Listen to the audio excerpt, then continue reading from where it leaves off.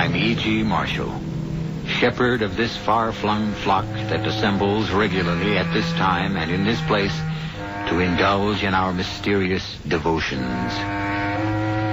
While might may not make right, it can and often does make just about everything else.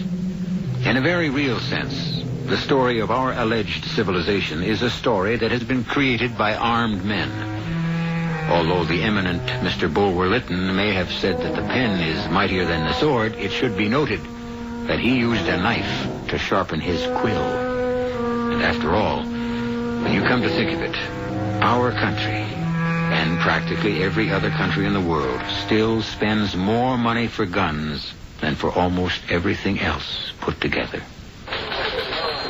Any special orders today, Frank? Nothing. It's quiet.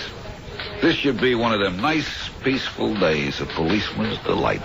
Yeah, I hope so, Frank. Anything wrong, Eddie? Well, is it possible to know when the last day of your life has arrived? No, it isn't possible. I got this funny feeling. Yeah? Right now, if I close my eyes, I see myself walking the beach. A guy with a gun is running out of a store. I yell, halt. He turns, he shoots at me. You want to go on sick call? No, I get this feeling every day. Eddie, you're the most sensible guy in the precinct. It's just a crazy feeling. And it always passes. Except today. Except today, what? Nothing. Nothing. I'll be okay. I know I'll be okay.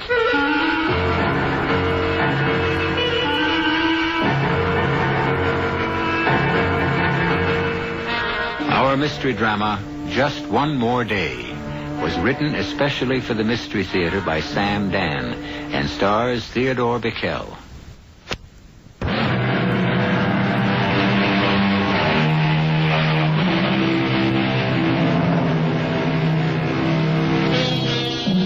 His name is Edward Mason, and this is the early morning of a very special day in his life. To each of us, there comes a final day.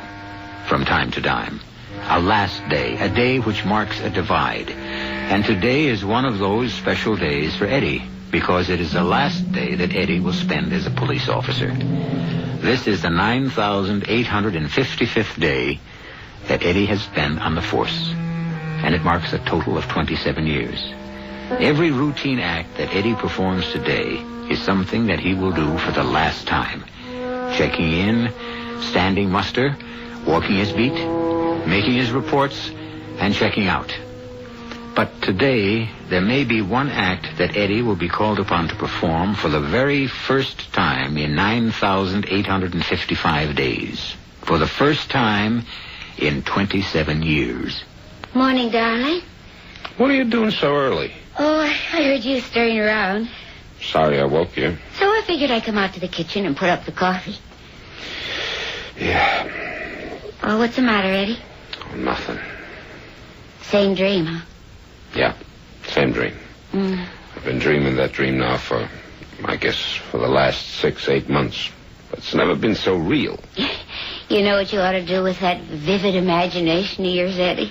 I'm sitting in Mom's candy store, eating a dish of ice cream, vanilla, with strawberry syrup. You should become a writer, Eddie. I'm aware of how creamy white that ice cream is. And the strawberry syrup is red, like blood. Maybe go back to school. Take a writing course. Usually you don't dream in such sharp detail, you know. Then there's this kid. He's maybe 17, 18. One of the local punks. His name is Tommy. Comes running in. Oh, Eddie, it's only a dream. He yells, there's a guy next door in D'Angelo's. He's got a gun. And I rush out of the candy store, and I hit the street. There's this guy with a gun in his hand, and I yell, halt! But he doesn't. He spins around and he fires. And what happens? I don't know. The shot. It's the loudest shot I ever heard in my whole life. Always wakes me up. Eddie, call in sick. Nope. Not on my last day. But you got the time off coming. Myra, honey, I'm going to put in my 27 years fair and square. Hey, turn on the radio. Let's hear the news. Oh, the radio? Yeah, the radio. Oh, I can't. Why? What's the matter? It's broken. It is? Mm-hmm. When I was getting up just before, I thought I heard it. Well, you did. But it just quit all of a sudden. Well, let me see if I can fix it. Take my word for it, Eddie. Come on, Myra. What is it you don't want me to hear? Now, Eddie. I'll know about it sooner or later. Well, I was hoping it would be later. Tell me what it was. Well, a cop was shot early this morning. A holdup in an all-night cafeteria. Who? Kohler. George Kohler. Did you know him? You knew him, too. His father was the first partner I had on the force, Henry Kohler. Oh. He handed me the phone book. Oh, okay. I think the kid was with the Southwest Precinct. Now, Eddie, I want you to listen to me. Southwest, here it is. Oh, Eddie, please, don't go in today. Eddie, I'm afraid. Mara, take it easy. Sergeant Rowland, I'm Patrolman Edward Mason with the 25th Precinct. About Georgie Kohler, I called to see if he needs blood. Oh. Yeah, sure. Kid died an hour ago. Eddie. I think I better leave now. But you haven't even had your breakfast. Well, it being the last day and all, I want to get in early. Eddie, watch yourself. You know, that's what you always say, and that's what I always do.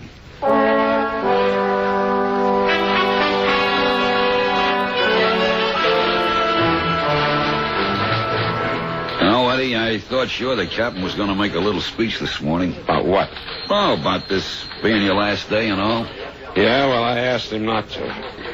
I'll miss you, Eddie. I'll tell you. I think you're the best cop I ever knew. How come you wind up after 27 years just pounding the beat? I like the beat, Frank. You get to know the people, you get to be involved.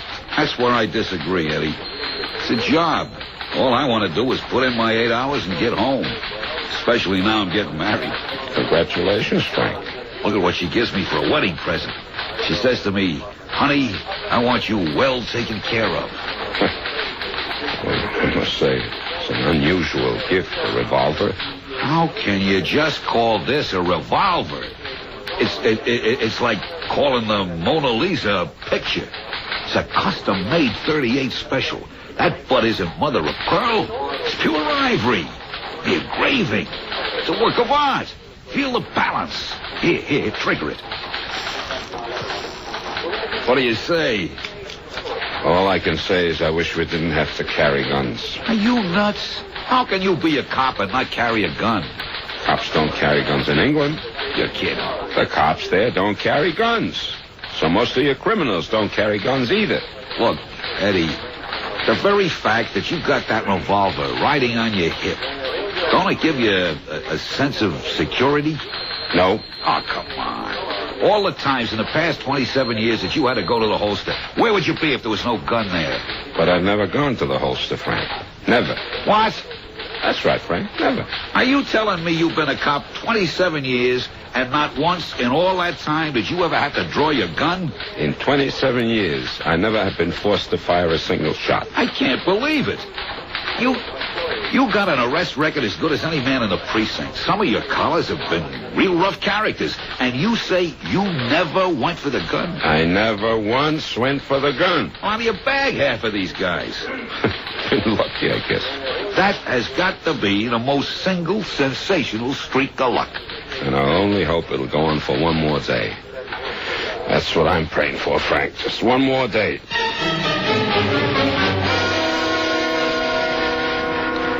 Hello, Tommy. What do you want, copper? What do you want, Tommy? Well, it's a public street, ain't it? No, not exactly public. It's an alleyway used as a loading dock for this warehouse. You got any business here? Well, I'm just passing through. You wouldn't by any chance be casing the joint. Me? Figuring on maybe a little break and entry tonight. Would you stop me like this if I was a rich old guy? Now, you see, it's the poor and the downtrodden that get pushed around by the law. Against the wall here, Tommy. What do you want to frisk me for? I'm clean. Not quite, Tommy. How about the ship? Well, I got to protect myself, don't I? The law will protect you, Tommy. Well, I'll just hold on to this, and you won't be tempted to get into trouble. Is that all, Santa Claus? Why don't you go back to school? Get yourself an education. Are you for real? It's the only way, Tommy. You're breaking my heart. Don't you want to get anywhere? No, sir, not me. Why not? Well, I guess I'm like you, Eddie. Where did you ever get? You put in 27 years and you're still a uniform cop. Now, I can understand it if you were making money down here. But you're too dumb to even shake down the storekeepers. Okay, punk, beat it. I understand you're retiring tomorrow, Eddie, and all you got is your pension. And you're telling me to be smart? I said beat it.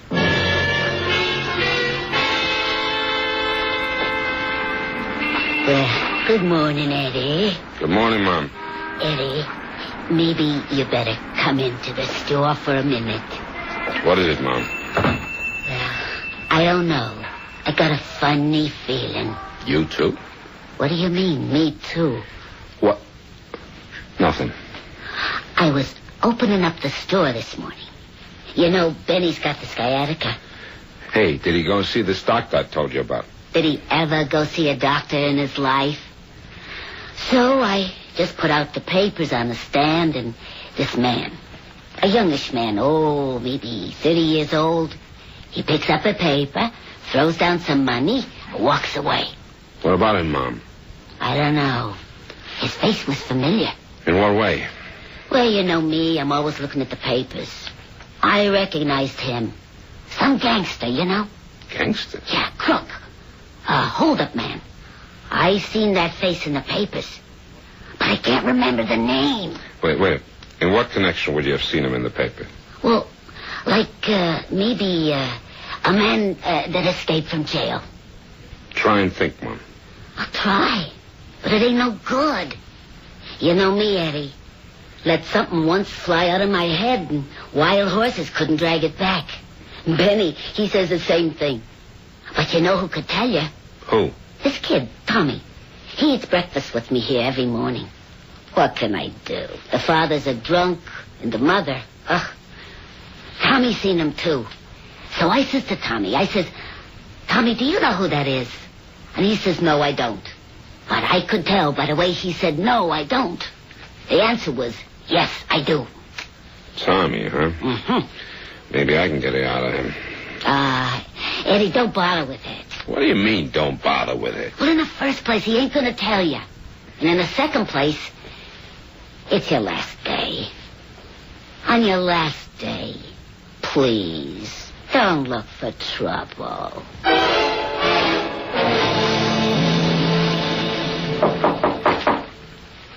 Come on in. Lucas, I heard you busted out of the slammer. How's you working? Let's get down to business, Jesco. That's what I like about you, Lucas. You're sociable. I called you because I need a wheelman, and you're the best there is.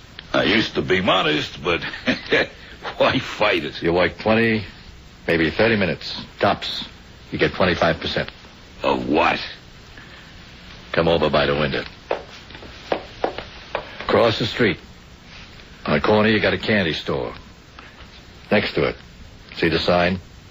D'Angelo's Jewelry. That's it. You mean you want to knock off a jewelry store, a little neighborhood ice parlor? Well, it's been great talking to you, Lucas. See you around, if the fuzz don't bag you. What's wrong with it? What's wrong with it? What do you think he's got in there, the Kohinoor diamond, for crying out loud? All right, say you can empty him out. What do you get? A bag full of cheap rings and watches, and you got a fence every penny, and pennies is all a fence will give you. I don't want what's on a counter or on the shelves. Oh, what do you want? What's in a safe? He's holding $500,000 worth of uncut diamonds. How do you know? He's holding them for some guys that smuggle them out of South Africa. Where'd you get the tip? The guy's in jail with me. Done him a good turn, so he give it to me. And I know where I can get $250,000 for the ice. Your cut, $50,000. You want me to keep talking? I'm all ears, Lucas. What time you got on your watch? 8:45. Right now. The cop on the beat's gonna walk out of the candy store. Watch. See? Yeah, there he goes. He's gonna go in the jewelry store. See? And he'll be there exactly 2.5 minutes. How do you know? I've been watching this cop 8 hours a day for more than a week. I know every move he makes. I know where he's gonna be every minute. Now, that's good. Biggest problem you got on any job is a cop who comes blundering along out of nowhere. Don't you worry about this cop. He just ain't gonna be no problem at all.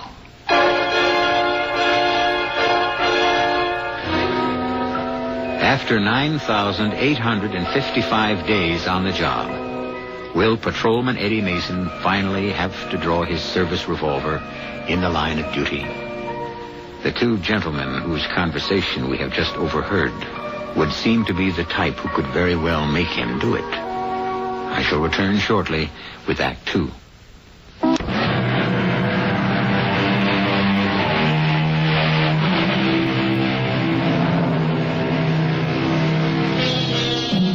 I am the master of my fate, says the poet. Not quite, answers the realist. And he would seem to have the best of the argument. The fact is, so much of our fate lies in the hands of others. Much of life is spent adjusting to or countering moves by other people. People who may neither know of nor care about our existence. Some of these may be good moves. Some are not such good moves. Particularly the ones being pondered at present by two young men who are peering out the window of a flat in a dingy tenement building. I have to hit the joint at exactly 10 minutes to 4. Why so late? At 11 minutes of, the cop goes into the candy store next door, and he has a plate of ice cream. I can even tell you what kind. Vanilla with strawberry syrup. Oh, you gotta be out of this world, Lucas. Who could believe you? For the next 11 minutes, he's going to sit there, fanning the breeze with the old lady who runs the joint. Then, 4 on the head, he hits the street and waits for his relief. You got this all clocked, huh? It's the only time of the day I got 11 clean minutes. 11 minutes to walk in there, show the old geezer the gun, get him to open a safe, hand me the bundle, you're parked outside, and we're off. How do you like it? I'd like it fine without the gun. What's the matter with the gun? I hate guns. Once they go off, you could never tell who gets hit.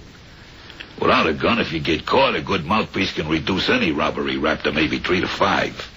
But get collared with the iron on you, you're looking at 7 to 10. Kill somebody, you're buried for 20 or 30. All I want the gun for is to scare him with. Okay. You see that fire plug 20 feet down a block? That's where I'll be parked so I can count on an open space. I'll come barreling out of there. Have that engine running. Nobody ever complained about my work yet. Look, you're getting $50,000 for this. And I'm worth every penny.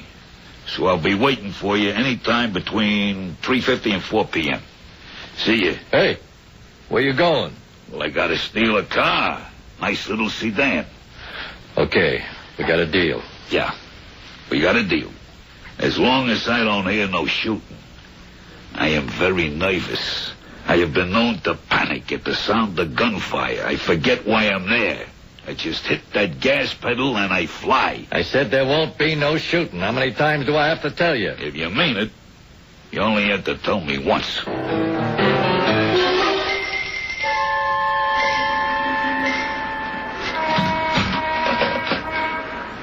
Yeah, you okay, Eddie?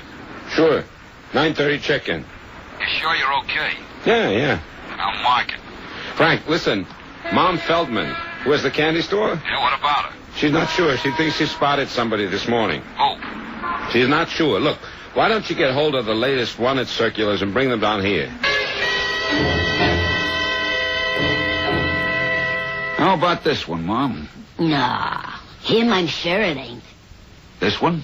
Mm-mm. What about him? Hey, wait a minute. He's the person. Mom, you sure? Yeah, I'm sure. In the picture, he got short hair now, and now it's down over his ears. But I'd know him anywhere, anytime, by his mouth. tight, pulled up, like something's always bothering him. Jack Lucas. Yeah, busted out of the state pen 6 weeks ago. Armed and very dangerous, Eddie. Be careful. I'm always careful, Frank. He always carries a big gun. Likes to use it. We better ask to have an extra car patrol the area. I'll tell you one thing, Eddie. You spot him, you want to shoot first and shoot fast. And remember. I remember. You see anything the least bit out of the way, call in. Okay, Frank. Thanks, Mom. My pleasure. Eddie, it's your last day.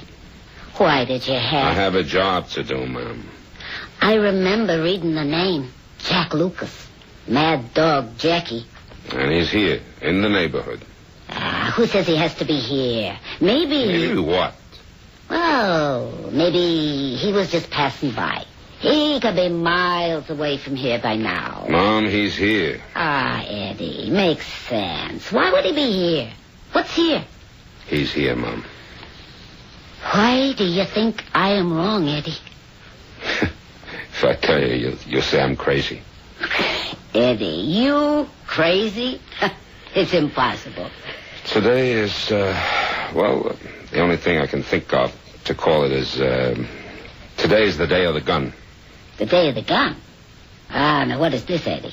The law of averages, Mom. The law of averages suddenly realizes that me, Edward Mason, has been breaking it far too long. Now that sounds crazy. I know.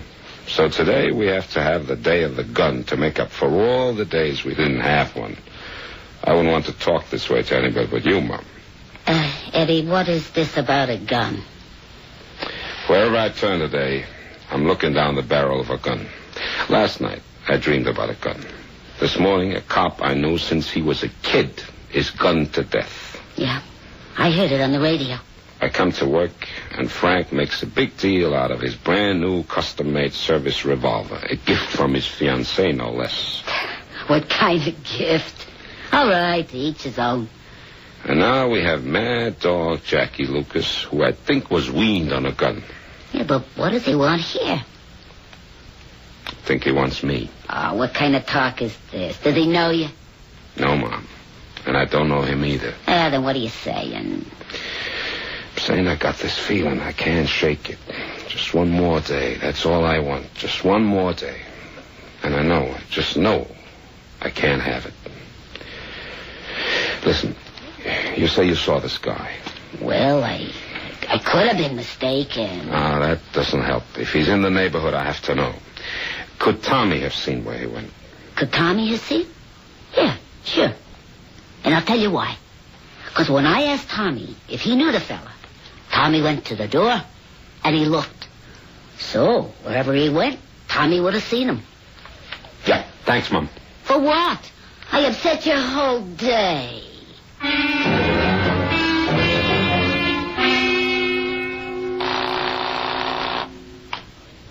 Hello, Eddie. How do you know it's Eddie? Oh, I was just sitting here wishing and hoping and praying you'd call. I guess it's what they call ESP. I just want to let you know it's 12 noon and all's well. How do you feel? Just great. Oh, it's so hard to believe.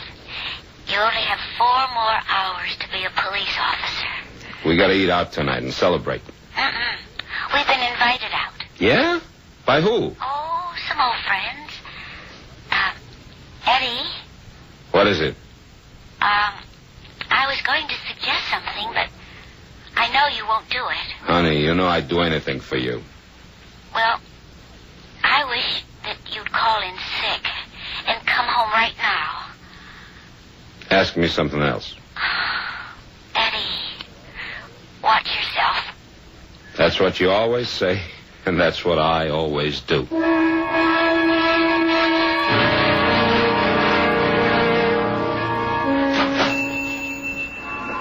Well, look who's here. Mr. Junior Gangster himself. Give me a chocolate malt, huh? I owe you $1.50 for breakfast, so just take it out of this. Where'd you get $10? I lifted a guy's wallet. I almost believe you. When are you going to get a job? Well, I may pull one tonight. Oh, where's it going to end with you, Tommy? Eddie the cop wants to see you. Oh, yeah? Listen, Tommy. You remember that person we saw by a paper this morning? I didn't see no person. Do you know who he is? I don't know nothing. He is the one they call Jackie Mad Dog Lucas. I never heard of him. An escaped convict. A murderer. I can't prove nothing but me. Tommy, if a person like this is in the neighborhood, Eddie should know about it. A lot of things Eddie should know, but he's a chump. Eddie's a good cop. There ain't no such animal as a good cop. Don't you talk that way about Eddie. Was there ever a hungry person on this block? Eddie'd buy him groceries. And your own father.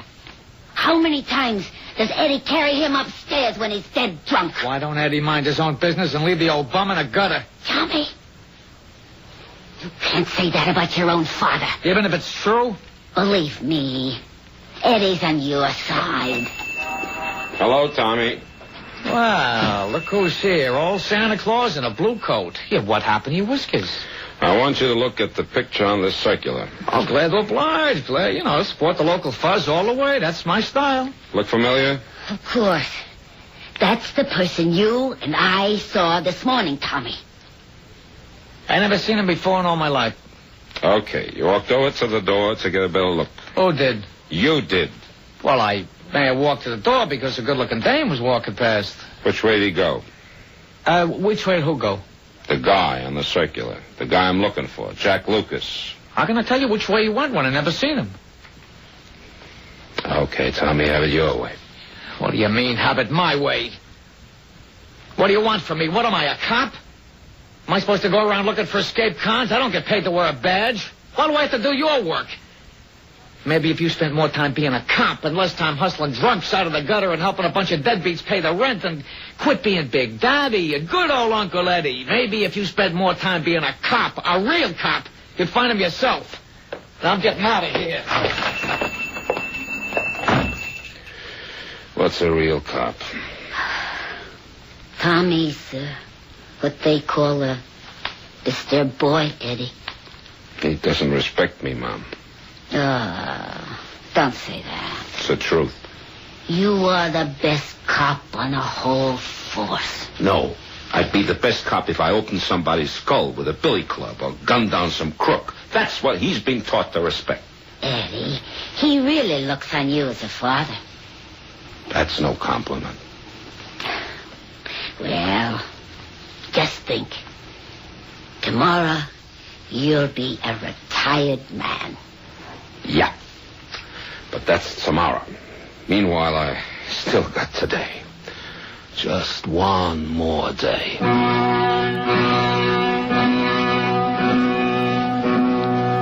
Long ago, a poet wrote, "Be the day short or ever so long, it creepeth at last to even song." And the longest day for Patrolman Edward Mason also creeps reluctantly to its close. But before it ends, finally, a certain event is scheduled to take place. And looking at it analytically, there are three possibilities. A, it will be canceled. B, it will be postponed. C, it will happen. I shall return shortly with Act 3.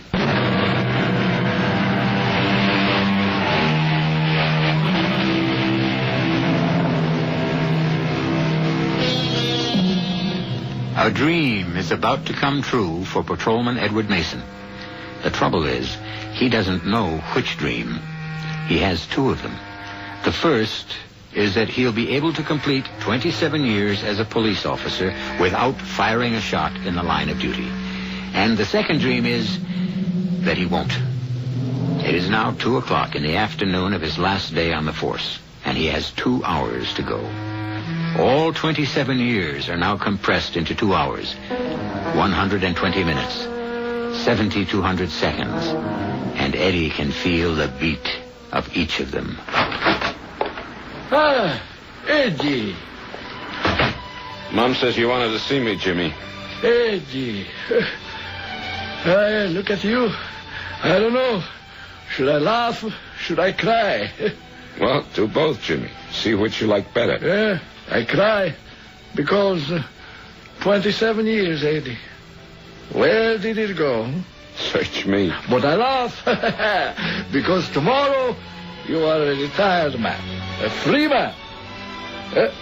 And then I cry because I lose an old friend. How can you lose old friends? Eddie, we're going to have a wonderful dinner tonight. Tonight? No. I think my wife said we were invited to... Sure. We fixed it with Myra. There's going to be a big dinner in Clancy's restaurant for you. For me? Everybody's coming. Mama Feldman and Schmidt, the butcher, and Pedro and Jerry, the plumber. The whole neighborhood. Oh. It's supposed to be a surprise. Oh, I shouldn't have told you. Don't ask me why I told you. Okay, Jimmy, I won't ask you. I don't know why I told you. I don't know what got into me. I just want to make sure you knew how everybody here feels about you. Huh? It's just... Look, you're a cop. You understand. Any minute, some bomb, some gamone. You know how it is. I just felt I had to tell you. I understand. Let me tell you the rest. You got to promise to act surprised when you get it, huh? When I get what? Yeah, I got it here in the drawer. It's a watch. Oh, hey, that's... See what I engraved on the back, huh? It's my finest work. To Edward Francis Mason, Eddie, a man of the law. I'll put it back until tonight. Jimmy. What do you got in that drawer? A revolver, Jimmy. What? I got a license for it. Why? Eddie, times have changed. I know, but you can't change it back with a gun. Nobody gonna come into my jewelry shop and hold me up. You want to get killed? Jimmy, what's gotten into you? That gun, he won't settle anything. He'll maybe settle a few crooks. You show the gun, you force him to kill you. These animals today, they kill you anyhow. Believe me, Eddie, you're getting out just in time. You're not a cop for today. Promise me you won't do anything foolish. How can any human being make such a promise? Huh?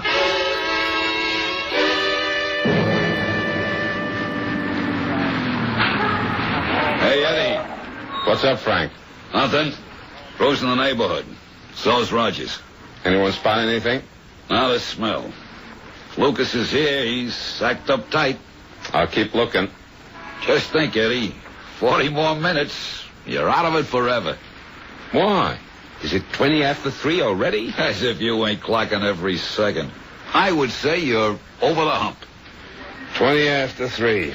One more turn around the beat, and then I hand it over to Smitty. Between you and me, Eddie, I don't think Mom actually seen this mad dog Lucas. Or if she did, he was just passing through. Yeah, see you back at the station house. Okay. And Eddie, keep your eyes open, huh?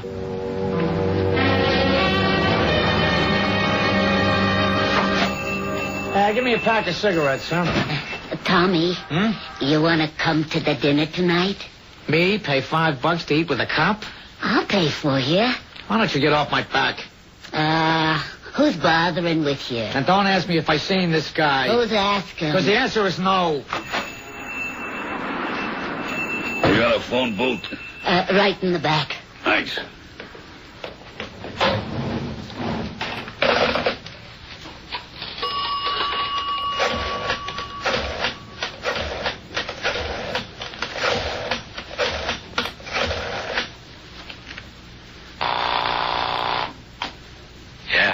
It's me, Chesco. I'm in a candy store. You set? You look out of the window with the black two-door hardtop near the fire plug, you'll see I'm set. Listen, I want to ask you something.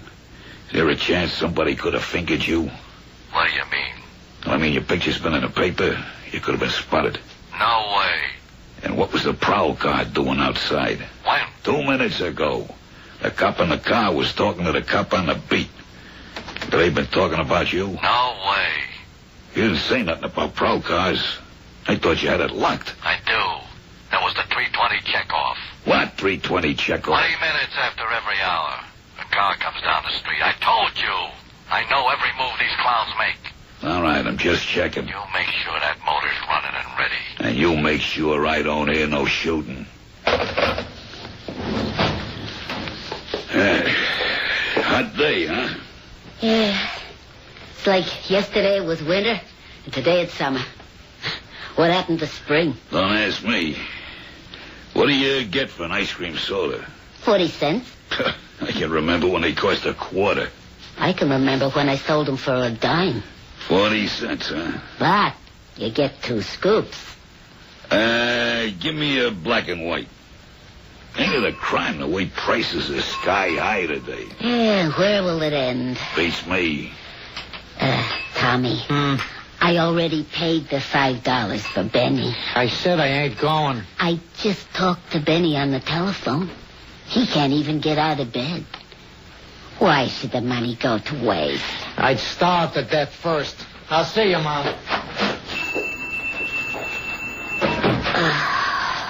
Young people today. Yeah, no manners. We got a cop on the beat. Such a wonderful man. I couldn't begin to tell you. We're giving him a retirement dinner tonight. And that one don't want to go. No respect. Hey, is that the right time in your clock? Absolutely. We said it by the radio. It can't be 3:47. My watch stopped. How do you like that? Never stopped before. Take it next door. We got a jeweler, Mr. D'Angelo. The man's a genius.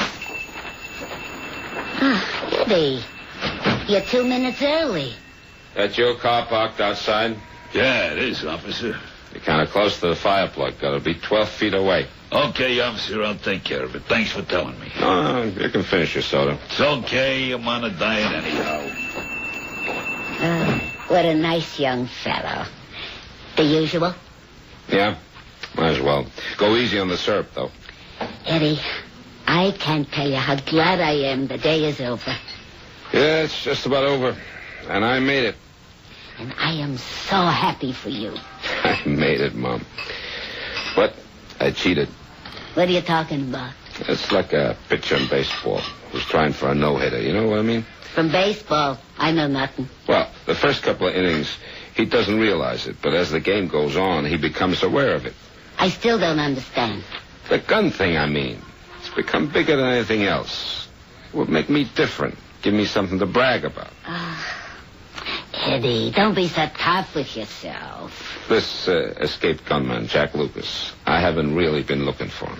Well, you don't even know if he's around here. We know he's here, Mom. But you see, my record is more important to me than my duty as a cop. I don't want to find him. I don't believe you. I've been going through the motions. I haven't really been looking. You know why? Because if I find him, I know I'll have to shoot. So I'm sweating out 4 o'clock, and 4 o'clock is 8 minutes away. Eddie, you want to finish your career without using your gun. Not just for pride. I know myself, Mom. I know you better than you know yourself. You want to prove that a cop don't have to be a man as violent as the criminals. Except he wears a badge, and he's got the right to smash heads. How white the ice cream is, and the syrup is blood red. Just like in a dream. What you're trying to tell everybody is, look, a cop can be kind and understanding, and a human being. I don't think I can eat it, Mom. Eddie, something the matter? Hey, Eddie. Yeah, what is it? You gotta... What do you want, punk? Nothing. You're gonna like the cop who's gonna walk this beat tomorrow. He's your kind of cop. Eddie. What is he? Don't say I told you. Don't ever say I ratted, but what? Next door in D'Angelo's, it's a stick-up. He's got a gun. Phone the station house, Mom. Halt! Halt! Halt! Halt! Or I'll fire!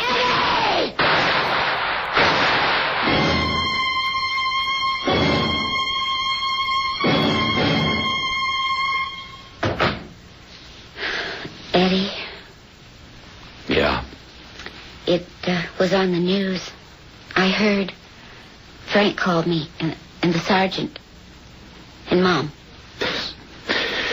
D'Angelo. He's dead. Oh, no.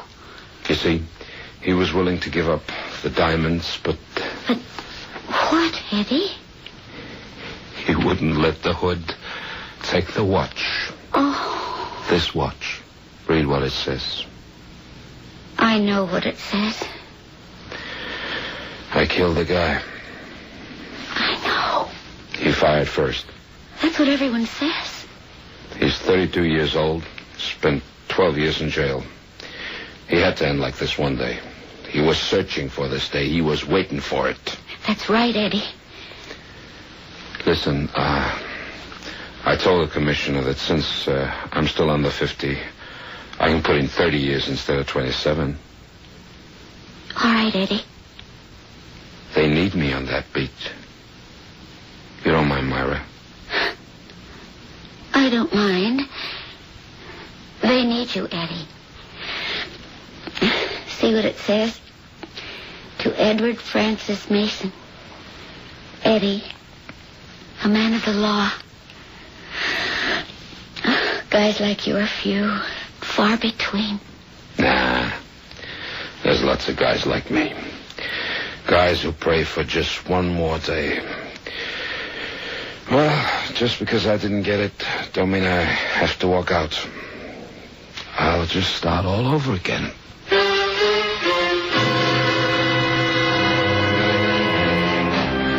Just one more day. A modest enough request. There are so many days, so many uneventful days, so many dull days in which nothing happens. And yet, when Eddie Mason prayed for just one more of them, suddenly it became too precious a gift. I'll be back shortly.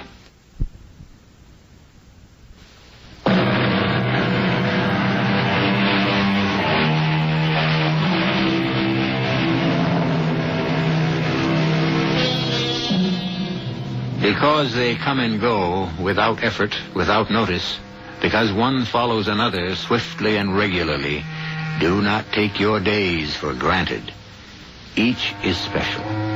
Each has its own meaning and its own place in the scheme of your life. Each one, added to the other, shapes the meaning of your existence. And hopefully, you will always be able to ask for and receive just one more day of whatever it takes to make you happy. Our cast included Theodore Bickel, Evie Juster, Jackson Beck, Ken Harvey, and Jack Grimes. The entire production was under the direction of Hyman Brown. This is E.G. Marshall inviting you to return to our Mystery Theater for another adventure in the macabre. Until next time, pleasant dreams.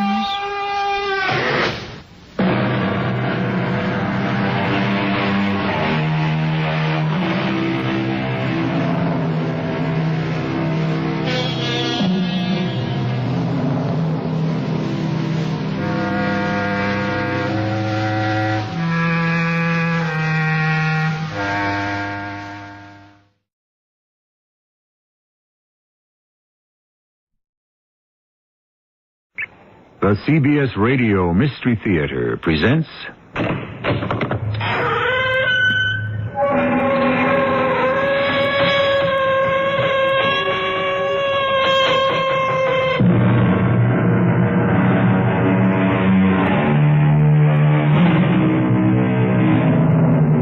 Come in.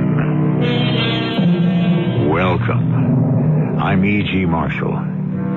There's a famous, if ancient, phrase written by the Latin poet Virgil, Timeo Danaos dona ferentes. Translation, beware the Greeks bearing gifts. This would seem to contradict another, perhaps older saw, never look a gift horse in the mouth. The story I bring you relates to both of these, but in the end, you will have to decide which is closer to the truth.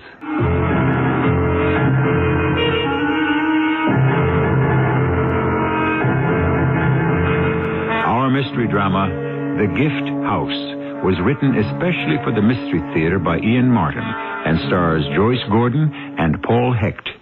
I'll be back shortly with Act One.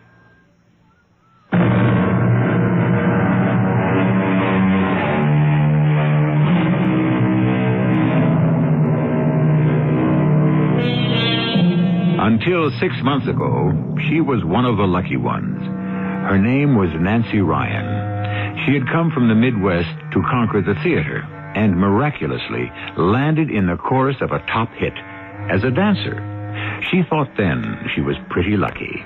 Then she met Ted Pryor, a reporter for the New York World Sun, and having married him, knew she was the luckiest girl in the world. 3 months after they were married and her pregnancy was confirmed, she had no doubt that the whole world was her oyster.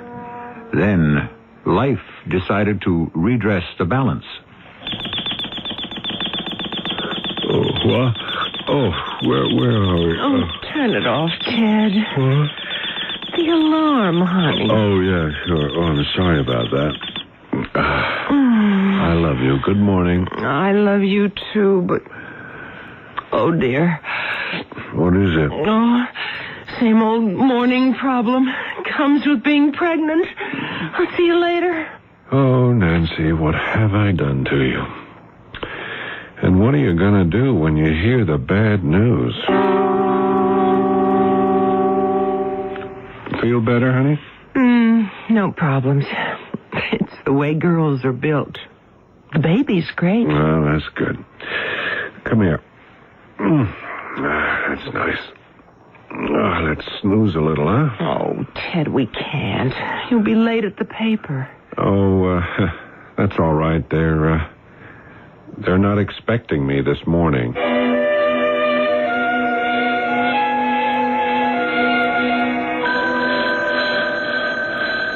What? Who? Oh, where is it? It's not the alarm this time, darling. It's the phone, dummy.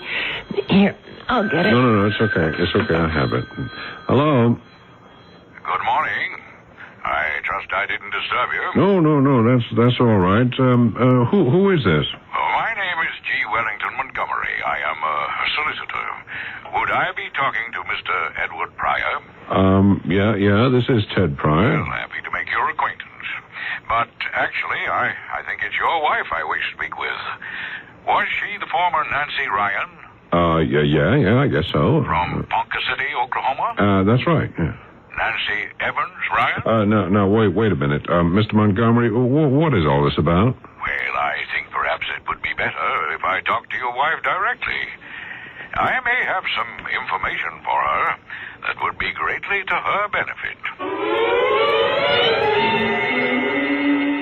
Yes, Mr. Montgomery, I understand. Oh, I certainly will. Just let me talk it over with my husband.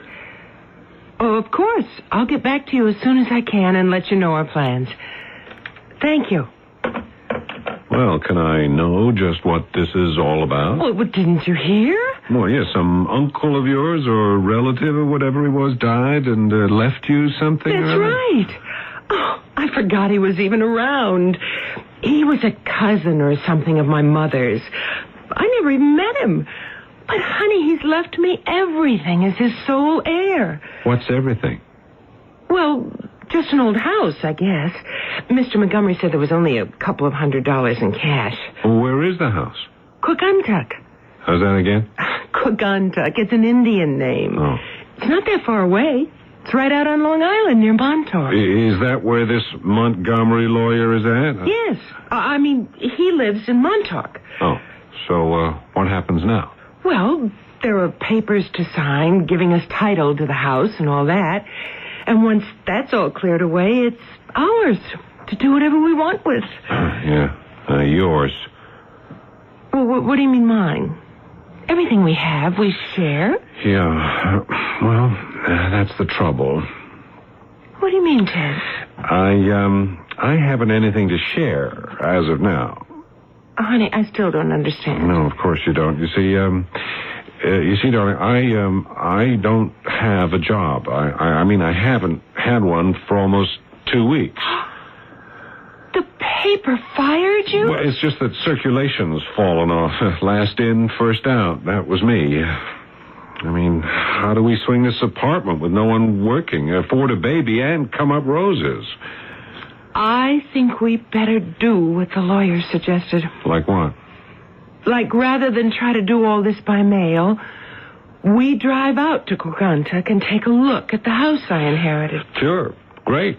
What are we driving? Well, a rental car. Okay, honey. Pack your fancy duds. We're on our way. Hey, this is the life, eh? Oh, Ted, it's beautiful. Too bad it isn't real summer. Well, it's Indian summer. That's even better. Just look at all the trees. They're a riot of color. Uh-oh. What is it? Looks like your color is going to be blotted out. Patches of fog ahead. Oh, dear. I hope it doesn't get any thicker. Where are we now? Well, we just went through Amagansett. We should be there in half an hour. Oh. What's wrong, honey? Oh, I don't know. You cold? You want me to roll up the window? No. No, I'm not cold. It's just... Just what? Oh. My mother used to call it a ghost walking over your grave. Oh, Ted, I just had this nutty premonition we shouldn't go any further. We should turn back and run. Without even seeing the house? Well, I told you it was nutty. Guess you'll just have to excuse a pregnant old lady.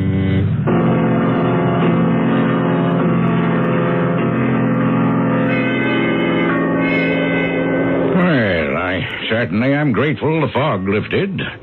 Now you can see the house Chris left you. Oh, well, I'm grateful too, Mr. Montgomery. What do you think, Ted? Well, it's bigger than I thought. Sure is a screwball joint, though. Oh, but, honey, it has a quaint and, I don't know, individual charm. You could say that all right, Mrs. Pryor. Individual. Why, Chris built this house up from the ground with his own hands, excepting for the help he got from Pete Prouty and old Amos Scobie, rest his soul. Are they dead, too? Like my uncle? Oh, Ed Scobie died 30 years ago, maybe. But Pete Prouty's still spry. Wasn't my Uncle Chris ever married? Oh, he was married, all right. Sourest apple ever came out of the barrel. Never would live in this house with him, holed up in a little apartment she had in Montauk. Made him stay there with her. You mean he never used the house? Oh, he used it, all right. Excuse to get away from her. I'd say Chris Evans spent the better part of 40 years building this house just so he could be with his cronies and a jug of wine to keep from remembering he was married to the sorriest excuse for a woman the good Lord ever devised. Oh, I'm sorry, my dear. I'm afraid I'm not giving your house a very good name. Oh, I don't know. I think my uncle had good reason to love it. There must be a magnificent view from the cliff here when it's not foggy. All the way to Portugal, Europe. It's like another world. Hey, look down there, Nancy. There's a nice little sandy beach. It's good for swimming because it's sheltered from the big Atlantic seas and a fine natural harbor. Chris used to moor a catboat down there, and he... Uh-oh. There's something wrong, Mr. Montgomery? Yes, the wind shifted. It'll bring the fog back.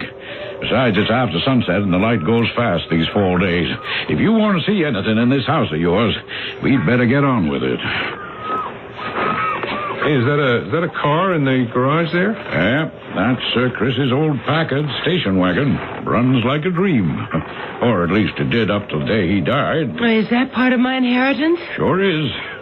Now, we'll have to go around the side of the house. The front door's on the lee side. Okay. Hey, isn't that a kitchen door right next to the garage? That's what it is.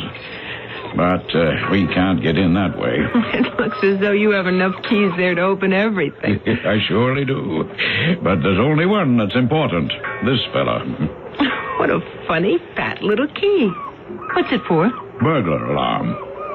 Burglar alarm? Do you have many robberies around here? Oh, not so you'd notice. Nobody's got that much to steal. But Chris, he's not only got one system, but two. A backup in case the first one fails. Well, what was he afraid someone might be after? And if you ask me, I think he put them in to keep his wife out. I don't think he ever used them after she up and died. Well, here we are.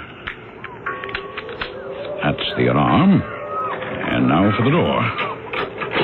I was the one who put the alarms back on while the house was standing empty, just in case. Now, watch your step. It's kind of dark here in the hall. Living room's to the left. I'll get some light. Oh, sakes alive. Oh. What's happened? The whole room is torn apart. Somebody was sure looking for something. Well, it looks as if a hurricane went through here. Now, what about the rest of the house? We'd better have a look.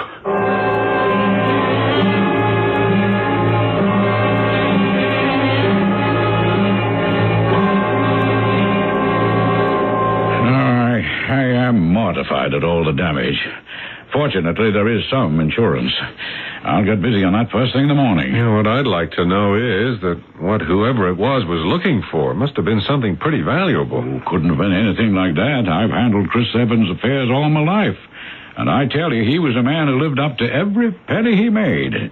And at that, he never made much more than pennies. Well, then why would anyone have done all this damage? Well, that's what I said from the first. I don't know what young people are coming to these days. Vandalism, sheer vandalism. But that's beside the point for the moment. First things first. Now, obviously, you can't stay here tonight as you planned. Of course we can stay here. The place is a shambles, Nan. Well, darling, the big bedroom with the foam mattress, that's not damaged too badly. And there are plenty of sheets, I saw. We have all the food we brought along in the cooler, and there's even some instant coffee in the kitchen. We'll make out. Well, now, if you're sure... Oh, of course I am. Mr. Pryor? Whatever Nancy wants, Nancy gets. Well, then, that fog's getting pretty thick. Might be a good idea for you to stay put. Well, I'll be in my office all tomorrow morning. I'll wait for you to get in touch with me. Goodbye now.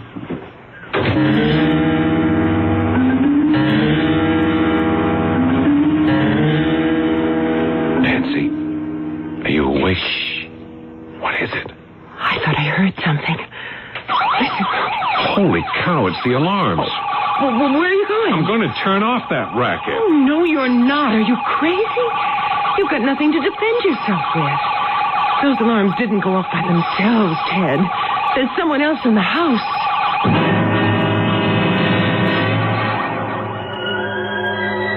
Which one of us has not wakened at some time in the middle of the night to that gagging feeling of the heart in the throat and the spine-chilling belief that an intruder was violating the privacy of our home? It never turns out to be true, of course, or seldom, but just suppose one time it did. I shall return shortly with Act 2.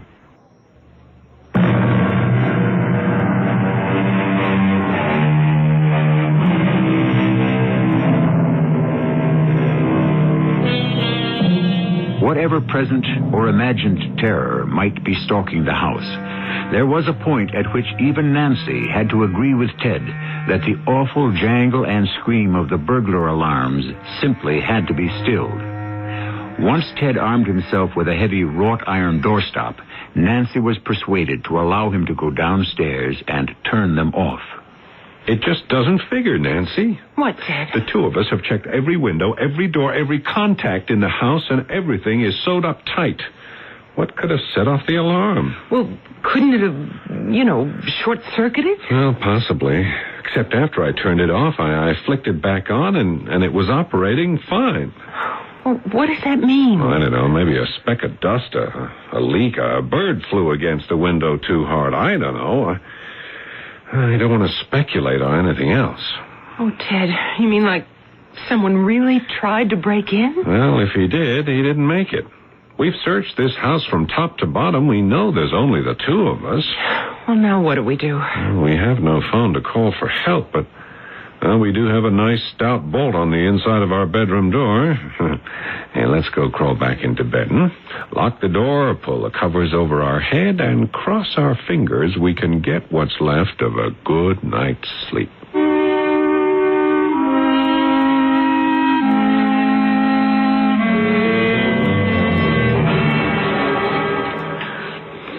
How's the coffee, Ted? The coffee will do. How about us? Well, I'm still trying to think it through. What's wrong with this house? You got me. But something's off the beam. I think we should bail out, get back to New York, put it up for sale. Oh, in this condition, who would buy it? But it isn't only that. Just think what we could make of this place, honey. given a little time. You'd want to live here? Well, just till the baby comes and I can get back to work. It would solve our financial bind. What's that? Relax, honey. This time it's someone who's asking to come in. It's the front doorbell. Oh. No, stay where you are. I'll get it. Morning. Name's Prouty. Peter Prouty. I'm the nearest neighbor right down the hill. Oh, good morning, Mr. Prouty. I'm Ted Pryor. I saw you drive up last evening with that lawyer fella from Montauk. Montgomery? You fixing to buy this place? Well, no, not exactly. My wife inherited it. From Chris Evans? Yeah, I didn't know he had any relatives. You knew Mr. Evans? All my life. Me and him was just like that. So, no wonder the place was not for sale. You, thinking of selling? Well, I don't know. We just got here. I got some worried last night when I heard the alarms go off. I got my shotgun, came up the hill, but then the noise stopped. I thought I'd just check you out this morning. All right? Oh, sure. I don't know what happened to the alarm system. Maybe some animal set it off. It was kind of weird. A lot of weird things been happening up here since Chris passed on. I don't understand. Well, anyway, would you care to come in and meet my wife? Perhaps join us in a cup of coffee? There are some questions you might be able to answer for us.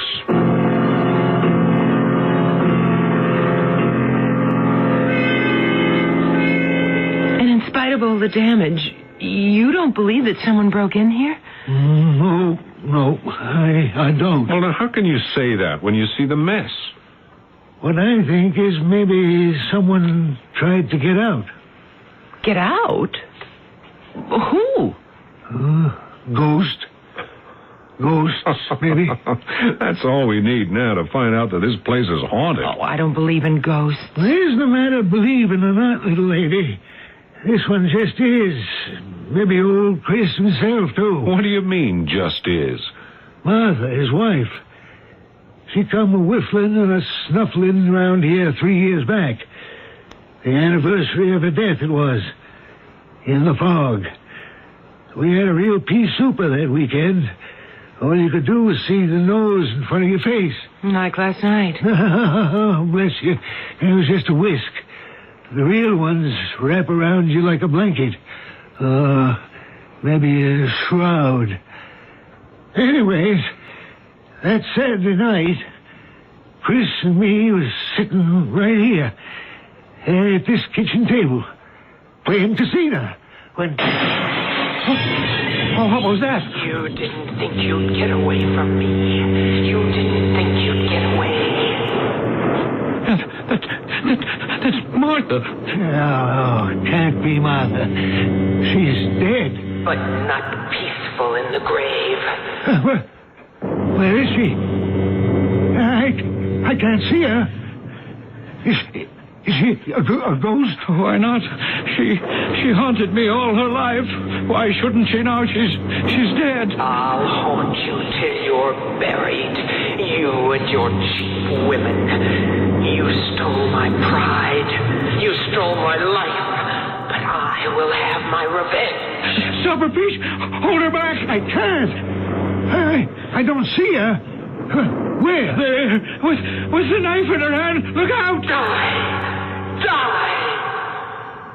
Next time I'll get you. Next time. She tried to kill me. Oh, don't talk nonsense.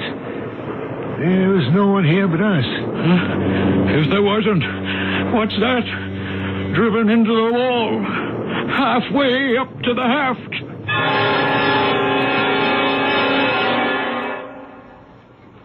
It was the big kitchen knife from Martha's old apartment in Montauk, still vibrating from the force that drove it deep into the paneling. But you didn't actually see this ghost. No, not that time. But other times I saw her, floating in the mist, her hair hanging down her back, And nights when the fog would blow in, I'd hear her voice on the wind and see the lights dimly flashing from room to room till Chris would come up pelting down the hill to my place to hide. He put in the alarms to try to shut her out, but it didn't do any good. How did Mrs. Evans die? In her bed. Of what? Heart congestion, they called it. She was all alone. Yeah. Well, where was Uncle Chris? Lucky thing for him, the fog was so heavy that night, he stayed over with me.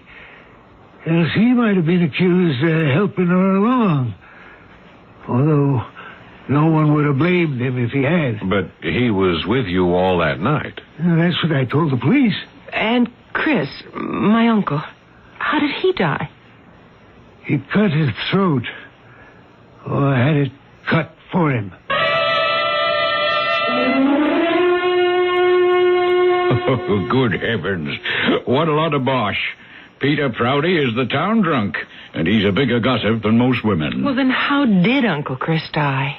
Well, now, I'm afraid there's some truth to the bloody details. I must confess to you that Chris was always eccentric. But during his last years, he had crossed the border into senility. The drinking didn't help.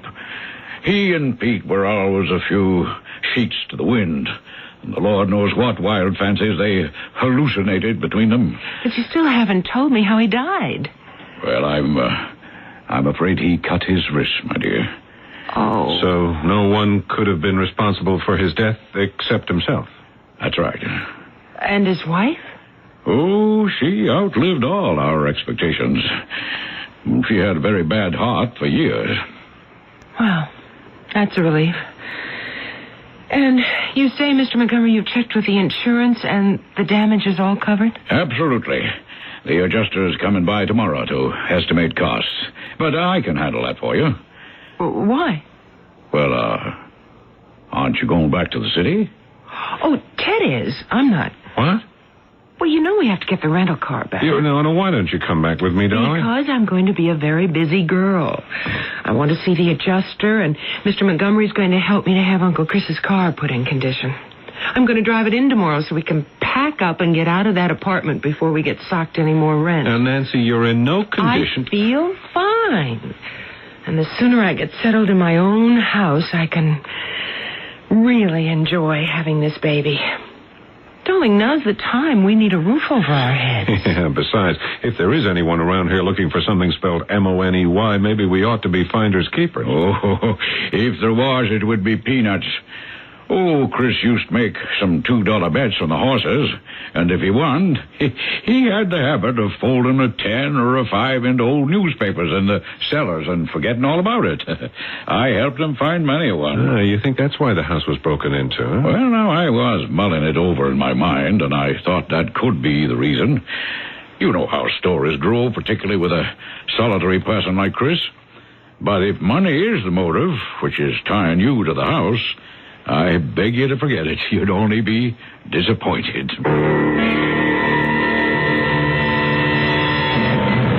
I still don't feel right about it, Nancy. Oh, don't be silly, darling. I'll be safe as a church with my double burglar alarm. Oh.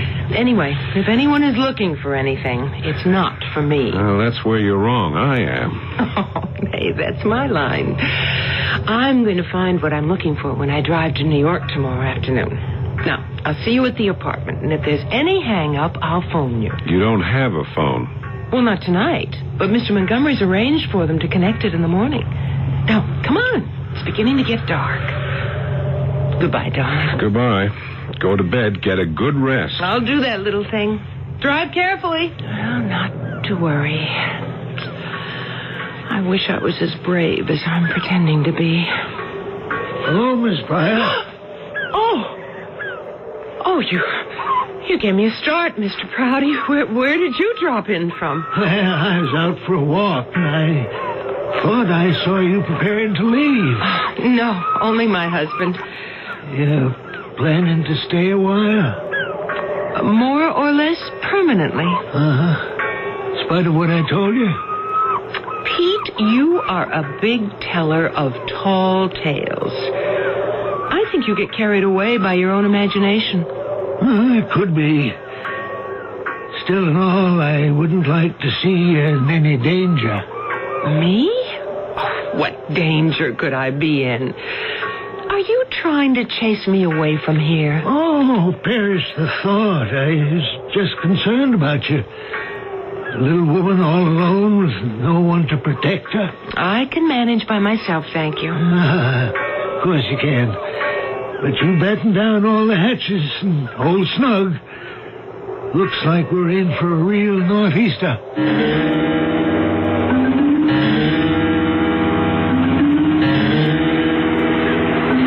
Oh, listen to that wind. You can't steal my birthright. What? Don't let her take it from you. I left it to you. Run, Miss Pryor. Run. She has the knife again. Downstairs. Don't get trapped in the bedroom. Turn it off. Turn it off. Got to turn off the alarm. Oh, why did I stay here? Too late. Stay where you are. Martha! What are you doing with that knife? I said that none of you Jezebels would have him. No. Not my Chris. I'll kill you. No, please, no! I'll kill.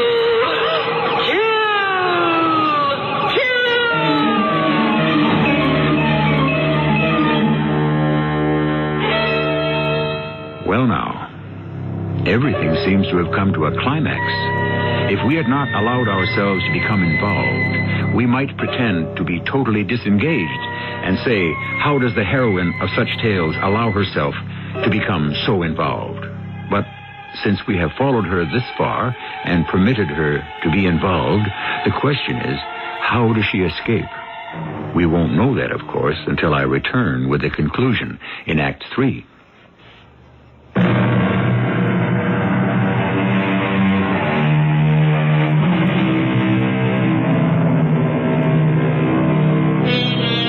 Nancy is alone, just wakened from the depths of sleep. The wind roars around the exposed house on the heights above the raging waters, and everything is filtered through the miasma of the drifting fog. Through its half-light, a menacing figure, long hair streaming, looms the reincarnation of Chris Evans' long-dead wife, a kitchen knife held high to strike down at Nancy. And as the voice cries out, I'll kill.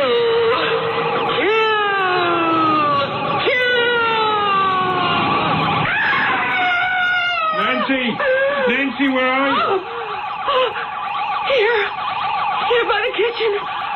Oh, Ted. Well, I was just coming in and I heard you. What happened? I don't know. I don't know. Martha, all those people. Darling, it's all right. It's all right. There's nobody here but us. It must have been a nightmare.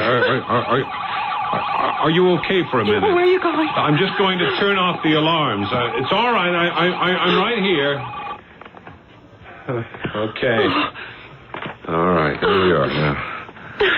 Let's go into the kitchen and sit down a minute, all right? Oh, Ted. What are you doing back here? Well, I drove as far as I could, man, but the fog was impossible. I decided I'd better feel my way back here, but what's been happening? Oh, everything was all right when I went to bed. But that little screwball Pete Prouty came by just after you left, and he went on and on about ghosts and blood, and I didn't pay any attention at the time, but I suppose he fixed all that nonsense in my mind. I'll wring his neck when I see him again. Well, maybe you ought to wring mine for being a prize goose.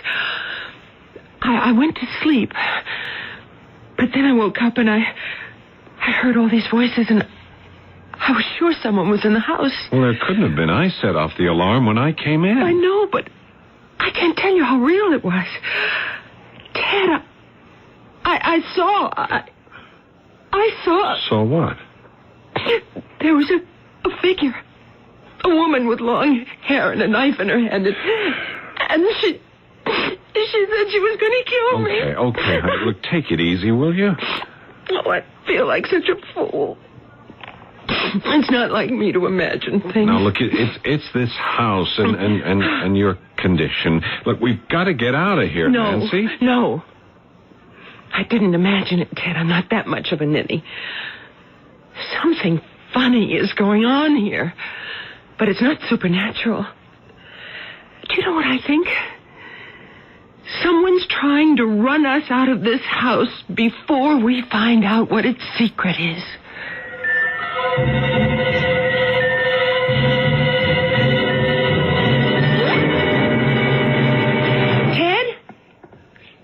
Ted? I'm downstairs, darling. I didn't know you were up. Oh, what are you doing? Well, I woke up this morning. I couldn't get back to sleep. I didn't want to wake you, so I thought I'd sort of scout around. Well, scout around for what? What I finally found. What? Come on, let me show you a couple of things. All right. For openers, let's take a look at this on the hall linoleum.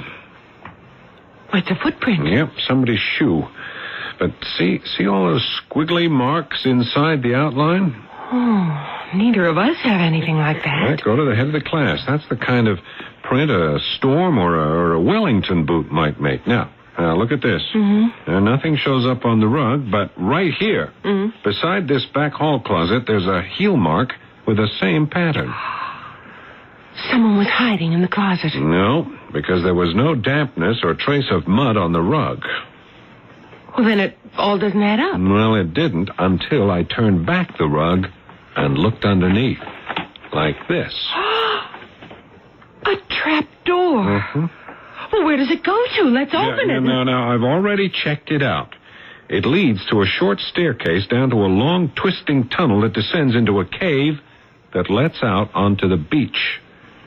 So that's how they were able to get into the house without tripping the burglar alarm. They or he? You mean Pete Prouty? Or Mr. Montgomery or persons unknown. Anyone who didn't want us to settle in this house. Why? Because of whatever they were looking for. But what? Oh, now who is it? Oh, I think that's Mr. Montgomery with the insurance man.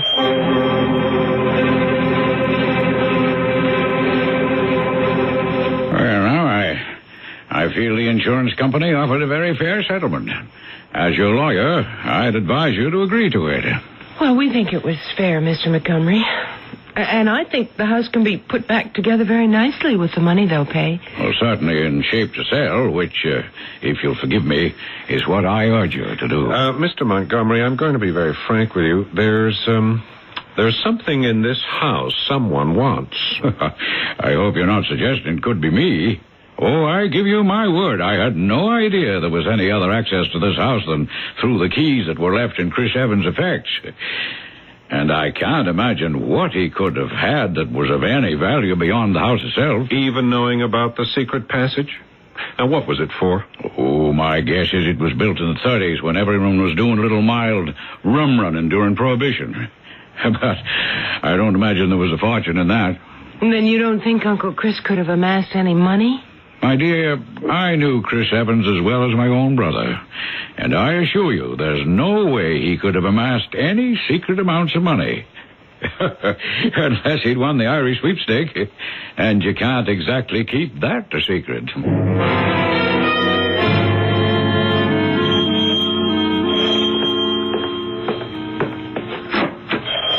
Oh, hello, Pete. Good morning, Miss Pryor.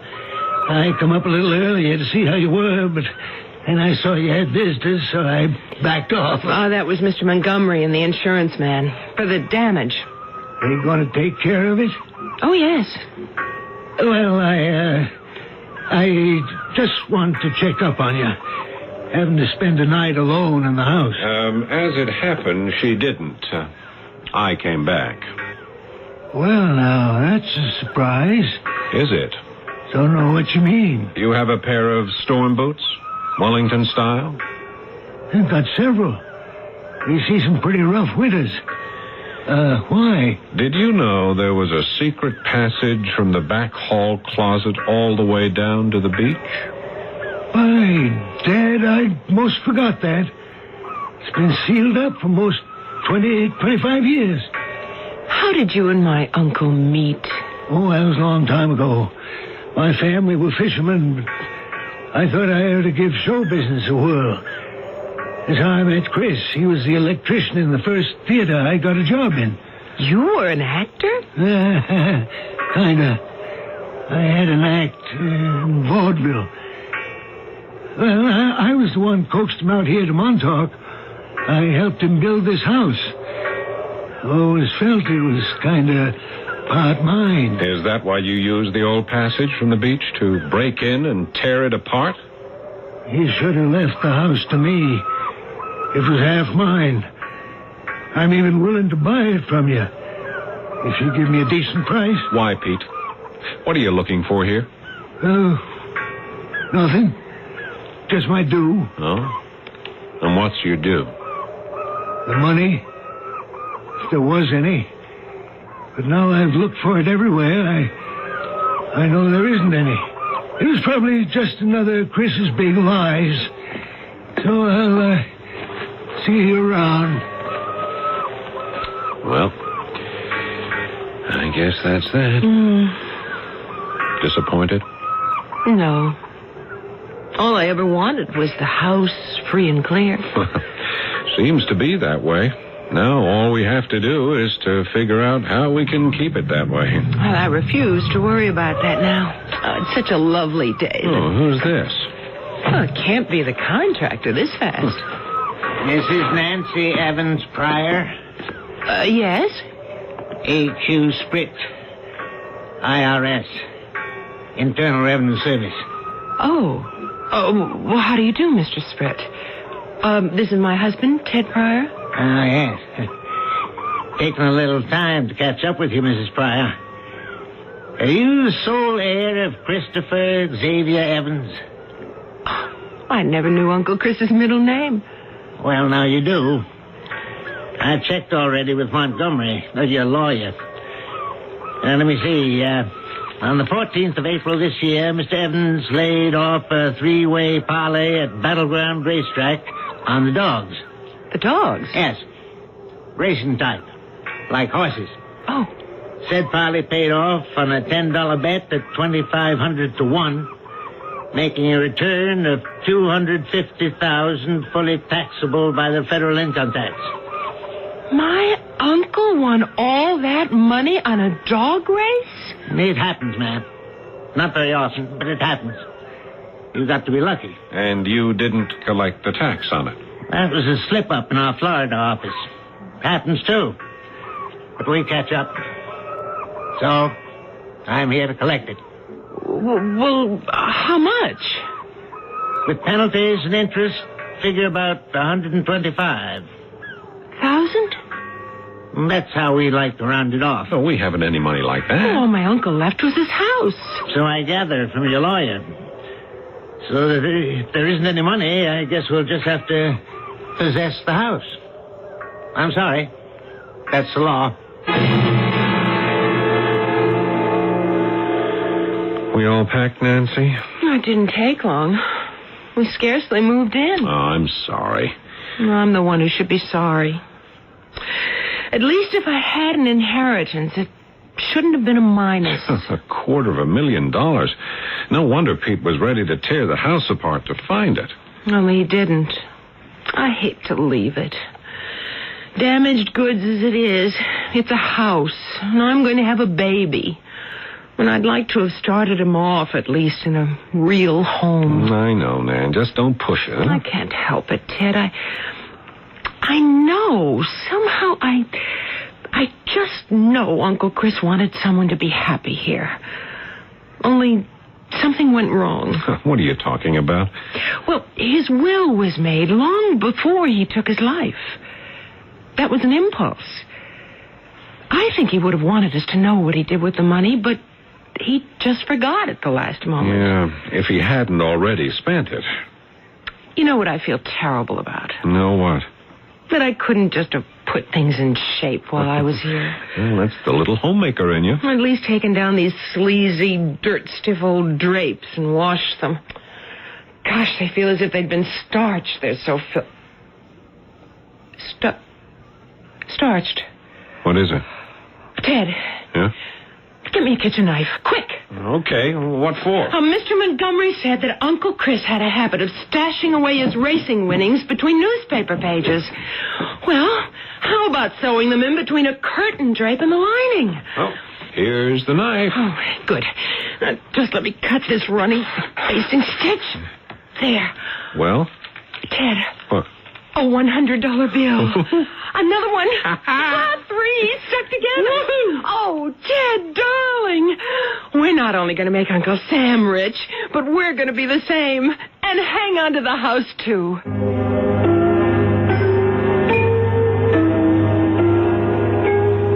So, at the end of this tale, we can return happily to the positive proverb, never look a gift horse in the mouth. For a while, it seemed as if Nancy Pryor had stumbled into misfortune, but instead, she came out with the luck of the Irish. I'll return shortly.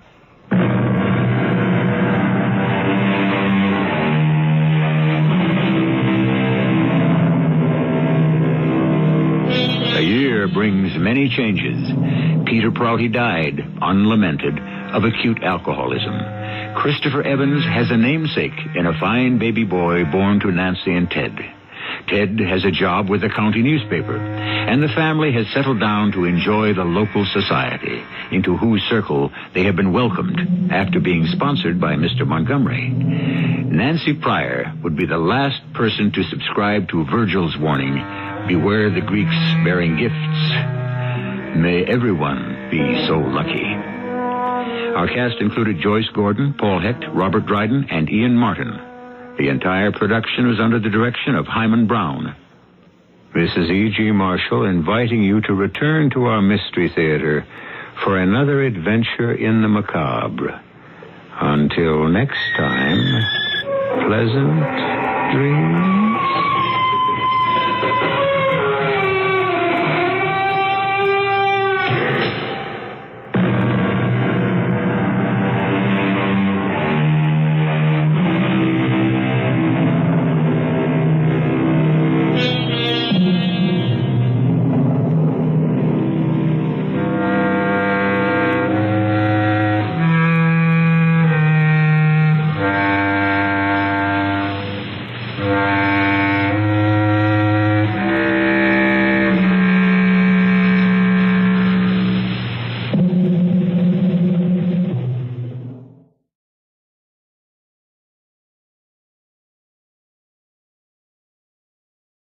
The CBS Radio Mystery Theater presents...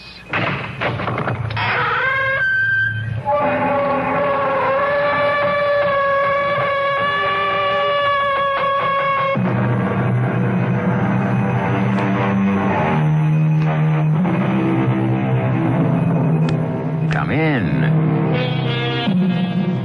Welcome. I'm E.G. Marshall. The title of our drama is General Laughter. Let me explain its derivation.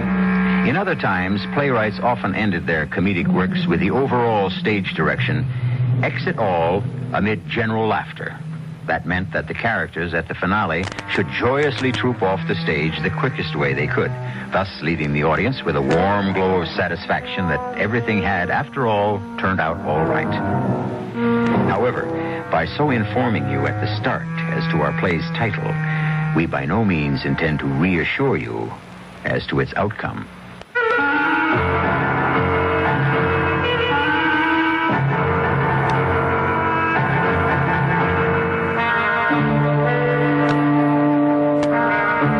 Our mystery drama, General Laughter, was written especially for the Mystery Theater by Elspeth Eric and stars Mercedes McCambridge.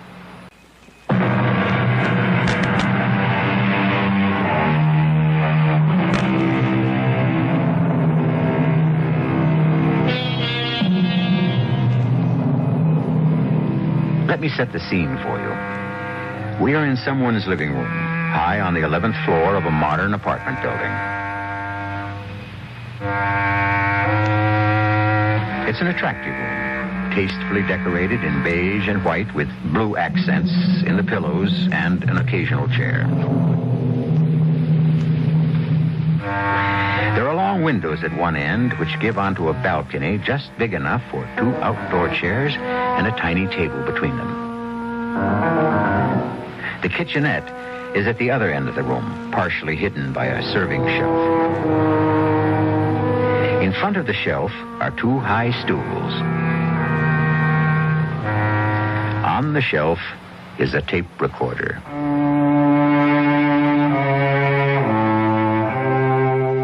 I want you to listen to this. It only runs about 40 minutes. If it doesn't strike you as the most asinine thing you ever heard, well, I shouldn't say that. I shouldn't call it asinine. That sounds cold and unfeeling, and I honestly don't think I'm that kind of a man. I really don't. But you'll have to admit, after you've heard it, that it isn't exactly the kind of thing a man likes to come home to after a hard day's work. If you can listen to it dispassionately, not become all bogged down by emotion, it'll give you some idea of what was going on. Now, there's nothing for a few seconds. She didn't know too much about setting up a tape recorder, so it takes a little while. You'll see. I have never recorded anything before, except voiceover commercials, and that was in a studio where they had engineers who took care of all those grubby little details. I've never before had the urge to tape record a suicide.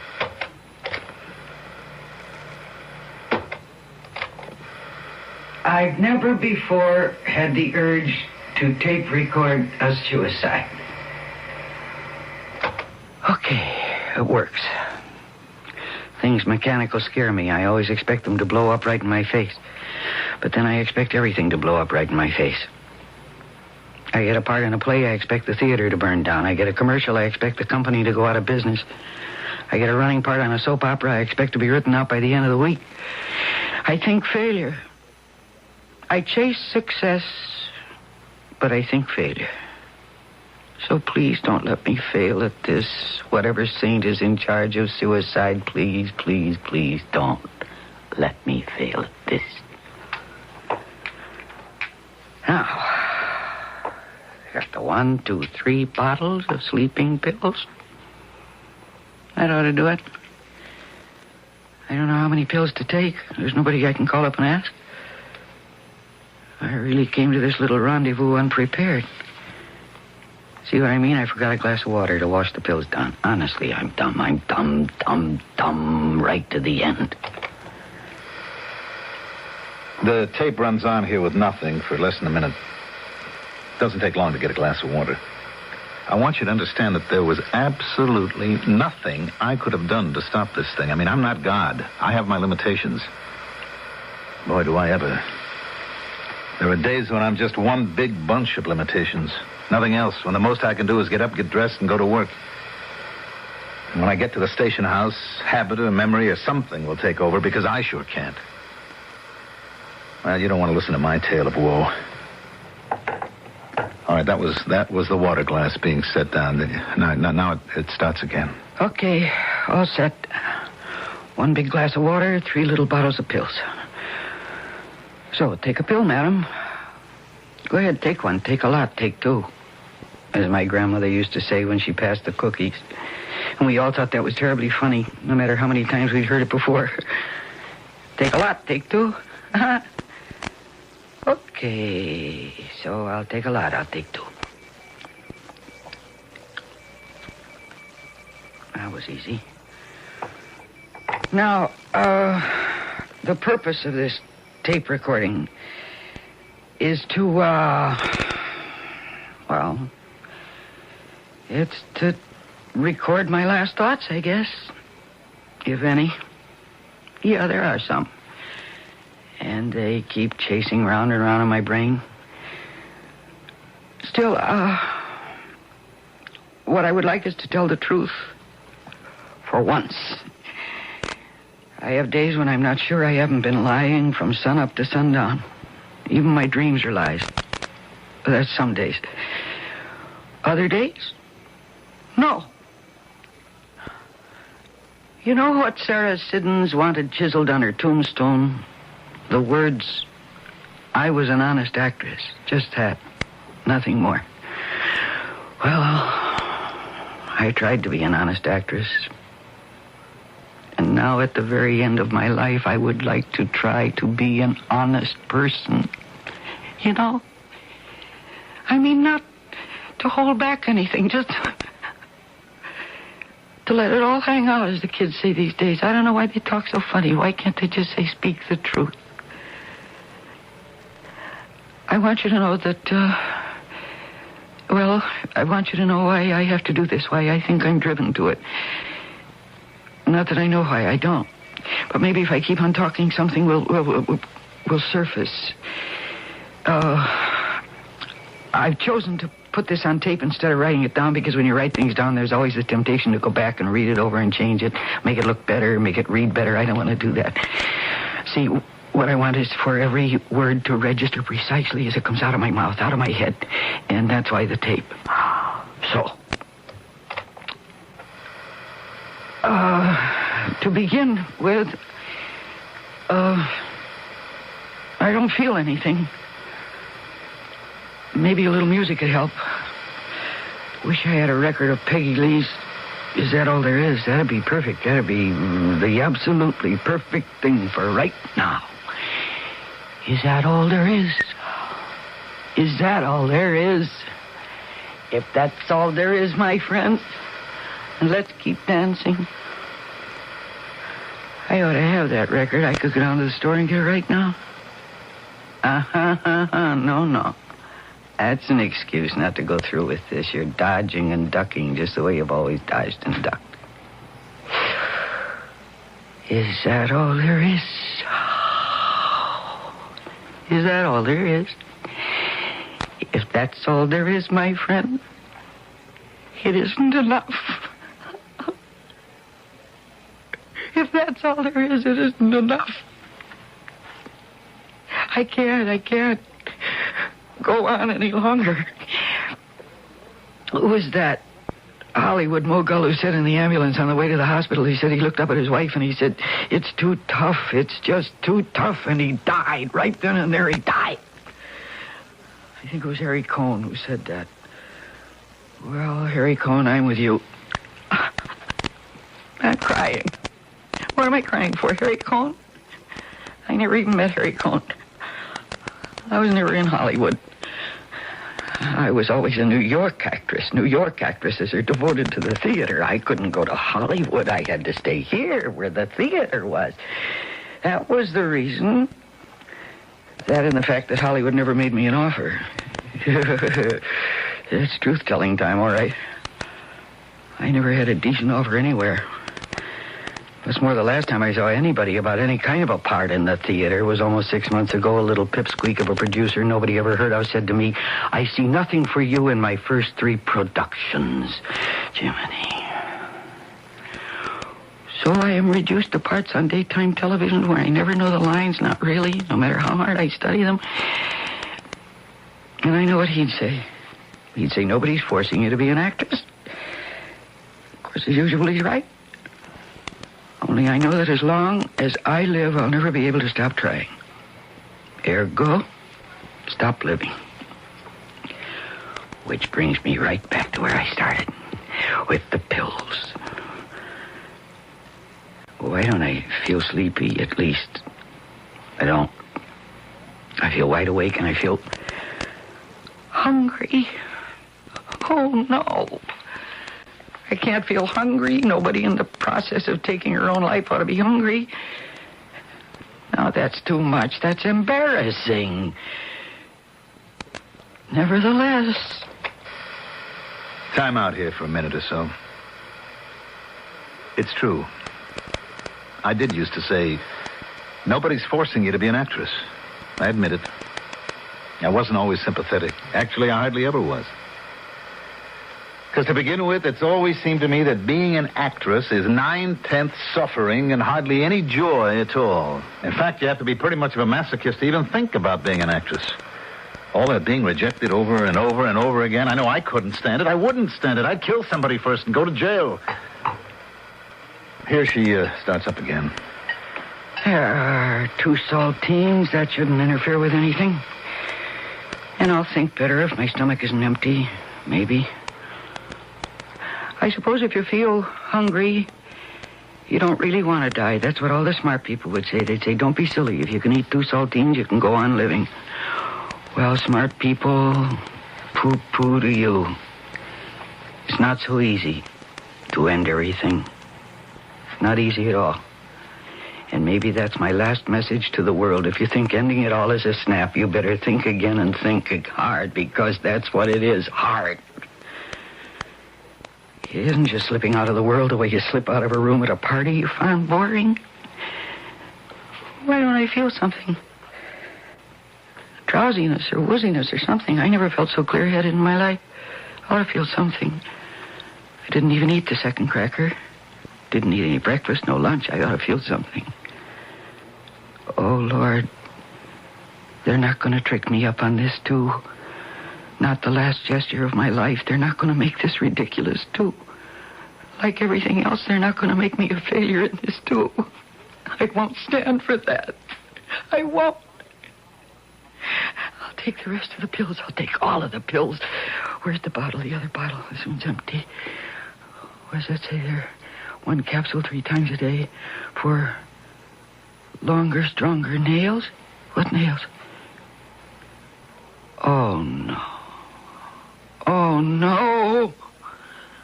I've been taking gelatin capsules. Gelatin to make my nails grow.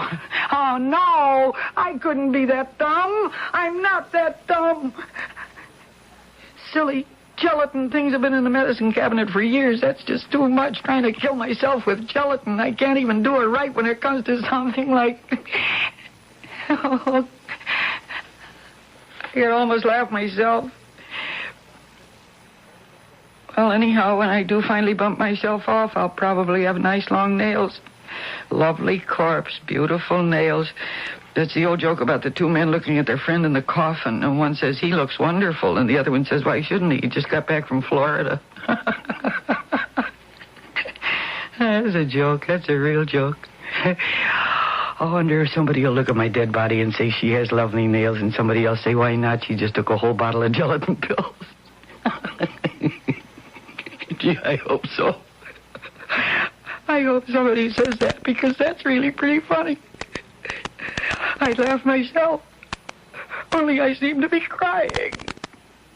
And I am so tired.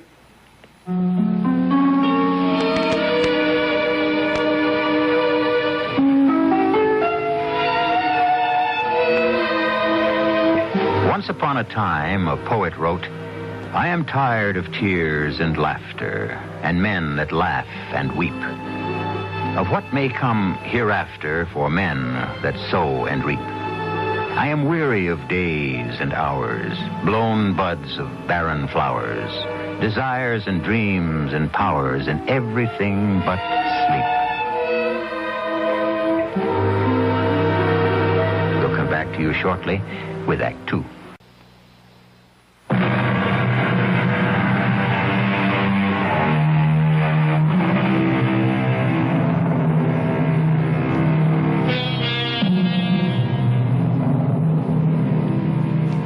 We left our desolate heroine between tears and laughter.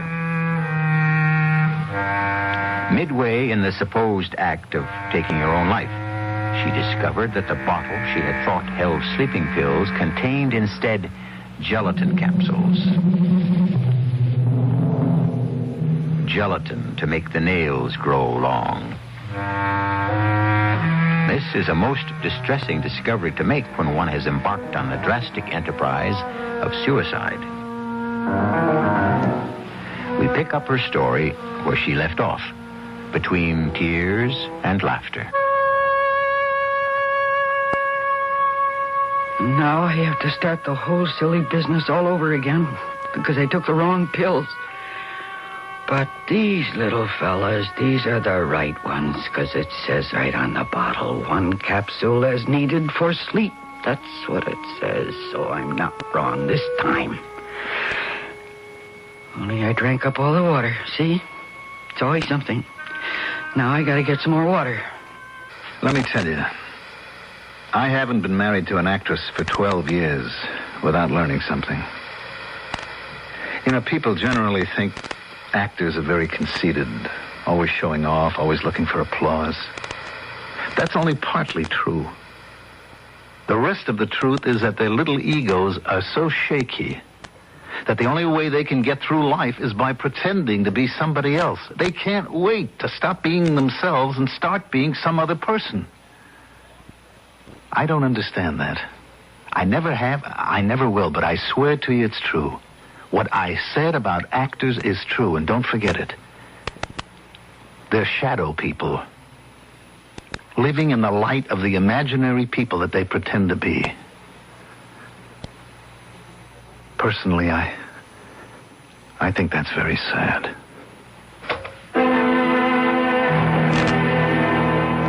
I have everything a woman is supposed to want. Lovely apartment, lovely furniture, lovely children. I see, isn't that terrible? I put my furniture ahead of my children. I put this damn apartment and the rotten furniture ahead of my children in my list of worldly blessings. That just goes to show you I'm a lousy mother. I'm a lousy wife. Gee, I ought to start to feel something pretty soon. And in the meantime, some music. I meant to put on some music. Why didn't I do that? Why don't I do that now? I don't know what all this guff about being a rotten wife and mother is meant to be. Actually, I don't know what a wife or a mother is supposed to be. All I know is the kids seem happy and I'm happy. Happy. What am I saying, happy? I don't even know what happy is. I think I'm happy. I don't feel unhappy. Not often, anyway, not too often. So I guess I'm happy. I know the kids are. I mean, they look happy. I never ask them, are they happy? It's not the kind of question you ask. Anyway, I never asked them. I never asked myself either. I never asked anybody. I mean, do you go around asking people, are you happy? Well... Back to the tape. We'll see if the music helps. What's going to happen to my children? Well, they don't need me. They're past needing me. Well, the real truth, the real bottom line truth is that I want to be what my children are. I want to be helpless and dependent and taken care of. I want somebody to bring me food and put on my clothes and take them off and wash them and iron them. I want somebody to be responsible for me because I'm just not capable. That's all. I just can't do it anymore. Oh, no. Now my mascara's running. My eyes hurt. I probably look terrible, all smeared. I don't want to be a lovely corpse with long nails and smeared mascara. That's funny. Well, anyway, like it or not, I'm now going to wash my face and I'll put on fresh mascara. If it is the last thing I ever do. There's a long pause here for the mascara bit. Crazy, isn't it? I mean, putting on fresh mascara to look attractive, dead. Oh, you heard it. You heard the tape. What do you think? I mean, you know, you read books, you see plays or movies, whatever, and a suicide is always, well, I don't know. I mean, it's kind of solemn. It's very dramatic. I mean, at least it's always like that in books and films. It's never trivial or clumsy or ludicrous, never. Seems to me life is full of pathetic things. I know my life is. Things that make you look foolish instead of tragic. Insignificant when you want to look impressive. More than I ever admit. More than anybody ever admits. Why don't they? Why don't I? Vanity. That's why. Just simple human vanity. That's why this tape is very important to me. I think it should pick up again right about now. I'll just sit right here and put on this dumb mascara.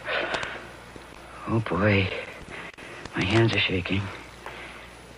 Oh, for Pete's sake, I can't use the drinking water to dip the brush in. Now I gotta have warmer water.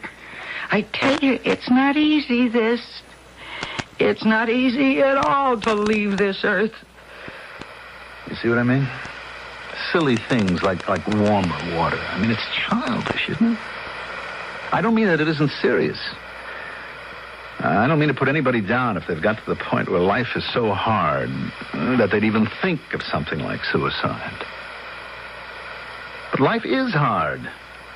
It's hard for everybody. I don't care who you are, rich, poor, famous, unknown. It's hard. Just like on the tape, it's tough.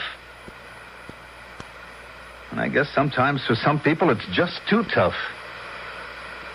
You know, I have often thought that maybe the best thing you can do for a child is to warn him that life is very tough, so it won't come as a terrible shock to him later on. I don't know, maybe life for a youngster is tough too, and he's just pretending like you are to have it by the tail. Maybe that's the truth. I don't know why I never thought of that before. But you see now why I feel this tape is very important? I have never felt a bigger fool than I do right now. But I don't care. Set up the mirror. Wet the little brush. Here we go. You want to know something? I spent a lot of time working on dope addiction in my precinct. It's a terrible thing, dope addiction. Terrible. But it doesn't surprise me anymore that people get addicted. What surprises me is that some people don't. That's the amazing thing, that most people stumble along from cradle to grave with no outside help at all. That's what surprises me. That most people can do it. We really ought to be more sympathetic to one another, seeing that we're all in the same boat. We ought to care more. That's what it comes down to, I think. We should have more feeling. We should quit trying to be so smart and feel more. I'm starting to cry myself. Well. There's one eye done. How many times has he watched me put on mascara and said, "You don't need that stuff"? And I said, "Yes, I do." And he said, "No, you don't." And then we were off and running again.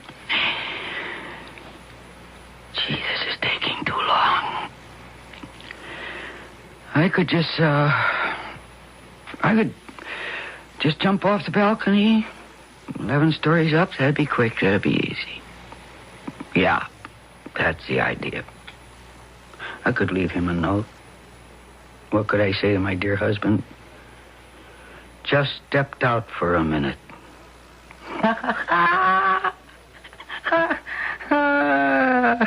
I can't say that.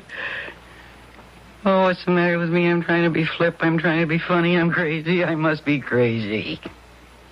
I feel it really. I'm out of my mind. Lord, what am I going to do now? Oh, I know what I'll do. 4, 6.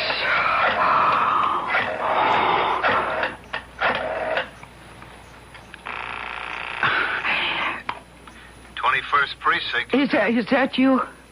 Yeah. Yeah, this is me. What's up? Oh, listen to me. Listen carefully. Are you listening carefully? Sure, baby. What's the matter? Well, I've been trying for an hour and a half to kill myself. What? You trying to do what? Kill myself. Honey, don't kid around. I'm not kidding around. Baby, listen to me. Now, talk a little slower or something, will you? I'm not reading you at all, honey. Okay. I have decided to kill myself. Yeah? And I got all the stuff here, all the sleeping pills. I took one whole bottle of pills. All right, go on. Only they turned out to be gelatin pills that I bought to make my nails grow. Well, did you take any pills at all? I mean, besides the gelatin? Oh, sure. How many? I don't know. Who cares how many? Well, I'd just like to know. What's the difference? I've decided now that I'm going to jump out the window. Honey, sweetheart, listen, please, honey. So I thought that I was going to leave you a note. I mean, not just jump and not leave you anything. Anyhow, keep talking. I wanted to write you a note, see, a farewell note, you know. Yeah, just keep talking to me, honey. And, I tried to think what I could say. I thought I'd write down the first thing that came into my head. Yeah? Well, the first thing that came into my head. And I could see the words like headlines on a front page of a newspaper. I could see them there. I could see the words, I could see them. Boy, I'm getting woozy. All right. Just keep talking to me, honey. Tell me, what were the words? What came to mind? I don't know if I could tell you. No, now. you can tell me. No, I don't Well, think... you must have wanted to tell me or you wouldn't have called, honey. Now, what were they? Okay. If I tell you, and you laugh, I'll kill you. Tell me. Promise you won't laugh. If it's funny, I might laugh. Come on. What were the words? I was going to write, just stepped out for a minute. Well, that's pretty funny. Everything considered? Are you laughing? Kind of. I told you this. I told you I'd kill you. It's all right if you kill me, honey. But leave yourself alone, please. Listen, I'm going to hang up now, see? Now, baby, talk to me, do you hear? No. Listen to me, I'm not laughing. I mean, didn't you mean for me to laugh when you called up? All right, listen. Think now. Think, huh? I mean, you know you can always make me laugh. That's one reason I fell in love with you, honey. You made everything so easy to take. No. Are you listening to me, darling? No. I'm getting sleepy. I have to hang up. No. Don't hang up now. Don't hang up.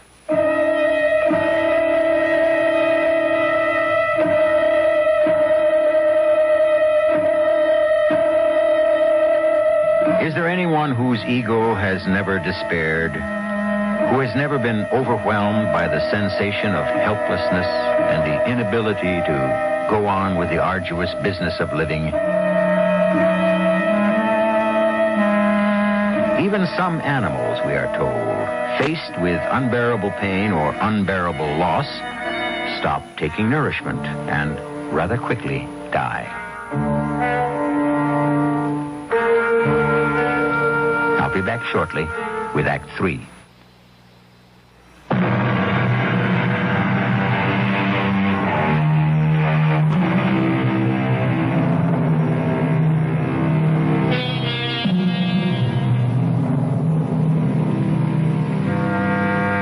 Our unhappy heroine has determined to do away with herself.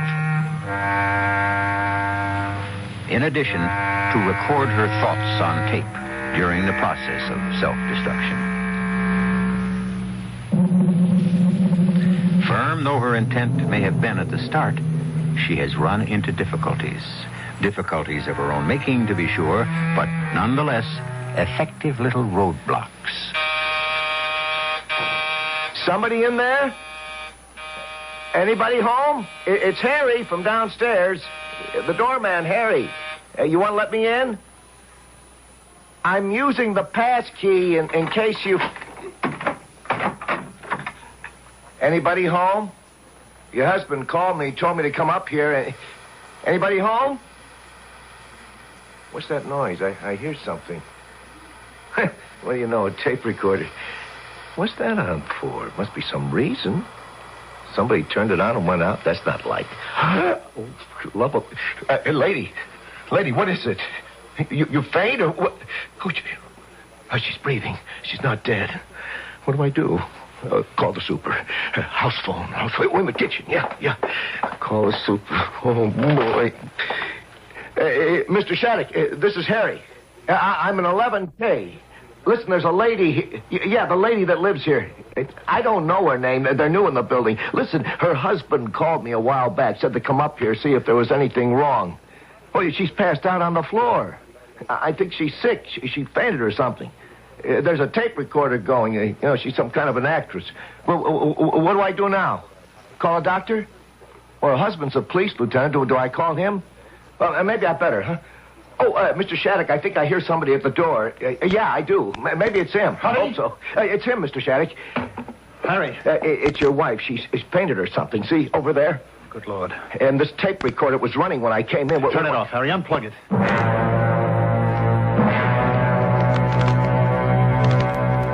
Well, that's what went on while you were passed out, honey. That's the end of the tape.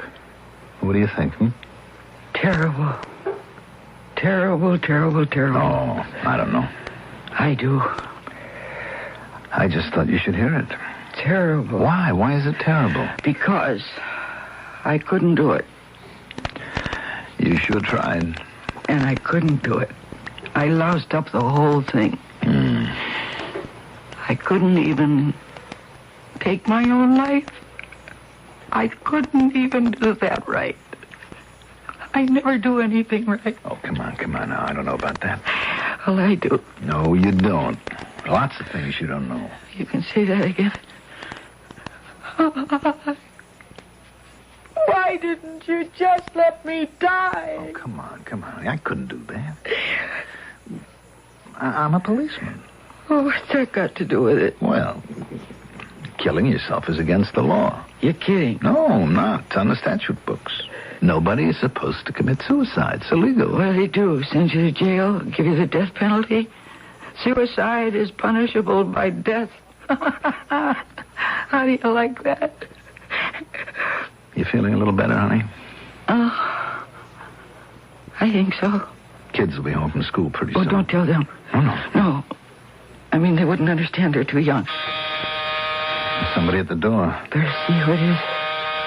You be all right? Sure, I'll be all right. Go on. Go ahead. Don't worry. I'll get rid of him. Come right back. Take your time. Coming. Oh, hello, Harry. Is she all right? She's fine, Harry. Oh, that's good. We were worried, Mr. Shattuck and I. Shattuck? Super. I was talking to him before you came in. Oh, well, you're very nice to be concerned. So's he. Everybody here likes your wife. We all like her a lot. That's good. I'll tell her. You and her haven't lived here very long, but everybody likes you both, especially her, because she's so cheerful, you know? Cheerful? Yeah. Always got a little joke going. You know, some little joke. It livens up the day. Yeah. Some people are so frozen-faced, you know, so kind of sour, but not your wife. She's always smiling, making some kind of a joke. It livens up the day. I'll tell her what you said. She's really all right. Fine. Oh, good. When I saw that tape recorder running, I figured, well, she was rehearsing something. I know she's an actress. Was she rehearsing something? Well, kind of. And there was a saltine lying there beside the tape recorder. Maybe that's all she'd had to eat, and she felt faint. You know, something like that. Yeah, it was something like that. Yeah. Well, you tell her I'm glad she's okay. I'll tell her. I'd hate for anything to happen to her. Her and her little joke. Yeah, well, thanks. Thanks very much, Harry. I'll tell her. Honey? Yeah. There's a doorman. Harry. What do you want? He wants to know how you are. Oh, that was nice of him. He said to tell you that he wouldn't want anything to happen to you. You and your little jokes. Jokes? What jokes? He said you made little jokes. I don't remember any little jokes. Said they liven up his day. He tells me I'm too thin. I tell him he's too fat. We kid back and forth. That's all. There are no jokes. Well, to him, I guess they're jokes. Anyway, they liven up his day. Well, I'm glad. He likes you. How do you know? He said so. He said Mr. Shattuck likes you, too. Mr. Shattuck? Yeah, super. Well, you know. I like you. You do? A lot. I don't know why you should. Yeah. I like your little jokes. They liven up my day. No, you're kidding me now. You're trying to make me laugh. Is that such a bad thing to do? No. I guess not. Well, who's that? The kids, huh? No, they wouldn't ring the bell. They got keys. I'll be right back. You're okay? Yeah, I'm okay. Coming. Oh, Harry. I forgot something. Got all the way downstairs and I remembered. Here. What's this? Some cinnamon buns from Mrs. Shattuck. I was saying your wife is so thin, I keep telling her. I think she fainted today because she never eats enough. So Mrs. Shattuck said, here, I should bring her these. Oh, well, that's really very nice. Very nice. Gee, thanks. I'll call Mrs. Shattuck later and thank you. Thank you both very much. I hope everything's all right. Oh, sure. Thanks a lot. Thanks, Harry. Honey? Who was it? It was Harry again. He brought you something. From Mrs. Shattuck. Cinnamon buns. Oh, no. How can they be so nice? They're so nice. Oh, all right, come on now, honey. They're so nice and I'm so terrible. No, darling. I can't stand it. You just think you're the worst person in the whole world, don't you? I know it. Well, you're not. Oh, you don't know. No, you're not, because I am. You? Yes. You don't gripe all the time and complain and hate everybody. and wish that they'd all go away and leave you alone and not keep expecting things of you. Expecting love when you haven't got any to give. When you're just barely holding yourself together to keep from screaming. You're not like that. How do you know? Because you're not. But you know, there's some nights when I come home and you're here and I look at you and I can't think who you are. You're kidding. No. I mean, it comes to me a little later, but for a minute there, maybe I'm so bogged down with work and not doing it right and being scared all the time. You scared? And I see this woman fussing around in the kitchen, and sometimes it takes me 2-3 minutes to realize that it's you and that we're married. You never told me that. Well, I guess maybe I thought you'd hate me if I told you. Hate you? Yeah. And you know, sometimes when you say to me, do you love me? I mean, you say that quite a lot, you know. I know. Well, there are times when you say, do you love me? And I say, of course, sure I love you. And I never believe it. Sometimes it isn't true. It isn't true. I mean, that right at that very moment, maybe it isn't true. Right then, maybe I don't love you. And what I should say is, well, not this instant, but ask me again and maybe in 20 minutes, or ask me tomorrow, and then I'll probably love you. That's what I should say, but I'm afraid I'll hurt your feelings and make everything worse. Yeah, but that's funny. It is? Yeah, I'd understand that. You really like it when things are funny, don't you? Well, it makes things a little easier. You know, honey, I'm sorry that I'm not funny. I never was. Oh, that's right. I don't know any jokes. I mean, some people know jokes. Other people don't. I mean, you know jokes. You make jokes with the doorman, with anybody. Wait, but that's nothing. Wait. You know, I just thought of one. All right. I think it's the first joke I ever heard in my life. Let me see if I can. How's it go now? Oh, it's all right. You know. No, I got it. There's this man who comes running into his doctor's office, you see, and he says to his doctor, I've got Bright's disease, and he's got mine. That's funny. Do you like it? Yeah. I mean, he says to his doctor, don't you know. Explain it. I understand it. He says, I got Bright's disease and he's got mine. Mm-hmm. Sure, that's funny. Is that really the first joke you ever heard? Oh, years ago. And you haven't heard any since? Well, not that I remember. Boy, that's sad. Only one joke in your whole life. I don't care.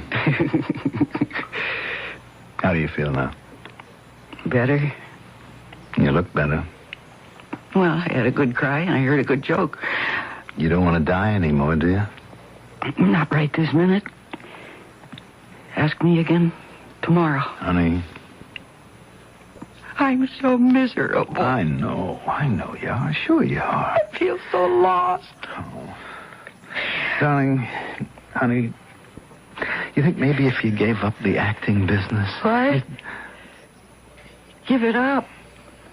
Oh. Listen, here, I played Medea, Euripides. How could I give it up? Okay. It was only in a gymnasium in Omaha, but I got great notices. All right, okay. In the first scene, Medea says to the Corinthian women, she says, I am desolate, alone, and alien here. I know just how you feel, Medea. Yes, so do I think. No wonder I was good in the part. Oh, what am I going to do? Honey, why don't you ask that nice policeman, the one you live with? He probably won't have the answer, but he'll tell you that he loves you. Maybe that's the answer. Maybe it isn't. But it's probably the only one you'll ever get. I'll buy that. I guess I can get along on that. For today, anyhow. Ask me again tomorrow.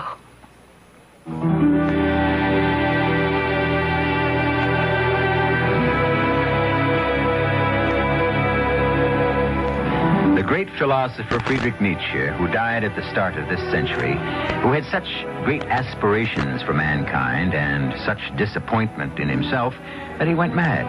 He had this to say about thoughts of suicide, that they were a way to get you through the night. True or not, profound or not, comforting or not, it's still an amusing way of looking at the whole problem, don't you think? Or do you? I'll be back shortly.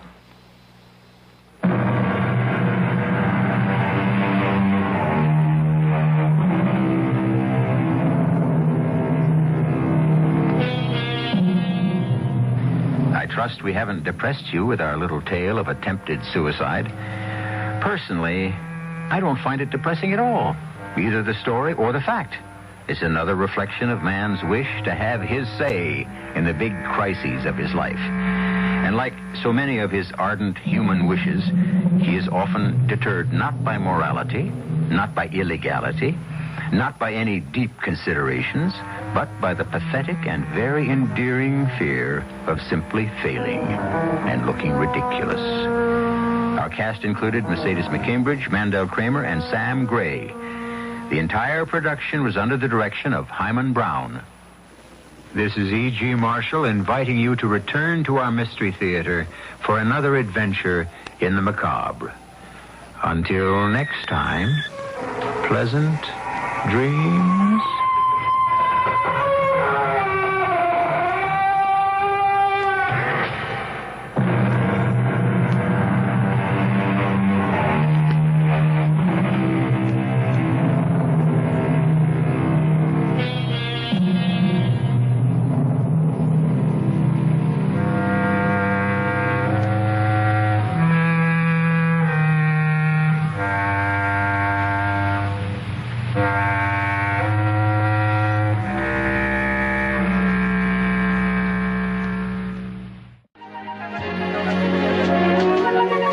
Bright and beautiful music.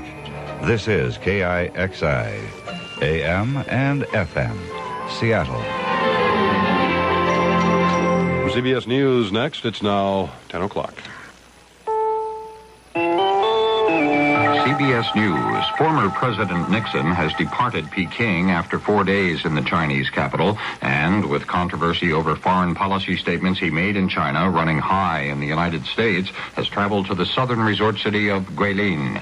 I'm Christopher Glenn, reporting on the CBS radio network. Barry Kalb is traveling with the Nixon party. Richard Nixon is aware his trip is being criticized back home. His personal aide, Jack Brennan, was informed of the criticism last night and asked to bring back Mr. Nixon's reaction. There's been nothing from Brennan yet, and Mr. Nixon himself won't even acknowledge the question. CBS News tried to get his reaction this morning as he arrived here in the southern city of Guilin. He heard the question, but the expression on his face never changed. He just moved his eyes ever so slightly in another direction and walked off without saying a word. Barry Kalb, CBS News in Guilin, China. Secretary of State Kissinger said Wednesday that Mr. Nixon will be asked about the conversations he had in Peking with Chinese leaders when he returns home.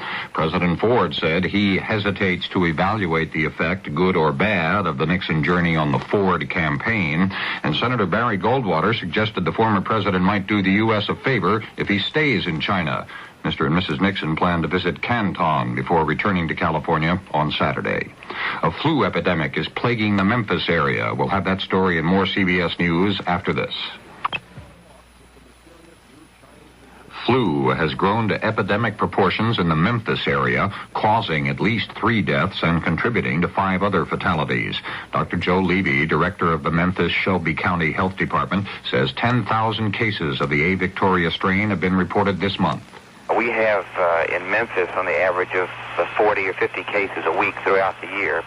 And now we're seeing, I would say on the average of 3,000 or 4,000 cases a week for the last 2 or 2.5, 3 weeks. Dr. Levy says we know that our figures are inaccurate. The problem is that most cases of the flu are not reported, but he feels the Memphis epidemic appears to be tapering off. Jimmy Carter carried his campaign to Florida Wednesday night. He said his victory in New Hampshire shows it's no longer a political disadvantage to be a Southerner. Senator Henry Jackson campaigned Wednesday night in Boston, looking for votes in next Tuesday's Massachusetts primary. He said he believes believes in the last few days he's moved ahead of George Wallace in the Bay State. Judge John Sirica went home from the hospital Wednesday, described as chipper but tiring easily. February 5th, Sirica suffered a near-fatal heart attack during a speaking appearance. Doctors have prescribed a good long rest at home, and there's no indication of when he might return to work. FBI Director Clarence Kelly, speaking to a St. Louis audience, has defended his agency against a congressional report which charges the FBI harasses individuals who belong to extremist or subversive groups, even though the group may not be violent. Kelly said the FBI does not single out individuals or groups on the sole basis of their political views and uses as little repression as possible in its investigations. A coalition of parents, civil rights, and religious groups has filed suit in federal court in Newark, New Jersey, trying to bar the teaching of transcendental meditation in public schools. The suit says TM is a religious exercise. One spokesman called it a subtly disguised form of Hinduism and contends using school facilities and federal education grants to teach it is unconstitutional. 4 high schools in New Jersey are teaching transcendental meditation on an experimental basis. Advocates say TM is designed to help students find self-awareness, define goals, and improve learning skills. I'm Christopher Glenn, CBS News. CBS News. Jimmy Carter is now predicting a first ballot victory at the Democratic National Convention. This is Doug Poling reporting on the CBS radio network. Obviously pleased with his victory in the New Hampshire primary on Tuesday, Carter said he thinks he'll grab the nomination and has no fear of the other candidates. Carter also said he thinks Arizona Congressman Morris Udall could be his most formidable opponent in the months ahead. Carter was asked about Ronald Reagan's narrow loss to President Ford on the Republican side. New Hampshire was a natural place for him. The governor was for him, the state officials were for him, the major newspaper there, the union leader was for him. He got an early start. He came there quite a number of times. Ford only came twice for 2 brief periods. And everybody thought 2 weeks ago that Reagan would just sweep New Hampshire. And for him to get defeated there, in my opinion, was a very severe setback for him. Reagan does not share Carter's view on that. The former California governor said he could not be more pleased with the New Hampshire results, which showed the president narrowly edging Reagan. 2 defense psychiatrists were on the witness stand Wednesday at the bank robbery trial of Patricia Hearst in San Francisco. Dr. Martin Orn was being questioned when the day's proceedings ended and will be back on the stand in the morning. A report on the other testimony from George McManus of station KCBS. The witness undergoing 2 days of cross-examination was Dr. L.J. West. The UCLA professor extensively interviewed Patricia Hearst after her arrest and came away concluding the defendant was a classic case of coercive persuasion, as near brainwashing as you can get. Prosecutor Bancroft wanted to know if Dr. West had solicited viewpoints from Patricia Hearst's friends. Athlete Bailey objected. Your Honor, said Bancroft, he can't object to that. The judge bristled, almost shouting. If you're saying he can't object, Mr. Bancroft, I'll tell you to go soak your head. The prosecutor went to a different line of questioning, bringing up Patricia Hearst's occasional experimentation with LSD and mescaline. Then Bancroft mentioned she also used marijuana, to which athlete Bailey objected again, angrily observing, is the government saying that everyone who toots grass is a bank robber? George McManus for CBS News, the Federal Building, San Francisco. Former President Richard Nixon has left Peking, traveling now to another part of China. Before leaving the capital, the former president and his wife hosted a state banquet. Mr. Nixon predicted that the United States and China will complete the bridge of understanding, respect, and lasting friendship begun 4 years ago. Senator Barry Goldwater, Republican of Arizona, says that Mr. Nixon could do the country a favor by staying in China. Goldwater said the former president is breaking a law by making statements in Peking about U.S. foreign policy. President Ford on Wednesday told a group of newspaper editors at the White House that the economic outlook for the nation's future is good. The president says he thinks by the middle of next year the country will have recovered from the recession.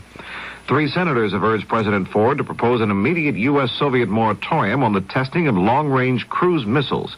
The senators also voiced strong support for Secretary of State Kissinger's arms control talks with Moscow.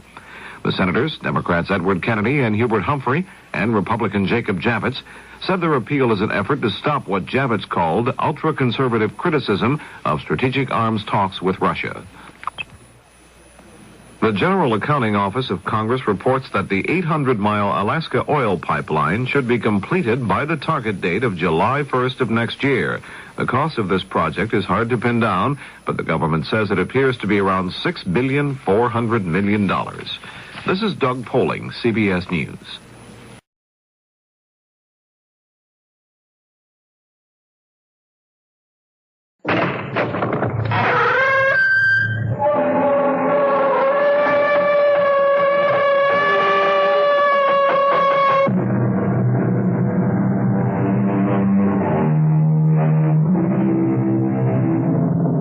Come in. Welcome. I'm E.G. Marshall. I'd like to ask you something. What do you consider your most attractive feature? Your hair? Your eyes? Complexion? Your figure? Whatever, each of us is abundantly aware, though there are some who would deny it, of his or her most captivating attribute, and make the most of it, though there are some who deny that too.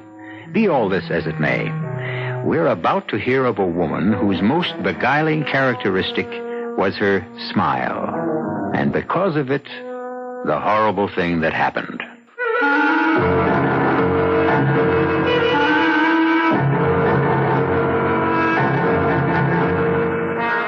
Our mystery drama, Berenice, was adapted from the Edgar Allan Poe classic, especially for the Mystery Theater by George Lothar, and stars Michael Tolan and Norman Rose.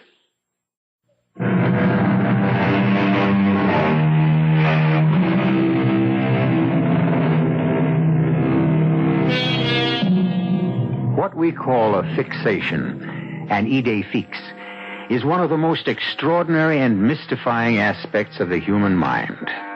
For example, love. Young love, at least, is a fixation.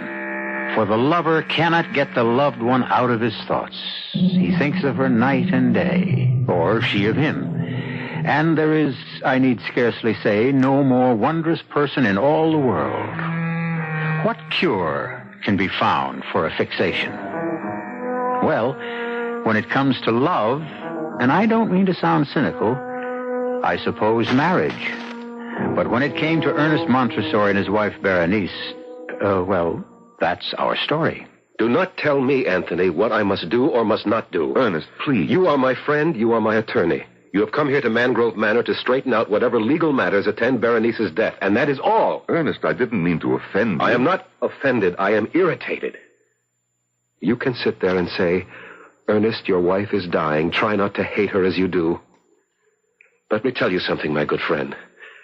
Had you lived 1 month, 1 week, 1 day in this house with Berenice, that shrew, that spitfire, you too would know what hate is. But I don't understand.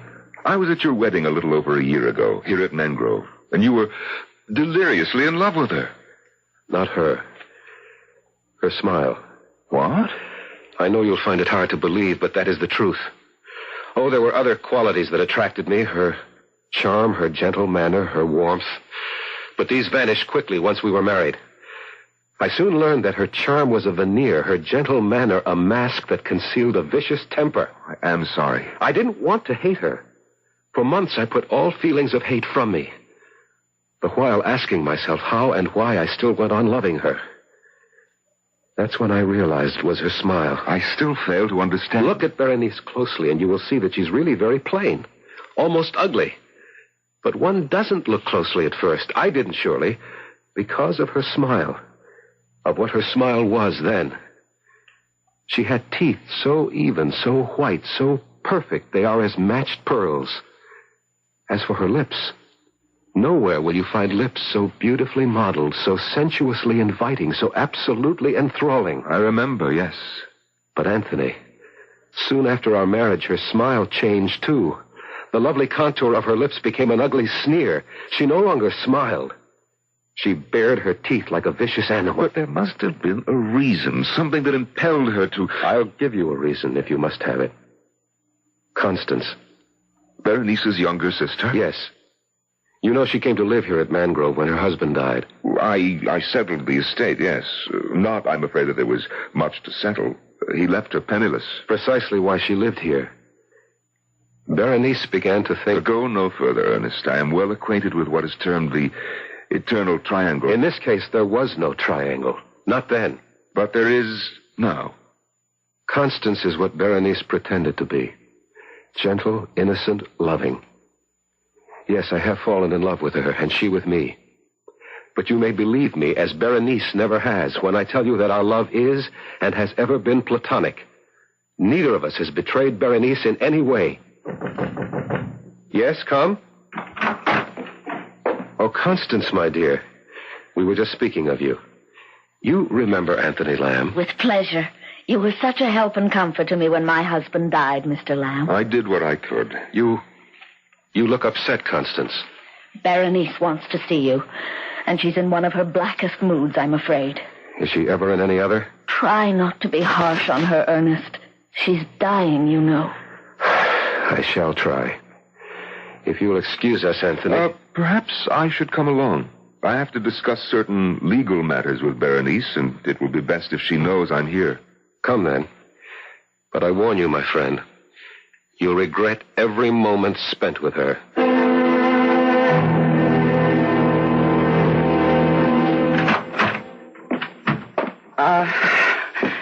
It's you.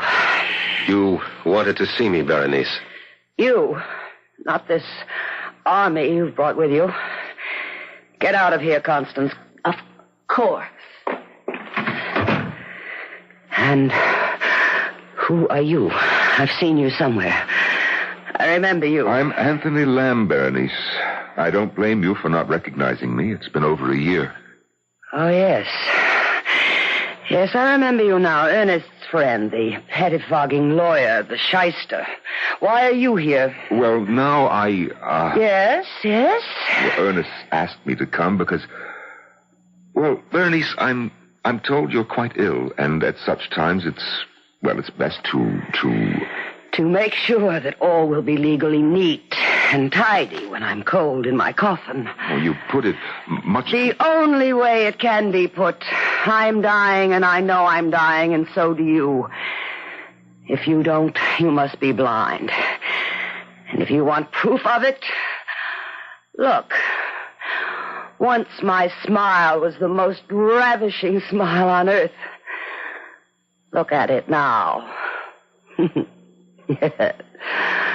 Yes, the color leaves your face, Mr. Lawyer. You all but shrink away because it's no longer the beautiful smile of the living Berenice, but the ghastly grin of the Berenice who'll soon be cold in death. Stop it. Stop smiling. Dear husband, what is it? You used to tell me my smile captivated you, enslaved you. Can it be that it now repels you? Oh, don't turn away. I won't look at you, not when you smile. Don't look then, for all the good it'll do you. You'll remember. Soon I shall be dead. But my smile will never die. It will live on in your brain, Ernest. Wherever you go, whatever you do, it will be with you. No. This smile... This ghoulish grimace, because it was what you married, what you loved, and then came to hate. And you will hate it till the day you die, Ernest. For till that day, awake or asleep, it will haunt you.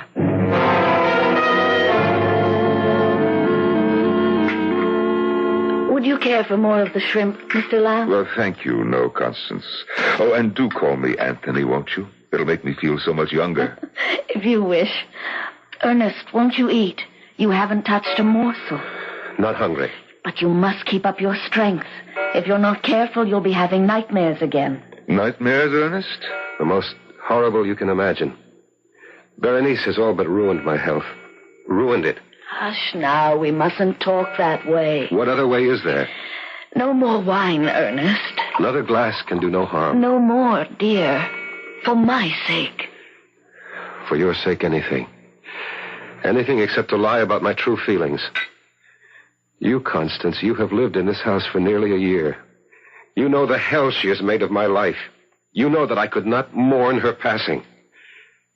And what is more, you know that I love only you. Ernest, it is not the proper time. I know, but Now, you are overwrought.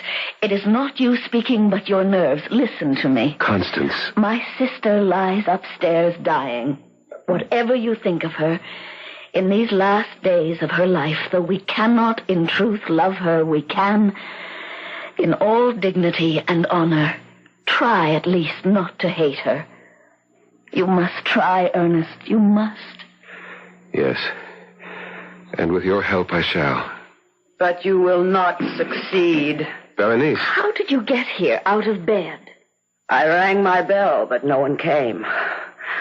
I called, but you did not answer. We didn't hear. And so I found the strength, what strength remains, to come down and tell you I am about to die. No. When death is near, you know it. Full well you know it. I have little time left now. Perhaps only minutes. A glass of wine. Of course. He hurries to assist me, to comfort me, when in his heart he would kill me. No, Berenice, I would not. Liar. Berenice, You hate me. Say it, you hate me. Say it. Here, the glass of wine you asked for. That's your glass of wine. Sniveling, nightmare-ridden fool. I had hoped I'd at last found a man when I married you. But you were like all the others. Berenice, let me help you back to your And bed. as for you, did you think I wasn't on to you and your little tricks? Did you think me blind, that I couldn't see what went on between you and my husband? Nothing. Before heaven, I swear that... Liar! I saw, I know. Little Constance. Innocent, saintly little sister, sinking her claws deeper and deeper into the man who was mine. Madam. You address me? Madam, you are ill. Yet there is in you a kind of strength I have recognized before. In, I say to you, the worst kind of criminal. Huh? Go on. I don't know that I can. I have never understood what made these people what they were, but this I know. There are angels on this earth and there are devils. And you, madam, I say it to you, even in your dying moments, you are a devil. I don't blame you for looking at me like that. I spoke on impulse. I'm ashamed. Ashamed? You are the first man who has ever dared to... Berenice. Stay away. Stand back. Don't touch me. Only listen. You will be haunted by the magnet that drew you to me. The weapon with which I ruined your life and will destroy you. My smile, Ernest. My smile. No. Look at me. Sensuous lips bearing milk white, perfectly matched teeth. Look. Here, let me. She's falling across the table. I think... Yes. She's gone. Berenice is dead. No. Ernest, don't. Her mouth. She is staring at me with her teeth. Anthony, in heaven's name, close her mouth. Close her mouth!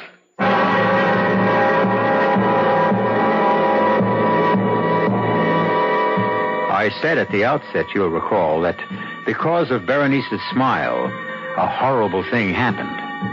What has just happened in the dining room of Mangrove Manor is indeed horrible, but nowhere near as horrible as that which is about to take place. I will return shortly with Act Two.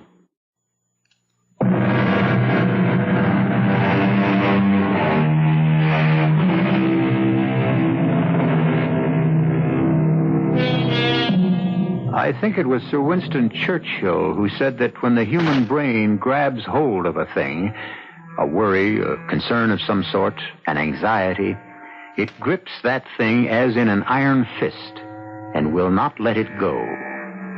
Clearly, then, this is what has happened to Ernest Montresor, who, even while she was alive, could not get his wife's sneering smile out of his head.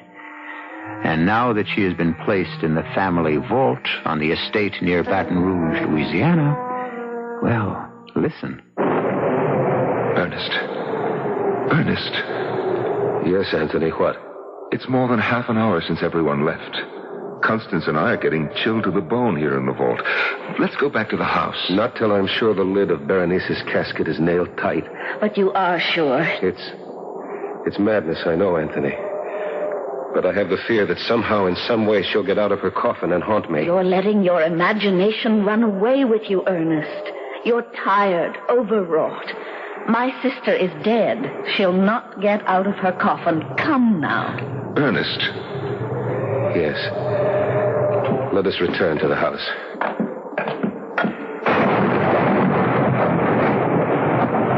I'll close and lock the gate. No, I will. There. She's well nailed down in her coffin. Well locked in, too. Yes. Now let's... No, wait. Good Lord, man, what now? I must make sure the lock is strong. Sound and strong. Now, Ernest, dear, that's enough. Don't tell me what is enough. Don't... Oh, Ernest. Dearest, what is it? Why are you looking at me with such fear? Never, Constance. Never so long as you live, smile at me like that again. You look like Berenice. But, Ernest, My nerves are shaking. I need a drink. Excuse me. He's in trouble, Constance. We'd best catch up with him. But, Anthony... Nothing to worry about, really. You just upset him a little when you smile. But that's the point. What? I didn't smile.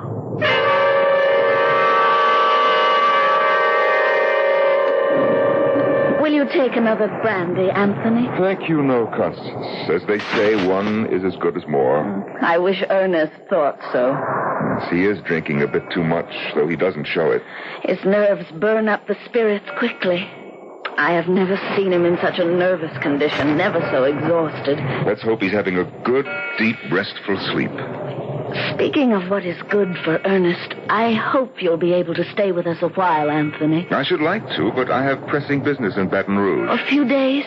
It would be such a comfort to Ernest. I'm sure, but the comfort he really needs is what you can give him. Constance, may I speak frankly? Of course. In ordinary circumstances, by which I mean had Ernest and Berenice still loved each other, I'd not suggest anything of this sort, but for all things considered, Constance, I should like to see you marry Ernest as soon as possible. Berenice not yet cold in her grave, and you? I do, yes. Constance, you alone can give him the love and the warmth he so desperately needs. I know, but... Oh, Anthony, whatever she was, Berenice was my sister. How can I, in all conscience, marry her husband within so short a time? It would be an act of indecency. Oh, no, an act of charity and of love. My dear, no immediate decision is needed. Think about it and should... No! What in the name of heaven? It's Ernest! No! Come, quick! No! Ernest, merciful Lord, what is it? Oh, it's you. You, good friend, and Constance. Then it was a dream. What was, my dearest? I dreamed that I was awake, that I'd awakened from a sound sleep. It was all so real. I heard the storm outside and saw lightning brighten the room and thought, oh, good, I did manage to sleep and get some rest, and now I've awakened and... Yes, and? And then I saw it, hanging in the darkness of the room, burning bright in the black pitch of night. Saw it. Gently, my darling, gently now.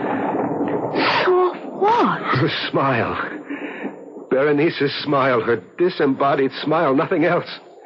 It hung suspended in the dark before my eyes, the lips drawn back, the teeth shining in the blackness. Oh, Ernest, Ernest. And then her teeth. Those terrifying white, even teeth parted as she began to laugh. The most hideous laugh I have heard in all my life. Her mouth, her bodiless mouth, as it laughed, it started coming closer to me. Closer.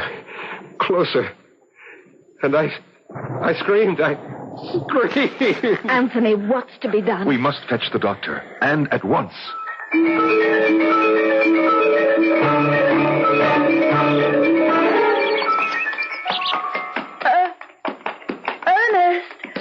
Ernest, stop for a bit. Oh, let's rest. Of course, my dear, of course. Here, let me help you down. Thank you, Ernest. There's a log over there. Shall we sit? I would rather stand and hold you. Oh, you are feeling better. Come, let's sit down. No, wait. Ernest? Please, listen, Constance. Anthony returns to Baton Rouge tomorrow. I had a talk with him this morning. He knows I'm devoted to you and you to me. He urged, not that I needed urging, that I ask you to marry me. Ernest, Do say yes, Constance. I beg you. Say you'll marry me. That's exactly what I was going to say once you gave me the chance. You will?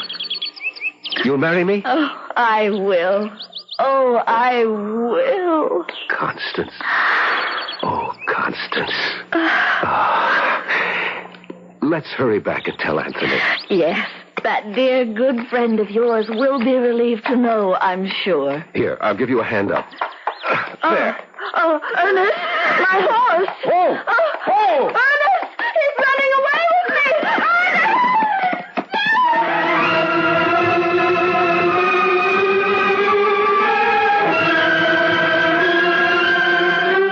Anthony, I must go up. Patience, good friend. The doctor should be down any moment. But he's been with her for more than an hour. I knew she was seriously injured. I knew at the instant I picked her up. The way you described it was a bad fall. The horse, running away, for what reason God alone knows, tried to leap a high fence, failed to make it, and came down rolling on Constance as she lay beneath him. Oh, terrible. But no sense anticipating the worst. Constance may not be seriously hurt at all. Constance is dying. What? She is dying. Oh, come now, Ernest. You carry even your nerves too far. There's something I didn't tell you. When I got to Constance, she was unconscious. I knelt beside her, got my arms under her, raised her, and stood up. I began to carry her to the house. A long distance. I'm not very strong. I tire easily. And so after a short time, I stopped for breath and looked at her. Looked into her face, Anthony. Yes? Her eyes were open, and she was smiling. The lips pulled back, the teeth showing. For an instant, she looked like Berenice. For that instant, she was Berenice.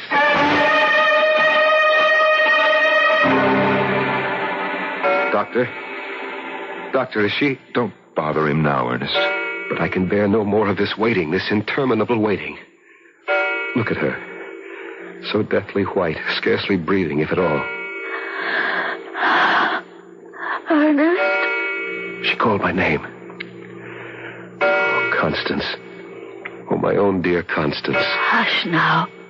When I am gone... No, you must not go. You cannot leave me. You cannot. When I am gone, I say, no longer with you. Remember that it will be only on this earth I am not with you. In spirit, I shall be beside you always. You are not going to die. You will be at my side, alive and beautiful, and my own dear adored wife. No, that is not to be. Berenice has seen to that. Berenice? She was there. Just before my horse leaped the fence, I did not fancy it. She was there. She stood on the other side of the fence, smiling. Oh, God in heaven. And I knew, in the second that I saw her, the second before the horse crashed, I knew that she is a tormented soul, a soul that cannot rest until she has forgiven the sins she committed on earth, the sins she committed against you. There is no forgiveness for what she did. There is. It is in your heart, my darling, if you will only search for it and find it. You are asking me to forgive her? Yes. Never. I could never. You must. You must. For my sake. Will you try? That is all I ask before I leave you, my dearest. Will you try? I will try. And I, in another world, will love you for it more than I have ever loved you in this. Kiss me. Oh, no. No, not if by saying that you tell me the time is near. Not if you tell me that. Yes. Oh, yes. Constance? Constance? I'm sorry, Ernest. She's gone. Oh, no. Leave him to me, Doctor. You have other matters to handle. Come, Ernest. Sit down. Here in this chair. Sit, and I'll pour you a brandy. Dead. Dead. Dead. I know how you feel, but you mustn't go to pieces. Think of what she said, that she will be with you, at your side always. What good is that if I cannot see her, touch her? What is he doing, the doctor? What must be done? Closing her eyes, straightening her limbs, placing her hands in repose. When he is finished, I shall sit with her, Anthony. Of course. And not leave her side till we take her to the vault. What's that? What? Listen. Someone laughing. No one is laughing. Berenice. It is Berenice. She is laughing from the vault. From the vault. You doubt me? Here. I throw wide the window. You hear? You hear? I hear nothing. Laughing in triumph. Vicious triumph, because once again she shattered my heart. Laugh, damn you, laugh! But I shall have done with you yet! I shall! Oh! Doctor, quickly. He's fainted dead away.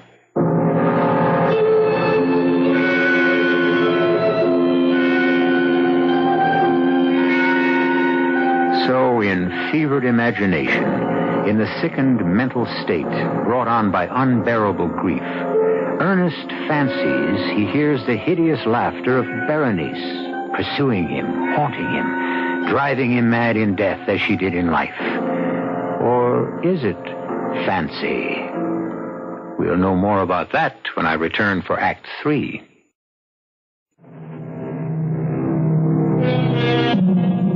Scarcely has the breath of life fled the body of his beloved Constance than Ernest Montresor hears, or thinks he hears, the triumphant laughter of his dead wife, Berenice. Even though Ernest's friend and attorney Anthony Lamb did not hear the laughter, can we say the laughter echoed only in Ernest's imagination? If it comes to that, who can say that imagination is not reality? Be that as it may, let us now join Ernest and Anthony in that family vault. It would seem that you're right, Anthony. Berenice must still be in her coffin. The lid is tightly nailed. Of course. But her laughter, so horribly clear. Ernest, there was no laughter. You imagined it. No, I heard it. She murdered Constance. She made the horse run away, fall, and kill her. Oh, Anthony, how can I rid myself of Berenice? Can I get rid of her? She was vile, vicious, clever. Clever. What? Clever. That's it, clever. We look at this coffin lid. We see it tightly nailed, and so we think she's still there. Of course she is. No, don't you see? She was clever enough to nail it shut again after she left it. Here, give me that pry iron. You're not going to... I must be sure. I must make absolutely certain she is still in her coffin. Otherwise, I dare not bring Constance here. Ernest. Can't you understand? Constance will lie here in the same vault with Berenice. If Berenice has the power to leave her coffin, what might she not do to the sister she hated as she hated me? You see? You understand? Yes, Ernest. So then... There. Well, are you satisfied? The body seems not to have moved. She is dead. No doubt about it, Berenice is dead. No question, my friend. You can set your mind at rest. Anthony, would you nail the lid back on? I want to go to Constance. Be with her until we bring her body here.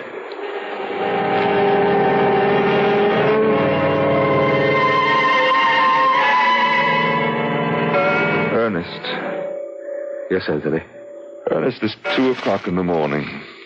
Not for her. Not for Constance.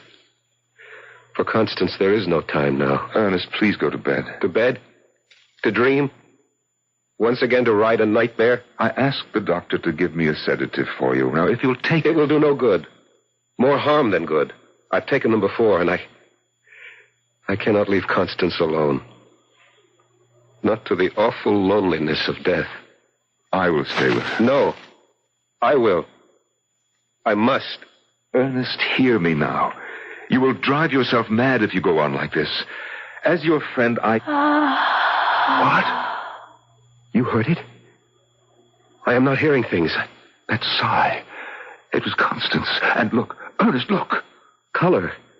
Her cheeks. Color coming into her cheeks. Pulse. How do you feel for a pulse? Now, let me... Yes? Yes? There is no pulse. And yet, a faint warmth. Her wrist beneath my hand feels... Ernest, I tell you, there is warmth. Alive. She is alive. Oh, God, in your merciful goodness, I thank you. Thank you. And while you're thanking God, I'll fetch the doctor.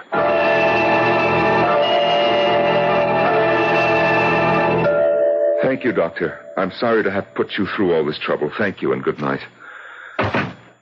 I'm sorry, Ernest. Strange. Very. There was color in her cheeks, warmth in her body. Yet by the time the doctor arrived, the warmth had fled, the color vanished. She was once again a corpse. Anthony, what do you make of it? I cannot say. I don't know. It's one of the most baffling things I've ever seen. But then Mangrove Manor seems alive with strange things. Not so strange if you had lived a year with Berenice. If you had come to know her as the devil she was. I begin to believe you. It's 4 in the morning, and I've been up. We both have been since early yesterday. There'll be much to do tomorrow, and both of us must get some rest. No, not I. I will stay with Constance. All right, Ernest, but be sensible. But take that large armchair in the corner and see if you can at least doze for a time. Very well. I'll go to my room for an hour or two of sleep. All right. And Anthony, thank you for all you've done. That's nothing. Nothing.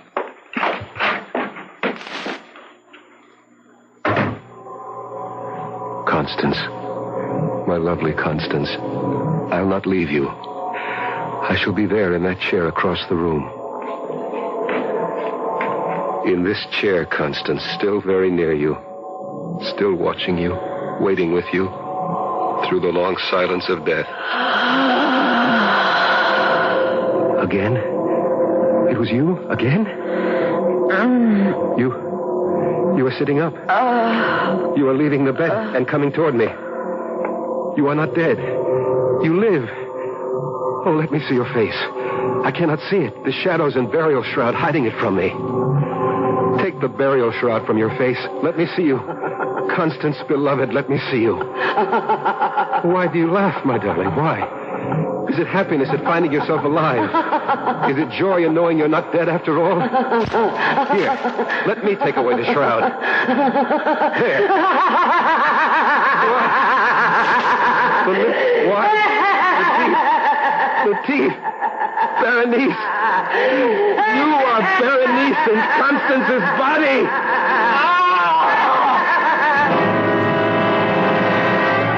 No, Ernest, no, it was not a nightmare. I thought it was.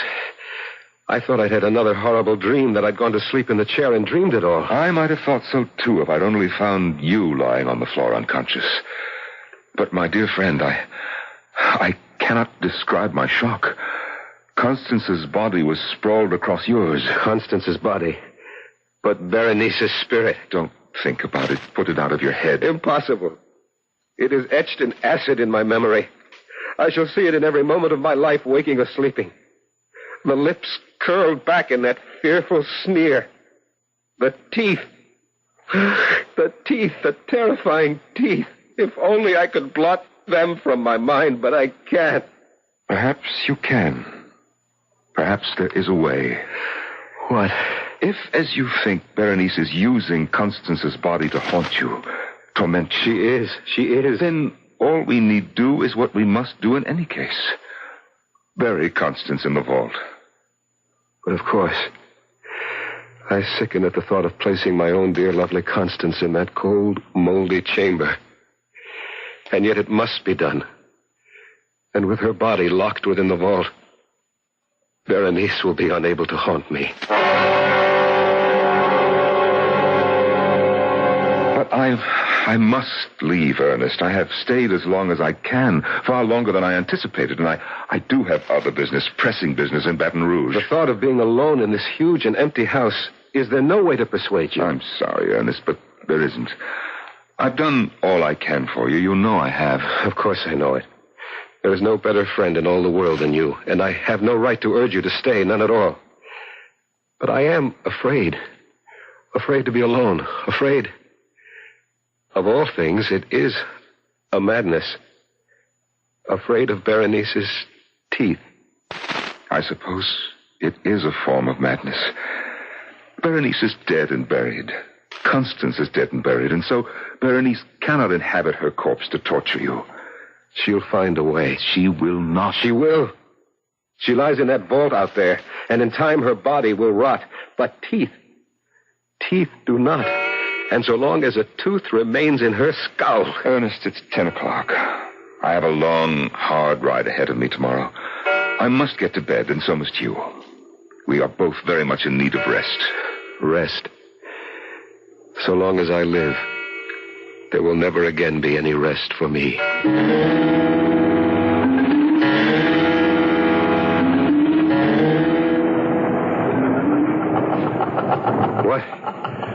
What? Berenice, that laugh. Did I hear it or only dream?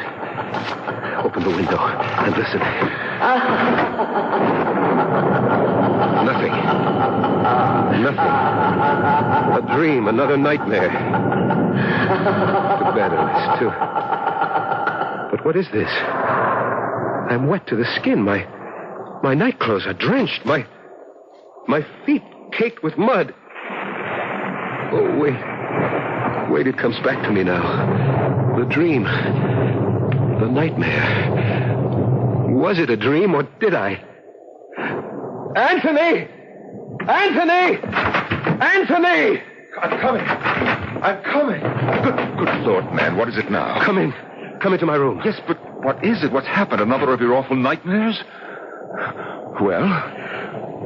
I don't know. You don't know if you had a nightmare or you didn't? If it was a dream, then that's what it was. But if it wasn't, if I really did the thing I thought I dreamed, then Anthony, I am mad. What do you mean?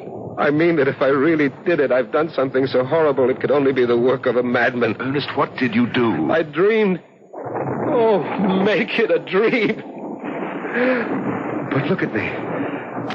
My clothes soaked through, my feet muddied. I must have done it. Done what? What? I left my bed and went outside to the tool shed. The tool shed? And found what I was looking for. And then I went to the vault. In this storm you went? Yes, to the vault. I unbolted the gate and went in. And then I pried open Berenice's coffin. Oh, no. Yes. There she lay, moldering in death. But the lips drawn back and the teeth, those white, even, perfect, gruesome teeth, exposed. I stared at them, stared in a horror of fascination. And then taking the instrument I brought with me, I did what had to be done to save my sanity. What did you do? I dare not speak of it, put words to it. Nor can I bear to look. Look? To see, was it dream or reality? Look at what? When I had done it, I returned here to my room. I placed the instrument on the mantel. In my dream, I placed it there. And though it must be a dream... Please, go to the mantel. See if the instrument is there. Very well, Ernest. I see nothing here but a pair of pliers. Oh! This is the instrument you used in your dream? No dream. No dream. Can't you understand that now? No dream. The pliers are there. I did it. May a merciful God forgive a madman. I did it. The table. My bedside table. Look there now. Look.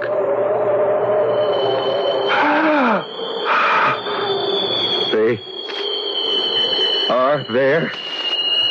They're here. On your bedside table. All of them. All of Berenice's teeth.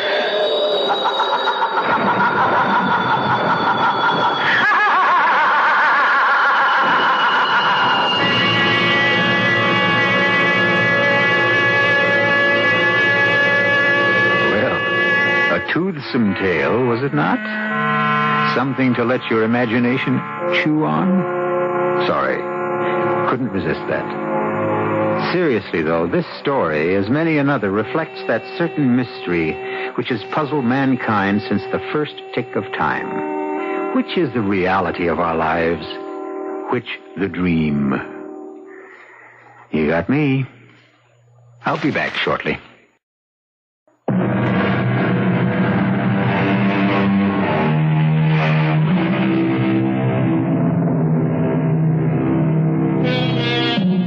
So, once again, we have, you and I, as Will Shakespeare put it, let our imaginary forces work, coupling them with the febrile genius of Edgar Allan Poe, bringing to this strange tale our own vivid and viable fancy. An exercise very much worthwhile, good friends, for a lively and disciplined imagination can make our mundane lives a heaven on earth, or a hell. Our cast included Norman Rose, Michael Tolan, Joan Lovejoy, and Roberta Maxwell. The entire production was under the direction of Hyman Brown. This is E.G. Marshall inviting you to return to our Mystery Theater for another adventure in the macabre. Until next time, pleasant dreams.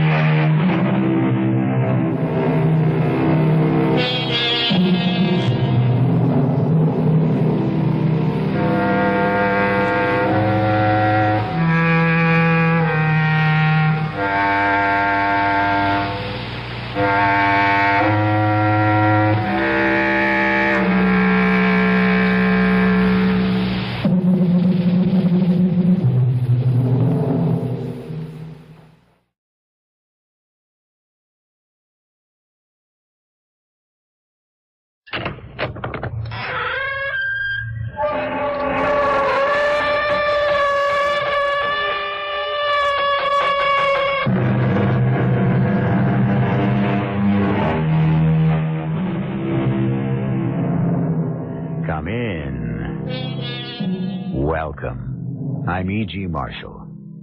In the year of our Lord, 1976, and I use the appellation with some sadness, there were 18,780 murders committed in the United States.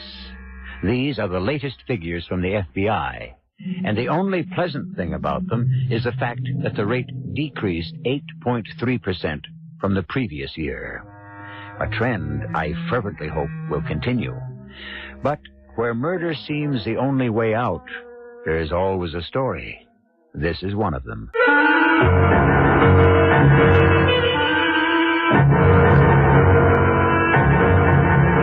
Our mystery drama, A Better Mousetrap, was written especially for the Mystery Theater by Ian Martin and stars John Beale.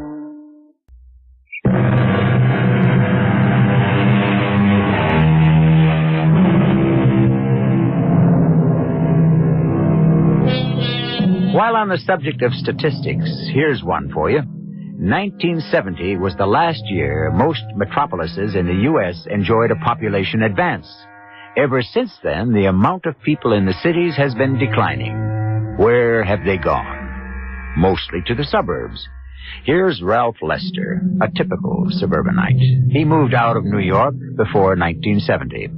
At the time, it seemed a great idea. A garden, a house, a family, good schools. How has it worked out for him? Let me say only that Ralph Lester is tired, hates the train ride, has had at least one too many drinks, and is worried about, among other things, finances. He doesn't know yet how worried he ought to be. Lucy, the laundry boy is home. For crying out loud. Where are you? Lucy? Where is she? Hey, Lucy, I'm home. Where are you? I'm upstairs, Ralph. Oh, okay. What are you doing? I'm packing. Huh? Never mind, I'll be right down. No, that's all right. I'm up here already. How about a drink if I rush him? What time is dinner? I haven't any idea.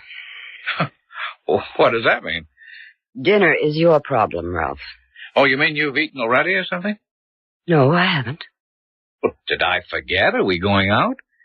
I'm eating out, yes. I don't know about you. Well, if you're going out, you mean you didn't leave me something? I'm supposed to scrounge it up by myself? Why not?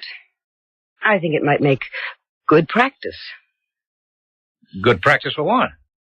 For the future, when I'm not here. When you're not here? That's right, Ralph.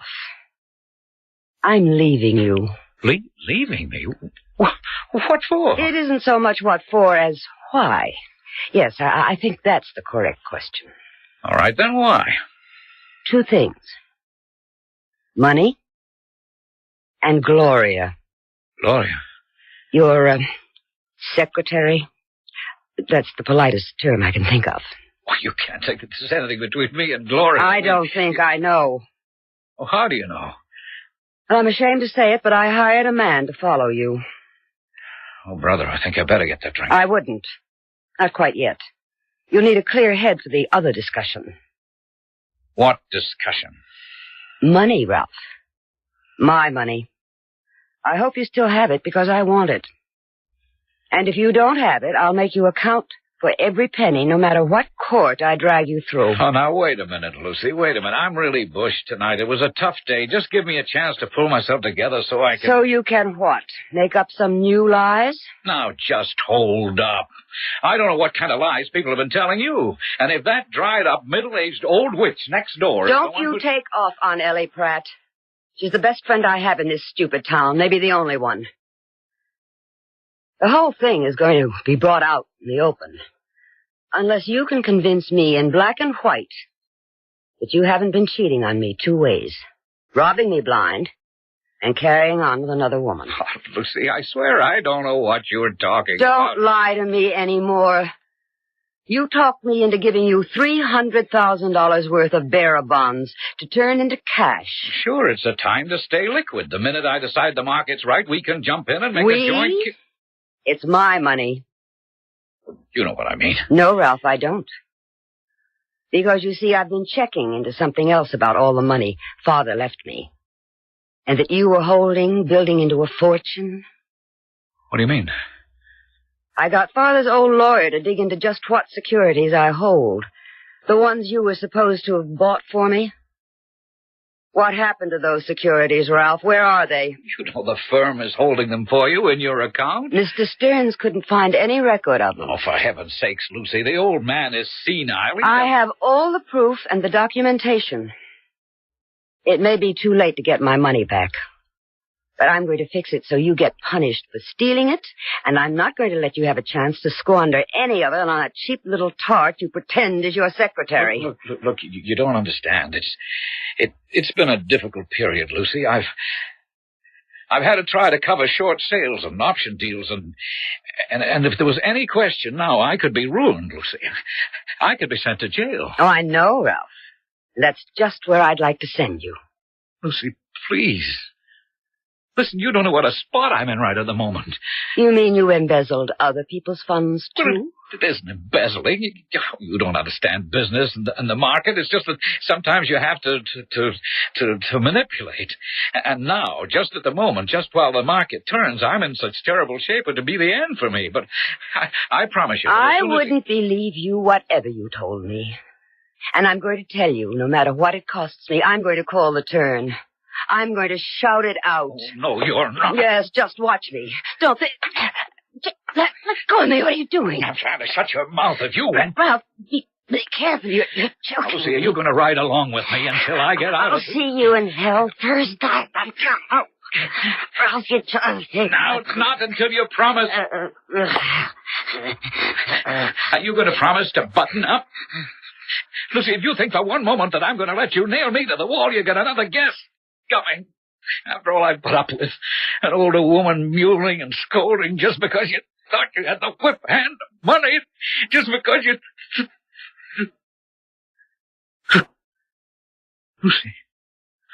Lucy, I'm sorry. I didn't... Oh, good Lord. Lucy?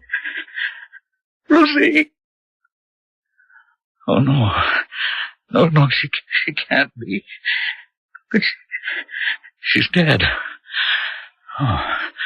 What am I going to do now? Call Gloria. Yeah. I got to call Gloria.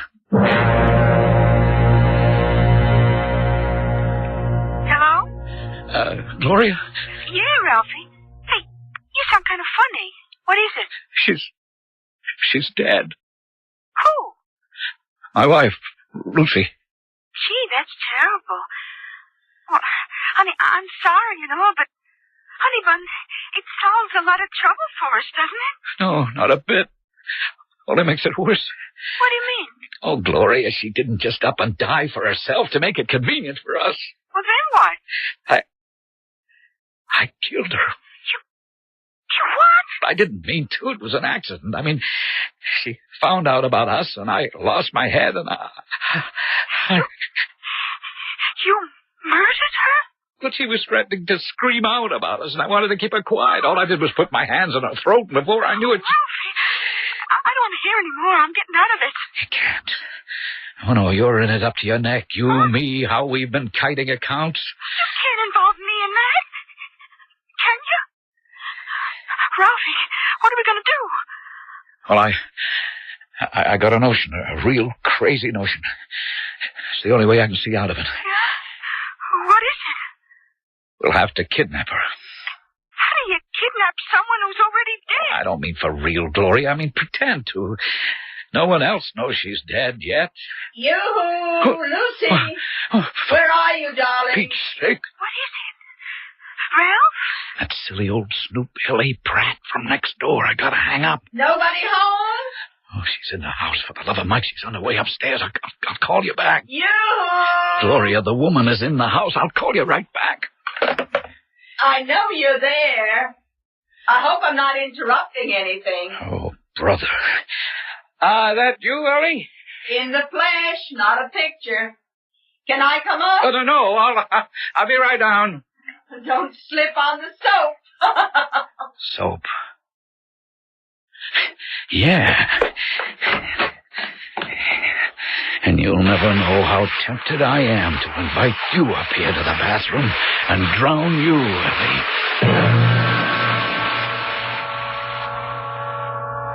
Sorry to keep you waiting, Ellie. Oh, that's all right. You know me. I just make myself at home. Where's Lucy? Lucy? Oh, no, she's getting ready for dinner. Oh, then I won't be a minute. I'll just run up and talk to her. I mean, she's in the shower. She's taking a shower, can't you hear? Oh, yes. Well, look, tell her I'll drop back in 10 or 15 minutes. Well, we won't be here. At dinner time? No, we're going out for dinner. Oh, that's funny. What's funny? Well, I talked to Lucy on the phone just before you came home. She told me she'd be here till 9 o'clock, and I'd better pick it up before then. Pick what up? The envelope. What envelope? From the Brownies. From the brownies. Yes, you see, it's the annual charity drive, and each den mother collects the pledges the little dears bring back to the den. Oh. Now, Lucy's is the last one this year. Oh, maybe if I just looked No, around... really, Ellie, we've got to get out to dinner. Oh, well, who are you dining with so early? No one. I mean, that is, we're just going out to celebrate for a change. Oh, I'm glad to hear that. You know, I haven't liked the way Lucy's been looking lately. And she didn't seem herself at all today. Do you know what's troubling her? Oh, that's a private matter. But I can promise you nothing's troubling Lucy now. Oh, good. I wish I did have the envelope, though. I peeked about, but it doesn't seem to be down here. Now, maybe if I just ran up and called to her Ellie, through the door... I promise you, I'll get the envelope and deliver it to you. Well, I really must run. It was just, Lucy does take a long shower, doesn't she? Huh? Oh, well, she was working in the garden all day. Really? I didn't see her out there. Well, most of the day. Now, Ellie, I have to change, too, and I... Oh, of course. You don't have to treat me as anything else but family. I'll let myself out. No, I'll do it. I want to lock the door anyway. Lock the door? Yes, we'll be going out through the garage. Ralph, are you all right? You look a bit drawn. Oh, I'm fine. I'm fine. Oh, now, how did he get out, that fool cat? Oh, now, don't you talk to poor Ginger like that. He's Lucy's best baby, aren't you, darling? What's he mewling about? Oh, Ellie, will you put him down? The poor baby's just looking for his supper. I'm surprised Lucy hasn't fed him. Oh, she probably forgot. It's not like her. There isn't anything wrong between you and Lucy, Ralph. Oh, what could be wrong? Oh, I don't know. She hasn't seemed herself lately, and you seem so nervous tonight. I'm just tired.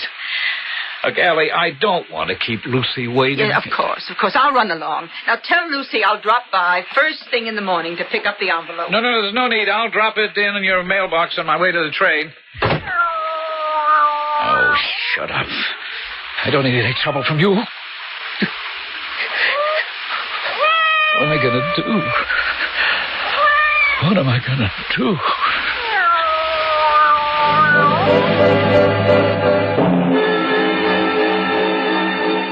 What indeed, Ralph Lester? Murder in itself is a shocking enough thing, but when you are practically caught in the act, it's enough to unnerve the strongest mind. Still, you've been quite clever keeping Ellie away. No one knows yet that Lucy is dead. You still have a chance.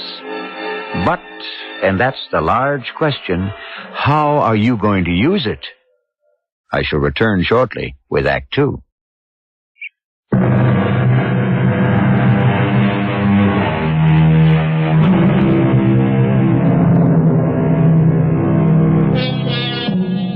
We left Ralph Lester in sheer panic, wondering what on earth he could do. The effort of controlling his emotions and trying to act normally with his next-door neighbor after he had just murdered his wife has left him drained, his knees weak, his mind a blank that tries to shut out the terrible reality. Now, suddenly remembering a vagrant thought that had crossed it earlier, he goes to the phone to talk to his girlfriend, Gloria. Gloria, it's our only chance. I don't know, Ralphie. I certainly didn't bargain on murder. It isn't going to be murder. I told you. It's going to be a kidnapping. Only the victim will never turn up. You think you can make the police believe that? With your help, yes, I think I can. I'll even seem to pay a ransom and make it look like the money's been picked up. And I have a way to get it back. Why don't you just take the money and run, Ralph? Spend my life hiding out and looking over my shoulder? No way. After the kidnappers don't return Lucy, I'm taking that money to cover all we've stolen out of our customers' accounts. We? Oh, yes, you're in this too, Gloria.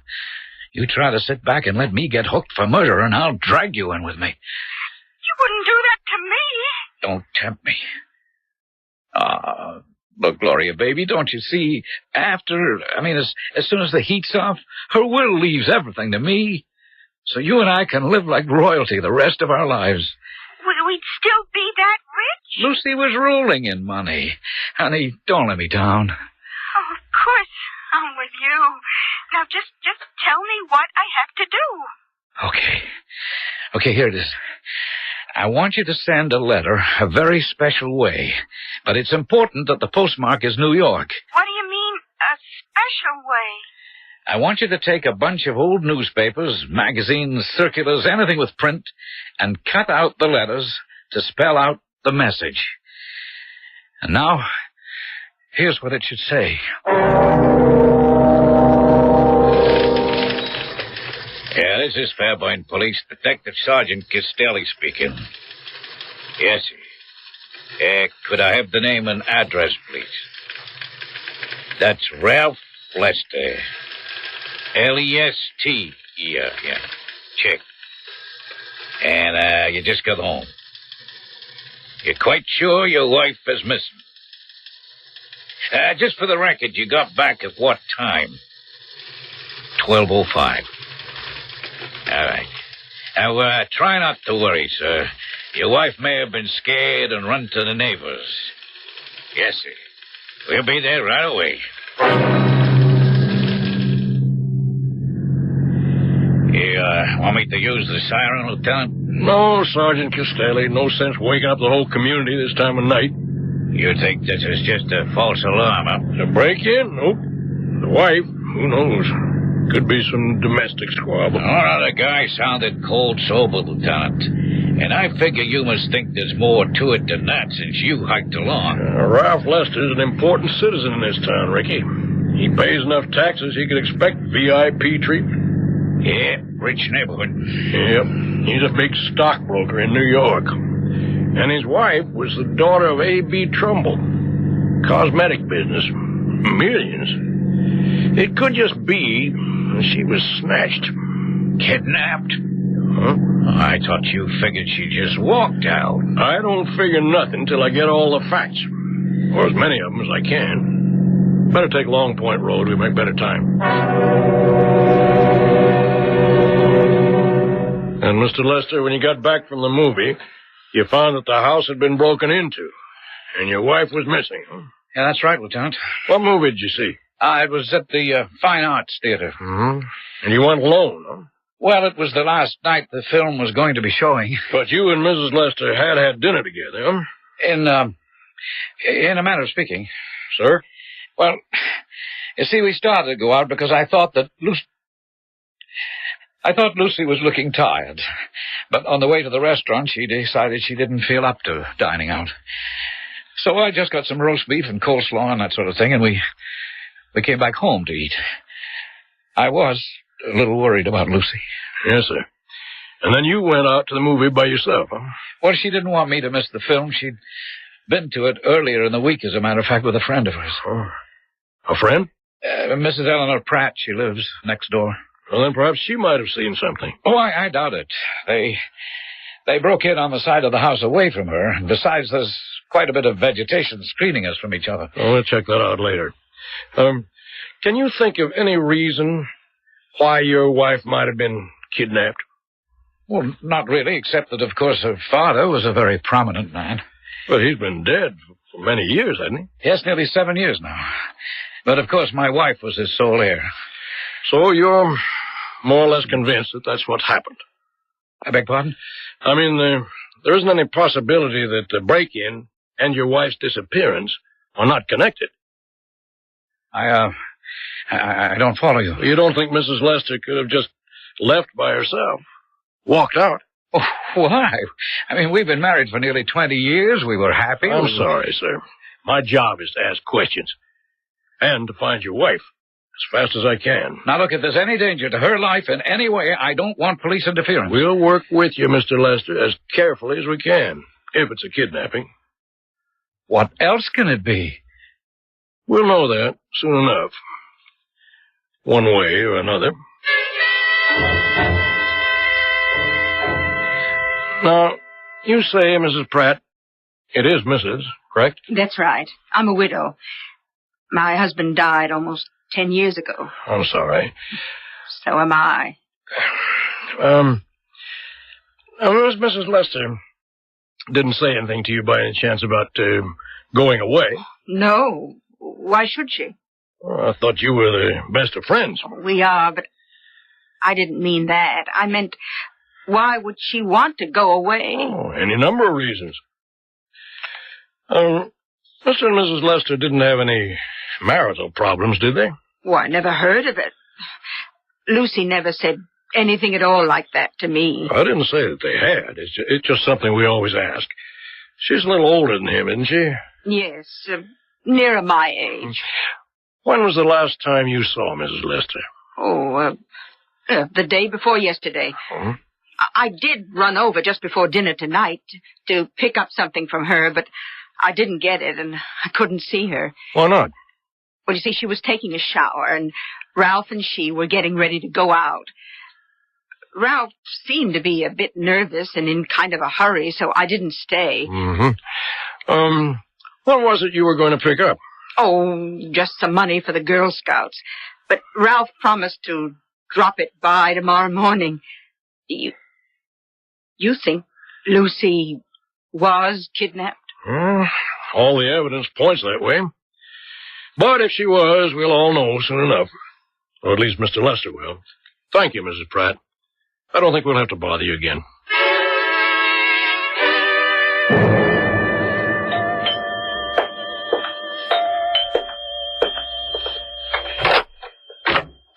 Oh, good morning, Lieutenant. Almost afternoon, Mr. Lester. Heard anything? No. They didn't contact you by phone? Who? Well, the kidnappers. No contact. You wouldn't be keeping quiet about it if they had. Why? It isn't a good idea, Mr. Lester. The police can help. No, I wouldn't take any chances on risking my wife's life. I can understand that. Nothing through the mail? No. If this is a kidnapping, don't try to handle it yourself. Please. You need help. Professional help. We won't endanger your wife's life in any way. What we'll try to do is to protect it. Just help us do our duty. Okay, Lieutenant, up to a point. As soon as I know anything, I'll let you know. And now, if you'll excuse me, I couldn't go into New York today, and I'm trying to handle my business by phone. That's probably a customer now. See you. I'll be around.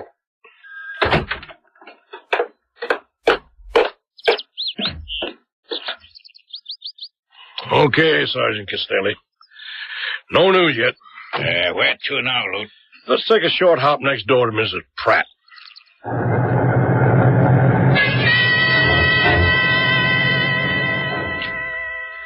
So you got your envelope all right, Mrs. Pratt, huh? Oh, yes. Ralph must have put it in my mailbox early this morning. You look a little strange. Something troubling you? Oh, it's just something personal. And I didn't get much sleep. I'll try not to let this bother you, ma'am. Mrs. Lester will be all right, I'm sure. Oh, I'm not worried about Lucy's disappearance anymore. At least not that way. That wasn't what kept me awake. Well, what did, ma'am? The cat. Ginger. Lucy's cat. Yowling like a little banshee. I guess she missed Lucy as much as me. Mm-hmm. What stopped you from worrying about Mrs. Lester? Oh, why, the note she'd put in the envelope. I wonder if I could see it, Mrs. Pratt. I don't know. It's rather personal. But it might have something to do with the case. I suppose it might. Well, may I see it then? Oh, I guess Lucy wouldn't mind my showing it to you. No, ma'am. Dearest Ellie, just a scribble to say goodbye for a while. I'm going away, and I can't face anyone with why just at the moment. I suppose you've noticed that I haven't exactly been myself lately. If I had to tell you why, I'd just break down and fall apart. I'll write you all about it once I'm settled. I have valued, and always will value, your friendship. Yours, Lucy. Just what would you figure this had to do with the case, ma'am? Why, it accounts for her disappearance. Does that sound like she was kidnapped? No, ma'am, it doesn't. But then, this was written before the break-in. Sounds like. So, it seems like it doesn't change things after all. Is Ralph Lester going to get away with his dangerous and desperate gamble? Has Lieutenant Barth picked up any of the tenuous clues that are falling his way? And if he has, can he possibly strengthen them enough to make them stand up in court to obtain a conviction? In short, can Ralph Lester get away with murder? I shall return shortly with Act 3.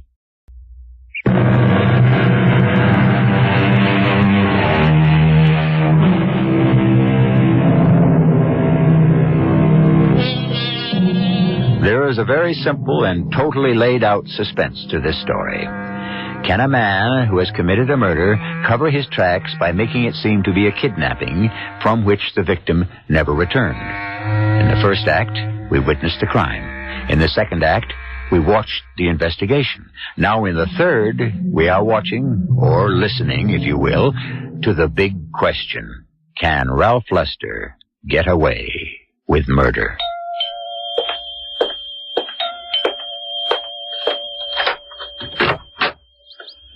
Morning, Mr. Lester. Morning, Lieutenant. Come right on in. You say you've had a communication from the kidnappers? Yes, here it is. You can read it yourself. Oh. We have Mrs. Lester. She is safe. She'll stay that way unless you refuse to pay the ransom. We want $300,000 in small bills. Nothing over a 20. You will be notified where to leave the money. Do not call in the police, or we cannot answer for the safety of your wife. This came in today's mail? Yes. So it is a kidnapping. What kind of statement is that? What else? May I see the envelope? Sure. Postmarked New York. The message pasted up with letters out of newspapers, magazines, and so on. That's pretty clever. How can we trace them? I don't know. Of course, I'll take this and subject it to latent fuming tests and blood print kits. Oh, what for? Well, we may be able to lift hidden fingerprints, find out if criminals are involved. And now we can set up an overseas team. Now, let's get this straight, Lieutenant. I don't want anyone interfering in my wife's safe return. We don't want any danger to her either. But there are things that can be done to monitor... No, sir, I want the police out of this entirely. You'll pay the ransom? I'm already making arrangements for that. How can you be 100% sure that this message isn't a phony? What? I never thought of that. Well, then let us work with you. No, I'm afraid to. All I care about is Lucy's safe return. We'll maintain a low profile. Low enough not to interfere with that. The thing is, with kidnappers, you can't trust them. Lieutenant, tell me something. Do you have some idea that my wife wasn't kidnapped? Why? I don't know. Just your attitude. Let's put it, Mr. Lester, that I'm afraid you want to handle too much of this by yourself. And it's tricky business. Now, if someone's holding your wife, you're going to be contacted, probably by phone. You going to try to handle it from there on in? I mean, the drop-off and the exchange? Well, that's what this note told me to do. Well, supposing you pay the ransom and you don't get your wife back.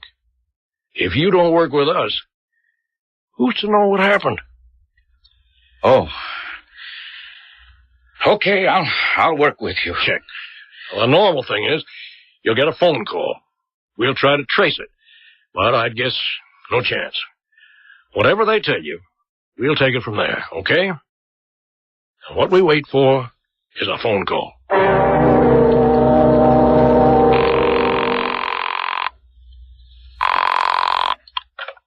Yeah? This is Ralph, Gloria. Oh, yeah. Hi. Now, look, I'm calling from a payphone. I gotta give you some instructions, and you gotta listen close. Are you with me? Oh, sure, honey. All right, then listen. At exactly 8 p.m. this evening, I want you to go to a public phone booth and call me at my place here in Connecticut. Have enough change to put the call through from your side. Now, look, you know that sexy whisper you have? You mean like when I say, are you my big, strong baby who's going to make his mama happy? Yeah, that's it. I want you to use just that tone. Call me at exactly 8. And here's what you say.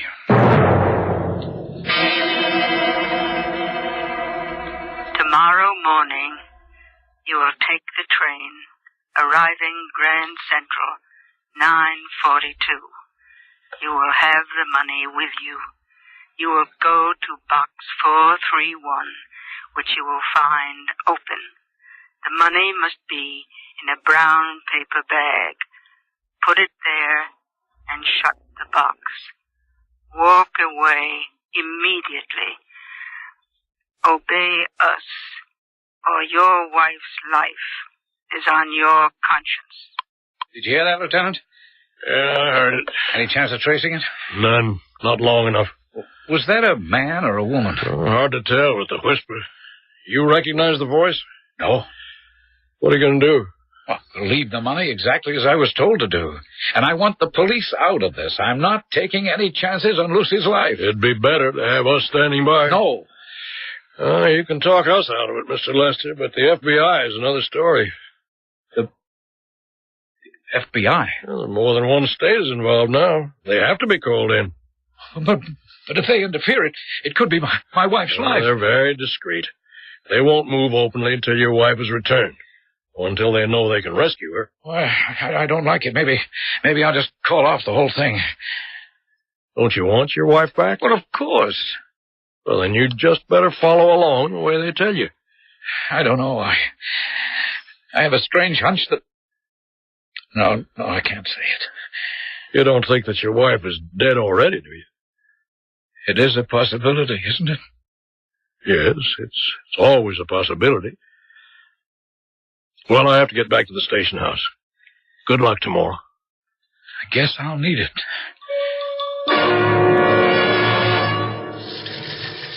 Hey, but what happened, Lieutenant? Come on back in my office out of this racket. He left the door, didn't he? Well, just as ordered. Let's get in the office. But no one picked it up, huh? That's the whole foul-up. The locker was checked. They're only good for 24 hours, and the FBI knew it would run out at 12 noon. But when no one showed up to pick up the ransom, they moved in. And when they had it opened, the locker was empty. What? Yeah, they goofed somehow. Don't ask me. Someone managed to sneak in and pick up the dough. But Mrs. Lester hasn't been returned. Not yet. If ever. You think... Lieutenant Boss speaking. Oh, yes, Mr. Pratt. I see. Well, did you call Mr. Lester? He's not home. Well, that's strange. Oh. I'll tell you what. Let me come right over. Come on, Ricky. We're going over to Mrs. Pratt's. Why, what's the matter? She's having cat trouble. Cat trouble? Yeah, somebody killed her neighbor's cat.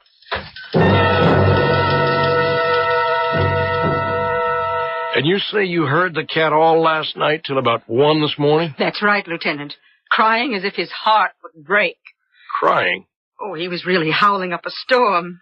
Poor little thing. Like he was a mourner at a wake. Where was the cat making all this noise? Oh, you can see right out the window. It was bright moonlight last night, and there he was, sitting on the old well, just howling. You mean the one right out in back of Mr. Lester's place there? That's right. I remember years ago when we all depended on it for water, before the Farmdale hydraulic put the pipes in. And that's where the cat was yowling? Yes. I thought he'd never stop. But he did? Yes. Just as I thought I'd have to go out and do something about it.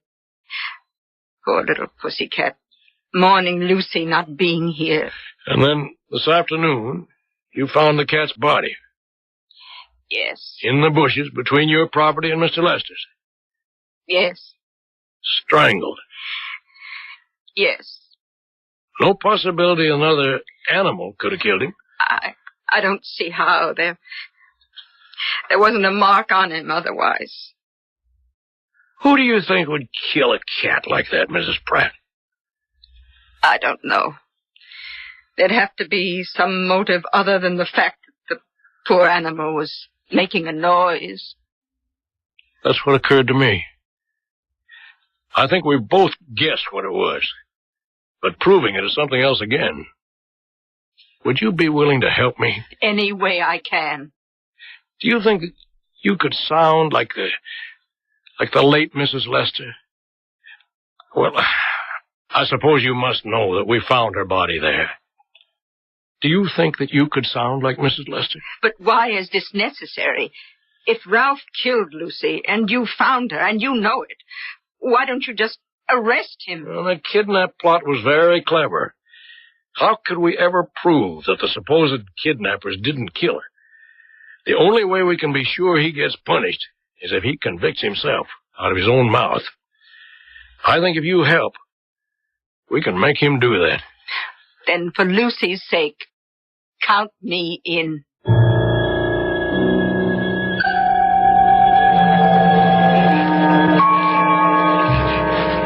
Lieutenant, I really don't understand the purpose of all this. I was fond of Ginger, but in my present position, I can't worry too much about the accidental death of a cat. I was just wondering why you didn't hear him caterwauling last night. I didn't even know he was out. I was dead to the world after what I've been through. You sure you didn't hear him? How many times do I have to tell you no? Well, who do you suppose killed him? Lieutenant Barth, you should know in a country like this, animals meet accidental deaths. There are raccoons and foxes and cars and any number of ways an animal can meet an accidental death. By strangling? Is that how Ginger died?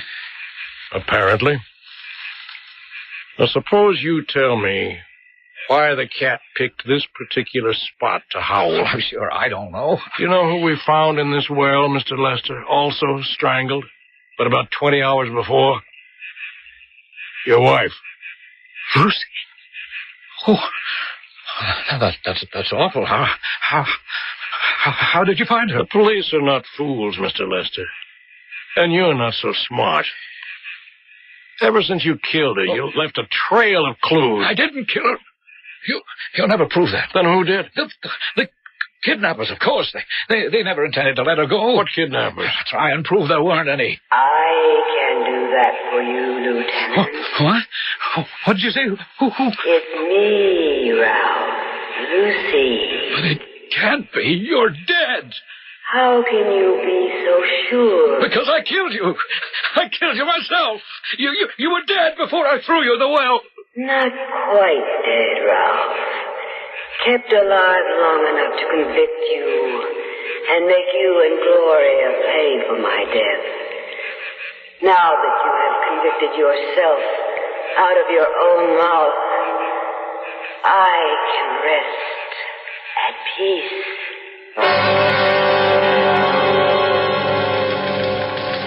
Yeah, but Lieutenant, I still don't see why it was all necessary. We knew the guy killed her. Well, too many loose ends, Ricky. This one I wanted to nail for sure. With all the witnesses we had last night, we got him dead to rights, huh? There's only one thing. What's that? The so-called ransom. Now, we know he had the dough. The FBI watched him put it in the locker. But who picked it up? Mr. Lester. It was simple. He also had the key to a box right next to the one his girlfriend had specified. His body was enough to cover the fact that he put the money in that box instead of the one the supposed kidnapper had named. He intended to go back and pick it up later. Only time ran out on him now. Thanks to an interested neighbor and a poor little cat who mourned his mistress too much, but not wisely. I'm kind of sorry for the cat. Yeah, so am I. Except that if it hadn't been for him and Mrs. Pratt, he might have got away with it. Yeah, it's a lucky thing the cat was let out of the bag.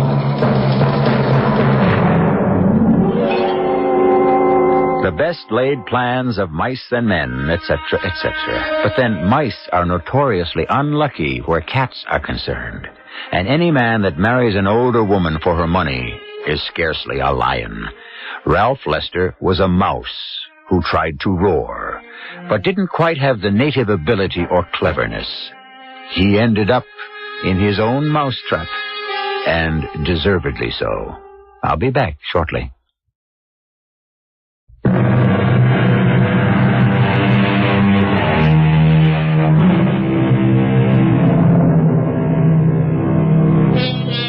The crime of passion is a sad thing, because it cannot, by its very nature, be totally reprehensible. But when human nature has taken its course to the ultimate end, any concealment or attempt to escape consequences is indefensible. Thanks to Lieutenant Barth's handling of the case, no judge or jury on record could do less than to give Ralph Lester the full sentence he deserved. And for Gloria, who had been an accessory, if not before, at least after the fact, she was lucky to escape with a long term on probation. Our cast included John Beale, Joan Lovejoy, Ian Martin, and Bryna Rayburn. The entire production was under the direction of Hyman Brown. This is E.G. Marshall inviting you to return to our Mystery Theater for another adventure in the macabre. Until next time, pleasant dreams.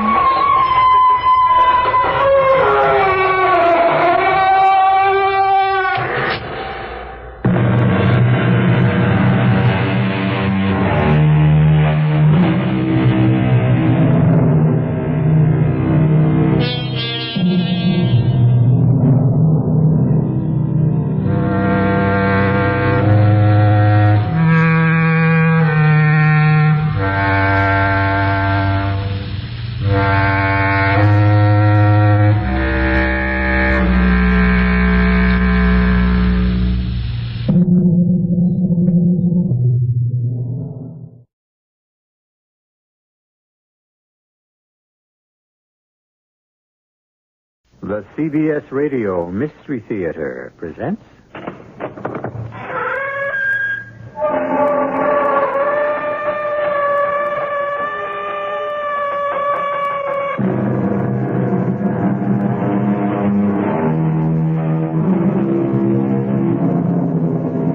Come in. Welcome. I'm E.G. Marshall. Have you ever been in the cockpit of a jet plane? Faced that amazing array of instruments, row on row? Everything that science and mathematics can do to make man safe. And yet, when the elements choose to outwit them, the pilots still have to answer the challenge. And of all nature's challenges in the air, the most dreaded is the one known as CAT. Clear air turbulence. I don't like the way the temperature's dropping, Jake. I smell trouble. We're cleared at this altitude, Chad. No wind shear. What about clear air turbulence? There have been reports. I knew it. May the good Lord help us.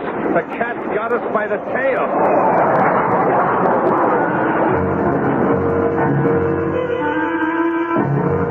Our mystery drama, The Time Fold, was written especially for the Mystery Theater by Ian Martin and stars Paul Hecht.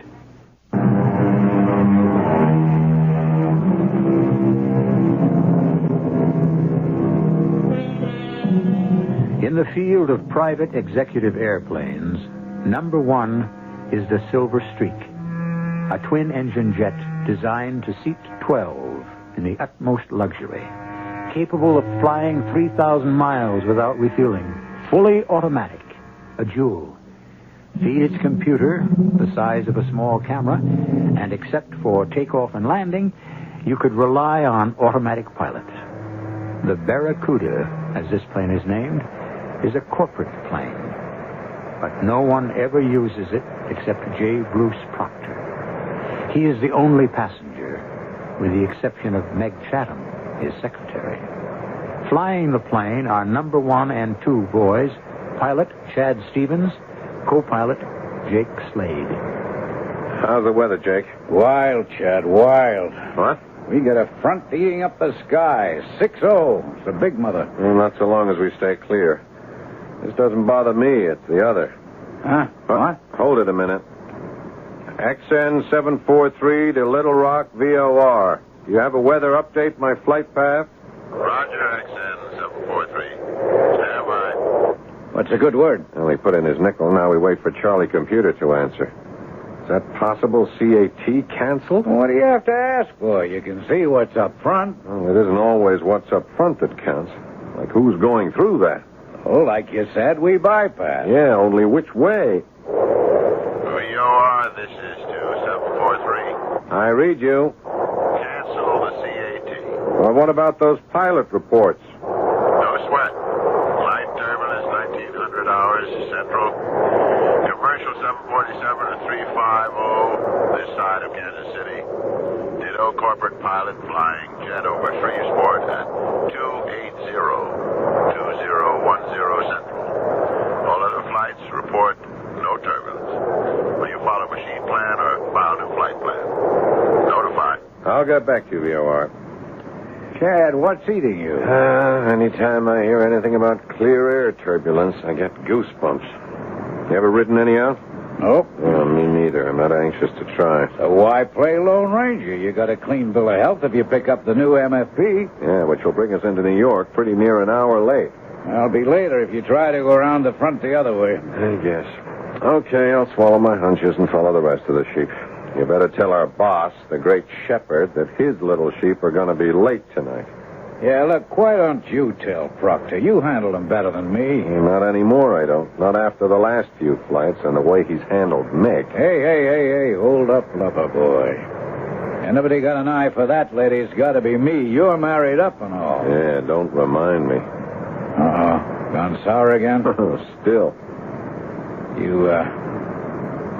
You think Proctor's really making out with Meg? Proctor doesn't make out with anyone. He just issues a requisition.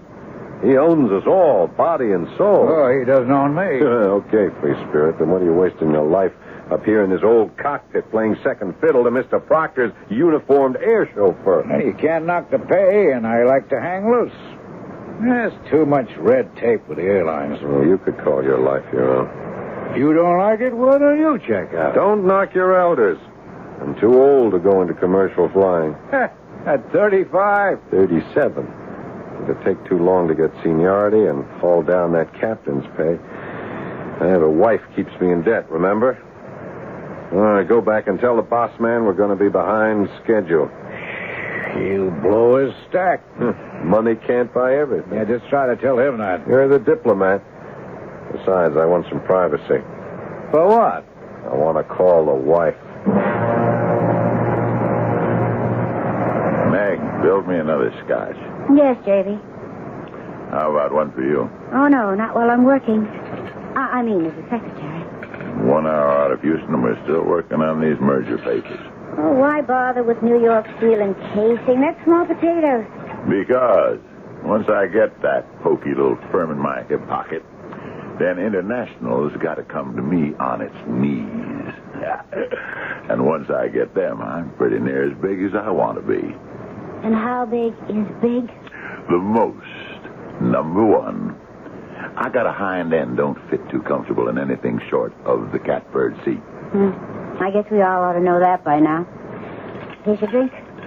A little short on scotch and long on ice. Oh, I thought you might like to try something in moderation.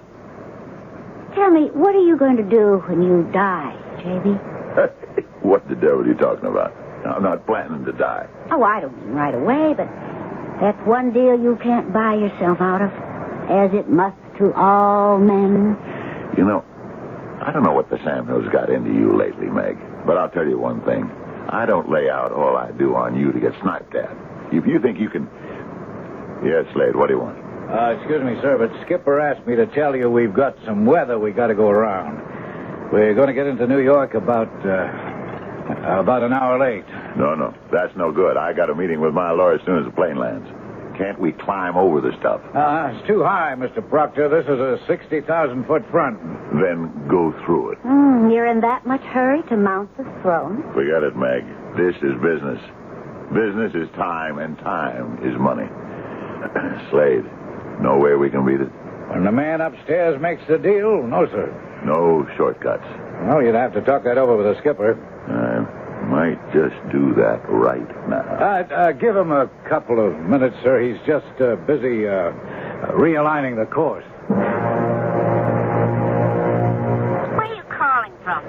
do you mean, where am I calling from, Alice? Isn't that obvious?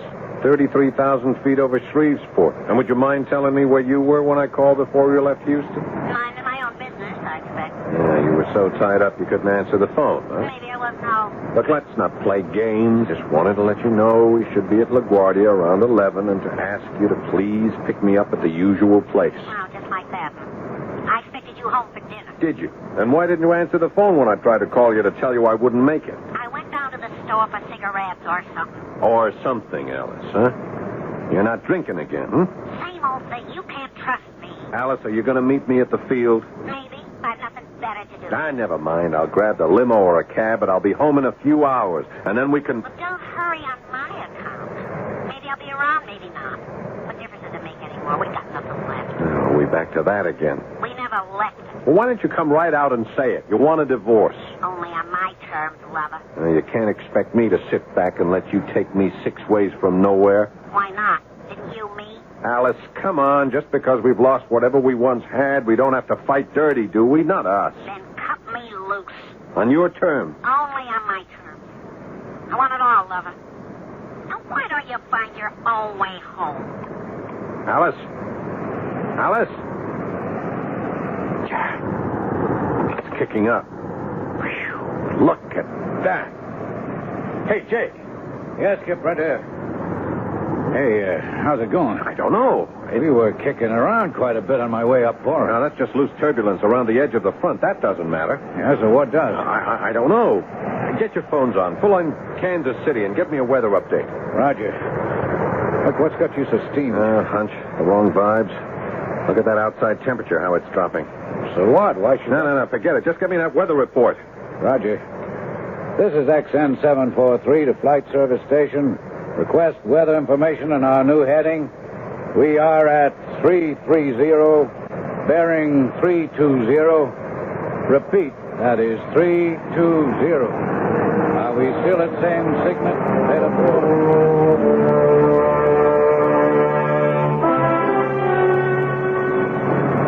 Hey, Meg, how'd you like to build me another scotch? To stoke you so you can keep knocking out enough ideas to gobble up the world? Or to relax? Oh, we sifted through all the papers. It's time for fun games. In that case, you got your scotch. You'll join me? I just might. Sometimes you even like me, don't you? That's a fine question to ask a woman who... I want you to be different. Now, I can buy all of that. I know. You bought me. Oh, now, don't say that, Meg. No, it's true. Well, I didn't think so at first. But then the sun was in my eyes. Huh?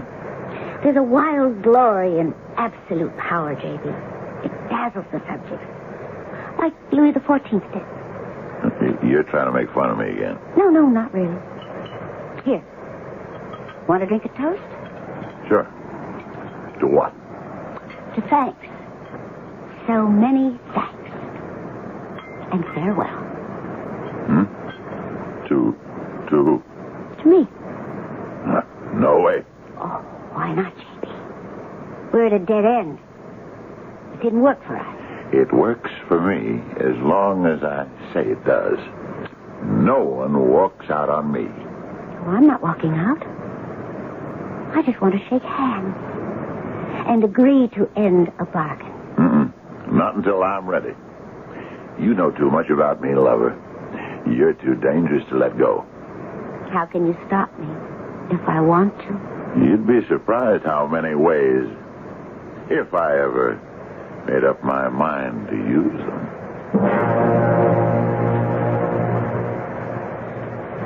I don't believe it. Hey, what is it, Skip? The temperature, it's dropped again. We've left the front behind. There's only light turbulence. I know, but something's out there. Hey, what are you doing? Cutting airspeed. What do you read?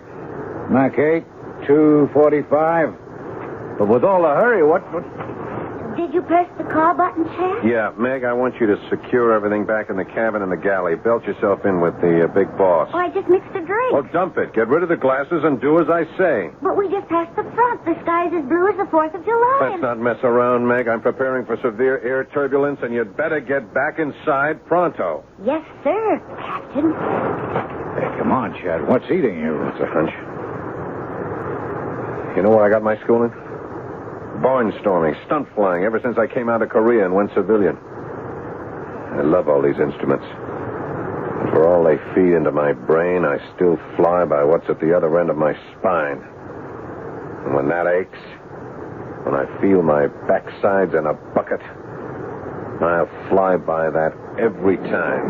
Holy cow! I smelled it. Severe air turbulence. Hang in with me, Jake. It's trying to take the stick out of my hands. We must have shot up 1,000 feet. The updraft's wild. Watch your trim. I'm holding. Oh, no, you're not. You're upside down. We're in a dive. You're disoriented, Jake. We're climbing. You've got to be crazy. Check your instruments. Come on, help me bring her nose down. Roger. Holy mother, will you look at the wings shake? They'll throw the engines right out of their mouth. Oh, there goes one of them, I think. Jake, help me get her nose down. Or... she stalled out. Now we dive. Hang in there. We're going into a spin.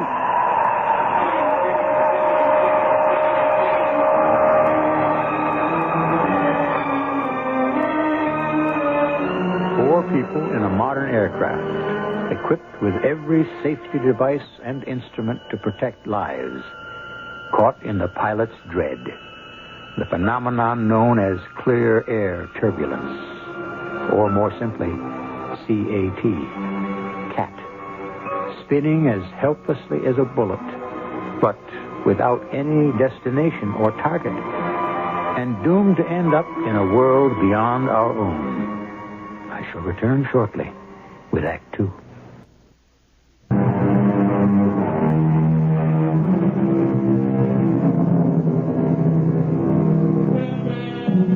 Now that the cat's out of the bag, I think I should say a few words about this acronym, the three letters that spell out clear air turbulence. It's a very rare phenomenon, and every commercial pilot is trained to react instinctively to its unexpected appearance. But like every other cataclysm in nature, sometimes it's beyond mechanical or human control. The air shock has sent the plane into a high-speed stall. As it whirls and falls, the instruments vibrate violently. Impossible to read. Skipper, what can we do? Hit left rudder hard as you can. Nose up. She's lead. Oh, manual. Bust the gut. It's the only chance we have. What damn briefcase hit me right on the head? Never mind your head. What you're trying to say right now is your... What was that? I don't know. We're not in a dive anymore. And we're out of the spin. Look out for the briefcase. It's not going anywhere. Yeah, that's right. It's just hanging there in midair. Hey, look outside. It's bright sunlight. Well, it can't be. We were coming up on 2100 hours. It was night. Well, it isn't anymore. Hey, look at the controls. They're slack. Well, maybe the cable snapped if we're out of electric power. No, I don't think so. Have a gander at the instruments. Holy cow. They're crazy. They just don't read. How come? Did every system, all the backups blow? I don't know. I don't think so. But what I guess is... I'm afraid to say. What, Chad? We're in free flight. I don't know how. But somewhere we spun right through a hole out of the atmosphere and ended up in space. Are you nuts? If you had just one point of reference after a blind flight, what would you guess the only land mass we could see might be? Where? About 10 o'clock, right off to the left. We were only at 33,000. That couldn't be... The Earth? No. No way. Oh, but you know what it is just as well as I do. The moon. Yeah, that's just what I read. Look at the configuration. But that's crazy, Chad. What are we, dreaming or dead or what? I think we're in free orbit around the moon. Come on, how? From 33,000 feet to nearly 90 million miles in 1 second, how? Maybe it wasn't CAT after all. Maybe we just fell through a hole in space, got folded up in the time warp. Whatever's happened, we got to get busy. First, there's too much pressure in this cabin. We got to release it before we just plain disintegrate. Okay, Ken. Why not take it easy, real slow. Roger. And not too much. We have to hang on to all the oxygen we have. What for, if you're right? All we're with now is the insurance. Well, we can try to get the engines turning over. But no atmosphere? Well, for what? We're yawing pretty badly. We could get her on an even keel. I'm going to try to fire them. Meanwhile, you better check aft and see what happened to Meg and the big wheel.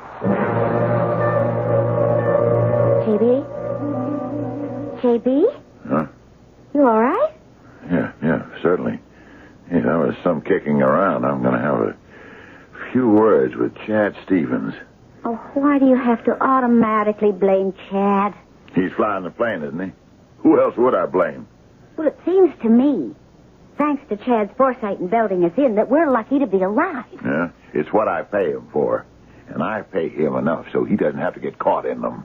Well, you were the one who didn't want him to go around. I'm not going to argue with you. Let's get out of our seatbelts. Don't you think we should wait till we're released? I don't have to take orders from anyone. And I'm getting a little tired of...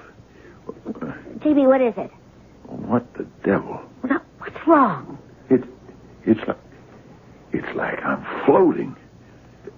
Don't unbuckle your belt. Why not? I can't tell you, except move your arm. Maybe you'll see.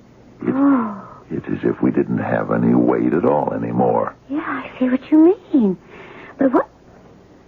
Jake, what's the matter? Look, I'll try to explain that in a moment best I can. I don't really understand myself, but until we all get belted down, nothing's going to make much sense. When I belt myself down again, it's going to be beside the so-called pilot of this plane. Now, I want to know what's going on straight from the horse's mouth. I demand to know what's happening. Just take up on your belt and sit back, Mr. Proctor. Hollering isn't going to help. Where are we? How late are we going to be into New York? All right, first questions first. Where are we, sir? Just an educated guess? In orbit around the moon. Are you out of your mind? I don't know. What I suspect is, I'm out of our world. Now, what the deuce does that mean? Well, at the least, I don't think we're on our way to LaGuardia Airport in New York. Then where are we on our way to? Infinity. You know, Mr. Proctor, if I were a deeply religious man, I would say that all four of us on this plane were on the way to meet our Maker. No, there's no question, Meg. We're in free flight somehow. How, Jake? Search me. Chad says we fell through a hole in the time warp. What? But I don't even know what that means. All I do know is where we are right now. Where? In orbit about the moon. Well, can we land there? And this craft, forget it. Well, then what's going to happen to us? That's the question none of us should ask, honey. Because I'm sure none of us wants the answer. How long? 48, 72 hours, as long as the oxygen lasts. We can't get back to Earth? How? If we really are in moon orbit, no way. No way we can get this crate back home. I'd like to talk to Chad. He won't tell you any different. Well, that's not what I'd like to talk to him about. Where are you going, Mike? That's a good question, JB, since I have to float and bump. I don't seem to have much control. None of us do. I don't like it. I don't like it at all. Who does? Oh, where are you going? Back for a drink. If I can ever make the galley. Why don't you build one for me? Build your own, JB. I've got other fish to fry. Just relax. Let yourself go, Meg. It's so long since I could do that, I've forgotten how. Well, it's never too late to learn. Except now. Relaxing is a full-time job. There we are. You're almost in Jake's chair. Here. Let me help you with a seatbelt. No, I don't need a seatbelt. This flight's smooth as honey. Well, you'll need it to hold you down. Oh, won't you? There you are. Now, what can I do for you? You can level with me, Chad. It's that important. Okay. What's happened to us? I don't know. Jake said something about a hole in the sky. Well, the fourth dimension has to be involved somehow. By our standards, you don't travel 90 million miles in a second or two. You think we did? I don't have any other explanation. And what happens now? We're drifting in orbit.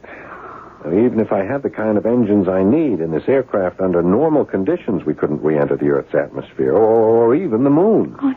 Well, we'll last as long as the oxygen lasts. How long? I honestly don't know, Meg.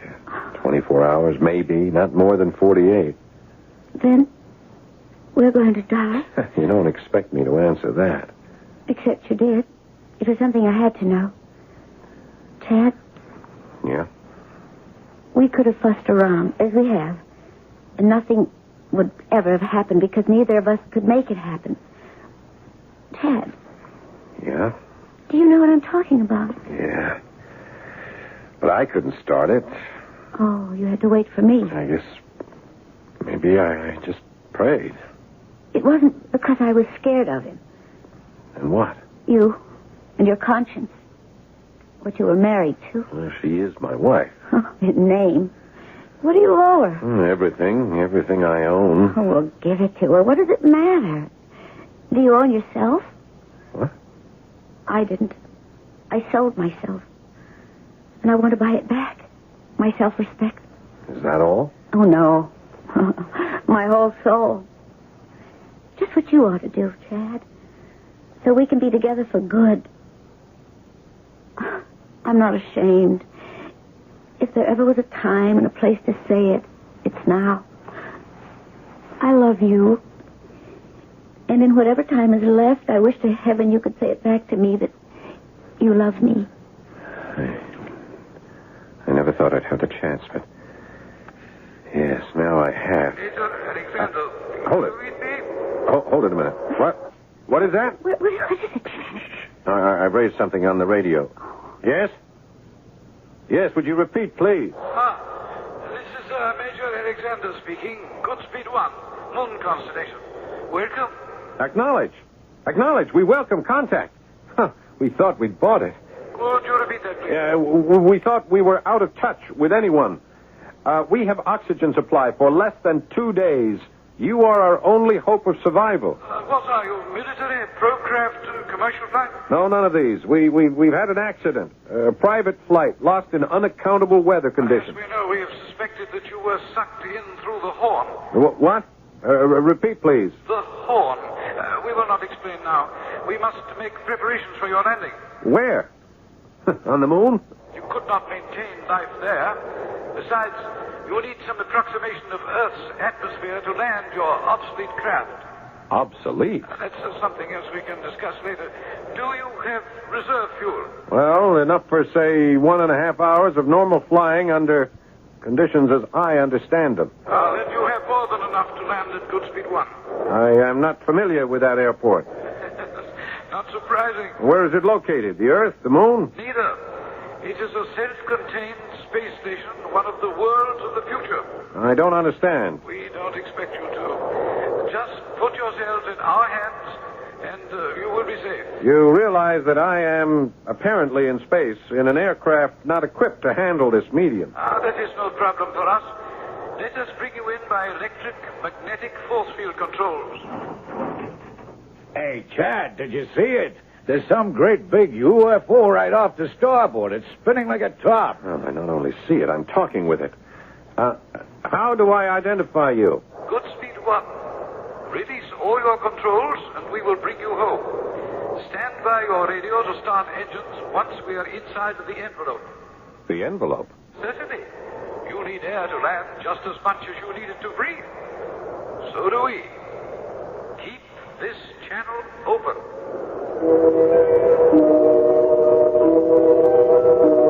Suspended in space, one of our most sophisticated airplanes hangs out of its element on the edge of death. 4 people inside it rely on the atmosphere to remain alive. Suddenly, a voice from space is more than disembodied. It extends a helping hand. Who of us would not choose it, but at the same time, fear the consequences? I shall return shortly with Act 3.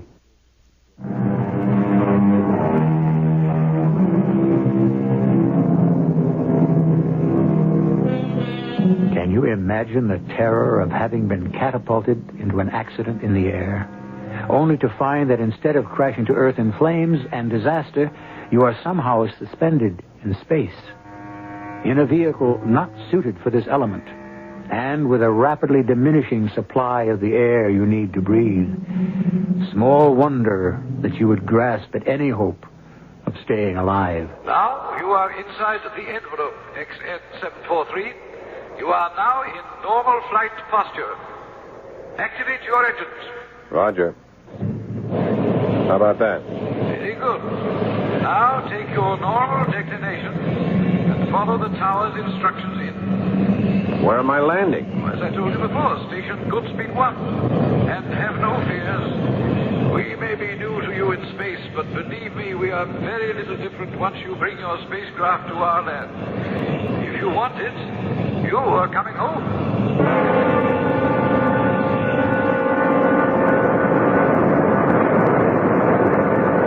Approach control. This is XN743. We have you, XN743. You are 1,500 feet from threshold, 50 feet high, and hot. Chad, the airspeed is 17 knots too high. Oh, let's hope there's plenty of concrete. Well, maybe we should go round. We're out of fuel. This is it. You better pull back on the thrust. Touch those, I'll break your arm. Now, just hold on to your hat.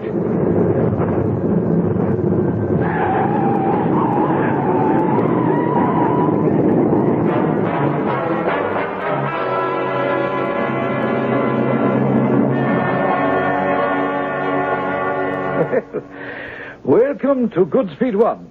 I am Major Alexander. And I'm J. Bruce Proctor, and I can't waste any time. How soon can we get a connecting flight? Oh, I don't think you quite realize where you are, Mr. Proctor. So tell me. You are now on Space Station Number 1, named at its inception as Goodspeed 1. From here, the only connecting flights are to the moon and such other stopovers as you might select in our area. What are you talking about?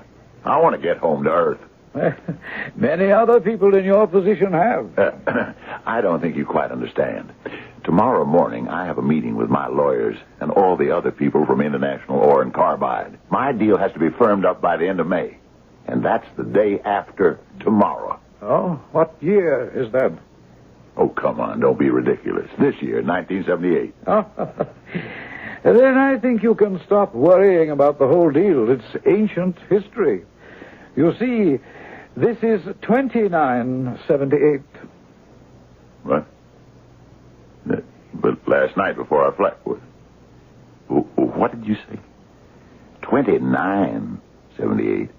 I don't blame you for being surprised, sir. It's the consequence of falling through a time fold. The older we get, we do nod now and then and lose a few precious moments, huh? It must be catastrophic to wake up suddenly and realize that somewhere we've lost 1,000 years. I'd like to have a few words with you, Captain, if I may. Well, that suits me, Major Alexander. I'd like to have a couple with you. Where's Mr. Proctor? I'm afraid I had to have him temporarily restrained. One of our doctors is treating him now. Restrained? For his own good. He has a heart condition, or did you know? Well, I knew he was hypertense. He's had at least one coronary. He should be more careful. Well, the man has no control.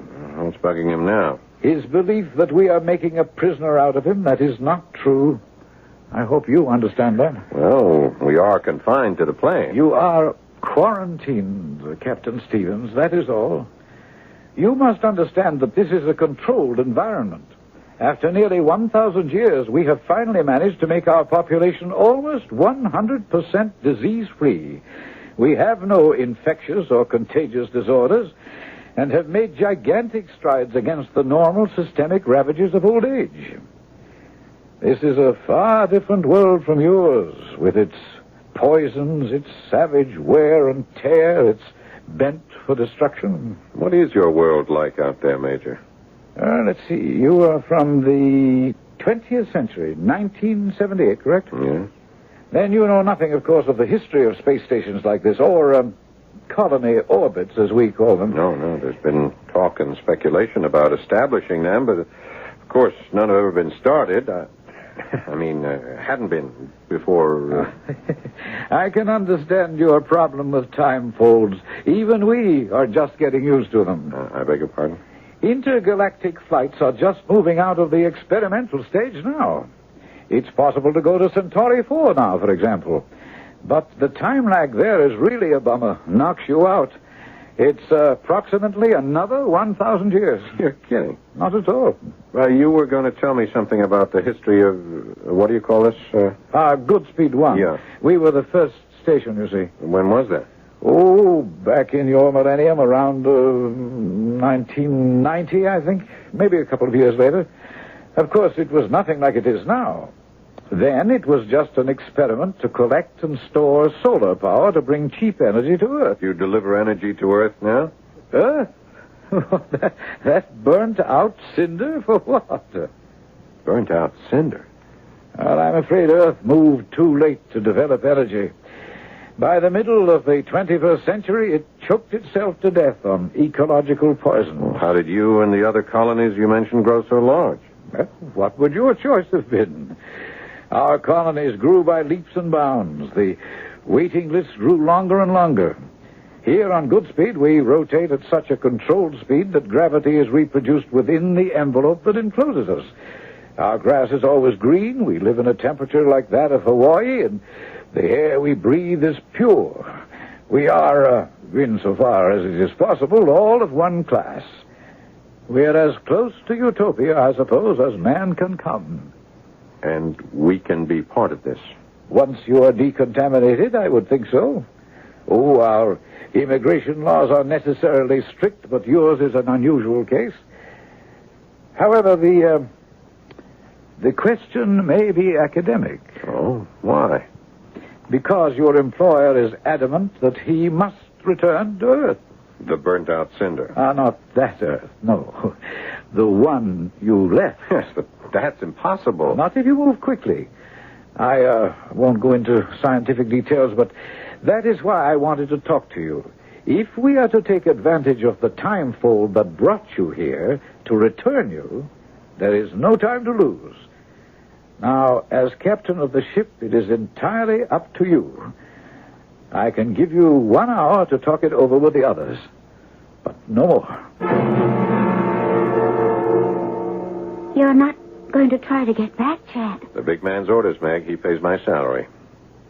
What else can I do? We'll stay here. Don't you know what it could mean? Yes. I know. We'd all be free. We could live our own lives. It'd be like a second chance, a chance to live down in the States. I understand. Well, isn't that what you want? It's not what I want. It's what Mr. Proctor wants. Oh, you can't be serious. What about what I want? What Jake wants? Jake doesn't care where he lives. And me? Oh, you could be your own woman anywhere. Well, I'm not now. Bought and paid for. Maybe it'd be the same here. No.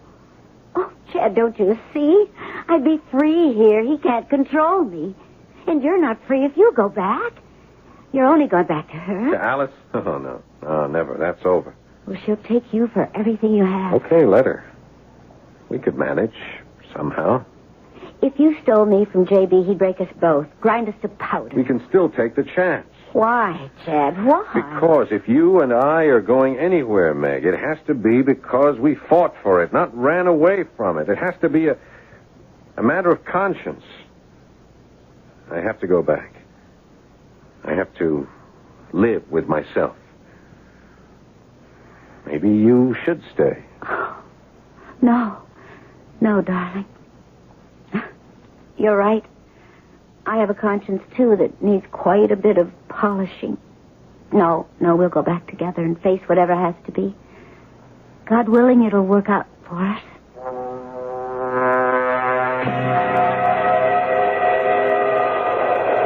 We are circling you now, Captain Stevens.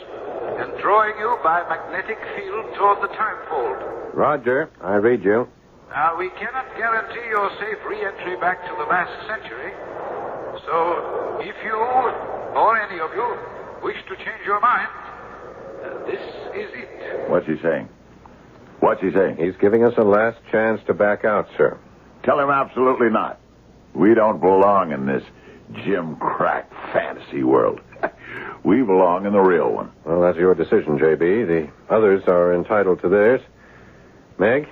Are you going back, Chad? Yes, I am. Then so am I. Okay.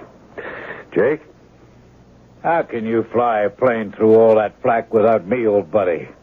Besides, I either want to be best man or give away the bride. Did you read me, Captain Stevens? I said this was your last chance to stay. I read you, sir.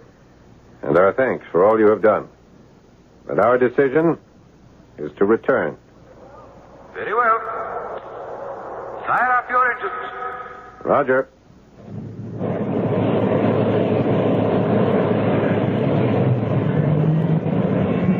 Engine start completed.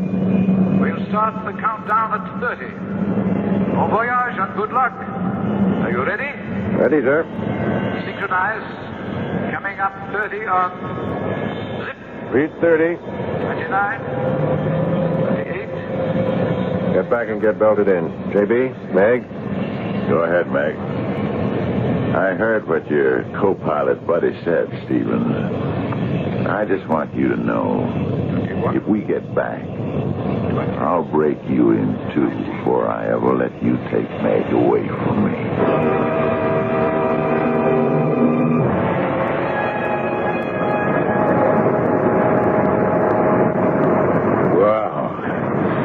I hope I never have to sweat anything like that out again. Me too. But we lived through it. Hey, Chad. Yeah? Did I go off on some sort of a crazy trip or... The Major? Good speed one? I don't know.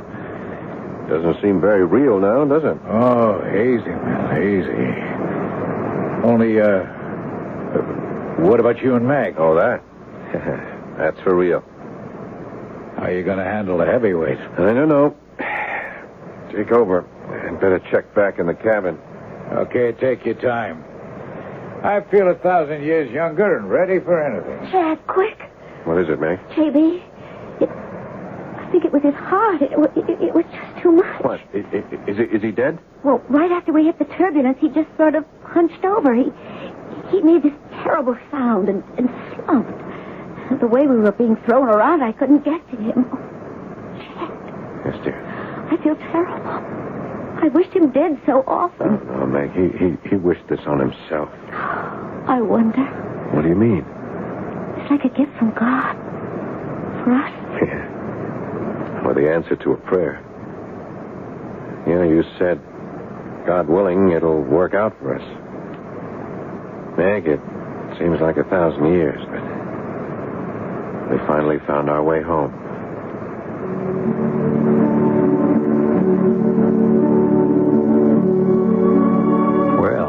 There's quite a little tale to muse over. The fact of CAT is real enough, but what was all the rest? Real or imagined? Does that really matter in the larger sense? All of our travelers returned safely from beyond whatever veil they penetrated, except one. And there will be few to measure the death of such a selfish man. I'll be back shortly.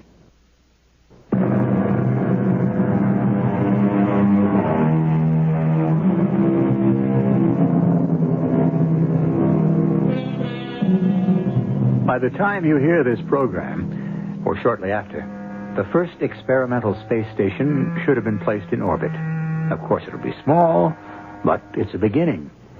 With the Earth's desperate need for new sources of energy, it doesn't stretch the imagination to think that within 1,000 years, colonies like Godspeed 1 will not only exist, but will proliferate. Unfortunately, neither you nor I will be there to check the statement. But wouldn't you consider it a good bet?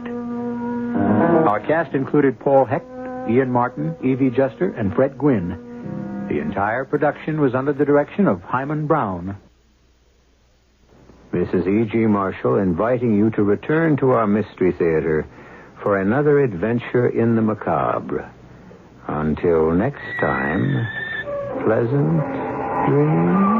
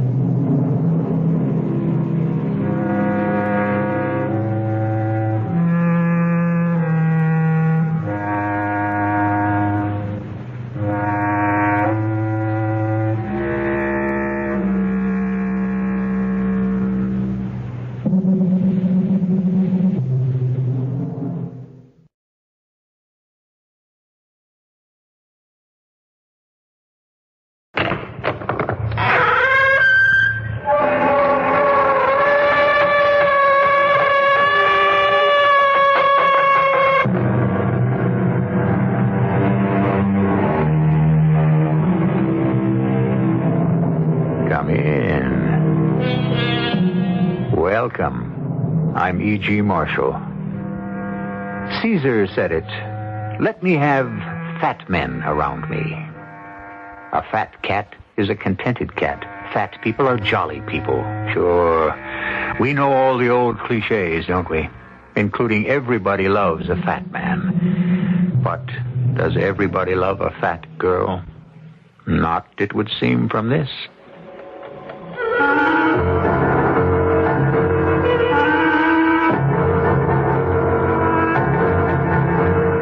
Our mystery drama, Happy Death Day, was written especially for the Mystery Theater by Ian Martin and stars Marion Seldes.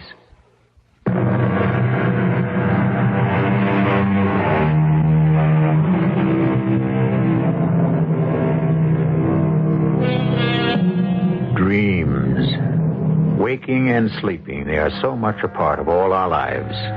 No problem in understanding the daydreams, the idle fancies and rosy wishes we would like to fulfill or have fulfilled. But what of the others? The ones that come unbidden in our sleep. The terrors of the night that haunt us like specters and bring us awake, blood drained by fear.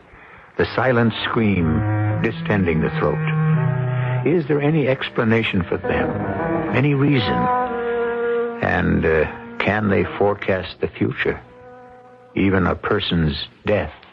No. Oh, no. No, please. Please. I can't stand this killing me. Marge, honey, what is it? Paul, is that you? Well, of course. Who else? And in our own bed. Hold me. I'm terrified. It's so dark. It's so dark. Now, wait a minute. Now, that takes care of being in the dark. Now, come here. Come closer. There. Now, how's that? Honey, what is it? You're shaking all over. I'm scared out of my life. Another dream? No, Paul. This wasn't just another dream. This was a horrible, special dream. Paul, I'm going to die. Well, who isn't? What are you talking about, die?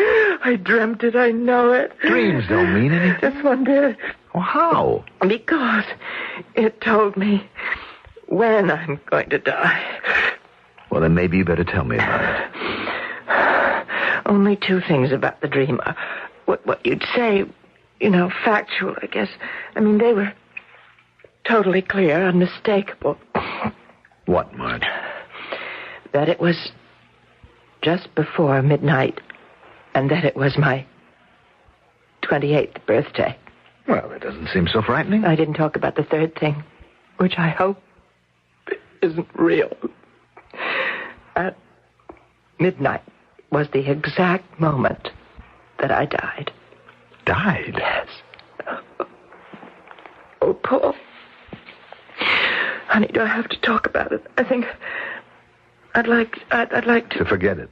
Yeah, but what I'd really like... You just name it. I'd like to just go down to the kitchen and have some cocoa or chocolate maybe I could make you a little snack. There's some Danish left from this morning. And we'll just pretend I never dreamed what I dreamed. Honey, it's late. I have an early morning, you know. Oh, come on. Wouldn't be the first time we stayed up late. That was before we were married. Does that make it so different now? No, of course not. All right, come on. Let's go have a midnight snack, and you can turn me to quivering jelly while you tell me about your nightmare.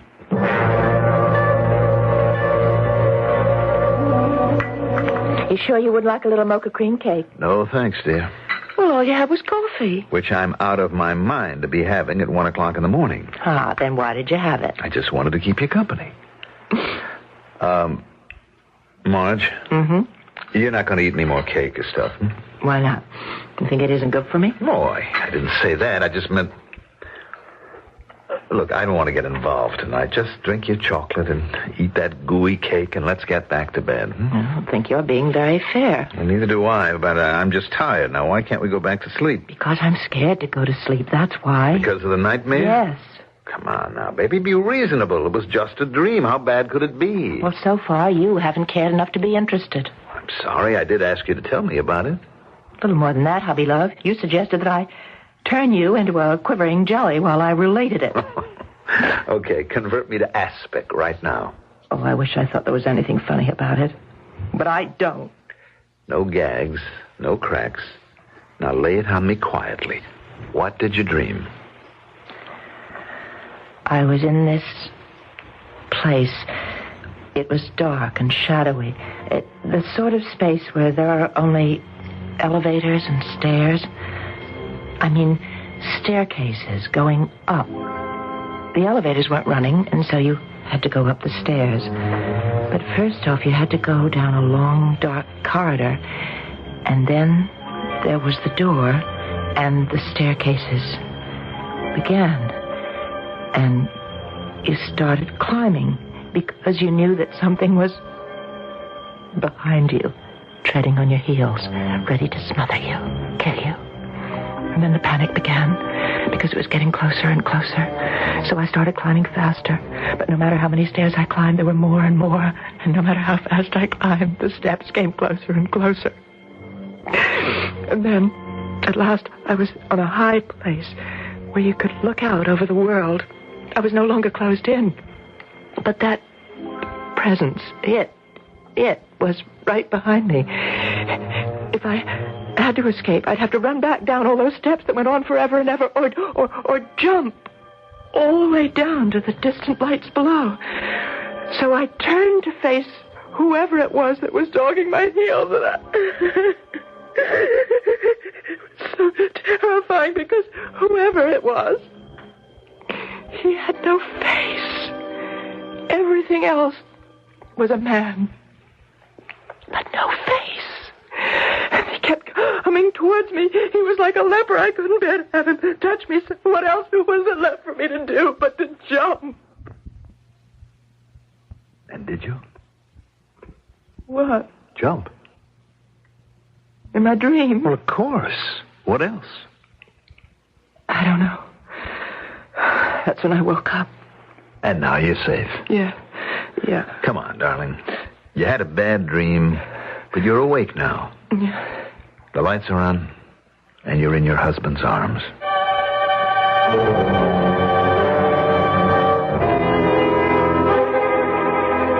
Val, I don't know how much longer I can stand it. Poor Paul. I know my sister's a trial. A trial? She gorges herself on cake and candy. She's blown up like a balloon. And now all this dream nonsense. I have to hold her and croon over her like some lovesick mother with her first baby. Makes me gag. Well, how do you think it makes me feel? The two of you in bed? Well, she is my wife. Only as long as I keep quiet about us. All right, you don't have to remind me. Paul, our relationship may be very close, but it isn't exactly founded on trust. I'm not trying to double-cross you. Well, you better not. Save it for my dear half-sister, who'd better not be your wife any longer than a month from today. Valerie, have a heart. Let me hang a little loose. No. The moment the money is legally hers, I want you to deliver on your promise. I haven't figured out a way yet. Well, you'd better. For 28 years, I have hated that soft, blue-eyed, fat little phony. She smarmed around my father, all lovey-dovey, she and her mother. Well, I got the Cinderella treatment, even though I was the first. Just because my father hated my mother and never forgave her for divorcing him, I had to take the blame. And Marge and that harpy who gave my father his favorite child made sure I never had a chance. All right, Val. We've been over all of that before. Well, I just have this feeling, lover, that we need to keep going over it. Now, why are you suddenly ducking the issue? Valerie, this attempt to control dreams is a new world for me. Well, according to you, it was simple. The game of dreams. Wasn't that your phrase? That under hypnosis it was possible to suggest what a person might dream? I believe it is. And I'm not without some medical support for that belief. So? You already have her dreaming about dying on her birthday. Isn't it working? Not exactly. Why? Because we have to establish a pattern. I can't get her to walk in her sleep yet. Now, if that were set up, then she could die without suspicion. I mean, it's a lot of money, isn't it? It's worth any kind of a risk. But it's also worth being very careful about making sure that we get it the right way. Very well, Paul. How do we proceed now? I gave you the name of Madame Nadja Kiryalov from my old carnival days. Mm-hmm. Try to get Marge to go to her. She's made herself quite a name as an interpreter of dreams, tarot card reader, diviner of the future, and so on. Now, I don't want the suggestion to come from me. You try to coax Marge to go to her. It shouldn't be too difficult. All right. But why? Just contributory evidence. I'll program Nadja on what to say. Does she have to be included? Oh, honey, she won't know what's involved. Just a favor for an old carny friend. She'll play it just the way I ask. She owes me a few favors. Oh, just bet she does, and vice versa. Not what you think, Tiger. Nadja's at least 80.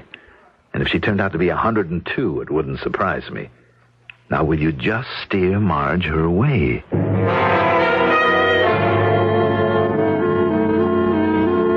Did Paul leave?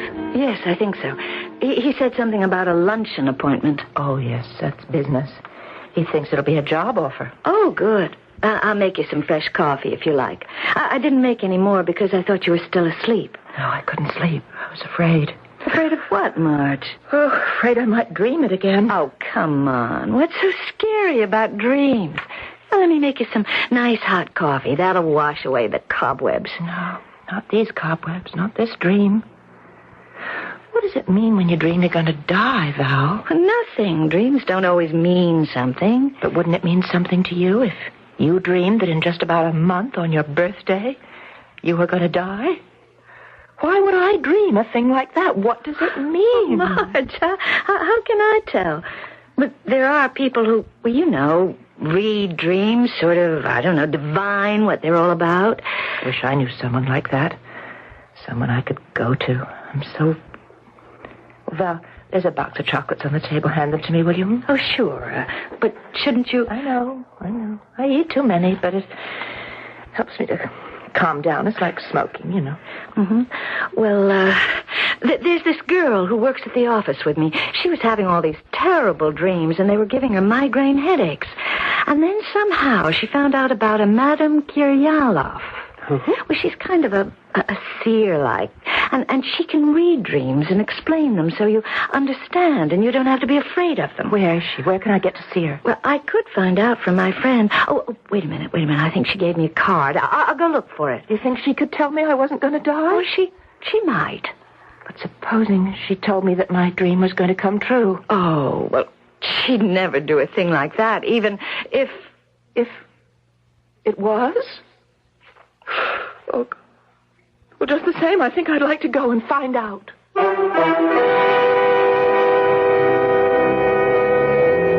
Now, here's a nice, complex, tangled web to untangle before we get to the end of our fiction.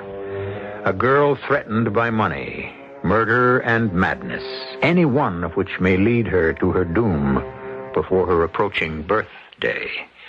Will it instead turn out to be her death day?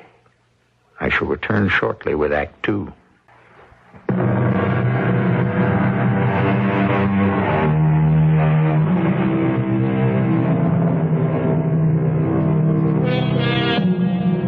Somebody, sooner or later, is always saying something familiar. and usually more than once. Certainly this old saw is well worn by now. It's all in the point of view.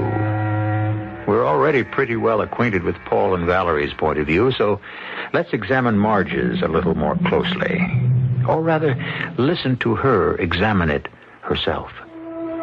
I've always been fat, ever since I can remember. I guess when I was a little kid, they called me chubby. Then in my teens, it was pleasingly plump to the older people. And the boys used to say I was stacked. Once I got into the 20s, particularly after Dad died, it was overweight. Or behind my back, they just called me what I am. Fat. I eat too much candy, sweet stuff and things. I used to think it was because I've always been a loner. I don't think Mom ever really wanted me. Anyway, she died when I was 10. And there was only Dad. And when he went, I guess I would have been lost if it hadn't been for Paul. He was so sweet from the first time I ever met him. Oh, here he is now. Paul! Oh, Paul! Hi, Valerie. Oh, could you come over for a minute? Well, that's an offer too good to turn down. Well, you're too good to believe. I only aim to please. Oh, I don't know whether I'm doing you a favor, Marge, or just making trouble, but this crazy guy is Paul Werner. Well, I'll admit to the name, but not the nature. Hi. Hi, Mr. Werner. Paul, this is my little sister. I've told you so much about Marge. Well, not so little. Oh, Val and I we're half-sisters. That's why we don't look anything alike. Oh, there's Dick Patterson. Oh, Dick! Oh, say, would you excuse me, kids, but I've got to ask him about the dart tournament next month. Do you mind? No, not at all. Well, I don't want to leave you alone, Marge. She won't be alone. Not if she can stand my company. I couldn't believe it was happening. Just like in a movie or a storybook. He walked right into my life, like that. You look lovely. You're putting me on, Paul. Why would I do that? Oh, the other night when we met, you made a crack. Listen, I don't blame you, but that I wasn't so little, remember? Yes. So? Well, I meant that you were very much a woman. What else did you think? I thought you meant I was, overweight. Marge, you can't believe that I would make a remark as awkward as that. I'm sorry, I don't know why I brought it up. Well, neither do I. But as long as you have, let's get one thing straight. I don't like skinny women. Oh. I love a figure that flaunts what it is. It says, I'm a woman, and I'm proud of it. Now, before we order dinner, would you like to dance? I'd love to.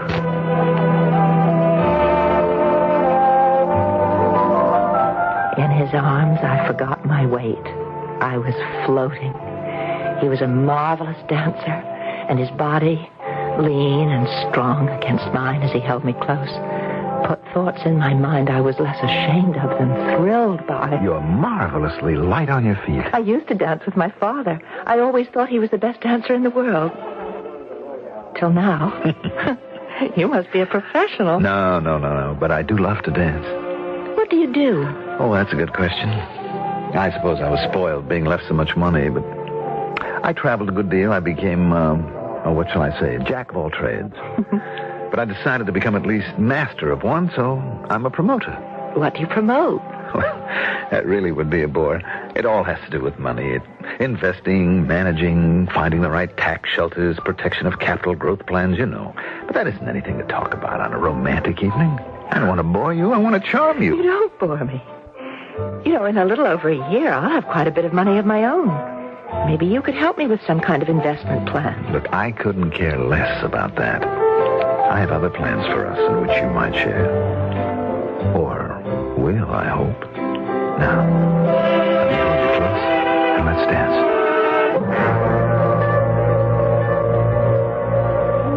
We were married 6 months later.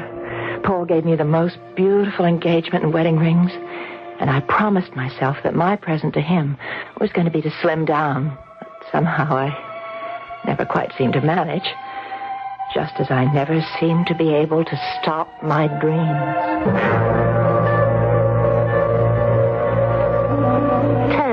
what you dream.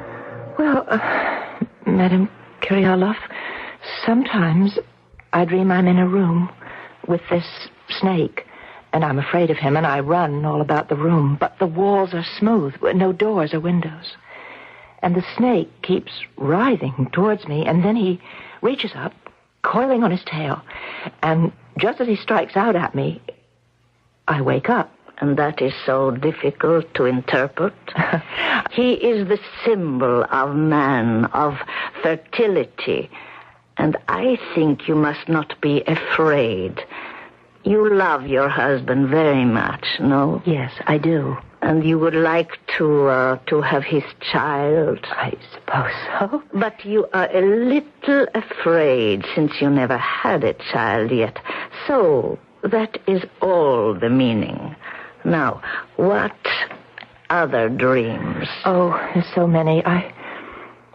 Well, mainly the one that I came to see you about. If you can get rid of my fear about that one as easily as the others, I guess I wouldn't feel so insecure. Tell me. Well, give me a minute to kind of get hold of myself.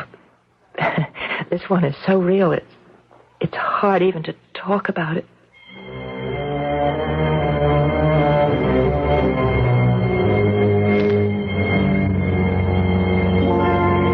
Everything else is a man, but not a face. And he comes towards me like a leper, and I can't bear to have him touch me. So what else is there left for me to do but jump? Well, can you read that dream for me, Madame Kyriolov? Mrs. Werner, you will forgive an old lady, but that... What is it? Are you ill? No, not ill. Not in the body, but in the soul. I don't understand. There are people like myself who find paths to the supernatural, but there are others for whom there are no signs, only absolute knowledge. The true mediums, the apostles of the new truth, the future knowledge. You are one of those. And before you, I am humble and afraid. What are you saying? That I'm going to die within the month? My dream is foretelling me that? I have this splitting headache, Paul. Let me massage your neck the way I used to. Now, what's wrong, darling? It's the dream, Paul. I'm scared. I know I'm going to die. Just because of a dream? How many people dream the exact date and the exact age that they're going to die? I don't know. Darling, why don't you let me sit here facing you and persuade you to relax and forget about any fears or dreams? Just the way you always have been able to, since the beginning. I hope I can always help. Oh, Paul, you've always been able to hypnotize me. I don't claim any such magic power. It's true. Something about your voice. That strange amulet you wear around your neck with all the colored brilliance, the little slivers of mirror in it. You mean my Indian charm? Whatever it is, I love it. As I love you. It makes me feel so drowsy.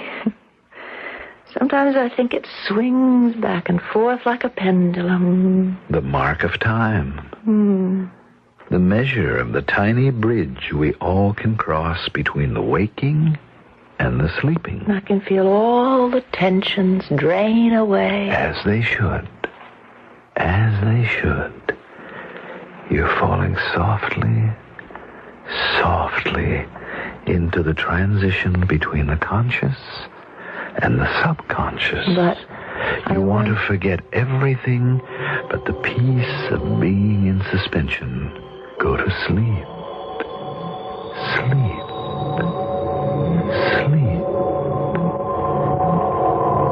Until I tell you, I don't want you to hear me when I speak again. Marge? Marge? You are asleep.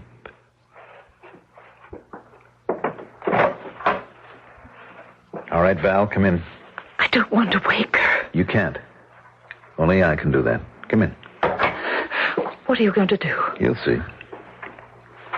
Marge, can you hear me? Yes? I'm going to tell you a dream that you are going to dream.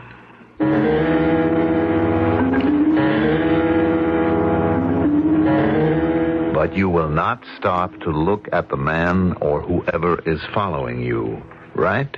I won't try to see him. You will run from him because you know there is only one escape. There is only one escape. To jump, to fly free and know that you will fall to safety. I will fall to safety? Because I will be waiting to catch you.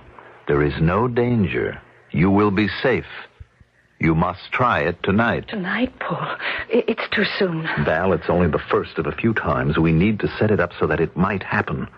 And that no one is to blame but Marge herself. What are we going to do? Test it out. Post-hypnotic suggestion. I'm going to tell her that at 11:45 she's to get out of bed, walk out the door and climb the stairs to the roof of the apartment house, thinking all the way of the dream, remembering it, making it come alive. Can you do that? I can try.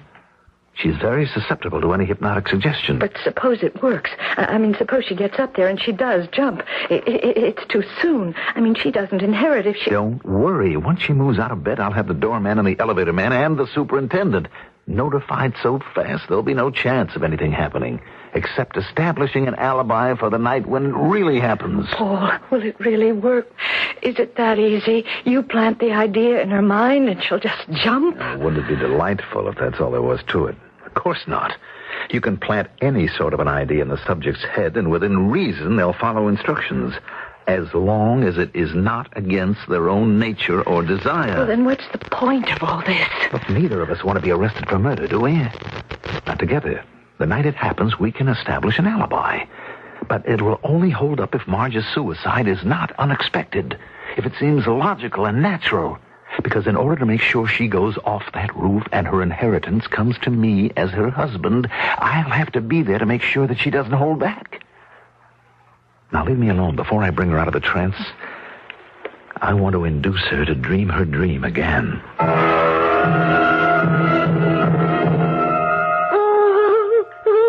What is it?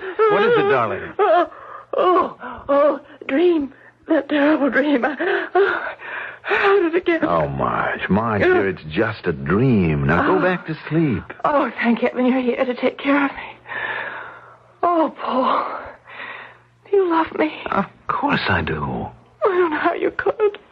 I'm fat. Nobody ever loved me except me. Oh, why do I eat and eat? I don't want to be overweight. Paul, Hush, darling. Hush. You're just the way I want you to be. And it's late. You have to sleep now. Sleep. I'm so tired. What time is it? Almost 11:45. Oh. Sleep, darling. Sleep. Yeah. Yes, I can now. And remember. Mm-hmm. Remember. Yes, I remember. I remember.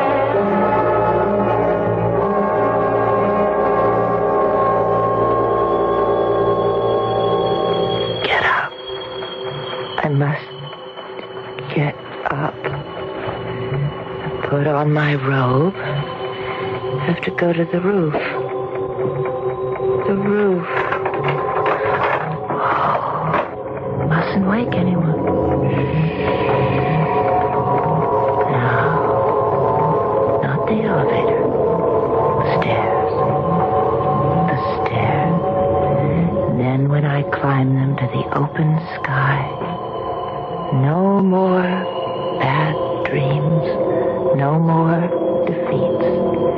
It's a whole new world waiting for me. All I have to do is step off and fly. Fly. The best laid schemes of mice and men gang after gley, said Mr. Robert Burns. In this case, for mice, you could read rat. It's the pleasantest term I can think of for Mr. Paul Werner. And wouldn't it be the supreme irony if, in messing about in fields beyond human control, he lost not only his wife, but the fortune he so confidently expects to have in his hands? without even having to wash the blood off them. I shall return shortly with Act 3.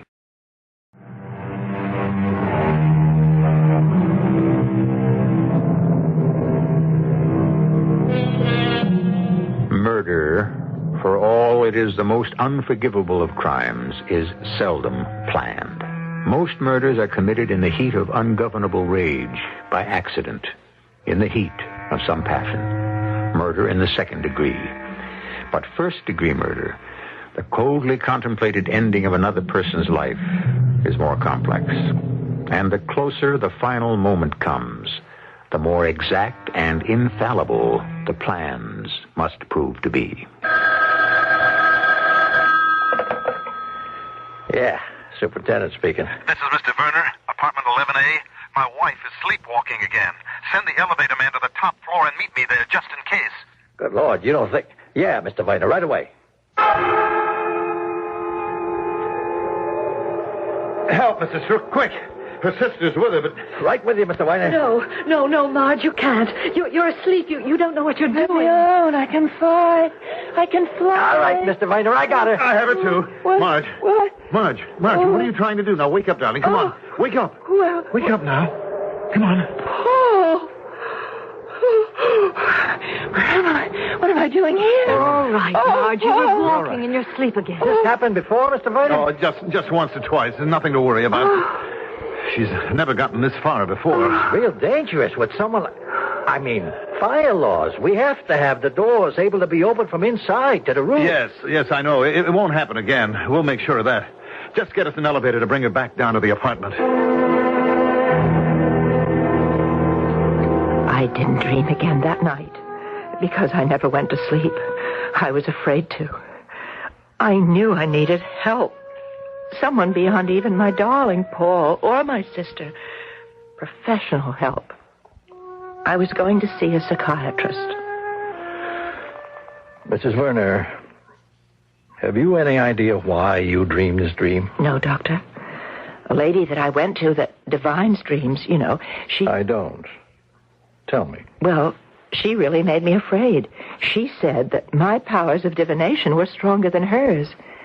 And I could tell she believed just what I do. And that is?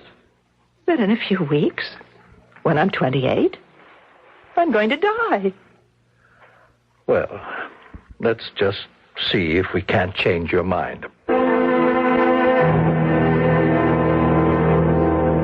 You're not your father's first child. No.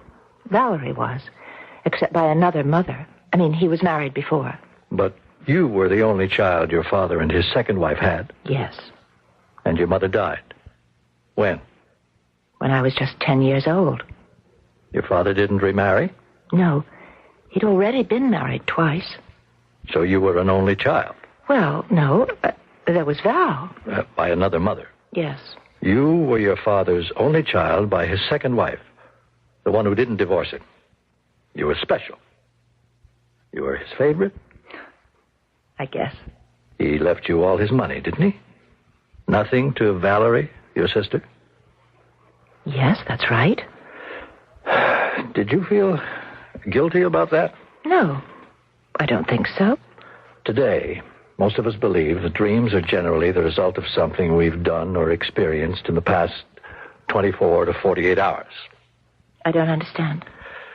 The first thing to do is to look for a literal meaning. But what if I can't find that? Then we're in the jungle.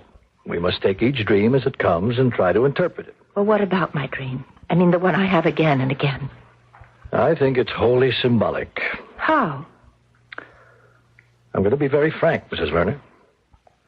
I think, subconsciously, you would like to kill yourself. Commit suicide? In order to be reborn in a new shape. The shape you would like to be. Slim, attractive to everyone, especially men. Attractive to yourself. That's all it is? A kind of death wish? Oh, dear me, no. You have no wish to die. Only to change. But who is the man who pursues me? The one whose face you never see? Yes. Probably your father. You loved him very much. You looked for his approval, existed on it. How many times as a little girl have you thought, I'll die if Daddy doesn't like this dress, or the way I look, or what I'm doing? My visits to Dr. Stowe were beginning to be of enormous value to me. I didn't dream anymore. Didn't dream at all. And although it seemed to hurt Paul's feelings a little, I wouldn't allow him to try hypnotizing me anymore. I didn't want anything to interfere with my new sense of well-being. I was even losing weight. Mrs. Werner, I'm beginning to see quite a change in you. Thanks to you, Doctor. Inside and out. I notice you've dropped quite a few pounds. Don't overdo the dieting, though. Oh, I'm not really dieting. I've just cut out sweets and cakes, things like that. I find I don't need them anymore. A little security was all you needed. How about the dream? Not once since I've been coming to see you. Oh, you've taught me so much. But suddenly, 2 days before my birthday, I dreamt it again. All the same sweating terror, the flight, the sleepwalking, the shrouded figure, the man that would not turn and show me his face. Why did you wait so long to tell me about Paul and his hypnotizing you? I don't know. I'm not sure. It's a very dangerous capability in untried hands. But you let him do it last night? Oh, I didn't let him. It just happened. Oh, no. Anyone can resist hypnotism if they desire. It demands cooperation. Well, I was suddenly so tired after dinner. I don't know why. And Paul seemed so hurt that I hadn't let him help me. He doesn't know that I'm seeing you. Yes. And so you had the dream again. Yes. Do you think there's any connection? I don't know. I only know that no one should try to practice hypnotism who is unschooled and an amateur. If I bring in my nurse, would you consent to allow me to try to hypnotize you? Why? I want to set a certain fixed idea in your mind. That if you should dream this dream again, before you make any final step, you will demand to see the hooded figure's face, to expose your nemesis. That you will wake up and see it for what it is. You can do that? I can try. And further, I want to remind you of something. No one who seriously wants to resist can be hypnotized or programmed to do anything beyond his own will. Happy birthday, dear Marge. Happy birthday to you. Now, go ahead, darling. Blow out the candle. Oh, and don't forget to make a wish. The wish I can handle. I don't know about these candles. Well, here goes. Hooray! Oh, you missed one. Well, maybe that's to grow on. Anyway, happy birthday, darling. Happy birthday. Oh, thanks, both of you. Today's the day I finally came into my own. A little late, but better late than never. Isn't that the truth? Oh, have some of your birthday cake. It's just your style. Coconut marshmallow with lovely fudge sauce. Oh, I think I'll pass it up. I was suddenly so sleepy. Well, it was a long day, what with the lawyers and the bankers. But my inheritance and money, that shouldn't tire a person out, should it? Well, I promise you from now on it won't. Now that you've put me in charge of it all. It's what you wanted, isn't it? Well, somebody has to keep track. And there's nobody better than Paul, where so much is at stake. Don't I know it? Oh, Val, I wonder if you mind. I think I'd like to go to sleep. Oh, no, of course not, darling. I shouldn't be here tonight. I shouldn't even be cluttering up your lovebird's apartment. Well, off you go. I think I will. You don't have to come now, Paul. Oh, but I will, darling. Be right with you as soon as I finish my coffee. Good night, my dearest. And closest. Sleep well. We all set? It will be tonight. If it goes right. I've given her the sedative. I'll have to leave you now to make sure that I put the post-hypnotic suggestion in her mind. I just go to bed. No. You stay up doing the dishes, apparently. At 11:45, the pattern I've set, she'll go up to the roof. I'll follow her, and this time we'll be alone. One push, and she's gone. Then I'll be back down here with you, helping with the dishes. When she's found, we'll be cleaning up after a birthday party, thinking she went to bed.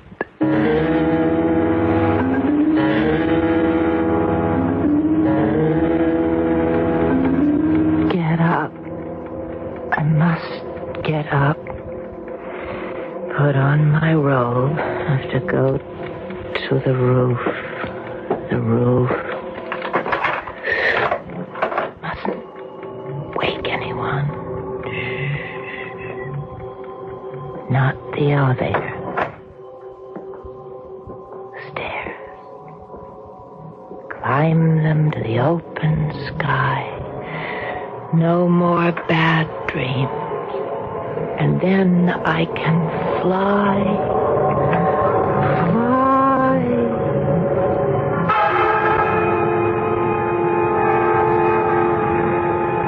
All right, Marge.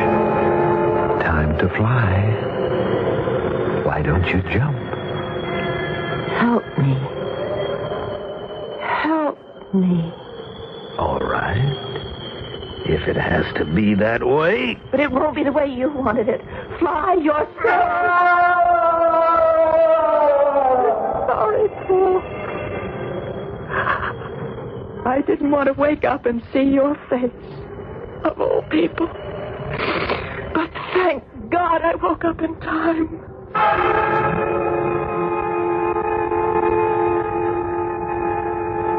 Doctor, did you really know about Paul? Only a suspicion, albeit an educated one. Were you asleep or awake when it happened?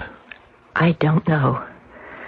I only know I forgot about flying and remembered what you asked me to do. Because it was in your own interest. Yes. I turned, and I saw the face of death. The man who should have wanted to wish me happy birthday, but thought only of it as happy death day.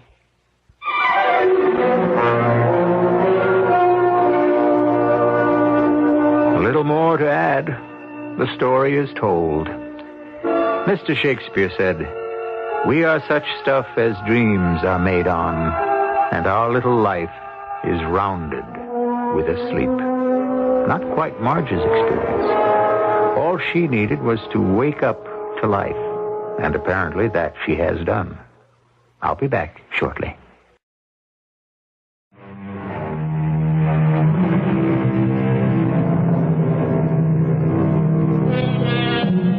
When I spin my tales, I seldom offer you a happy ending. For the fabric of life is a wild game of chance, which promises nothing but what you reach and strive for. And all of us need some part of the element of luck. In Marge Werner's case, it was a dedicated psychiatrist named Dr. Stowe who steered her carefully through the wilderness of the mind.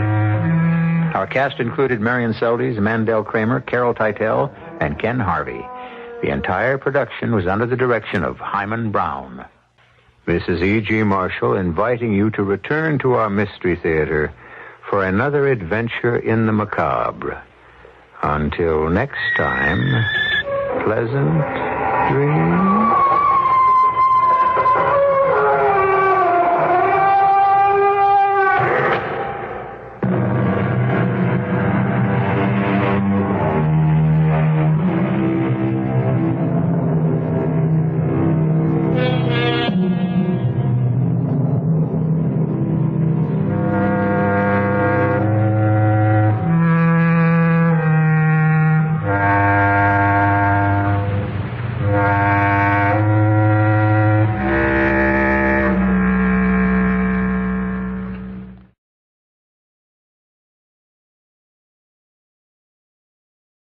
The CBS Radio Mystery Theater presents...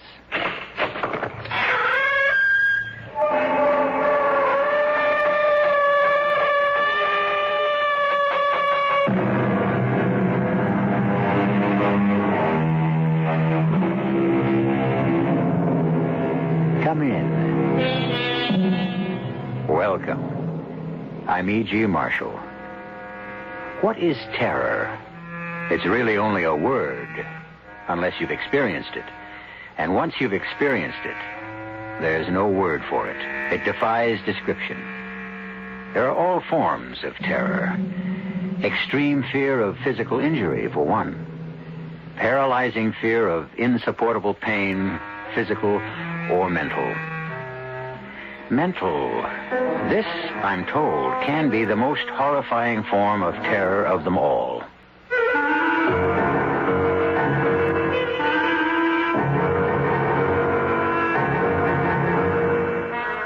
Our mystery drama, A Small Question of Terror, was written especially for the Mystery Theater by George Lothar and stars Terry Keane.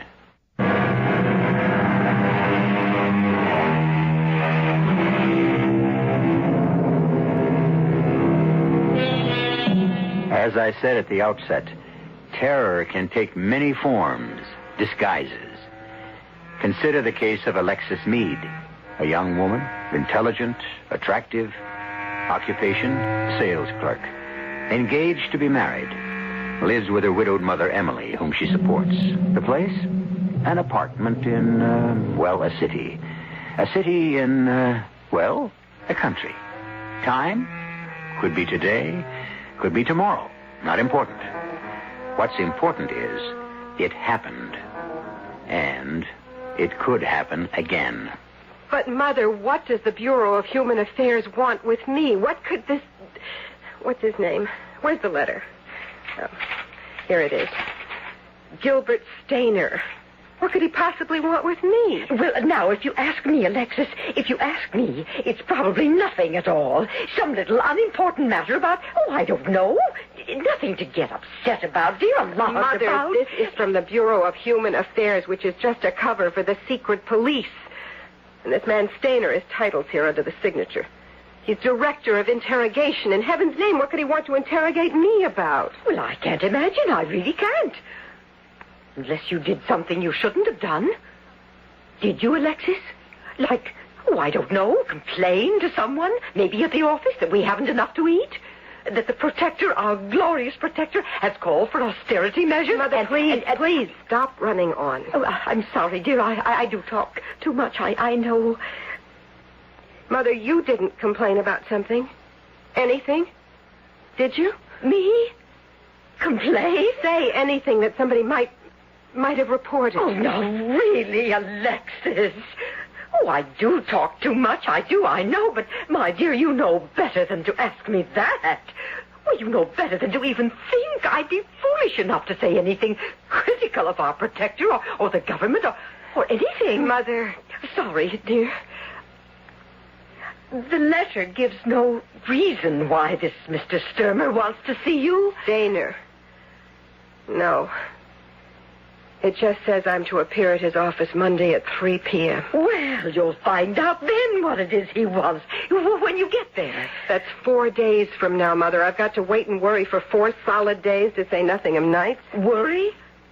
Oh, my dear, I certainly wouldn't worry. Mother, some people who have gone into the Human Affairs building, in fact, a good many people, have never been seen or heard of again. Oh, I've heard that. Well, you can believe it. Oh, I'll get it. Hello? Eric, honey. Oh, Eric. How are you, darling? Well, I'm not sure. I just got home and found a letter waiting for me from the Bureau of Human Affairs. You too? What? You? Yes. I'm ordered to appear at 3 o'clock next Monday. I've been told to be there at 2. Who signed your letter? Well, somebody named Stainer. Gilbert Stainer. What do you suppose this is all about? I wish I knew. I wish I knew now instead of having to wait until Monday. Yeah, me too. It kind of worries me, Alexis. It scares me, Eric. It scares me half to death.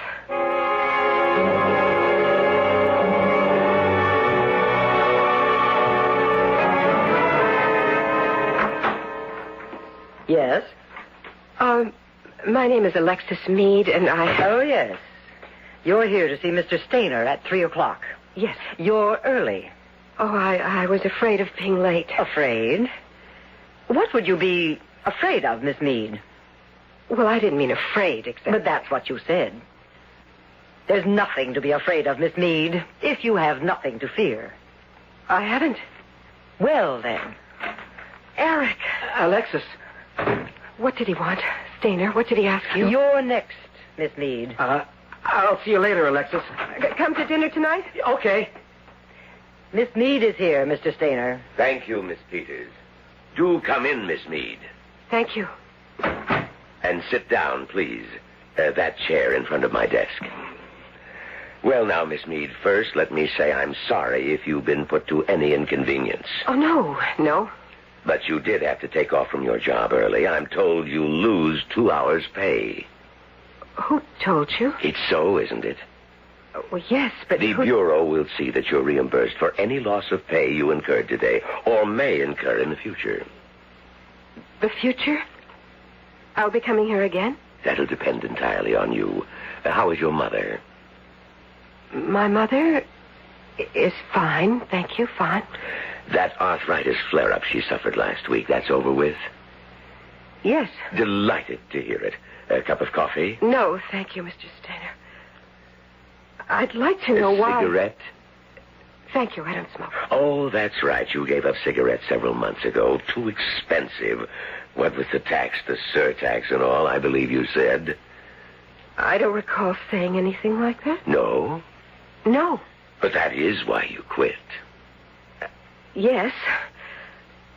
Mr. Stainer, you certainly didn't ask me here to discuss my reasons for giving up smoking. No, goodness me, no. Then why am I here? It could be that I just like to talk and look at pretty women.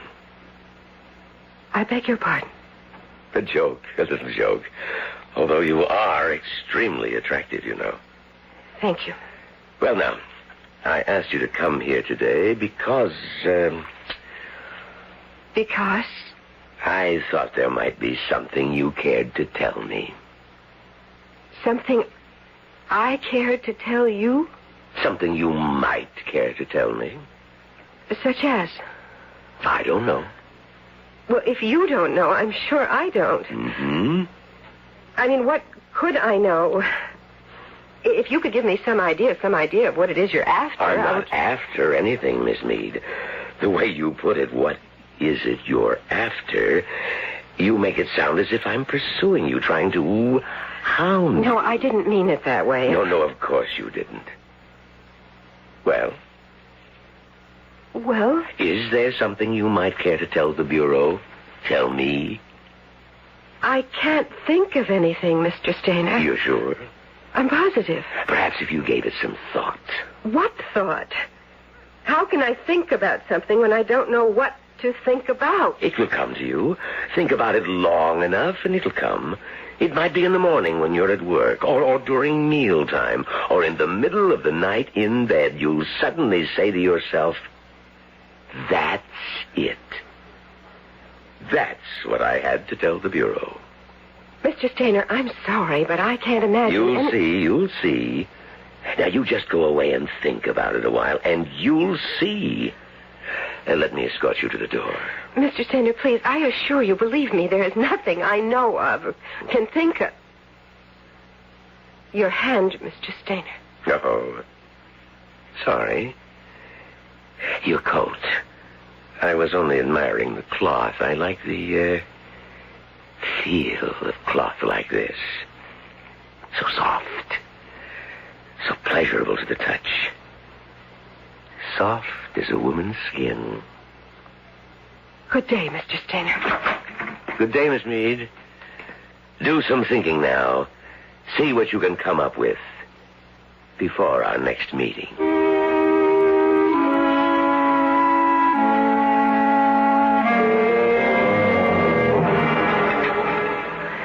Before our next meeting. The last thing he said just as I left. Oh, stop worrying and eat your dinner, Alexis. What there is of it. And you, Eric? Those were his last words to me, too. That means he's going to call us in again. Obviously. Have my meat, Alexis. Mother, no. No. You finish the meat. I don't want any more. You don't want any more because you think I haven't had enough. Well, you haven't. None of us has. None of us ever does. Everything's in short supply. Oh, and the prices. I was saying to Maggie Norton only the other day. I met her in the supermarket. You know, we hadn't seen each other in months. You didn't say anything to Maggie. Anything that might be misconstrued. What? Anything she could have reported to the Bureau of Human Affairs. Now, what do you take me for, Alexis? I'm only trying to find out, searching for whatever it is Stainer knows. But didn't he say he doesn't know? Mother, he knows. Eric and I wouldn't have been ordered to appear if he didn't know. He's just playing cat and mouse. That's what he's doing. He's trying to get us to confess to something. Well, confess to what? I'm telling you, I'm so on edge even now, even after just one meeting with him. I'd tell him what he wants to know, if I knew what it is. Eric, are you sure you don't? Don't know? Yes. I don't get you, Alexis. Could it be that you maybe said something, sometime, to someone that might have been better left unsaid? You think I'm some kind of nut? Of course not, but... But what? Don't be so touchy, Eric. You could have said something. I could. Mother could. Not a word. Not a I'm word. no fool, Alexis, not me. You just don't know who you can trust anymore. I guess there wouldn't be any more coffee, Mrs. Meade, would there? Maybe a few drops, Eric. Give me your cup. Well, something has been said, and if we're smart... Here you are, Eric. We'll find out what it was. Because one thing is sure. What happened with Mr. Gilbert Stainer today is only the beginning. Yeah. I think I know what you mean. You know what I mean. What do you mean? Nothing, Mother. Oh, Mother, please. Now, don't start crying. That's what you mean. Even maybe death. Oh, why is it got so you're afraid to say have a good day to someone or keep well or anything? Well, I said to Maggie Norton, we hadn't seen each other in months, and we were talking about the scarcities and the high prices, and she said not to worry because the protector would take care of things eventually. And I said, I could have bit my tongue. I said, you know, joking. I said, someday he'll protect us to death. And Eric, you dropped your cup. I'm sorry. Mother, you didn't say that to Maggie Norton. Oh, I could have bit my tongue. But I told you. You said it to me once, and I told you then to never say it again. Eric, what is it? It's nothing. Why did you drop the cup? Was it what Mother just said? No, honestly. Is that what Stainer is after? Is it? Well, how do I know what Stainer is after? You do know. What Mother said about the protector protecting us to death. Is that it?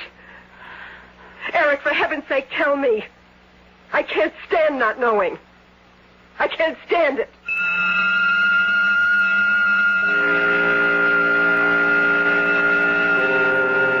So, terror, like a stain, is already spreading through Alexis Meade. To know the truth will be bad, but not knowing is even worse.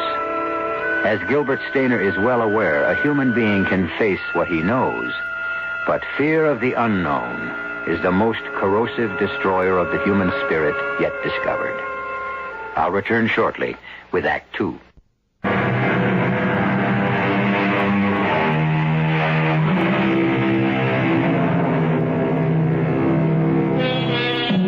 A small question. A simple, seemingly innocent question. Is there anything you'd care to tell me? A small, simple question? Yes, but one fraught with terror for those who are asked by Gilbert Stainer of the Bureau of Human Affairs. For Alexis Meade, of whom he has asked it. In the apartment she shares with her mother, Alexis faces her fiancé, Eric, and cries. Eric, you know. You do know. For heaven's sake, tell me. I can't stand not knowing. All right. I'll tell you. I didn't want to. I was afraid it would make things worse for you. Eric, tell me. This afternoon, Stainer asked me if I had ever heard anyone make that remark about the protector. Well, of course, I lied. I said no. You had heard it. Where? Who said it? Well, honey, you did. I? Don't you remember? We were sitting in the park, and you said, well, I don't remember the exact words, but something like, Mother said the funniest thing today. Could be a dangerous thing if she ever repeated it, and I warned her not to, but you just had to tell me, you said. And you told me. You don't remember? Yes. I'd forgotten about it. It didn't seem important then. There was no one around. No one could have overheard. Was there? I don't remember. You know, we had a little laugh over it, and then I guess we both forgot it. And he did ask you, Stainer. If I'd ever heard that remark made by someone. And like I said no. Well, is it such a terrible thing to say? I said it as a joke. You said it as a joke. Mother, the trouble is the world we live in is no joke. I meant nothing, you meant nothing when you said what you said about protecting us to death. That they can take a thing like that and build it. Alexis. I'm sorry.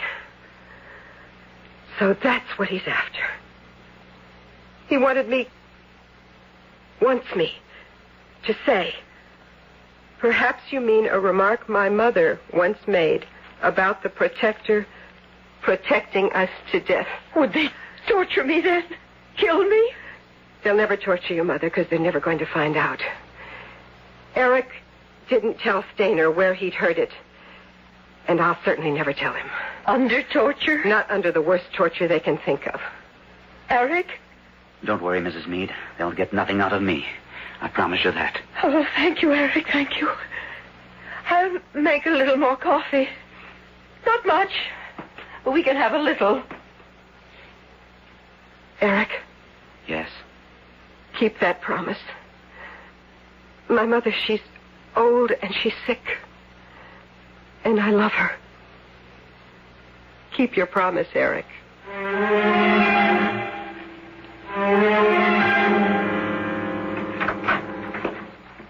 Well, don't stand there staring at me as if you'd seen a ghost, Miss Meade. Sit down. Is there something wrong? I was asked to come and see Mr. Stainer again. I didn't expect to find you behind his desk, Miss... Or is it Mrs.? Miss Peters. Miss Peters.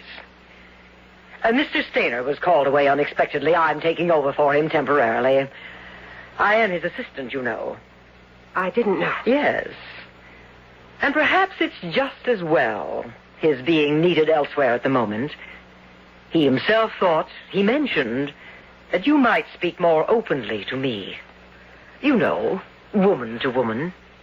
Miss Peters, let's get something straight. I didn't know then, and I don't know now what it is he wanted me to tell him. But of course you do. I do not. What was that? What was what? That scream. Scream? You heard a scream. You know I heard a scream. It came from the torture chambers in the cellar. Now, don't tell me you believe the stories you've heard, Miss Meade. You know about the hideous tortures that go on in this place. Oh, we are not in the habit of torturing people here. Now, don't look so frightened, my dear. My goodness, the color has drained out of your face. Here, let me... Ow! What are you doing? My dear, I'm sorry. Did I hurt you? I only pinched your cheeks. Just a little to bring the color back. Oh, I am sorry if I hurt you. I didn't really, did I? No. Well, I'm glad to hear that. My good heavens, I wouldn't hurt you for the world, my dear. None of us would. Gilbert Stainer, there isn't a gentler, more sympathetic man on this earth. Any woman will tell you that. Any woman who gets to know him, that is. Yes. Yes, I'm sure. You'll see when you get to know him better. But he is a man, you know. By that I mean he can be, well, brutal, too. He has that other side to him. A side that shows when he, well, you might say, loses patience. Take a tip from me, Alexis. Don't make Gilbert lose his patience. Thank you for the advice. What is it now, Alexis? You know what it is. That scream. You're letting your imagination run away with you. Don't you start imagining things like frightful tortures and slow deaths. All you have to do, my dear, is tell us if there's anything you would care to tell us. If you would tell me what it is you want to know.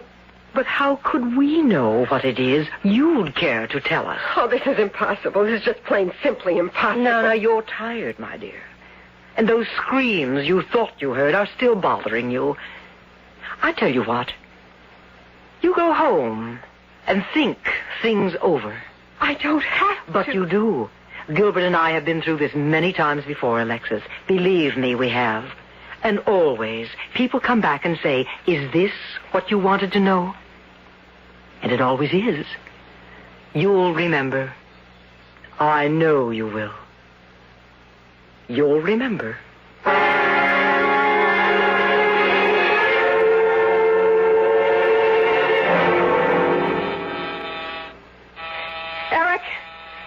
Eric, are you home? Eric! What took you so long? I was asleep. Asleep for 3 days and nights? I've telephoned you again and again. You haven't come to see me. Eric, what's happened? Well, nothing. I've been very busy, tied up. Is that why you're limping? Well, I hurt my back. You did? Or they did? They? You know who I mean. He had you tortured, didn't he? Stainer. What gave you that idea? The way you're limping and your jaw still swollen. Eric. They tortured me. Oh. Yes. Oh, my darling, my poor Don't, darling. Alexis, don't. What? Don't touch me. Don't even come near me. Oh, my God. Eric, darling, what? I told them. I couldn't help myself. The pain. It's impossible not to tell. Not to scream it out as loud as I could. What? What did you tell them? You know. Tell me anyhow. I must be sure. I told them, yes, I'd heard someone make that remark. Our protector will protect us to death. And then I told them, Alexis, forgive me. Forgive me. I told them it was you. It's all right. It's going to be all right. The first thing we must do is keep our heads, not panic. But you don't understand. I'm in no danger. You are. I saved my own neck by sacrificing yours. Don't you realize you're in as much danger as I? How can I be? You are involved now. You're an accessory to the crime. Crime? What crime? A harmless remark? Eric, don't you understand? It's what the Stainers of this world feed on, turning the innocent into the guilty. It's their business. It's what they live for. But what can we do? The first thing I must do is protect Mother. Or did you tell them that, too? That Mother was the first to... No. All right, then at least she's safe. But they'll question me again now, and torture is more than likely. Oh, what I've let you in for. I could kill myself. None of that now. We've got to keep our heads. Think. Let me see. Luke Stevens. Luke Stevens. What about him? That place of his in the mountains. It's not too far from the border. What are you talking about, the border? We've got to escape, leave the country. There's no other way. Now, if we could get to Luke's place, we could hide there for a few days, then slip over the border. Well, that's impossible. I'm being watched now. You're being watched. We must be. I'm sure of it, but we've got to try. We can't be any worse off than we are now, so listen to me. Yes. I'm going to go home. I will get Mother. In an hour, let's say an hour, you go down, get in your car, and drive to that favorite spot of ours in the park. Mother and I will meet you there, and then we'll get in your car and head for Luke's place in the mountains. But if we're being watched? We'll have to take the only chance we've got. Try to give them the slip. Not much chance of that.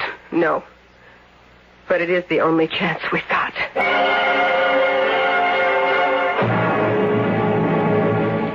I don't understand, Alexis. Why suddenly do you want to go for a walk in the park?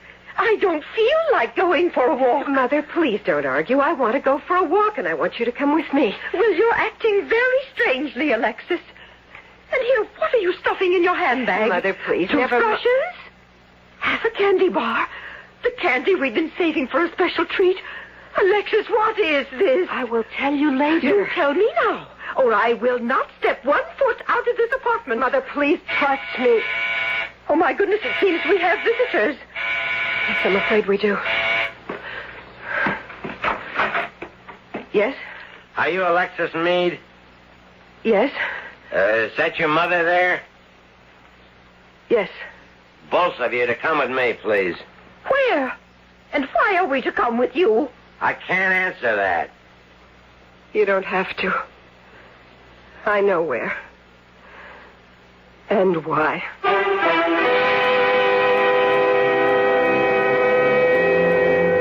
Alexis Meade fights the terror that tries to surge through her as she and her mother go with the agent from the secret police.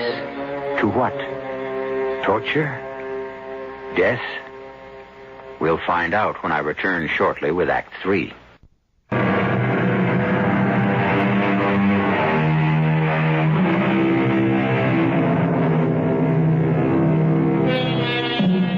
An innocent remark has brought Alexis Meade, her mother, and her fiancé Eric to the brink of torture and possible death.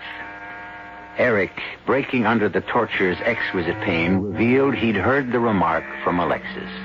But Alexis has not yet divulged that her mother, Emily, first made the remark to her. Not yet. Now, as all three sit and wait in a small room at the Bureau of Human Affairs, a fourth presence waits with them. An invisible but palpable presence whose name is Terror.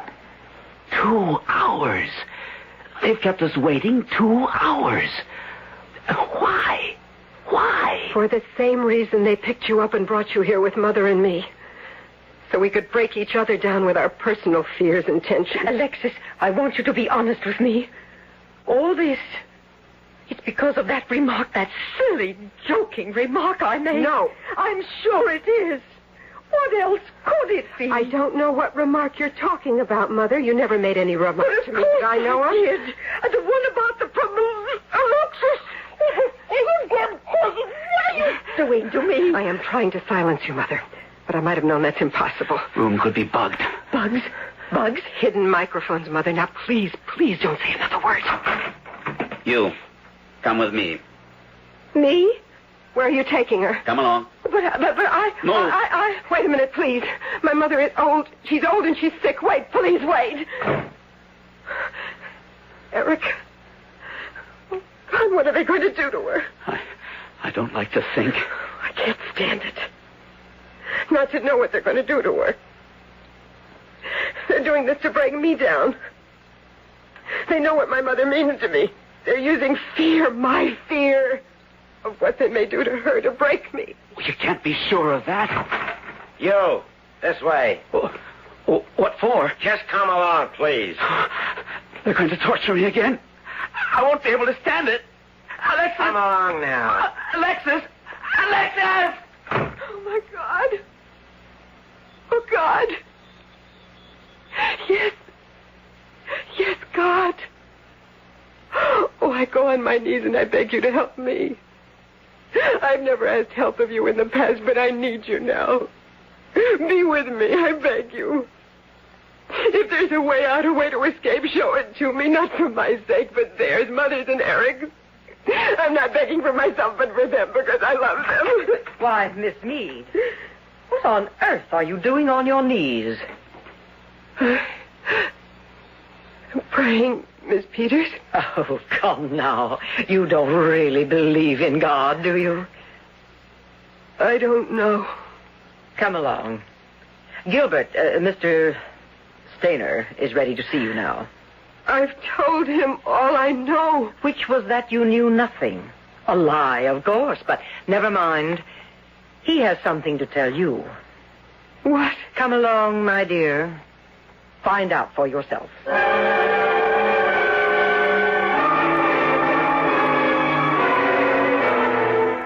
Sit down, Miss Meade. Alexis, if I may, sit down. No, don't leave us, Miss Peters. Alexis won't mind if you stay, I'm sure. We're all friends by this time. Though you certainly don't look very friendly, Alexis. Mr. Stainer. Gilbert, please. I do want to be your friend, Alexis. I've wanted to be from the first. And I must say that I'm puzzled by your attitude. You have nothing to gain by being unfriendly toward me, and much to gain by being otherwise. And Miss Peters will tell you that. It's true, Alexis. I know that once Alexis realizes I want to be her friend, she'll be amenable to my wishes. You will now, won't you, Alexis? That depends, Mr. Stainer. Gilbert? Mr. Stainer, that depends on your wishes. My only wish at the moment is for you to tell me the truth. About what? When I first asked you here, I made clear to you that I simply wanted you to tell me anything you thought the Bureau ought to know. And I made it clear to you that I knew of nothing, could think of nothing. But of course you know now that you were wrong. I know nothing of the sort. Very well, Alexis. Miss Meade, I'll be plain with you. I first ordered you to come and see me because I'd learned of a remark that had been made. A treasonous remark. When I asked you to tell me about it, you denied all knowledge of it. You never asked me about a treasonous remark. You asked me if there was anything I cared to tell you. Certainly a treasonous remark, a remark punishable by death, my dear, slow death, as you know, would be something you cared to tell. If I'd known about the remark, I didn't, and I don't. Curious. After all, you made it. I made it? Your fiancé, Eric, didn't tell you when you visited him late this afternoon? I can have him brought here to this office in minutes. He didn't tell you? He said something about my having said something about our protector. And what did you say about our protector? It was said jokingly. I meant nothing by it. Perhaps, but what did you say? I said, if things kept on, our protector would protect us to death. Well, at last, Peters, she has admitted it. Well, of course, we knew she would, Gilbert. You never fail. You always have a way with women. Thank you. So then, Miss Meade, you admit you said this to your fiancé? Yes. Knowing that treason is punishable by death? I told you it was said as a joke. A joke. Unfortunately, I fail to see the joke. If there is something funny in the thought that our protector will protect us to death, no, I simply don't see it. Perhaps you'd explain it, Miss Meade. If it has to be explained. Yes? Jokes can't be explained. I've admitted I said it. What more do you want? What more? If I'm guilty of treason, I'm guilty of treason. Then torture me, kill me. But let my mother and Eric go. Happily, if it's possible. If it's at all possible, after you tell me who first made the remark to you. Who? No one. There was someone. There was no one. We know there was someone. Who was it? If you know, why do you ask me? Oh, first we're unfriendly, now we're arrogant. I'm not being arrogant. You are what I say you are. Now let me tell you something, my independent, arrogant little wench. And you will be my wench before I'm through with you. Now, you can make it easy on yourself or hard. Which shall it be? The easy way is to admit to me here and now who made the remark to you. The hard way, I shall simply hand you over to Miss Peters. Well, the easy way, the hard way, which? The easy way. You're being wise. Now, who said to you, our protector will protect us to death? Well, who? You want me to tell you in front of Miss Peters? What? You don't, do you? Why shouldn't you? Oh, I guess I said the wrong thing. What wrong thing? What are you saying? Oh, Gilbert. Gilbert, darling, I can't tell you with her here. What the devil is she saying? What the devil is she saying, Gilbert? I don't know. I don't know. What, Miss Meade? I can't tell you that. Gilbert, please ask her to leave. Ask her to... Oh, I see. I see. A little game. You're trying some little game. You're trying to suggest in front of Miss Peters, trying to suggest that somehow, in some way, there's There's something between us, between you and me. No. There's nothing between you and me. Nothing. One moment. If there is something... There's nothing. There is nothing. Now, don't look at me like that, Peters. There is nothing. Now, you answer me. In front of Peters, answer me. Who said it to you first? Who? All right, Gilbert. I see you trust Miss Peters, though I certainly wouldn't. Not if she was my assistant. I mean, not with all the suspicion, the mistrust, the doubt we all live with these days. Why, she could have your job 10 minutes after you were executed. She'd snap it up, too. You know that. For the last time, who told you? Well, if you insist. You did, of course. I? Gilbert, have you forgotten that night? Oh, that first night together, that gloriously rapturous night.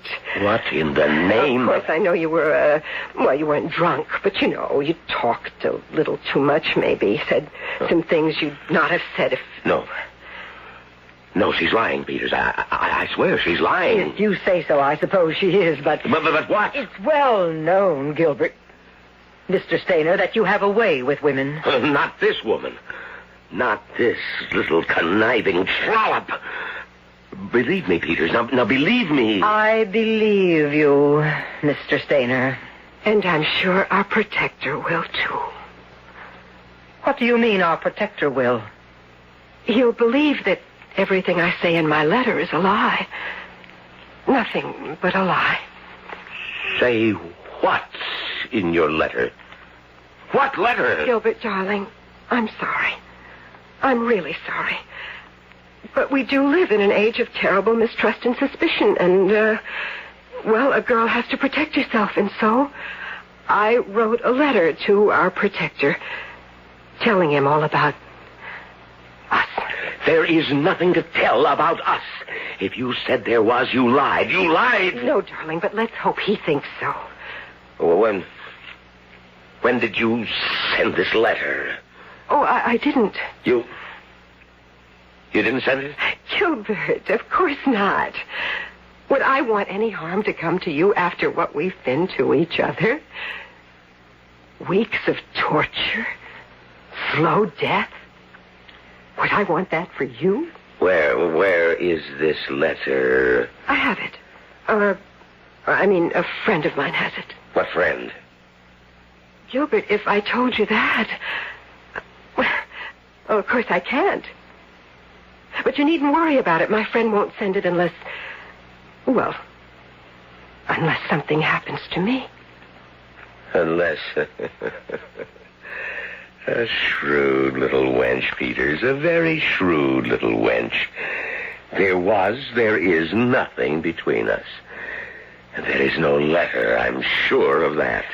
Are you, Mr. Stainer? Of course. Of course.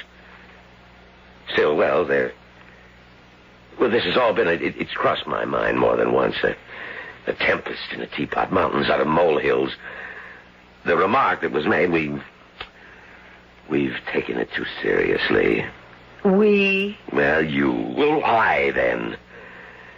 Well, no harm done. None. You may go, Miss Meade. And my mother? And my fiancé? They can go, too. Thank you. Thank you very much. But I want a safe conduct out of the country. A safe conduct? For all three of us. My mother, my fiancé, and myself. I have it. I'll see it's arranged.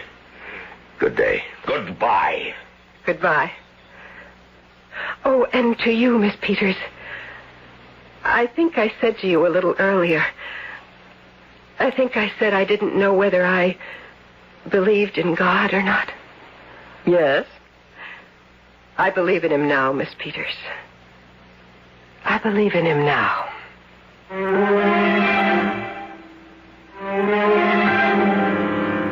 I don't recall Alexis writing a letter, do you? Could have, though. Not important. I mean, whether there was a letter or wasn't. What strikes me as important is that she called on God for help, only in extremity. Seems to me we all of us make that same mistake. Sure, call on him when you need help, but call on him when you don't need anything. Just call. Doors always open, 24 hours a day. I'll be back shortly.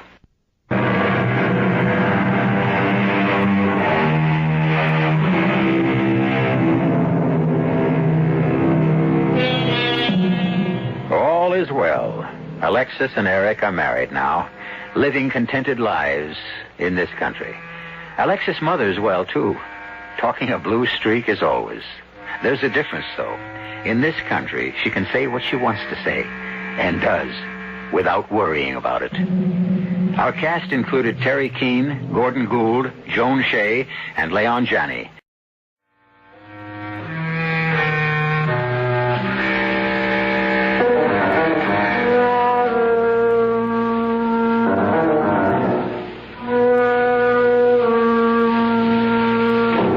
E.G. Marshall inviting you to return to our Mystery Theater for another adventure in the macabre. Until next time, pleasant dreams.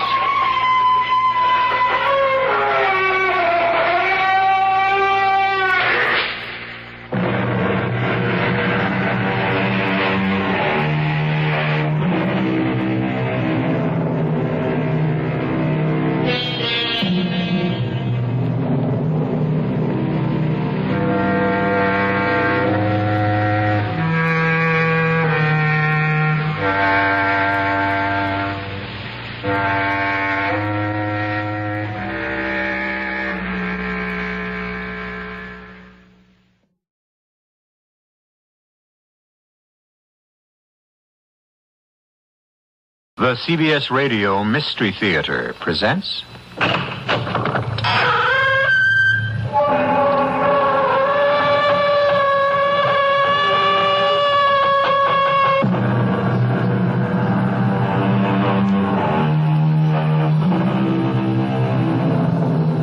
Come in. Welcome. I'm E.G. Marshall, walking delegate to this union of demons, devils, shades, and spirits, plus other assorted practitioners of the outre and the macabre. The truest maxim, perhaps, of them all is the one that says, you can't get something for nothing. Not only is it true from the ethical point of view, it is also a demonstrable scientific fact. Well then, with both science and morality on its side, why is this self-evident principle so universally disregarded? Why do so many of us try to make a full-time career of reaping without sowing?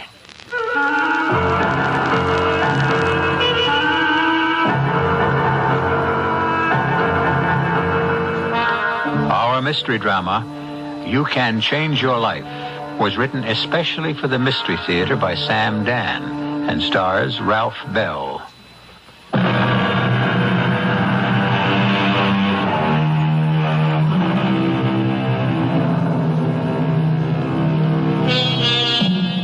The curfew tolls the knell of parting day.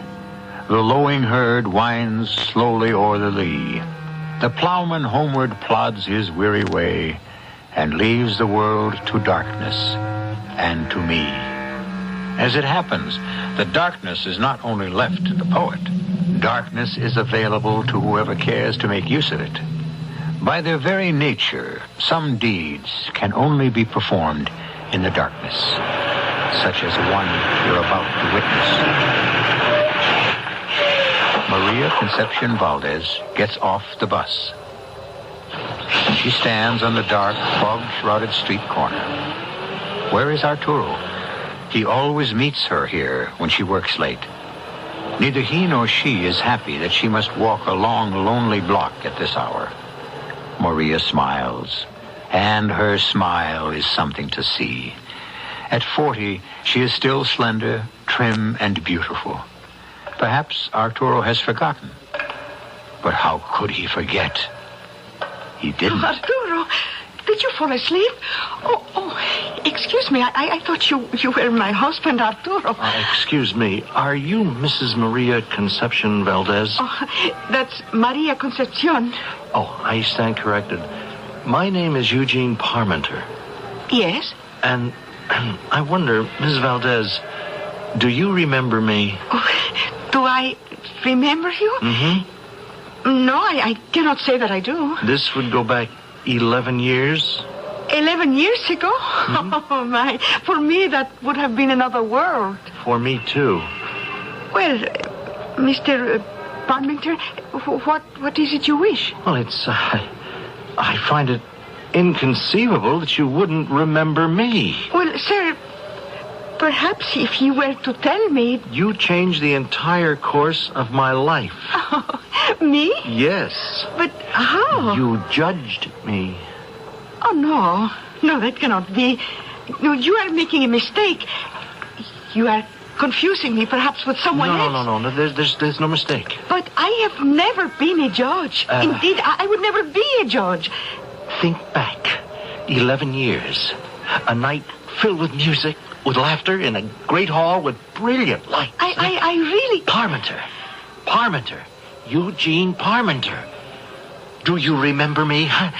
Think. Oh, please, sir, if you will excuse me... You judged me. I must be on my way. Say my name. Eugene Parmenter. Say it. Eugene Parmenter. Now, do you remember? Do you remember judging me? And do you remember condemning me? I never condemned anybody, never. And now it is my turn. Oh, senor, please. My turn. Please.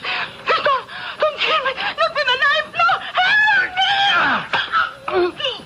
Madre de Dios.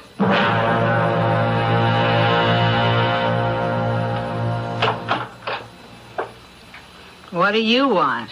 I want Mrs. Gussie Valkovska. And now that you've found me... I'm Police Lieutenant Weiss. And you want to come in and talk to me. Well, since I can't stop you, let's get it over with. Leave me save you a lot of time. You want to talk to me about the murder of Maria Concepcion Valdez last night. It happened just down the street. Now, did you hear anything? I didn't hear nothing because I wasn't home. Well, where were you? What's the matter? Do I need an alibi? I only wanted to ask you... Who killed her? Go ahead. Ask me. I thought you said you weren't here. It's open and shut. What are you talking about? I know who killed her. Her husband. That Arturo. Why do you say that? Why do I say that? Listen. Hear that? These walls are like cardboard. I think they are cardboard. You can hear every word they say next door. I used to sit by the wall all night. A cup of tea, some fruit, some cake, and just listen. To what? To the arguments Maria and Arturo used to have each and every night. What about? Well, you got to know the background, Captain Weiss. I'm only a lieutenant. You're going to get promoted because you're about to solve this case. It's the old story. What old story? They come here from Cuba 12, 15 years ago. He was kind of rich, but he was lucky to get out with a shirt on his back, you see. Well, I don't know. He couldn't seem to get started up here. Everything went wrong for him. Mrs. Valdusco, all I want to know is why you say he killed her. Like I was saying, the only work he could get was the kind of thing that was considered beneath his station, like it says in the books. Well, meanwhile, she got a job and she started making more money than he did. How did you know? I've read the books, too. So, he gets jealous. He says, I won't have you working in that place with all those men at night. What kind of a place was it? A bank or a stockbroker.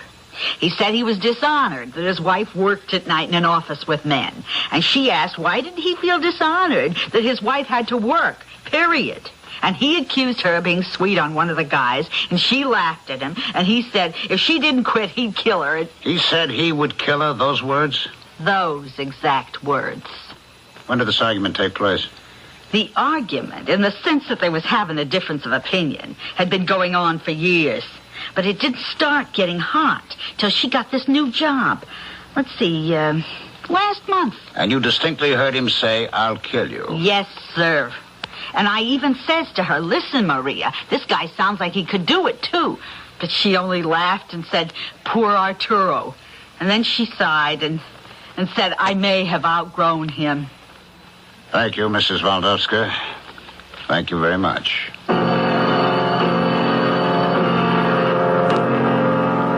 But, Lieutenant, why would I kill Maria? Why would I kill my wife? Mr. Valdez, is it true you fought?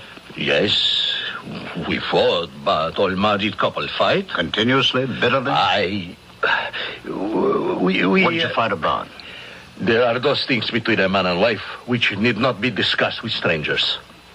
We are investigating a murder. Investigate. But why question me? Mr. Valdez, your wife was murdered near the bus stop. By some subhuman monster, some thief who... Her money was still in her purse. She still wore her rings and bracelets. We must discount robbery as the motive.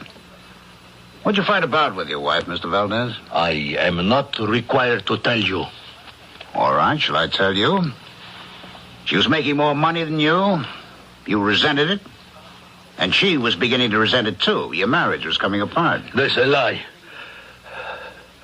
I was a very wealthy young man back in the old country. We were allowed to take nothing with us. I never learned how to make a living. She said, you must change your whole attitude. You must go to school, learn a trade, a profession, anything. I could not do it. You understand? Frankly, no. Too many generations of blue blood. But she learned. And she was becoming another person, a stranger. I tried to keep her, but she... And so you killed her? No. You would meet her at the bus stop every evening? Yes. But last night you didn't? No. Why not? I must have fallen asleep. I was awakened by the police who rang my bell to tell me that I know. I'll tell you what sounds more logical, Mr. Valdez. Last night you went to the bus stop, as usual, to meet your wife. And you had the usual argument. And in a fit of anger, you killed her. But it's not true. I wouldn't.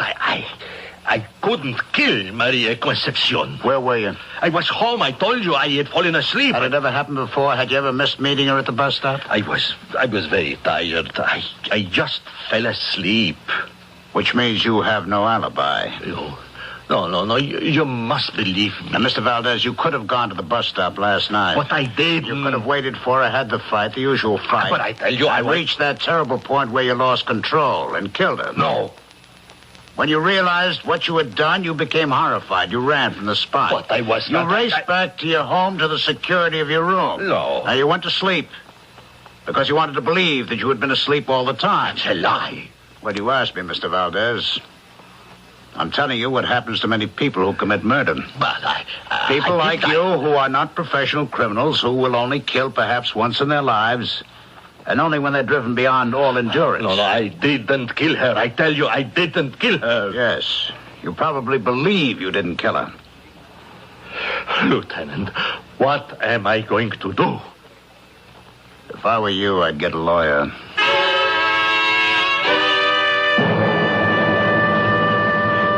Well, Mr. Parmenter, I can promise you, in less than 1 week's time, you shall be an acceptable bridge player. Oh, that's fine. Oh, yes, indeed. The Borden School of Bridge guarantees results. I mean, provided you can count to 13. Oh, I think I can handle that, Miss Borden. Oh, good. Well, it's been a pleasure to meet you. Oh, excuse me. Hello? Oh, yes, darling. Well, I'm closing right now. The new student is here. Oh, well, I just have to get his name and everything. No, I won't be long. Sure thing. Bye, dear. Well, now, just let me fill out this form. You said it's been a pleasure to meet me. But we have met before, you and I. Oh, have we? Oh, yes. And I remember you very well. Are you sure? Oh, yes. It was 11 years ago. 11 years? Oh, that's ancient history. Well, to you, perhaps. But to me, it's real, living, vital history. I'm trying to place you. Remember me now? No.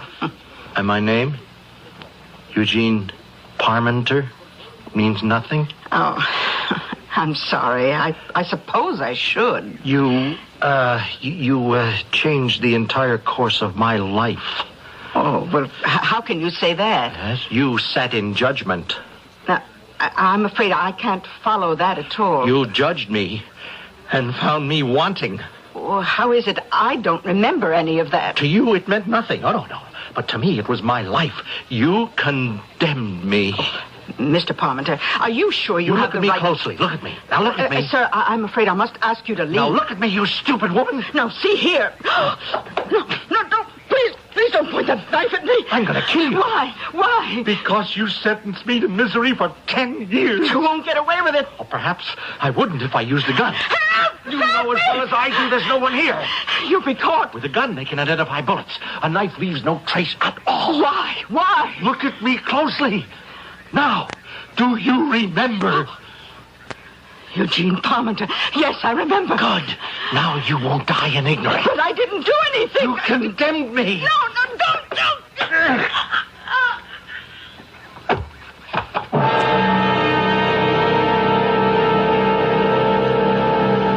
Well, that's twice Mr. Eugene Parmenter has committed murder. The first time, the police found someone who could conveniently be blamed, showing that sometimes even murderers can have fringe benefits. Will Mr. Parmenter be lucky this time again? That will depend on Homicide Lieutenant Charles Weiss. As you can see, quite a second act is building up, and I shall be here with it in just a few moments.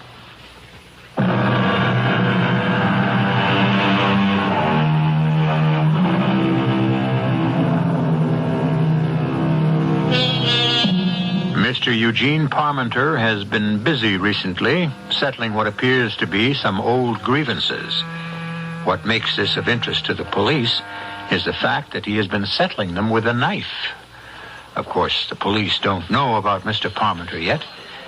Indeed, why should they? His first murder has a logical suspect, and as for his second... Now or later, Terry. Now or later, what? Are you going to make a statement? Hey, what do you mean, a statement? Telling us how and why you killed her. Lieutenant, are you crazy? I mean, have you lost your mind? Terry, you've been cheating on her. Oh, okay, all right. You've been robbing a blind here at the school. What are you talking about? She's got you in court. She's got a lawsuit against you. Well, let me explain Well, that. what's to explain, Terry? It's more than just a civil action to recover money. You could be up against embezzlement, fraud. You could go to jail. Lieutenant, let me level with you, huh? Okay, she was mad at me. Oh, come on, Terry. Let's stick to the facts. These are the facts, Lieutenant. Sure, I robbed her blind, but I was entitled to all I could get. I gave her what she wanted. Fair exchange. All I know is you have the strongest of motives. She thrown you out into the street, you were on your way to jail. But don't you understand, Lieutenant? It happened all the time, regular, like clockwork. This time it went a little further, 'cause she was a little madder. But she calmed down like she always did. She couldn't do without me. Both of us knew it. All she was doing was letting off steam. Try that story in front of a jury. You might be lucky. You were the last one to see her alive at a club. No, that isn't true. The killer was the last Witnesses one. saw you in that building at 6 p.m. Well, I don't deny I was there. I'd come to make up with her, and I did. We did. And she said, run along and meet me at Larago's restaurant. Somebody's coming by in a couple of minutes to sign up for lessons. And I did. And who was this somebody? I don't know. But he must have been the guy who killed her. Terry, you have to realize that we only have your word for the fact that you and Miss Borden had made up last night. And that you no longer had a motive. And that there was a mysterious visitor to her office. But it's true. Maybe there is a mad killer running around. A mad killer? Okay, a couple, 3 nights ago, this dame was murdered on the street corner. She was stabbed, wasn't she? What are you trying to tell me, Terry? Okay, last night, Elizabeth Borden gets stabbed to death. Now, the same guy could have done it. And what was his motive? What was his motive for killing the other dame? Now, come on, give me a break, huh? Don't close it up. I know I'm hip-deep in circumstantial evidence, but I tell you, I didn't kill her. Okay, Terry. Think about it. No, you think about it. She was the goose who was laying the golden eggs. Why should I be crazy enough to kill her?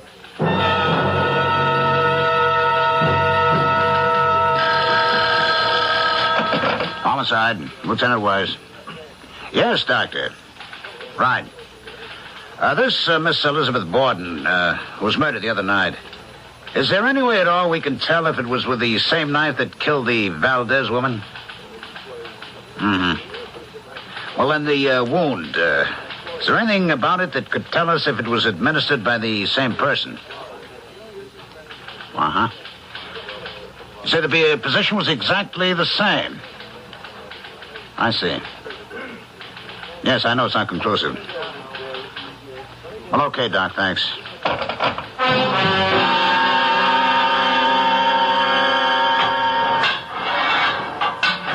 Mr. Valdez, I'd like to talk to you. Why, Lieutenant? I may be able to offer you a slight ray of hope. Hope? For what? The evidence is all against you so far, but there's a chance you may not be the killer. No, I am the killer. What? You see, after you had left me the other day, I thought and thought for hours. And of course, you were right. I killed her. Are you sure? Oh, yeah. She no longer loved me. That's because when we came here, she began to grow into someone else, and I had refused to grow at all. I struck out at her wildly, blindly, and so I killed her. You confess, then? Man, I must have killed her. Who else would have? But you don't actually remember doing it. Oh, no, I must have blotted it forever from my memory. Another woman was stabbed to death last night. Unhappily, there is never a shortage of maniacs. Well, it could have been a random killing, or it may be a pattern, or, tell me, the name Elizabeth Borden, is that familiar? Elizabeth Borden? Did you ever hear your wife mention Elizabeth Borden? Yes. In what connection? Maria said, it was months ago. She said, you will never guess who I ran into today, Elizabeth Borden. And? And that was all. What else did she say? Nothing. You see, women are, they are a race unto themselves. She said, I ran into Elizabeth Borden as if I knew who she was. Elizabeth Borden and your wife were both stabbed to death. Possibly by the same man. No, Lieutenant. I am sure I killed my wife.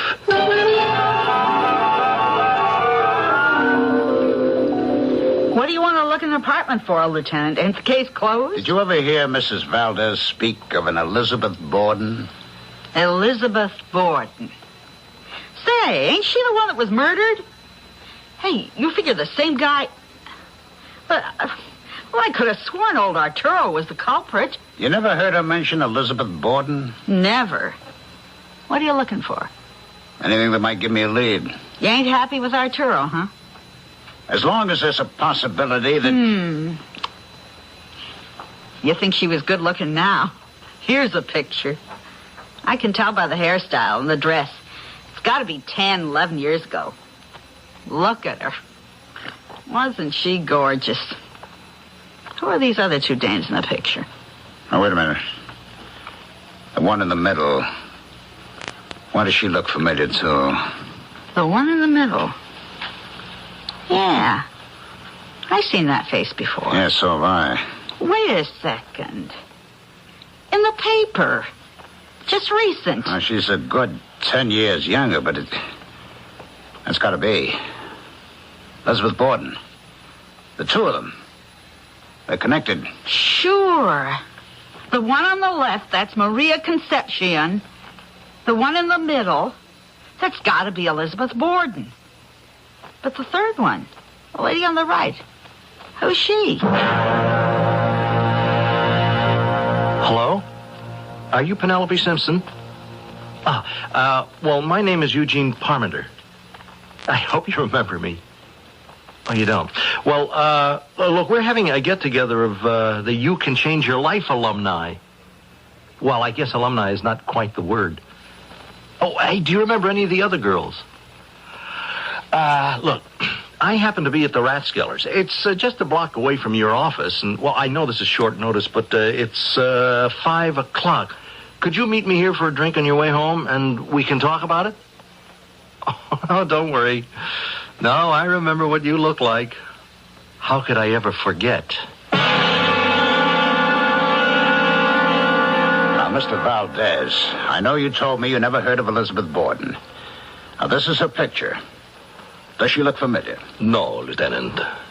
The other woman in the photograph? No, Lieutenant. Mr. Valdez, this is a picture of 3 women. 2 of them have already been murdered. I have to find out who is the 3rd lady. But, Lieutenant, you have convinced me. I must have killed Maria Concepcion. Oh, no. Now, evidently there is someone who was out to kill your wife and this Elizabeth Borden woman, and now maybe this other. You don't know how much I wanted to kill her. You see, I am no longer a man. She supported me. Look closely at the picture. Do you know where it was taken? I don't remember. Isn't there anything about her that's familiar? I shouted at her. I yelled at her. What do you mean? The dress. What dress? You see the dress in the picture. She bought the dress. It cost too much money. We were poor. Why did she want a dress? Because she's a woman. And women are vain. Okay. Now, this is maybe 10 years ago. You had an argument with your wife about a dress, but she bought it. And she's wearing this dress in this picture. Oh, please. Now, try to remember the argument about the dress, please. Why did she want the dress? Why? Oh, yes, because she said millions of people would be looking at her. Where? Where? On the television, that's where.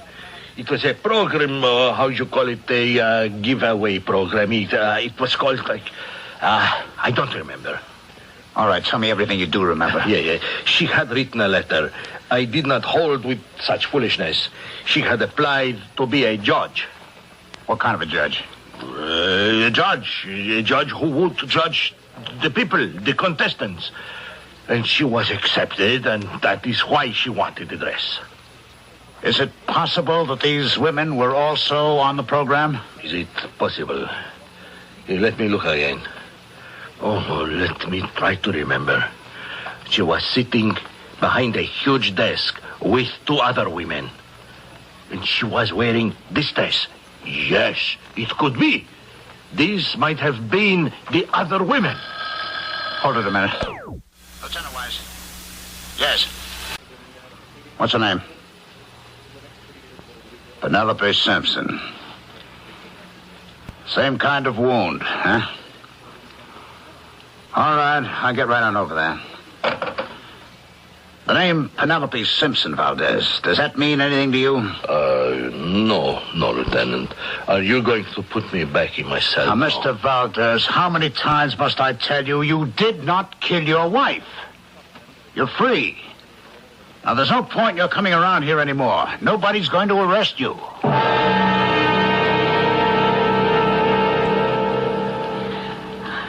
She had called me. She said she had a date for cocktails. Did she say with whom? Well, no. But you see, she was in a hurry. Mrs. Simpson, I have a photograph here, and I wonder if you No, I couldn't. Well, I want you to identify, if you can, 2 other ladies who were posing with your daughter. I'm sorry. I can't help you. But why not, Mrs. Simpson? Because I'm blind. But you... Because I'm in this room, which I know so thoroughly, every square inch. I see. Well, this is a photo. It's very good. Must have been professionally done. It's in color. We have here your daughter and a woman named Maria Concepcion Valdez. Is that name familiar? I don't think so. And the other is Miss Elizabeth Borden. Would you know of her? Oh, Elizabeth Borden. No. Oh, wait. Oh, I should remember Elizabeth Borden.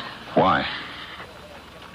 Why should you remember Elizabeth Borden? Had your daughter ever mentioned that name? I think so. In connection with a television show? Oh, a TV show. Oh, no. I think... if you were to tell me the name of the show. Oh, I don't know the name. It was a giveaway kind of thing. What were they giving away? I don't know exactly. Well, what were they doing on the program? This is rather peculiar, you know. You're the police officer, and I'm asking the question. Well, sometimes you find out more that way. I don't know what they were giving away, but it had to do with judging. Judging? Oh, I remember. It was called You Can Change Your Life. Thank you, Mrs. Simpson. Thank you. I'm so sorry we didn't know all this much sooner.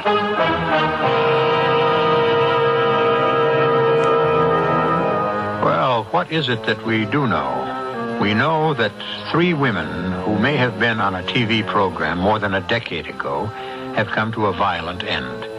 And the perpetrator is a gentleman who considers himself an aggrieved party. The name of the show, You Can Change Your Life. Really? How? How was it supposed to work? Why don't you meditate until I return with enlightenment in just a few moments?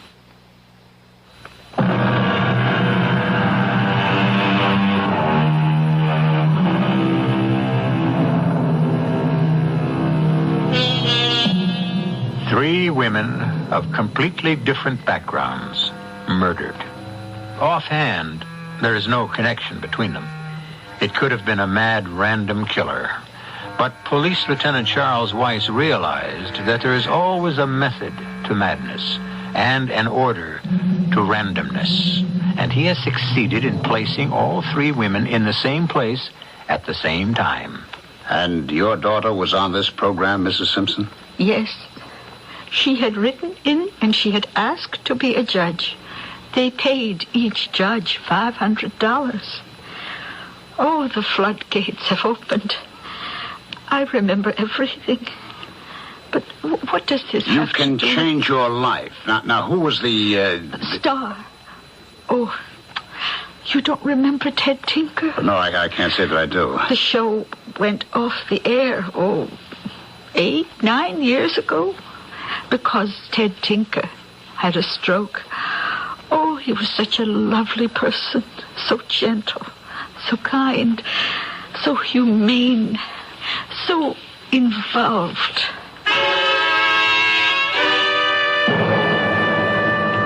Well, Lieutenant, it was a great show. You know, there's a sucker born every minute. Would you remember these 3 ladies, Mr. Tinker? Oh, look, I was on 15 years, 790 shows. I'd be on today if I didn't have to be in a wheelchair. Is there any way you could identify... It could be a terrific gimmick, you know what I mean? The wheelchair bit?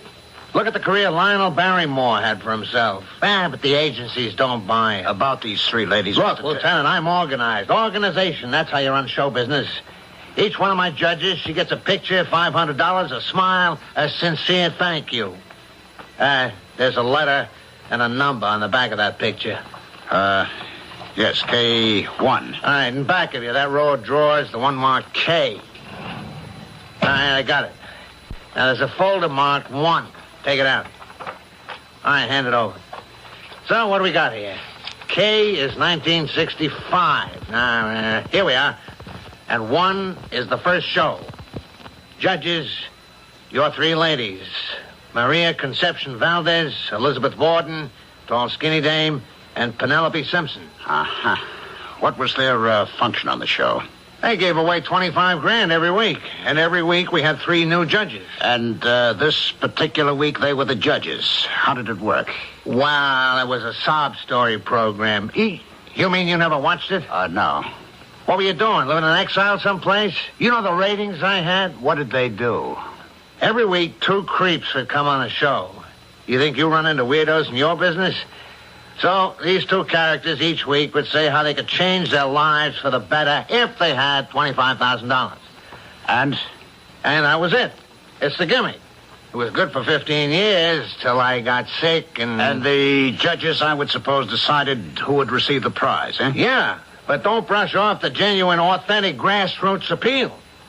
I mean, these were folks who wanted to change their lives, to become something greater, something better, be a credit to their country and their community. Don't try to sell me. I'm not a sponsor. K1.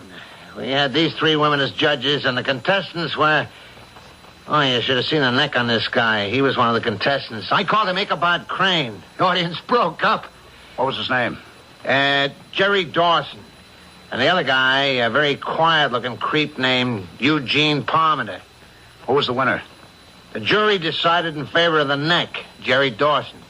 And the loser was... Eugene Parmenter. On what basis did the ladies decide? Well, they're all 3 dead, so I guess we'll never know, eh? Well, what kind of stories did the contestants tell? Stories? Do I know? Do I remember? Great tragedies, a chance to begin anew.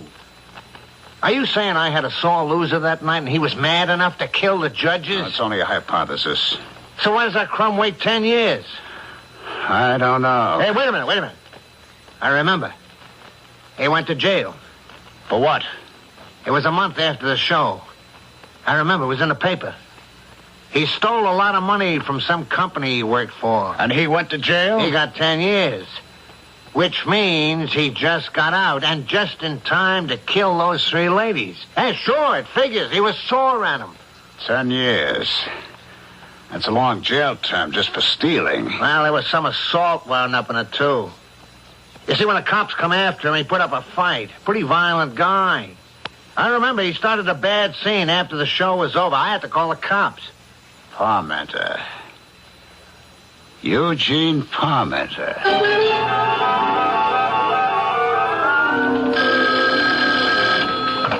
Lieutenant Wise. Yeah. Okay. Inspector, we got a tape of that show. We got a great description of the guy. We've circulated it all over. Every cop has an eye out for him. All we can do now, Inspector, is wait. Yeah, I'm staying with it. I knew this was the right place when I heard your voice, Lieutenant. Oh, Mrs. Simpson. Here, let me help you to a chair. Thank you. What can I do for you? It's been a month, Lieutenant, hasn't it?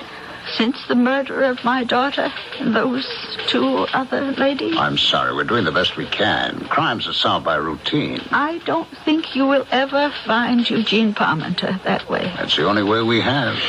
Why were my daughter and the others killed? Because some psychotic held them responsible for his failure. Precisely. And he had to have his revenge. Why shouldn't he drop quietly out of sight? Even leave the country? Disappear forever? We hope that won't happen. I have a suggestion. You have? Yes. Why should Mr. Parmenter believe his work is finished? Oh, because he's already murdered those 3 women who he believes had wronged him. Yes, but suppose he can be convinced he made a mistake.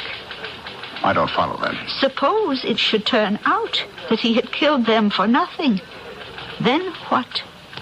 I still don't understand. Suppose he were to discover that the judges on that program were only figureheads, window dressing, that the decision was really made by Mr. Ted Tinker, who secretly conveyed the verdict to the judges. And that would make Mr. Parmenter so furious that he would attempt to murder Mr. Tinker? Yes. You could guard Mr. Tinker night and day, and thus catch Mr. Parmenter in the act as he attempts... Mrs. Simpson, we can't do that. We are restricted by various constitutional... Very well. I shall do it myself. Oh, now, Mrs. Simpson... I shall tell the reporters that my daughter gave me the inside information that it was Mr. Tinker who really made the decision. But that's not true. How would anyone know? I say my daughter told me. Can you prove she didn't? Well, Mrs. Simpson, we can't stop you.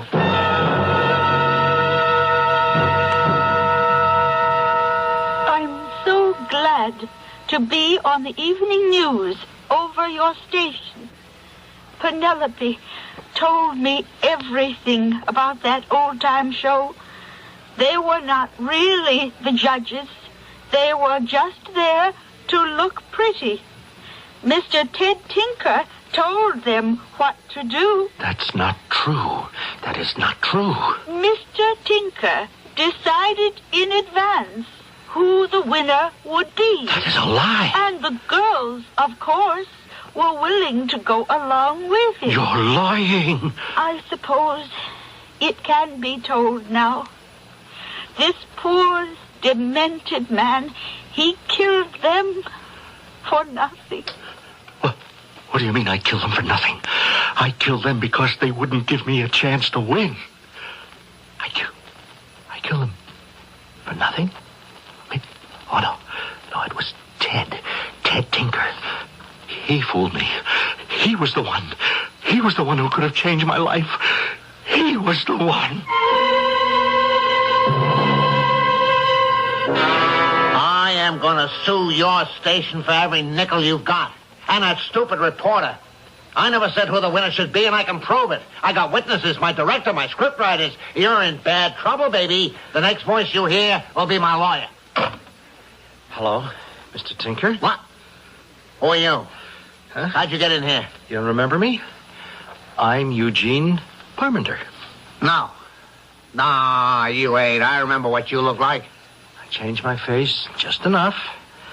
But people who stare hard can... Listen, I don't care what you heard on TV. It was the dames. They decided I had nothing to do with it. You should have overruled them.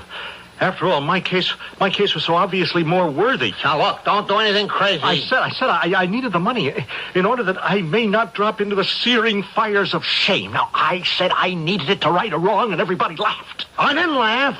Believe me, I was moved. I cried. Then why didn't you help me? Why didn't you give me the money that could have saved my reputation and kept me from prison? Because the game had to be played by the rules, and the judges said... You were the judge. No. It isn't true. Believe me, she's a senile old lady. Can't you see what she's doing? She's setting you up. Hey, look, put away the knife, beat it fast, and you're in the clear. I won't even say you showed up. No, not until you pay the price. You're crazy. Hey, no, don't come near me. Let go of the knife. Parmenter, let go of the knife. Let go. Drop it. That's But he was the one. He was the one I had to kill. The others, they were a mistake. I'm sorry. Yes, we're all sorry. Daly, Jim, get the cuffs on him. All right, take him down. I'll come out of jail one day, Ted Tinker. Oh, you'll pay the price. Hey, Lieutenant, did you set this up? No, Mrs. Simpson arranged it all by herself. We simply had to protect you in case of danger. I'm going to sue her and the station for every nickel that... Although, you want to know something? She guessed it. She's right. I did call all the shots. That fool, he killed all those poor dames for nothing.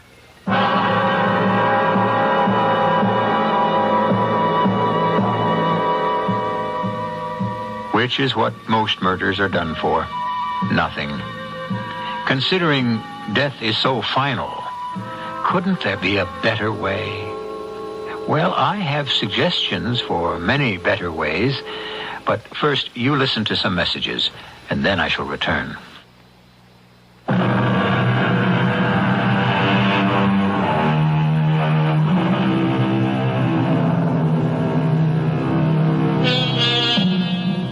Something for nothing.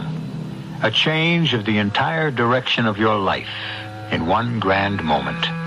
Manna from heaven. No, it doesn't happen. And yet, how many hopes are based on it? How many people wait breathlessly for the big win, the long shot, the lottery ticket, and thus do their lives flow silently away? The only thing you should wait for regularly is this program, 7 times each week. Our cast included Ralph Bell, Earl Hammond, Bryna Rayburn, Robert Dryden, and Martha Greenhouse. The entire production was under the direction of Hyman Brown.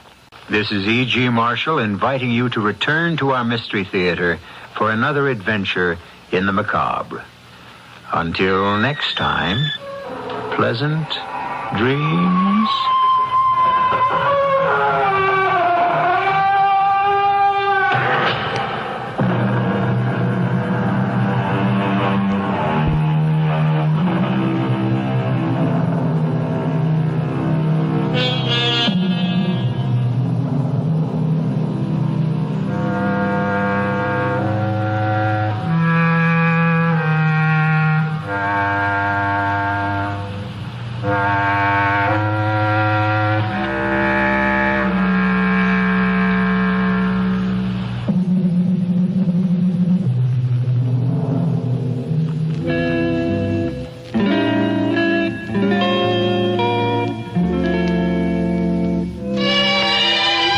It's the sound of bright and beautiful music.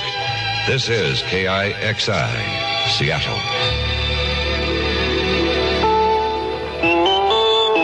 CBS News. President Ford and Congress have again failed to agree on how to turn out a tax cut. This is Doug Poling reporting on the CBS radio network. Senator Russell Long, the chairman of the Senate Finance Committee, said, "We were unable to agree on anything."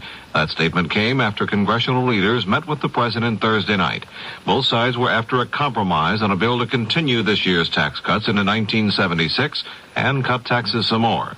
Congress continues to resist the president's demand that a $395 billion federal spending ceiling be tied to a tax measure. Senator Long says there is no doubt now the president will veto the tax bill, which will probably be sent to him next week. A large number of Republicans have now deserted the president on the issue.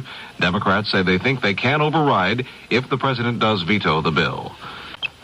An extremely large award has been granted by a court in Florida to a young man who suffered a football injury 4 years ago. The story reported by Bob Kaplitz in Miami. Since 1971, Greg Stead has been paralyzed from the neck down as a result of a tackle he made in a high school football game. He sued the company that allegedly made the helmet he was wearing, Riddell Incorporated of Chicago, for $5 million in damages, claiming the helmet was badly designed. Attorneys for Riddell argue that Stead wasn't wearing their helmet. But a jury decided that the injury was caused by the helmet and awarded Greg Stead and his parents $5.4 million. I just hope that this will prevent anybody else from getting hurt in my situation. I like the sport. It's a great sport. I just hope they make it a better, better equipment. Attorneys for Riddell Incorporated say they haven't decided yet whether they'll appeal this case, which might open the door to more lawsuits against manufacturers of sports equipment. Bob Kaplitz for CBS News, Miami. San Francisco voters went to the polls Thursday to elect a mayor. The winner will succeed Joseph Alioto, but there may not be a winner for a while. The two candidates, George Moscone and John Barbagelata, are very close right now, and the pollsters say they're unable to project the winner. Daniel Moynihan, the U.S. ambassador to the UN, Thursday night made another highly critical speech against the world body. Speaking to the General Assembly, Moynihan said the Assembly has become a theater of the absurd and thinks contempt for the UN is increasingly deserved. Moynihan reacted sharply against a UN report charging the United States with maintaining bases in the Virgin Islands as a threat against Latin American and Caribbean nations. This is Doug Poling, CBS News. CBS News. The big powers are increasing their investment of arms, money, and manpower in the war in Angola. I'm Jerry Landay reporting on the CBS radio network. The New York Times quotes a high-ranking government official who says the Soviet Union has sent 27 shiploads of military supplies to the former Portuguese colony since the spring, as well as continuing supply missions from the air. As of last week, the administration estimates that 4,000 Cuban troops are fighting alongside MPLA forces in Angola, as well as manning Soviet tanks and rockets. The United States, which has joined South Africa and China assisting the forces opposed to the MPLA, have reportedly sent $25 million in arms and support funds in the past 3 months and plans to dispatch another $25 million to counter Soviet and Cuban efforts. But the source says there are no American advisors in Angola. A prisoner of the MPLA for nearly 3 weeks, CBS News correspondent Don Webster was released on Thursday. Webster confirming the heavy shipment of Soviet arms and Cuban troops, which he said represent the bulk of the MPLA effort. Released with Webster was his cameraman, Bill Muchman. Both had been accused of being CIA agents. They had nothing to charge us with. We were there trying to cover stories for this broadcast. We did nothing illegal. We followed all of their rules. But we were Americans. It was the crime of a passport. That is, they don't like Americans. At one time, we were the only Americans in all of Angola, and that was our only offense. Webster describing his treatment as brutal. More news in a minute. President Ford and Senate leaders have failed to resolve their differences over tax cut legislation in a meeting of nearly 2 hours, and an end-of-the-year veto fight now appears unavoidable. Mr. Ford is holding out for a bigger tax cut, coupled to a ceiling on spending for fiscal 1977. Most of the leadership at the meeting want a simple extension of the cuts implemented earlier this year. Republican Senator Carl Curtis said the president went halfway. Now, I think the president has made quite a compromise. He hasn't asked for an immediate rescission. He's merely asked for the setting of an objective of a dollar-for-dollar reduction in expenditures if we're to have a tax cut now.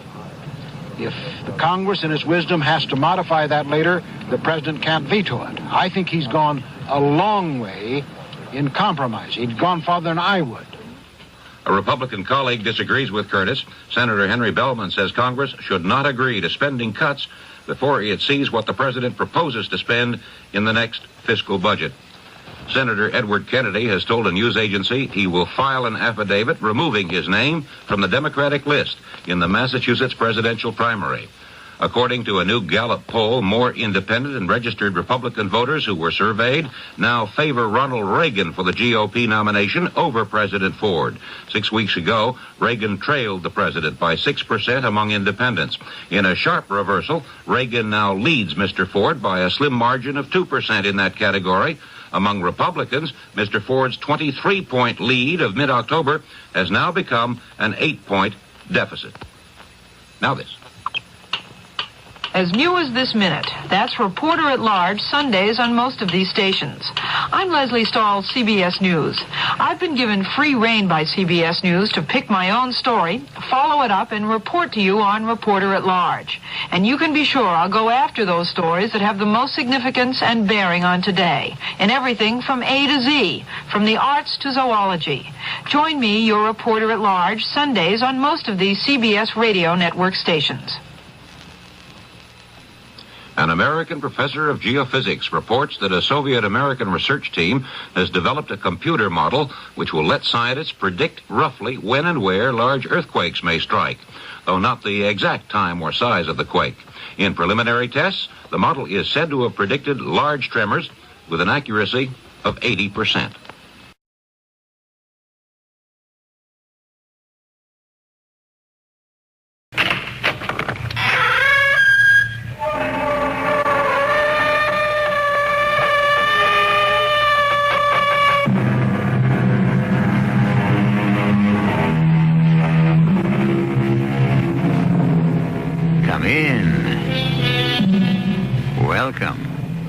I'm E.G. Marshall.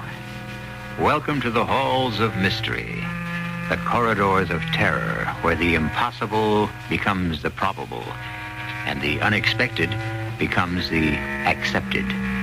Because in this exciting theater of the mind, the things you don't see but imagine are far more terrifying than anything we might show you. Oh, you'll hear strange things, and these will conjure pictures that only you can produce. For starters, let's listen in on a phone conversation between electronics engineer Roy Watson and his boss, Andy Carter. Hello, Roy. I know it's 10 o'clock at night, but I've got something strange over here at the lab. Can you come right over? Well, sure, Andy. Well, what's up?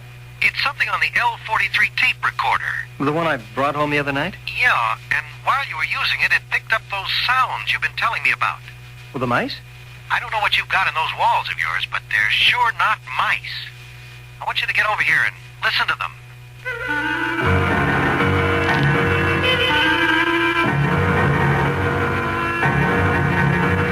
Our mystery drama, Sagamore Cottage, was written especially for the Mystery Theater by Bob Juran and stars Bob Caliban and Carmen Matthews.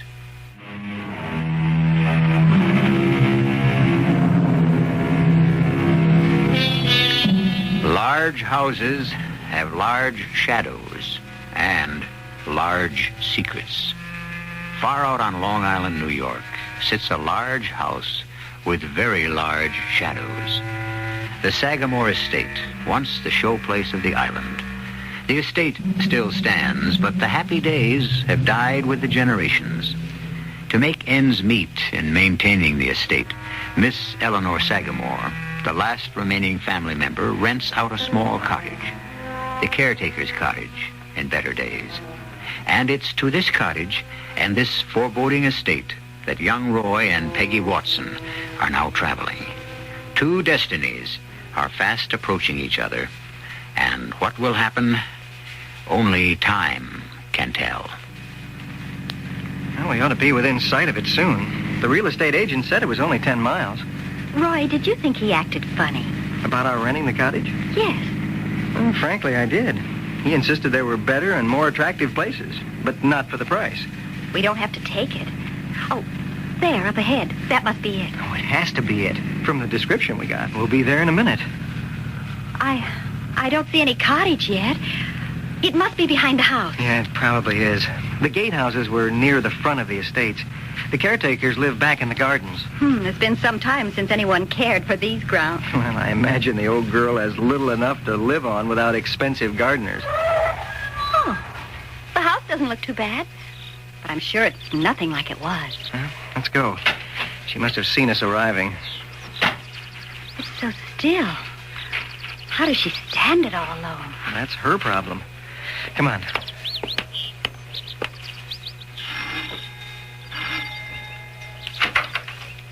You didn't have to ring. I saw you. Miss Sagamore, we're the people about renting the cottage. I know it. Who else would be coming up to Sagamore? Well, can we see it? You'll have to see Miss Sagamore first. She must decide if you're right for it. Well, then you're not... I'm Margareta. Show them in, Margareta. Don't stand there crabbing. You heard her. Come in. I'm Miss Sagamore. How do you do? That will be all, Margareta. Yes, Miss Sagamore. Shall we retire to the library? Actually, I could answer the door faster than Margareta, but she's been here so long I couldn't hurt her feelings. I have to allow her the chores. I understand. It's nice of you. We arrived at Sagamore the very same day. She came to work as a housemaid the day I was born. But you're interested in the cottage, not in us? Well, we would like to see it. Please sit down. What brings you to the island, Mr. Watson, is it? Yes. I'm starting a new job out here with Crown Electronics. Oh, that ghastly building 2 miles down. I've heard they do evil things in there. No, it's an electronics research firm. Ray guns and weapons. Not quite. We're experimenting with a new transistor. I've been hired to head a team. It's my specialty. I know nothing about it except it's evil, but I won't hold it against you. I like you both. You know, Mrs. Watson, you strongly resemble Marie Antoinette. Has anyone ever told you that? Well, no. A striking resemblance. Turn your head a little to the side. Oh, well... Yes, even the profile. Perhaps we could see the cottage? Oh, of course. I get carried away sometimes. That's all right. I knew I married a queen. It's quite remarkable. Quite.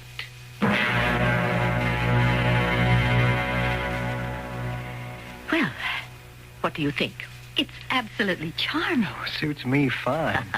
Then you'll take it. I'm so glad. The rent's only $200 a month. That's the best part about it. We hope to have our own place by next summer, but living here will be a delight. It has a lot of character. Well, then let's go back to the main house, and I'll give you a receipt for the first month's rent. I don't ask for a lease or anything like that. You look like reliable people. Thank you. And desirable people. Very desirable.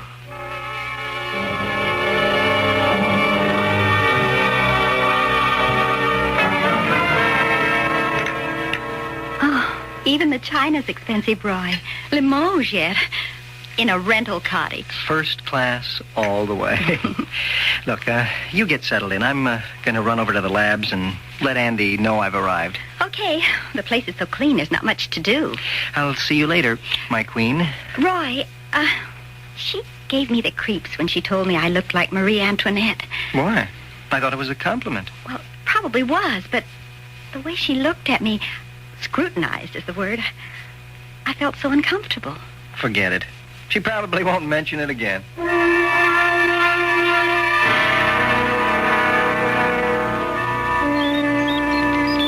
Roy, I didn't expect you till Monday. When'd you get in town? Yesterday.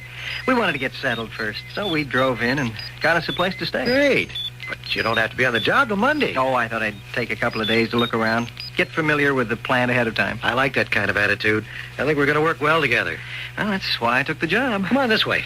I'll show you your office. Where are you staying? You find an apartment in town? Oh, better than that. We took the cottage on the Sagamore estate, 2 miles down the road. Oh, the Sagamore place with that wacky old dame? Oh, she seemed okay to us. Peg loves the place. You wish you weren't renting there. Why? Because Miss Sagamore's different? The last 2 tenants in that cottage, first an elderly man and then after him a young widow, disappeared. Disappeared? They apparently left and never came back. Nobody bothered about the old man, but when the young widow disappeared, her folks came looking for her. They were frantic. And she was never found? I don't know. Never heard any more about it. That was 3 or 4 months ago. They passed her picture out all over the place, hoping someone had seen her. But surely they didn't think Miss Sagamore... Oh, no. She seemed as surprised as anyone else that they'd left. In fact, I still have one of the pictures here. Kept it just in case there was a way to help those people. Oh, attractive, isn't she? Yeah, just 26. Sort of looks like Marilyn Monroe in a way. Little darker, though. I still wish you'd move out of there. You find me 2 bedrooms, carpeting, fireplace, and utilities for $200 a month, and I will. Well, you win. But watch your step. I don't know what it is about that place, but I don't want to lose a good assistant.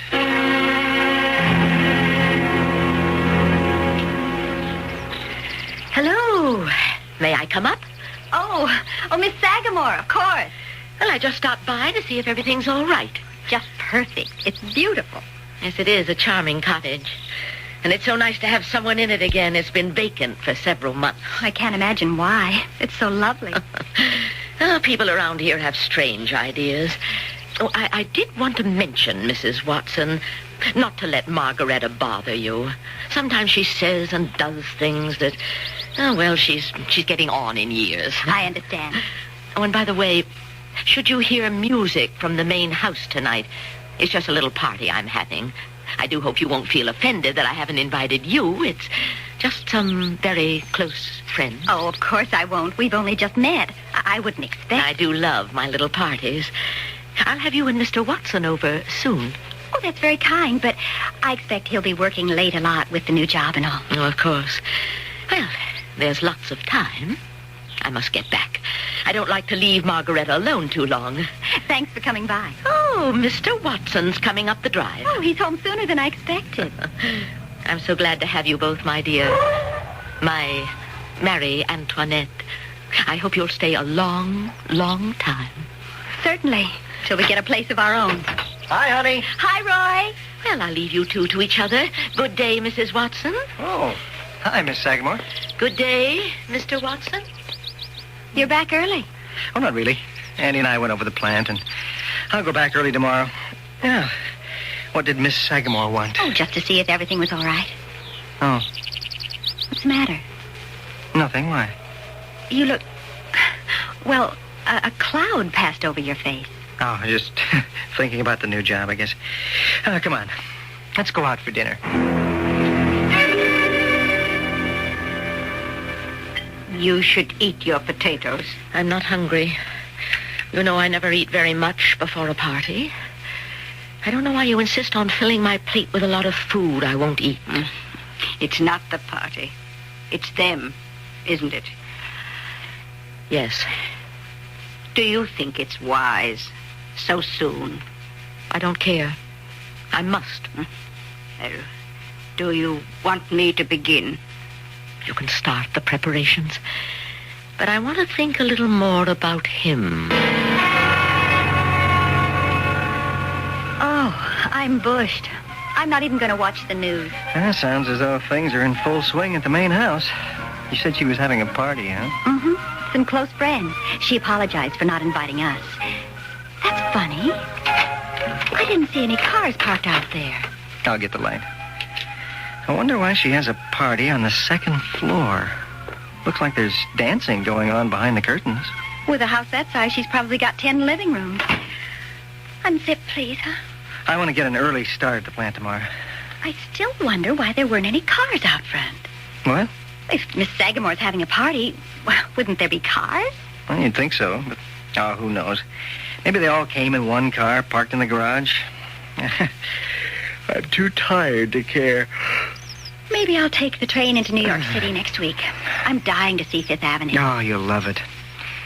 You ready for the light out? I was ready an hour ago. Listen. You're lucky I'm not afraid of mice. Sounds like we have a visitor. See it? It's behind her. In the wall. Oh, I guess the fields are full of them. Oh, if he's not bothering you, he won't bother me. They're kind of cute anyway. Okay. Night, honey. Night. Persistent little character.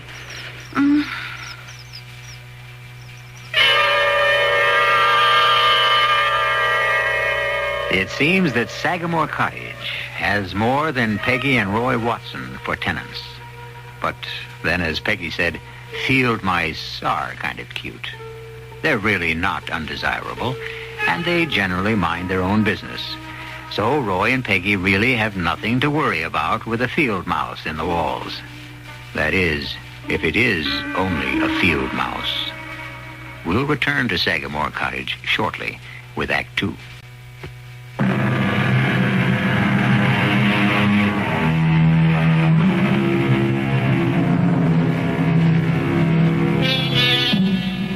Skittering in the walls of your bedroom is not exactly conducive to sleep. And for Peggy and Roy Watson, it was a restless night. The rustling in the bedroom walls stopped after a while, but the next day at Roy's office... Morning, Roy. Hey, why the long face? Oh, not much sleep last night. Oh? Mice kept us awake half the night. Mice? In the walls, rustling and squeaking. Yeah, I told you shouldn't have rented that place. And Peg's going in to get some traps when she goes shopping. A cat's better. If they're field mice, and they probably are, they can grab that bait without setting off the trap. They don't weigh half an ounce, you know. But a cat, now he'll take care of them. Yeah, maybe you got a point. I'll talk to Peg about it tonight. Feel like starting on that transistor scheme today? Sure. Fine. I'll have Jim McDonald set you up. And say, you might check with him about a cat. His house usually has a litter or two. His wife has a soft heart for strays. Okay, I'll get me a cat. Aw, isn't he sweet? Yeah, Jim said he's almost a year. Just right for mousing. Well, the traps didn't catch anything in 2 days. Maybe just having the cat around will scare the mice off. Oh, you're beautiful. I'm going to call you Tiger because you're such a ferocious-looking fellow. I love you already. There, down you go. And scare some mice. You want some help with dinner? Nope, everything's ready. Mix us a cocktail. What's the matter, Tiger? Oh, he's backing away from something, but what? Oh, great. Our first cat, and he's afraid of mice. Oh, come here, Tiger. What's the matter? Oh, he seems to be calming down a little. Something frightened him. Well, he's supposed to do the frightening. The sounds haven't been too bad for the past couple of nights, though. You seen anything of Miss Sagamore? Oh, she dropped by this afternoon with some flowers. Pathetic little violets she said she grew herself.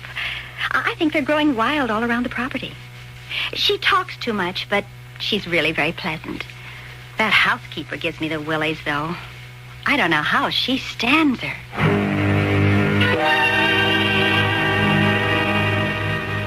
Time for your tea, Miss Sagamore. Oh, I don't want it, Margareta. That doesn't matter. It's time. Oh. If things are to work, they must be done exactly. It's always been that way, you know it. But I still can't see what my tea time has to do with it. It has always worked. Don't question it. The violets are in the house. Yes. She didn't seem surprised or anything. No reason to be surprised over a few violets. Is it ready yet? Almost. I can hardly wait. You know, they all take time. And some are slower than others. Drink your tea. And I want you to stay in bed tomorrow. But I was going... You'll stay in bed tomorrow. Yes, Margareta. I'll stay in bed.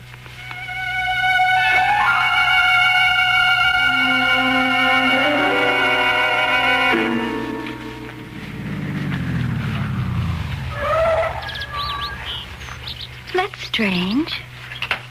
I was sure I closed the house door behind me when I left. Oh, hello, Tiger. Hey, you didn't open the door, did you? Well, it's a good thing I came back for the tape measure. I'll be sure to lock it this time. Margaretta. Oh, Mrs. Watson. What are you doing here? Well, I just came to see if everything was all right, if you needed anything. I am the housekeeper. I keep my own house, thank you. I don't mean to be rude, but I don't want you or Miss Sagamore coming in here when we're not home. Oh, I'm sorry if I've upset you, Mrs. Watson. Good morning. Goodbye. If there is a way I can be of service, please call. That chance.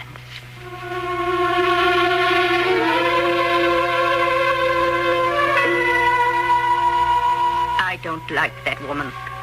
The sooner things start working, the better. It can't be too soon to suit me. I wish she hadn't surprised me in the cottage. It's just liable to make her too suspicious.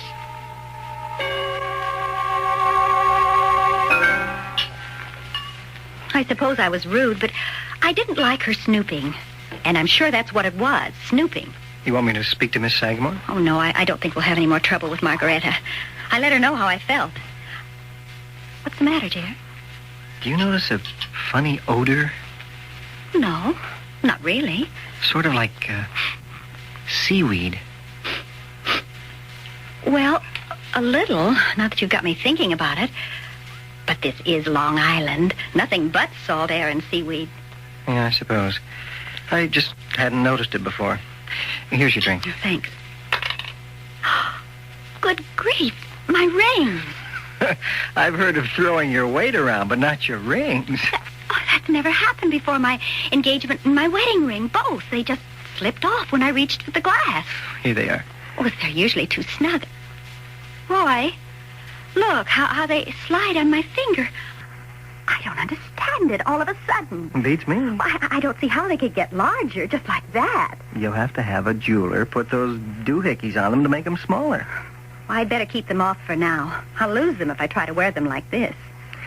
I have some work to do tonight. I thought it'd be easier to do it here. Uh-oh. There they go again. Oh, I've given up on Tiger. We're just going to have to live with those noises. Here. Look at this. Looks like a watch. No, a tape recorder. You're kidding. That small? Oh, this is nothing to what we expect to do. Someday a recorder smaller than a diamond in that ring of yours. This one actually works. Microphone, tape, speaker, all in this little case, no bigger than a pocket watch. Fascinating. But you have to work. I better get dinner. I'll have my second drink in the kitchen. Oh. Honey, take it easy. I'm all right. My right shoe just slipped off when I stood up.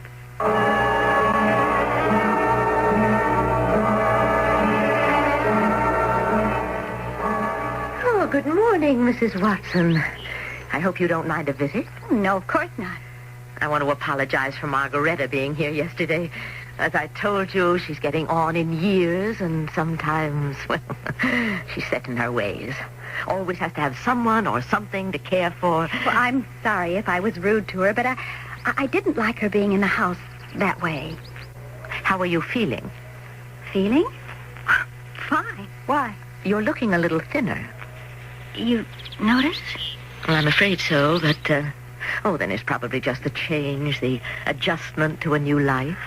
I have found that my clothes, my rings are looser. Well, that's not so bad. Overweight can be a problem. But I was never... It doesn't matter. I'm having another party next Saturday night. The last one didn't disturb you, did it? Oh, no.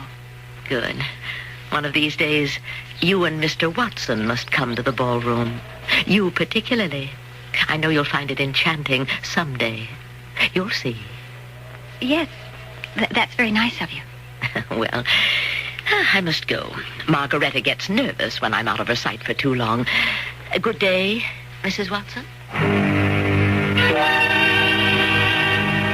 Well, let's face it, Peg. We've both got to see a doctor.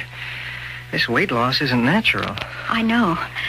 I'm feeling weaker, too. My suits are all a size too big. We've been losing weight. Now, Andy wants us to see the company doctor. He says she's great, and we don't know any other.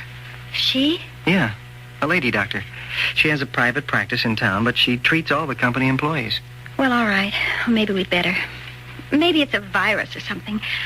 I mean, for both of us to be this way.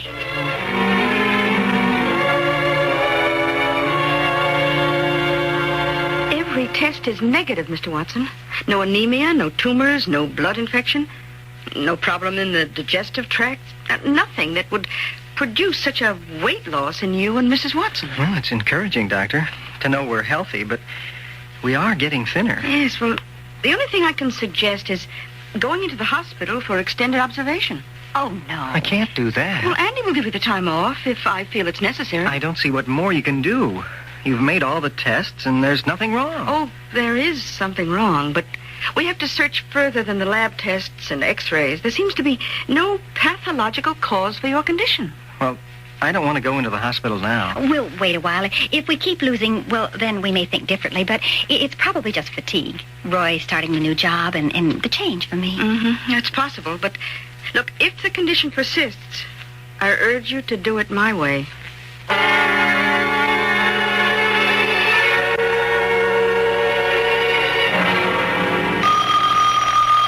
Oh, I get it. Hello? Hello, Roy. I know it's 10 o'clock at night, but I've got something strange over here at the lab. Can you come over? Well, sure. What's up? It's on that tape in the L43 tape recorder. Well, the one I brought home the other night? Yeah. I don't know what you've got in those walls of yours, but they sure aren't mice. I want you to get over here and listen to them. Hi, Peg. I hope you don't mind my tagging along, Andy. I'm curious, too. Not at all. Let's go in the lab. What's the sound, Andy? I was testing the L43 and discovered you must have had it going while you had it home. Yeah, I was showing it to Peg. Whether you knew it or not, you were taping the sounds in your walls. They came in very distinctly. But when I played it back at half speed, it seemed to talk. What? Well, here, listen. Now, this is the sound at normal speed.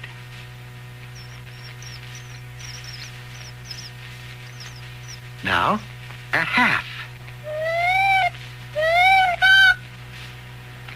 A human voice. I don't know if it's human, but it is a voice saying something.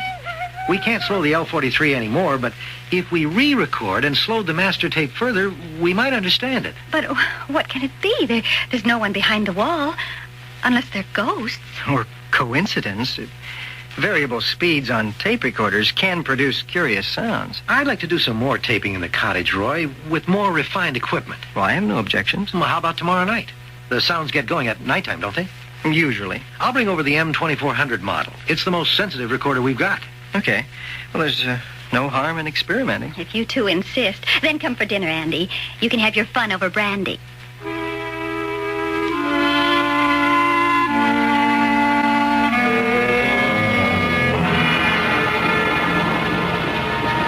I hope Andy likes sauerbraten. I guess I should have asked. I think he'll eat anything as long as it's home-cooked and not his usual bachelor fare. Well, there you are, Tiger. Your dinner's in the corner. Oh, His Highness finally showed up, huh? Well, he's not wet. He must have been in the bedroom. Look. Wait, he's got something in his mouth. Oh, I'll bet he finally caught one of the... Oh, what would he catch? Well, let's see. What you got, Tiger? Hmm? Come on, drop it. What is it? Well, Tiger, that's no way to act. it's nothing but a hunk of straw. Oh. Well, there's your seaweed smell. Well, let's see. It's a little straw doll. Oh. I wonder where he found it. Well, he seems to like it. It's his toy. Look at him play with it. Well, I've got to look at the potatoes. Oh, there's Andy. I'll get it.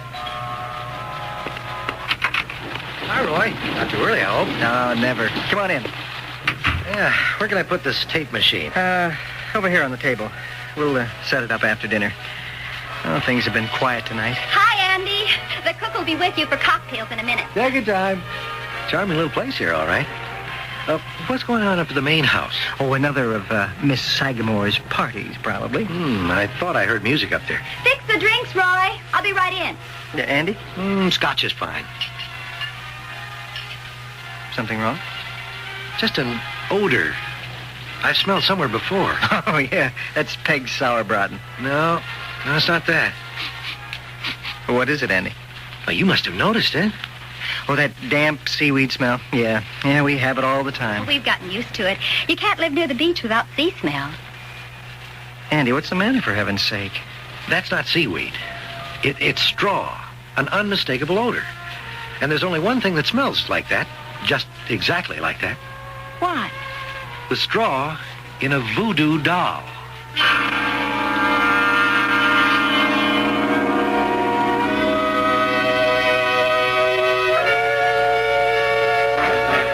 Things at Sagamore Cottage seem stranger all the time. Noises in the walls, the Watsons' weight problem, and now voodoo in the 1970s on Long Island? Well, they tell me it's not limited to Haiti. But is it really a voodoo doll or just something the cat dragged in? We'll find out when I return shortly with Act 3.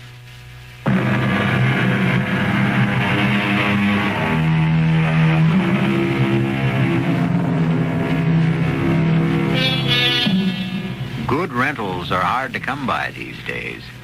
To get a delightful cottage on Long Island with wall-to-wall carpeting, fireplace, utilities, 2 bedrooms furnished, and all for $200 a month?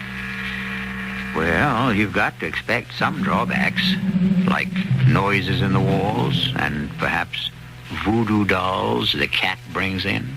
Are you serious, Andy? I had some experience with them when I was on college field training in the West Indies. And there's no smell, quite like the straw of a voodoo doll. It's quite unmistakable. But voodoo here? Oh, good Lord, that thing Tiger brought in. It was a hunk of straw. Shaped like a little doll. What? Well, the cat had a straw thing in here earlier. We didn't think anything about it. Where is it? Well, Tiger was playing with it like a toy. It must be around here someplace. Well, forget dinner for the moment, please. I must see that thing. Well, I'll see if Tiger's in the bedroom. He brought it into the kitchen first. Let's try there, Andy. Now, you may think I'm making too much of this. Well, I don't know what to think, but you don't expect me to believe Miss Sagamore and that weirdo maid of hers are bewitching us. Look, I smell something I don't like. You describe a straw doll the cat found. Now, that's a hex, no matter who's pulling it off. Somehow, I just can't take this seriously. Tiger's in the bedroom sleeping, but I can't find that thing. I don't know what he did with it. You say it's not doing you any harm, Roy. What about your weight loss? What? Just tension and fatigue. Dr. Mason didn't think so. She wanted more tests. You're suggesting our weight loss is due to a hex? I suggest you both get out of this cottage as fast as you can. Now, forget the recording we were going to do. Forget looking for the straw thing. Pack up and get out tonight. Roy, I'm frightened. And you better be. I told you about the others, Roy.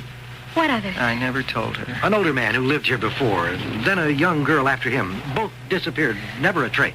Roy, is that true? All I know is what Andy tells me. It's true. How or where they disappeared to, no one knows. But there's something unholy here. And I want you two out of it. Roy, that odor we thought was seaweed. We first noticed it the day after I surprised Margaretta in the cottage. Do you think... She was planting the doll here? It could be. It's been hidden in here all the time, until Tiger found it. Okay. Let's not lose our scientific heads. I wouldn't wait, Roy. Just leave. You're paid in advance. Take my apartment. I'll bunk in with Jim McDonald. Okay, Andy. We'll get out, but one more night's not going to make any difference. Okay, that's up to you. But you'll leave in the morning? I'll tell Miss Sagamore. First thing.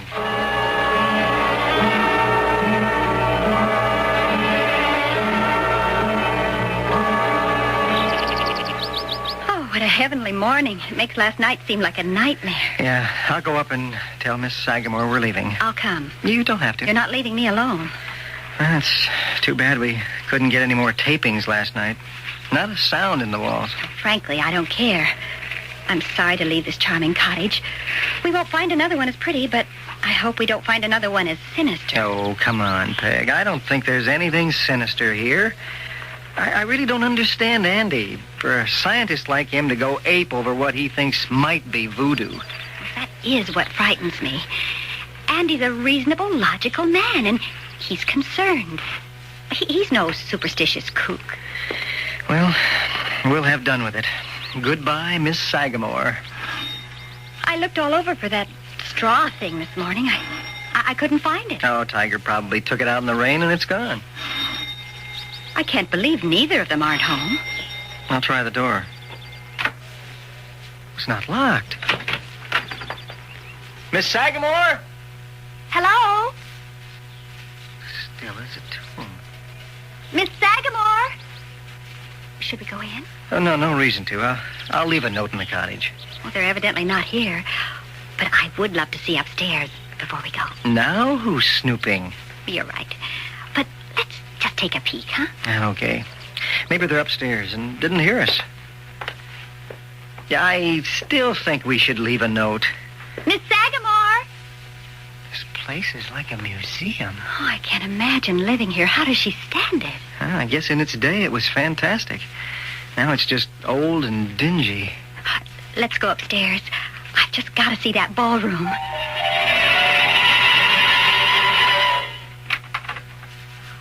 Oh, Roy! What a room. Oh, well, there must be hundreds of them.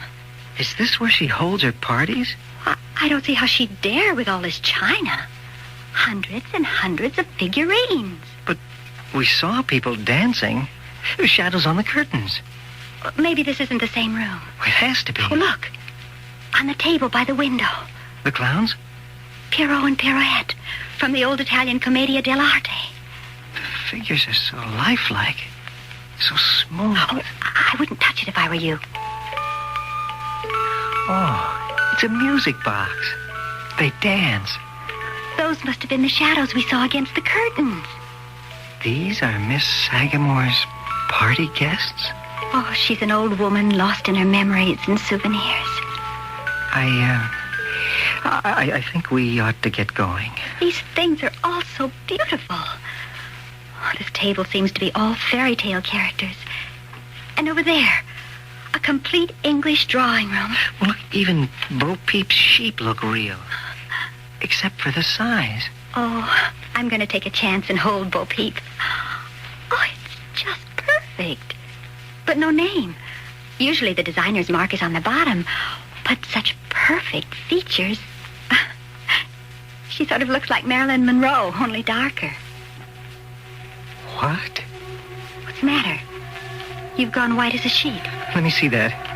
Well, be careful with it. It can't be. Roy, what is it, for heaven's sake? When Andy told me about the girl who had the cottage before us, the one who disappeared, he showed me a picture her parents had sent around. Come on. We got to get out of here fast. And I mean fast. Hurry. Just hurry. Don't pack. Just get the stuff out of the car as fast as you can. I'm hurrying. Oh, get out of the way, Tiger. Oh, Roy! What is it? In the drawer. Another doll. Don't touch it. It wouldn't matter. The spell is cast. Oh. How did you get in here? There is no escape. Roy, what's happening? There is no escape. Roy, I'm shrinking. We're both shrinking. Maggie, run. Try to get away. I can't. The cat. Tiger. It's gigantic. Run. Hide. There is no escape. Help me. Roy, help.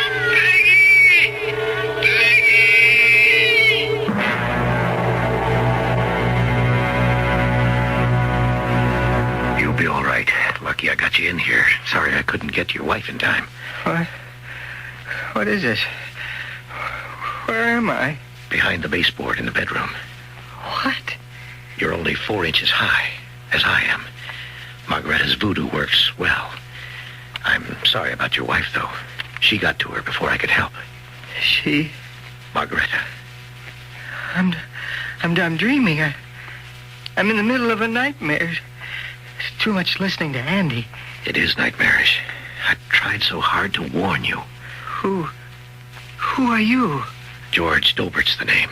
I've been hiding from them for more than a year. You mean you? I was one of the former tenants, yes. I don't believe any of this. Very well. Look out there, then. There, through the opening in the baseboard. Good Lord. That's the bedroom. 100 times as big. Now you believe me. I tried to warn you. I tried to warn that young girl a few months ago. But neither of you could understand my squeaks. That was you we heard in the walls? Yes. Peggy. Where is Peggy? Margareta got her before the cat did. That's all they wanted. I don't think they're interested in you. Yet. I've got to find her. Help her. Oh, that's impossible. Don't dare venture out. I'm not staying here if Peggy's in danger. Roy! Peggy! It's Andy. Andy, help us! Roy! Where are you two? Andy! In here! Behind the baseboard! You've got to help us! You've got to find Peggy! Find Peggy! It's no use, you know. All he can hear are your little squeaks. Little mouse squeaks. Just like you heard from me. I'm going out there. No. If you value your life, My life? Don't be funny. I've got to get to Peggy somehow. I'm not staying here if Peggy's in danger. Don't. You can't help her. I'll show you how to live in here, how to get food, how to avoid them. Not a chance. I'm going after Peg. Stop, Mr. Watson. Don't go out there. I'm going to find my wife. I don't care about anything else. Come back, please. I tried to warn you.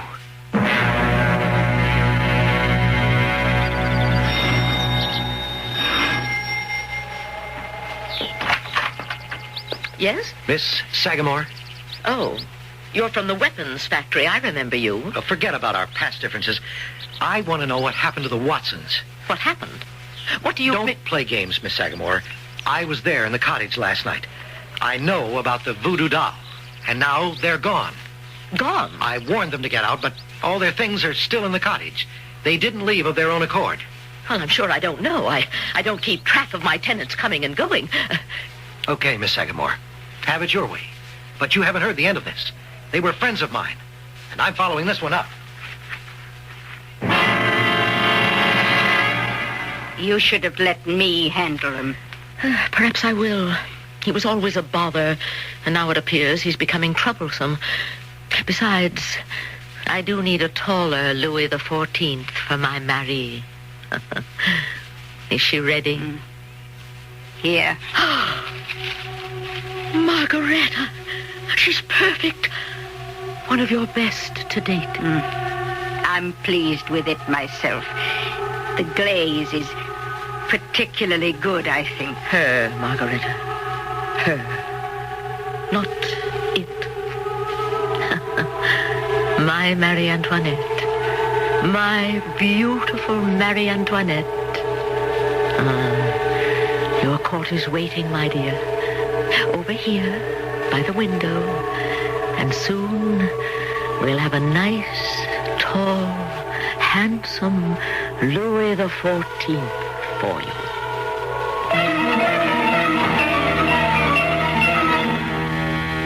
Well, at least this Marie Antoinette won't lose her head. Unless, of course, she happens to fall to the floor, which seems unlikely under Miss Sagamore's watchful eye and loving care. Her figurine collection is her life. I suppose for Peggy Watson, it was her fate. She ended as she did for two reasons, really. The first, she was the spitting image of Marie Antoinette. The second, she made the mistake of renting Sagamore Cottage. I'll be back shortly.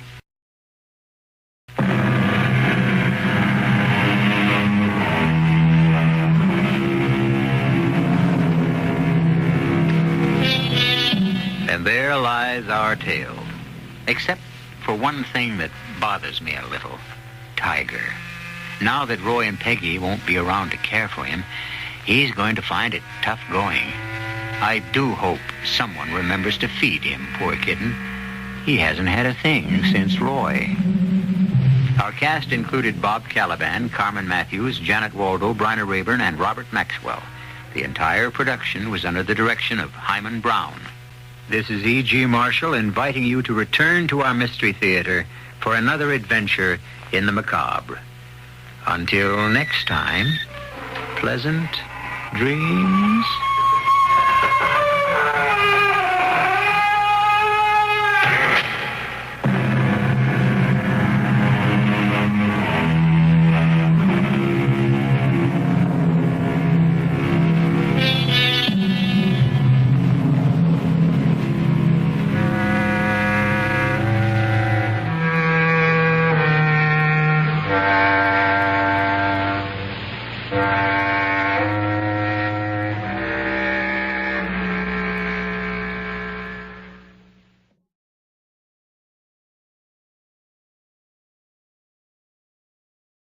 The CBS Radio Mystery Theater presents...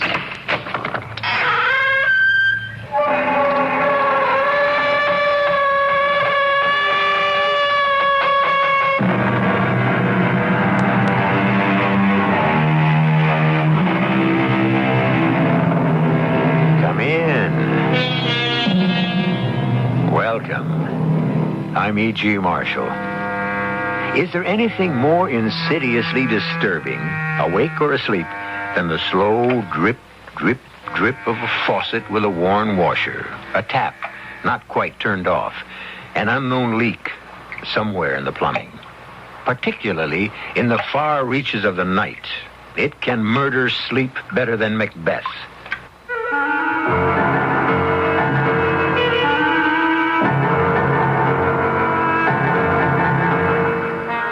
Our mystery drama, The Lady of the Mist, was written especially for the Mystery Theater by Ian Martin and stars Rosemary Murphy.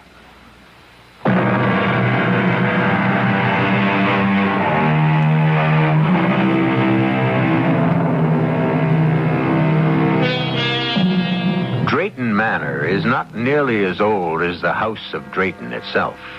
By that I mean that the structure is probably not much over 200 years old. But the Drayton family is listed in Burke's Peerage as far back as the War of the Roses. And the present house is certainly built on the foundations of the ancient castle which guarded the head of the lake and the river that feeds into it. But this is 1975, and once again, a remodeling is in order. I located the trouble right here, Lady Drayton. Miss Drayton, Mr. Giles. The title, such as it is, evolves only on the men in direct line. My brother Charles, for example. Or if I had a son. You, a son? We shall hope it isn't likely since I'm not married. So, that great booming drip of water I hear in my bedroom is just caused by this leaky old faucet. All it is, Mum, that it bounces off the drain and makes it all echoey-like and strange from below. Can't we do something to stop it? My brother and his new bride have to sleep right under this. I tried a new washer, Mum, but the old stem is so warm. Can you stop the noise is the important thing. Oh, yes. All it takes is to be careful. Like when you turn off this here cold tap, you just gives it an extra little nudge, like, and she's tight as a drum. Well, thank heavens. That drip, drip, drip was like the Chinese water torture. Enough to drive a person stark, staring mad. Oh, yes. Nothing new in these parts, though, or in this family. Hey, your ladyship. Miss Giles. Miss. Sir Charles is the lord of the manor, but in this day and age, who pays attention to such things anymore? Oh, around here we cling to the old ways and the old superstitions. Sort of rubs off on you without your knowing it, you might say. Just looking out that window there at the waterfall, twilight coming on as it is. If I didn't know better, I could swear I could see the Lady of the Mist peering through there like it was a veil or a curtain. Now, come along, Giles. I don't know what's come over you. Oh, just remembering and hoping she's resting easy now. Who? Her. What puts the water madness on you like she did to poor Sir Charles' first wife? Oh, Giles. Nobody knows if the woman really ever existed. It's all just folk legend. Oh, she existed all right. You'll never convince me or any of the plain folk hereabouts she didn't. Lonely she is, calling people across the vale to the other side to keep her company. And the animals. The what? Oh, they've took the water madness again ever since the news of the wedding. Peter Dombey, he found 2 of his sheep wandered, and they came up drowned in the lake. And I lost me old cow. I'll take odds that's where she's off to. Oh, she'll turn up one of these days. If your Lady of the Mist is lonely for company, why pick on animals? I'm sure she'd rather have someone to talk to. But even if she doesn't, why does she return them? Dead, she does. It's the soul she wants us all, you see. Shades and spectres, just like ourselves. And it isn't only animals. What about the Blodgett boy 5 years ago, eh? And comes to that, What about her poor first ladyship 10 years ago? Why, Giles, you know that was an accident. Suicide, some still whisper. What nonsense. You saw her slip yourself, and me try to save her. So I did. But lately I've taken to wondering if maybe the lady didn't call her. Especially with Sir Charles marrying again. I haven't any more time listening to country gossip. Come along, Giles. We've loads to do to prepare for them coming. I don't know how I will ever manage it. At least that drip has been fixed. Pick up your tools and let's get along. Yes, sir. And I don't want to hear one word of this from now on. Do you hear? I want this Lady of the Mist put to rest. Oh, yes, sir.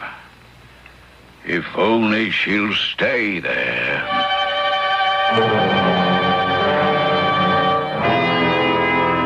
I should have been more vexed with Giles if I hadn't been so put out with Charles. Of course, I was a perfect fool to have financed his little jaunt to Europe, and more than that, to let him go alone. I knew, of course, there would be women. There always are in Charles's life. But that he would get married again. Well, it was just like the first.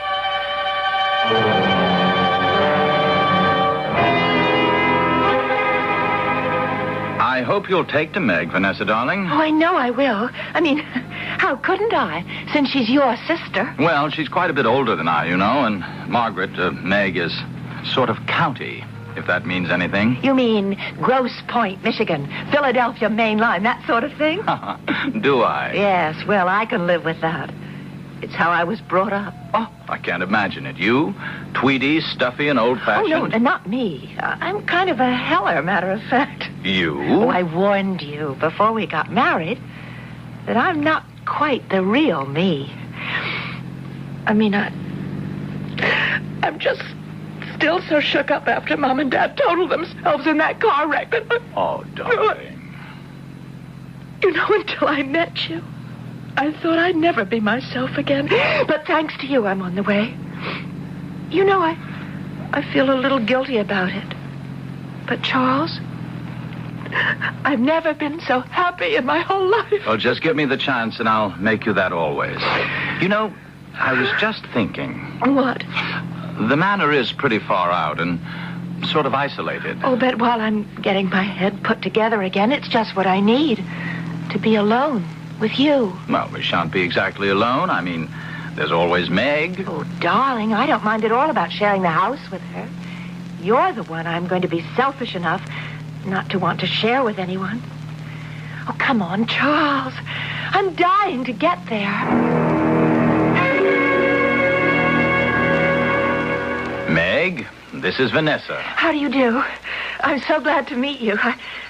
May I call you Meg? And please call me Van. Yes, of course. Van?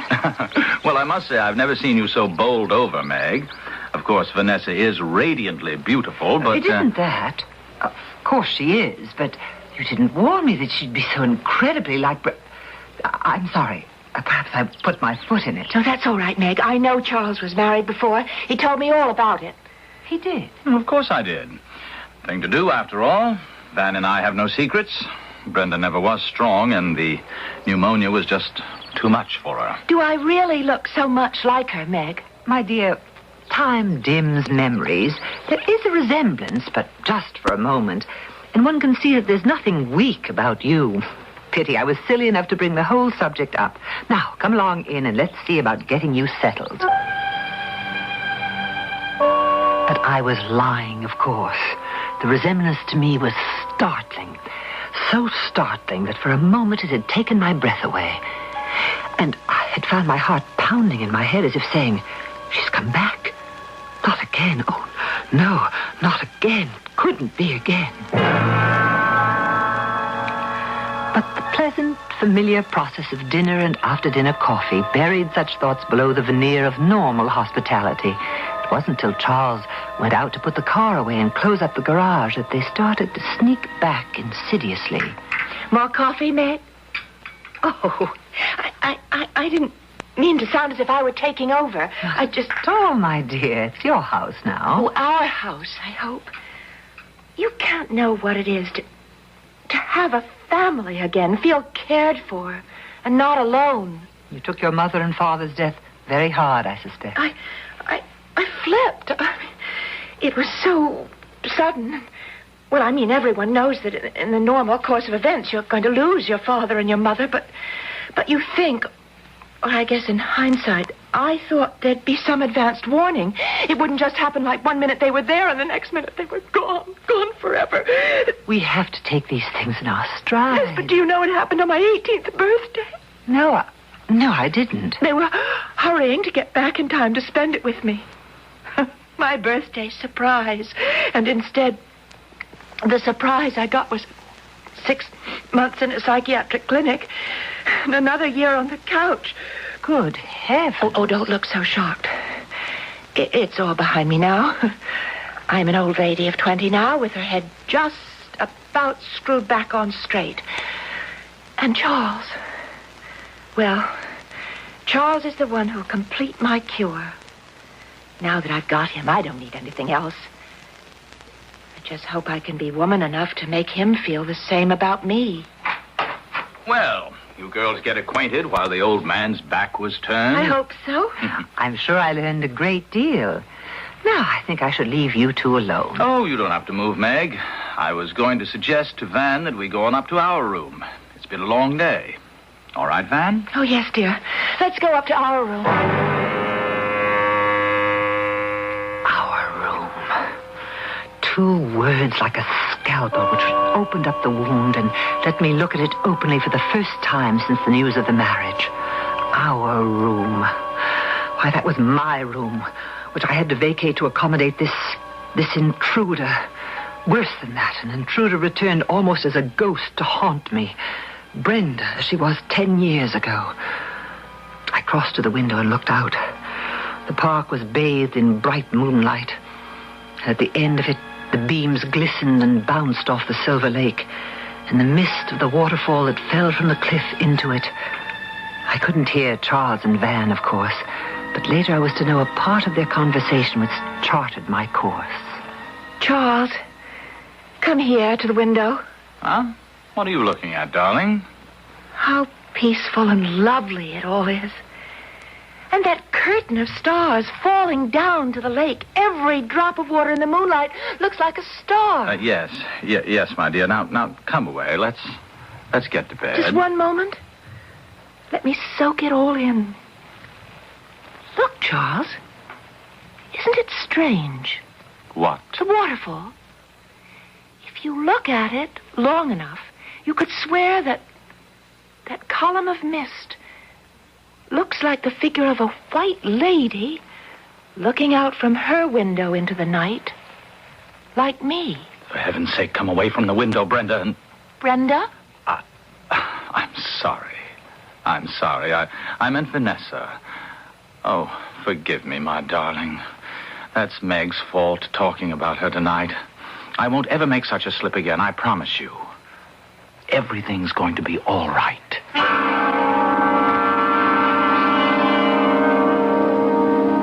Do you really get that feeling that it isn't going to be all right at all? Ancient legends that people refuse to let die. A first wife who seems to be afflicted with the same problem. And a sister who seems to feel that her way of life has been threatened. Not a very auspicious homecoming for a new and young wife whose only search is for peace and love. I shall return shortly with Act 2.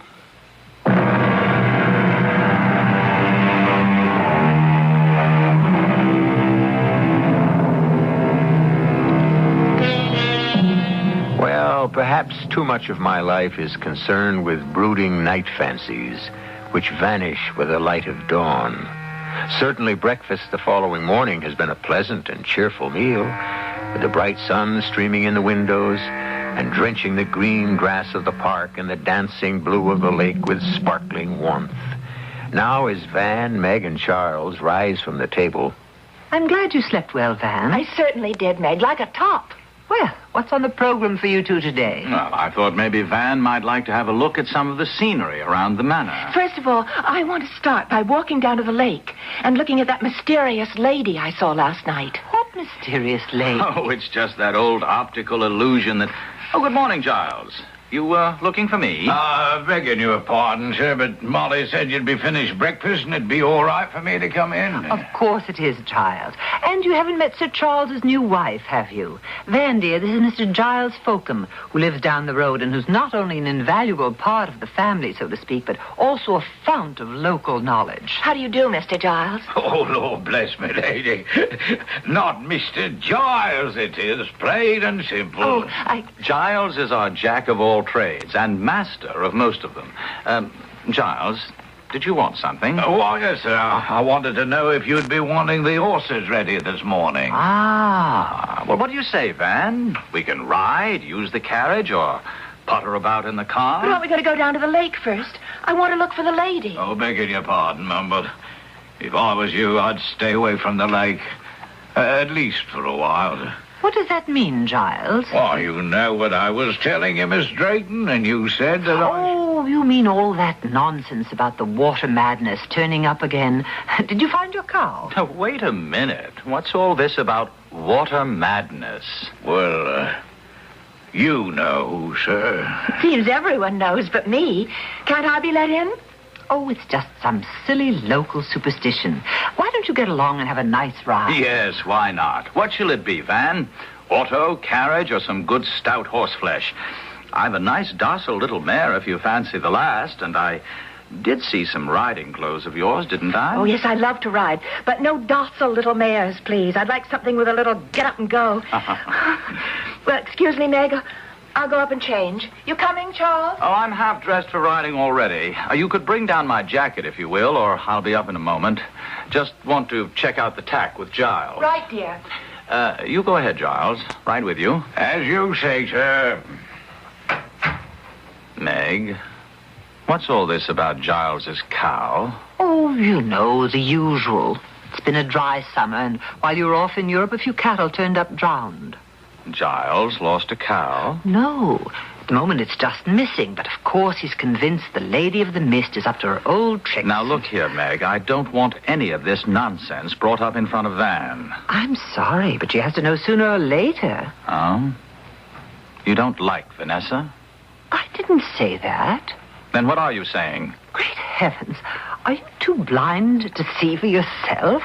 The resemblance. You've married the same woman you did 12 years ago, except for the accent.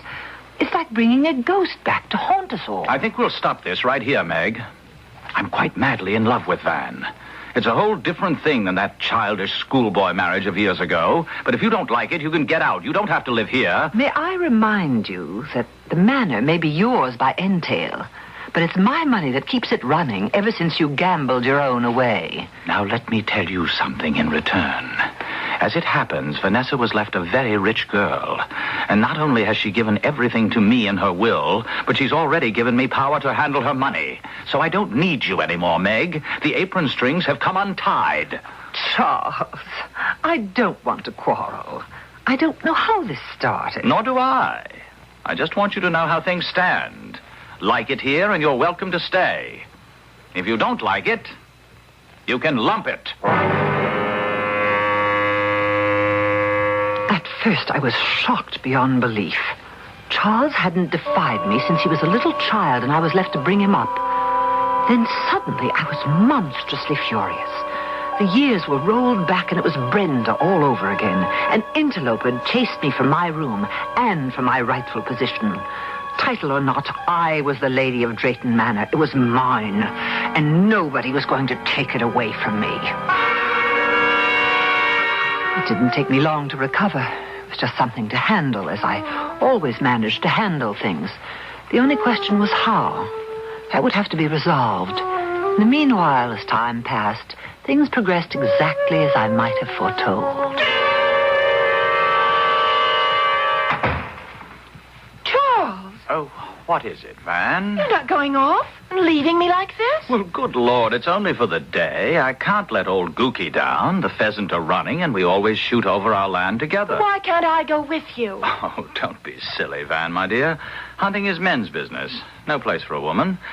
I'll be back by twilight. And leave me alone again all day? Not alone. You'll have Meg around for company. It isn't working that way, Charles. I'm afraid...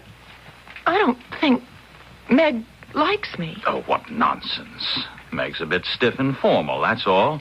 You'll break her down. Now, don't hold me up, darling. Can't keep Gookie waiting. Just like Brenda. The woman, I should say the girl, just didn't fit in with our sort at all. That's the last of the draperies, your ladyship. Where shall I have them took? What on earth's going on here? Just a moment, Meg. Right up to my bedroom suite, Giles. Oh, yes, your ladyship. I asked you a question, I'm sorry. Van. I didn't mean to be rude. I'm going to do over our bedroom, for a start, anyway. Do over the bedroom? But it's full of family heirlooms. Excuse me. You can start taking them up, Giles. Yes, your ladyship. See, that's just the trouble, Meg. What? Well, they are heirlooms, and I'm sorry, but they loom over me. I'm trying to shake off all the cobwebs I've been fighting against. I don't want a past. I want the future for myself and for Charles. Oh, I know that heavy old furniture and those musty old drapes are tradition, but they depress me, and I want it to be light and airy. So please try to understand. Oh, I understand, my dear. Of course I understand. This was just the beginning. First the drapes, then the furniture, then me. Relics of the past to be thrown aside. Well, I had no intention of being cast aside, but I had to bide my time. So I concealed my feelings, and I waited. You know, Van, darling, I've been thinking, and I do owe you an apology. You do? Why? Oh, about the hunting thing and other stuff. I've been neglecting you, I suddenly realized, and I never meant to. Oh, darling, I do miss you, but I can't take up all your time. It's only that, well, while we're on a sort of honeymoon... Yes, I know. I tell you what, why don't we run up to London for a little trip? Oh, I'd love it. And while we're there, we'll go on a real shopping spree. Yes, anything you say. You know what I want to do? What? The whole house. Refurnish it. Let some light and fresh air in. Would you mind? Oh, not I, but... Meg. I'm afraid she won't be very happy about it. Oh, she'll come around, and if she doesn't, we'll pack her off on a jaunt to the continent or around the world or something. Matter of fact, if we have to, we'll just move her out altogether. It's just you and I from now on that come first. I'm not ashamed to say that I was eavesdropping every bit of that conversation from behind the hedge in the rose garden. But how dare they? Change Drayton Hall. Cast me out. Oh, no, never. You'll go first, Lady Misfit. I can't understand how Charles can stand to have you go round to remind him of... But then, it isn't quite the same. But how can I move unless I have her to myself? And then suddenly, by the most tremendous stroke of luck, it was all arranged.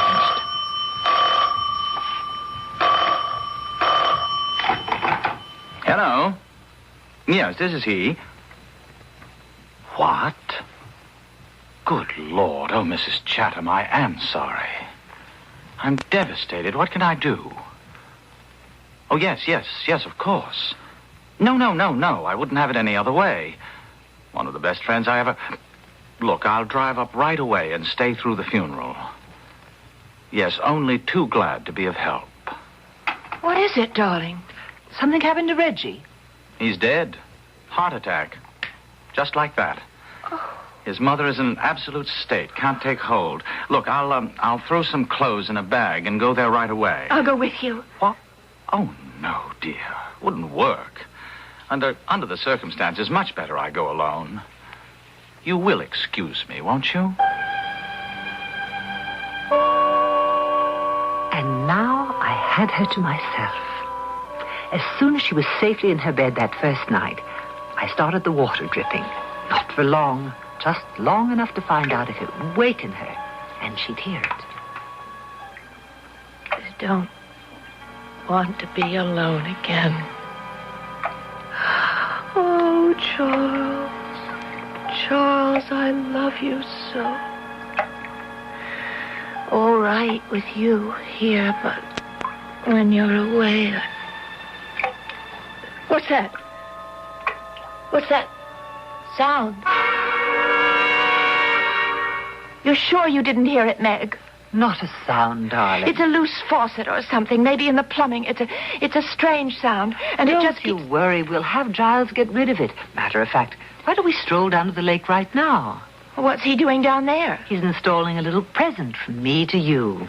Present? Yes, a light, so you can illuminate your favorite waterfall and the local legend. The Lady of the Mist. Oh, I've forgotten about her. Yes, let's get out into the air and listen to some pleasant-sounding water.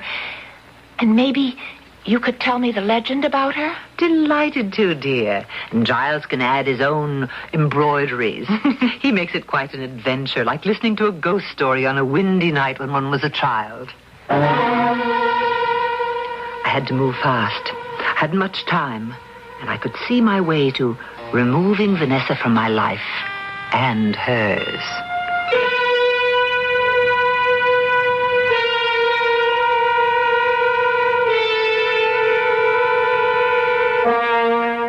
Charming English gentlewoman, Meg Drake, isn't she?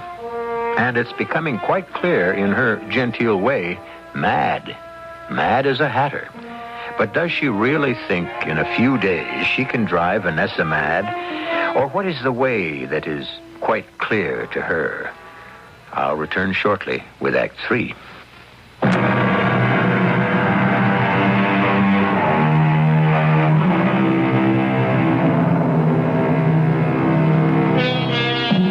So here we go with Meg leading Vanessa down the garden walk, in more ways than one. And now, the closer we come to the waterfall, which looks so charming at a distance, and whose gentle sound is muted and not heard at the manor, a different picture of it emerges. The terrain is lovely, the soft screen of water that falls a truly beautiful curtain of mist, and the lake stretching beyond, smooth as glass. But right beneath the rock, where the water falls, is a pool that spins in a quite terrifying counterclockwise whirl, creating a deep bowl with a hole at the bottom that seems to suck everything away into infinity. I like it better from a distance. It's a little shivery close up, especially that evil-looking swirl of water in the pool. It's like some huge drain. What is it? Oh, that'd be the entrance to the cave, or the other world, like where she lives. He means the Lady of the Mist. Oh, what is her story, anyway? Oh, she was some poor lady in the Middle Ages, the lady of the old castle which used to stand where the manor house is now. Built on some of the old foundations is the manor.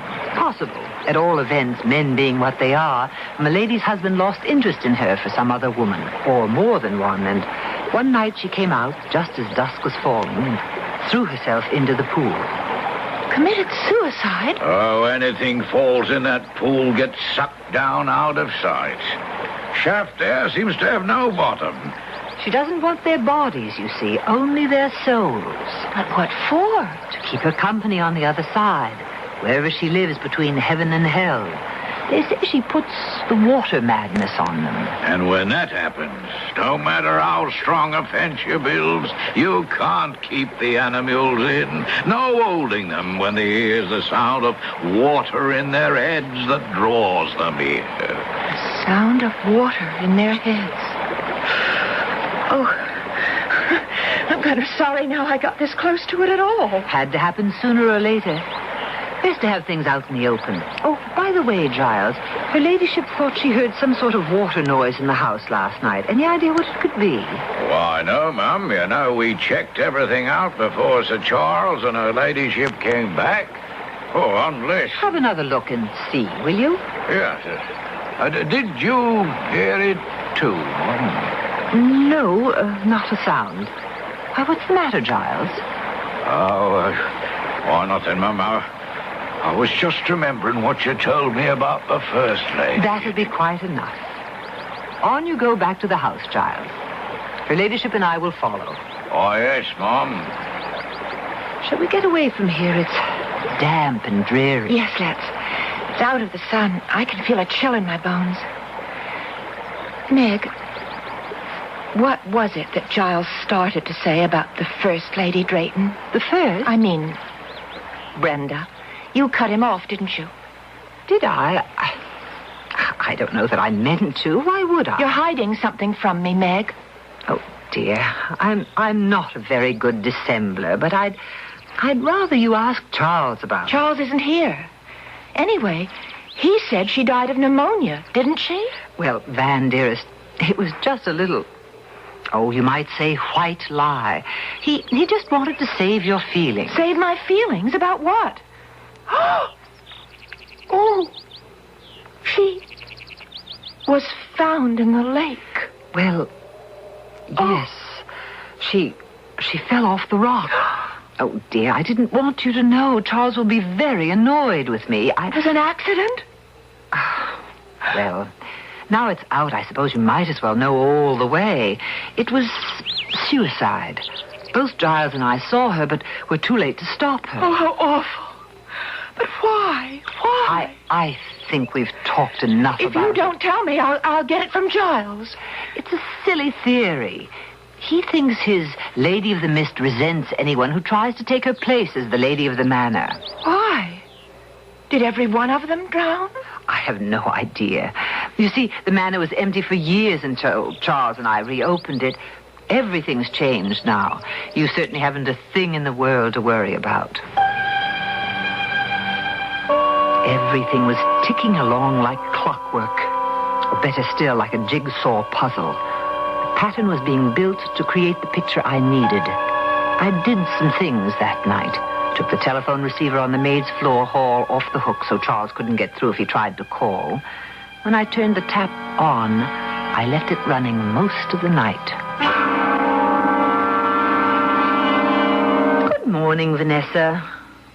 What's the matter? Didn't you sleep well? Oh, Meg, I had the most awful night.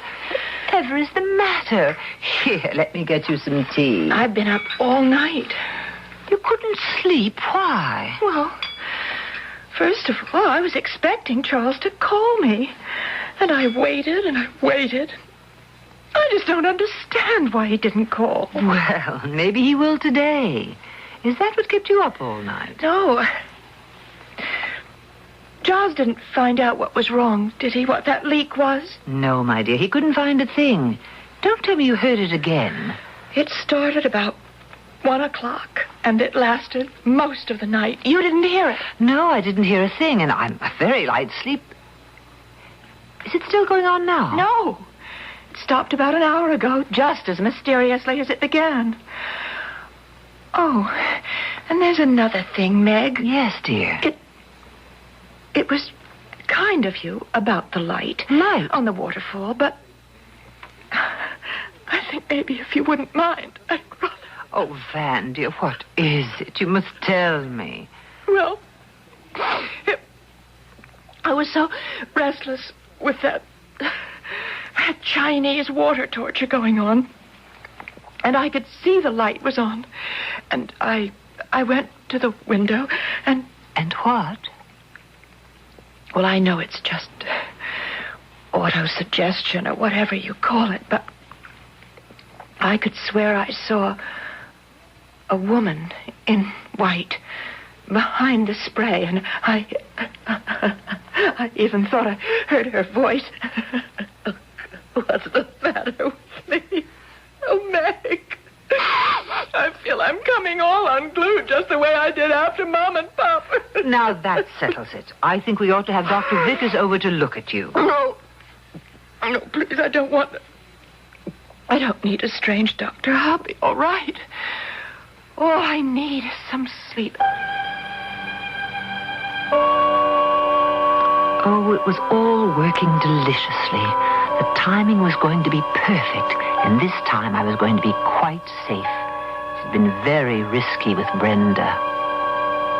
I made the tea, dosing it carefully, carried it up to the hall table, nipped up to the next floor and started the tap again, and put the phone back on the hook. Not asleep. Here's the nice cup of tea I promised you. Asleep? With that awful, unending, relentless noise. What noise, dear? You mean you can't hear it? You don't mean the water sound? It's driving me mad. Can't we stop it? But, darling, there's nothing to stop. Whatever it is, it's all in your... Well, I shouldn't put it that way. You must have an inner ear infection or something. Now, really, this time I insist. I am going to call Dr. Vickers. Yes. Maybe it better. At least maybe he can give me a sedative. Yes, now in the meantime, you must drink your tea. Don't you hear it? Darling, why wouldn't I tell you if I did?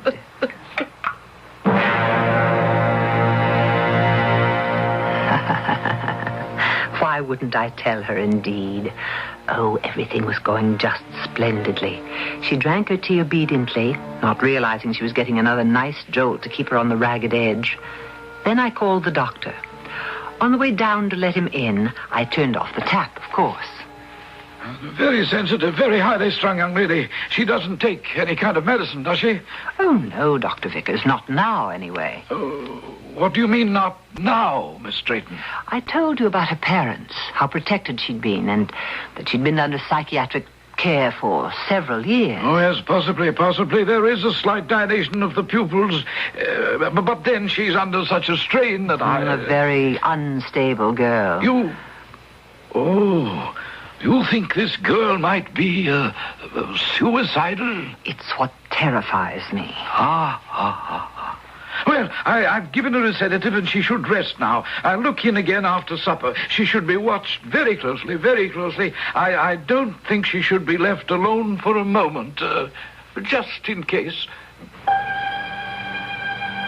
I could promise him that, all right, silly old dodderer. This time I knew I had him locked up as my witness, if I needed him. Now all I had to do was wait for dusk and hope the last act would play itself as perfectly. Vanessa, what are you doing up? I wanted to call Charles, but something seems to be wrong with the phone. It's always acting up in the country. But maybe he's been trying to get in touch with me. Oh, can't we go to the village and phone? But Charles took the car. Isn't there a carriage? Or could we go by horse? I wouldn't think of it. It's much too far in your condition, but Giles has a phone. I could go over there. Oh, no, I don't want to be left alone in the house. Well, if you feel up to it, dear, it isn't far. You would come along and make the call yourself. Oh, yes. Oh, please. Please take me. I'm sorry I'm so slow, Meg. I just feel so dizzy and weak. It's so dark. Don't worry, my little one. You'll soon be at rest. What are you stopping for? Come along. All right, Meg. But isn't that the waterfall? Of course. We have to go over the path across to the top to get to Giles. I don't want to go. Wait, I don't want to go that way. It's the only way for you to go. The only way you have to go. Meg, you're hurting me. Don't worry. You soon won't ever hurt again. Just like Brenda, only this time easier. What are you doing? Sending you to join your Lady of the Mist. Won't it be sad when you turn up days later drowned? You must be mad. You're mad. No, you are the mad one. Going to be a suicide just like Dr. Vickers was afraid you might. No! Meg, in heaven's name, are you out of your mind? Charles, how could... Let me go! No!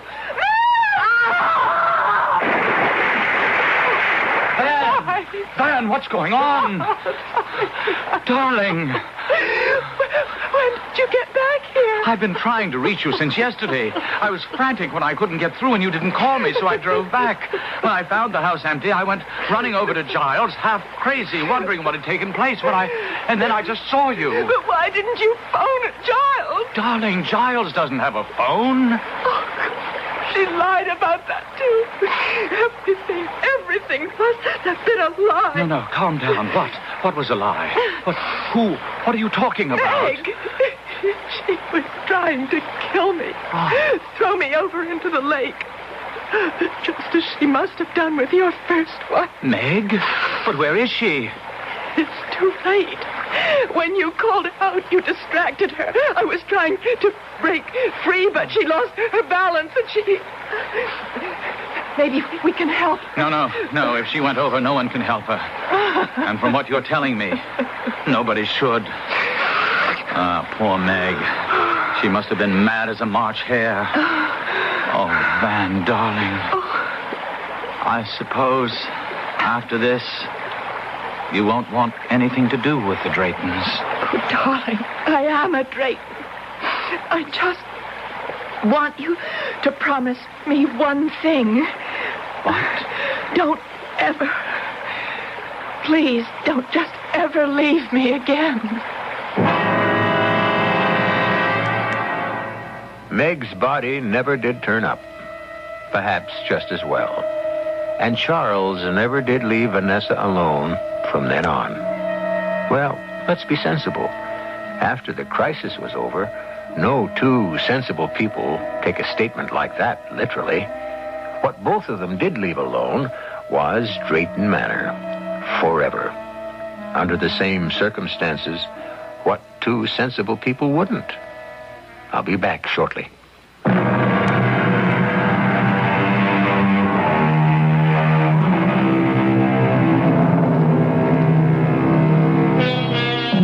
Bit by bit, agonizingly, Van and Charles eventually pieced the story together as we know it. A sad story. Few people would go so far as Margaret Drayton just to preserve the status quo, the way things are. But that is life's great illusion. Because the status quo doesn't exist. Life is the process of constant change. The business of learning how to make the most out of life is to learn that to begin with. Our cast included Rosemary Murphy, William Redfield, Marion Seldes, and Ian Martin. The entire production was under the direction of Hyman Brown. This is E.G. Marshall inviting you to return to our Mystery Theater for another adventure in the macabre. Until next time, pleasant dreams.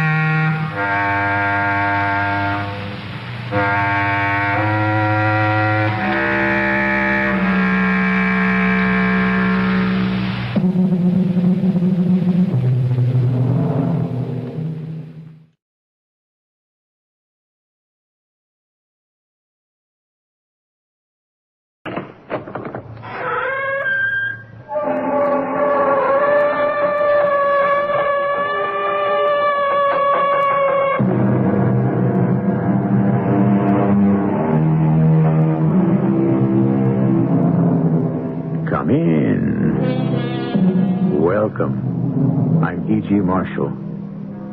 How old were you when you first said, I'm going to run away and you'll never see me again and then you'll be sorry? Everyone has said it, though some did not say it out loud.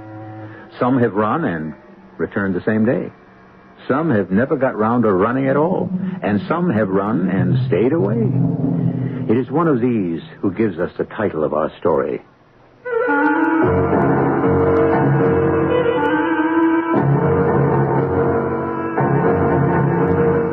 Our mystery drama, The Man is Missing, was written especially for the Mystery Theater by Elspeth Eric and stars Ann Williams and Larry Haynes. It is sponsored in part by Buick Motor Division and Contact, the 12-hour cold capsule. I'll be back shortly with Act One.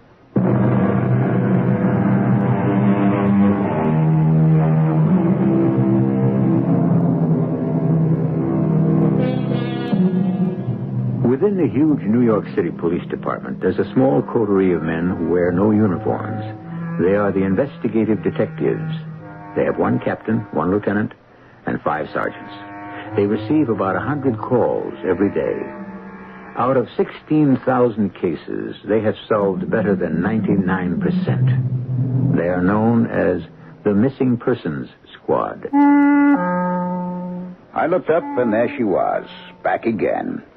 I told her over and over, but there she was, same bright smile, same eager look, like she knew I could do something, and she was just hanging around waiting for me to do it. My name's Wiley Caldwell, and I'm captain of the Missing Persons Squad. Good job. I like it. We know our stuff, if I do say so myself, as perhaps I shouldn't. Runaway kids, we handle a lot of those. And old people. The ones who get tired of feeling useless and unwanted and just wander off. We get a lot of those, too. However, there she was, back for the umpteenth time to ask me, for the umpteenth time, to find her husband. Captain Caldwell, may I talk to you? Mrs. McLaughlin. Why don't you call me Mia? We know each other pretty well by now. That we do. So, call me Mia, please. Okay, Mia, but the answer's the same. We've checked the files, we've called the morgue. Lawrence McLaughlin. Either place. So he's not in jail, he's not in the hospital, he's not dead. What more do you want? But where is he? Out there somewhere. But can't you look for him? Is he under 18? Of course not. What do you... Is he over 65? He's 29. Uh-huh. Well, then, even if we could locate him, we couldn't do anything about it. We couldn't bring him in. Why couldn't you? Because we would be violating his civil rights. You understand? Unless, of course, he's mental. Then we could take him. Is he? Is he mental? Off his rocker, out of his mind. Nuts. Oh, no. All right, then we can't touch him. I know it's hard on you, but I must break the news to you. Husbands run off all the time. Has Lawrence ever done the vanishing act before? Certainly not. All right. Probably he'll never do it again. Provided, of course, he comes back. Now, you run along home and wait to hear from him, okay? I have heard from him. You have? He sent me some money. Well, then you're all set. But he doesn't say where he is. But he's thinking of you. Or he wouldn't be sending you the money, would he? You see? He's worried about you. He loves you. You're his wife, and he loves you. So what? What do you want? I don't know where he is. Oh, please, Captain Caldwell, please. I know you can find him for me if you just try. I mean, you're the Bureau of Missing Persons, and Larry is missing, and I want you to find him. Now, why can't you? Why won't you? All right. Now, quit crying. Now, that isn't going to do any good. You know that. All right, now, stop crying, Miriam. Why won't you help me? I'll tell you what. I'm going to turn you over to one of our detectives. Ben Chase, his name is. He's a very nice man. Very fatherly type. You like him. Now, you tell him all about your missing spouse, and maybe he can think of something. How'll that be? Okay? Okay, then. Come on. This way. He's right in here. Ben, I've got a lady here I want you to meet. This is Mia McLaughlin. Mia, this is Detective Benjamin Chase. Take care of the little lady, Ben, huh?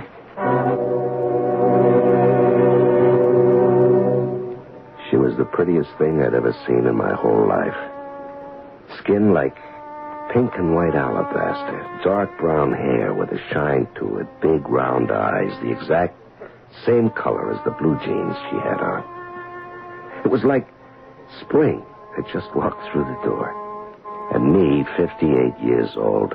I'm Ben Chase, Detective 3rd Grade Missing Persons Squad. I was a patrolman for 15 years. Then I did a hitch with Public Morals for a short time, and then somebody smiled on me, and I landed here. What a swell job. I mean, here is where you really get the feeling you're helping people. Please, find my husband. Your husband's missing, is that it? Yes, and don't tell me about his civil rights. I want to know where he is. Well, we could probably locate That's him. all I want. But we couldn't make him come back to you. I just want to know where he is. Yeah, we can check the files. But the captain did that. Hospitals, the morgue. Oh, he's alive. I know that. I don't think he's sick. See, I got this from him this morning. Oh, you got a letter from him, huh? Mm-hmm. It had money in it. Okay if I take a look at it? Sure. Look, it was mailed right here in New York. You can tell by the postmark. Oh, yeah. Mind if I read it? I don't mind. Darling Mia, thought you might be short of cash. Love, Larry.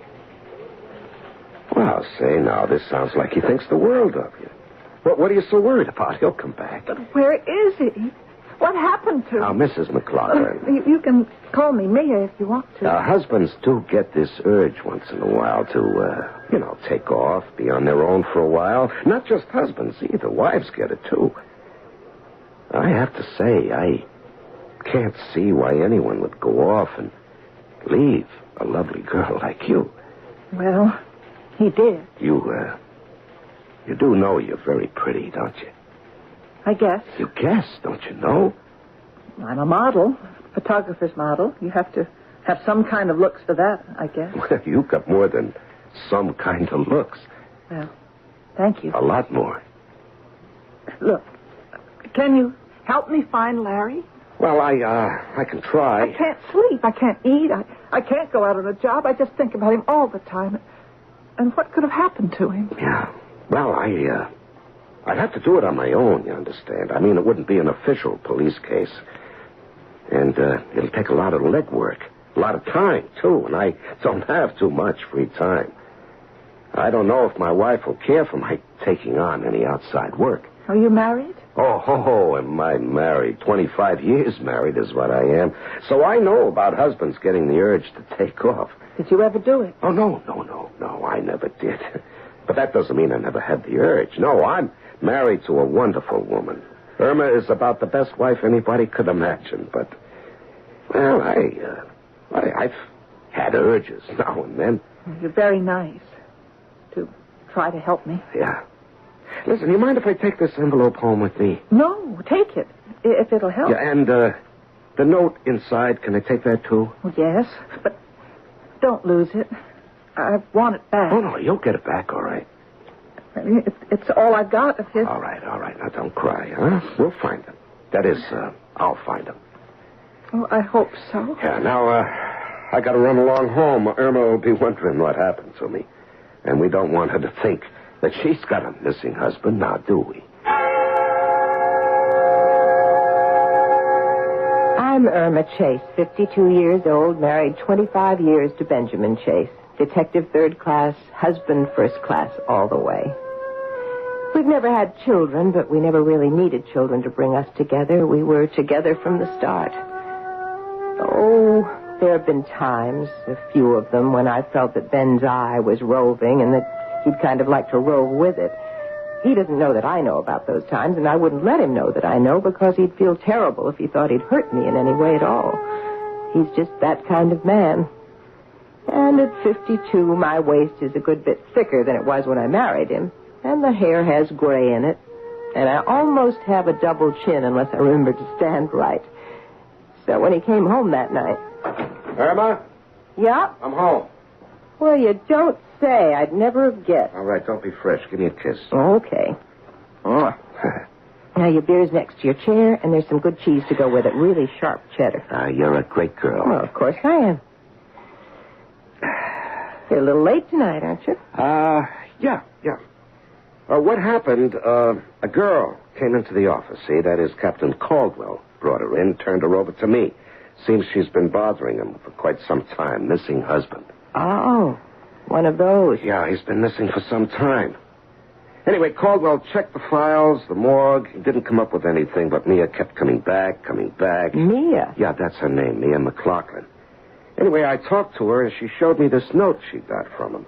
It was mailed right here in the city, and there was money in it. He wrote a note? Yeah, sounded very concerned about her having some money. I'd like to see that note. Oh, Irma, are you still hung up on that stuff? Okay. No, you can't blame me if I try to be part of your work. Or can you?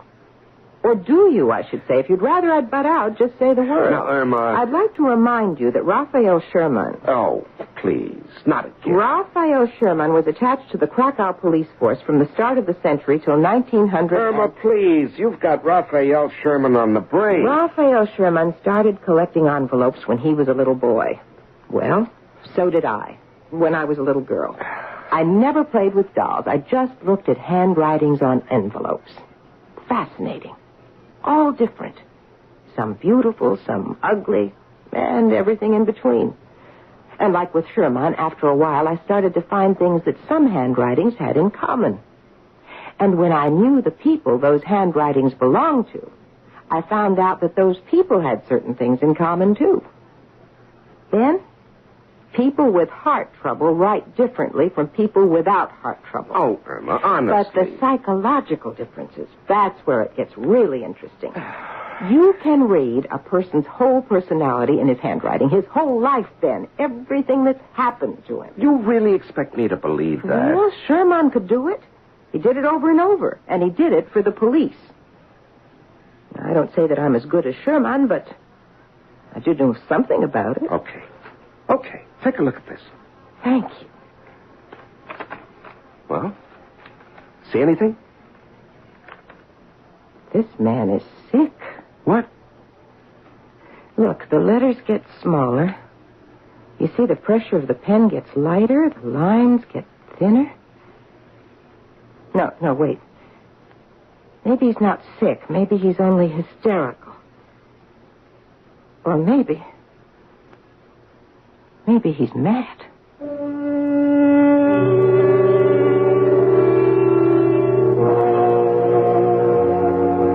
Raphael Sherman had no peers in his day. After him came Michael Fischel and the French clairvoyant Madame Lucie Vidi. And among the medical men who have used graphology to ferret out clues to mental or physical ailments, we find Erlenmeyer, Hauser, Duparcy-Jeans, and Charcot, famous head of the Parasalpêtrière. I'll be back shortly with Act Two.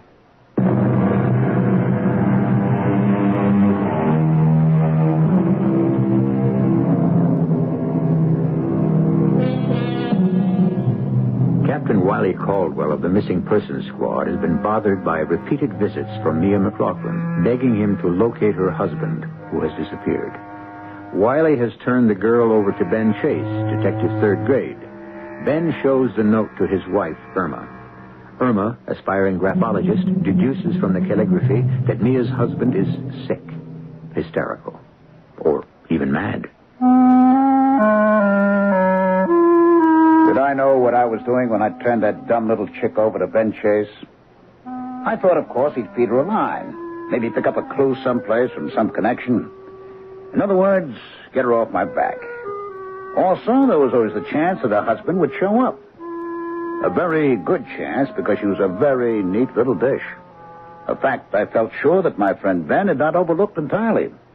Now, I'm a friend of Ben's, and I also know his wife, Irma. A marvelous woman, Irma is. I thought a little interference from me on her behalf wouldn't be amiss. Yeah, I see. That's all you can tell me, Mrs. Downs? Yeah. Well, it's something. Anyway, thanks. Hi, Captain. Who's Mrs. Downs? Her. Yeah, her. Who is she? Well, actually, she's Mia's mother, Mia McLaughlin's mother. That's so. Yeah, I thought maybe she could give me a lead to go on.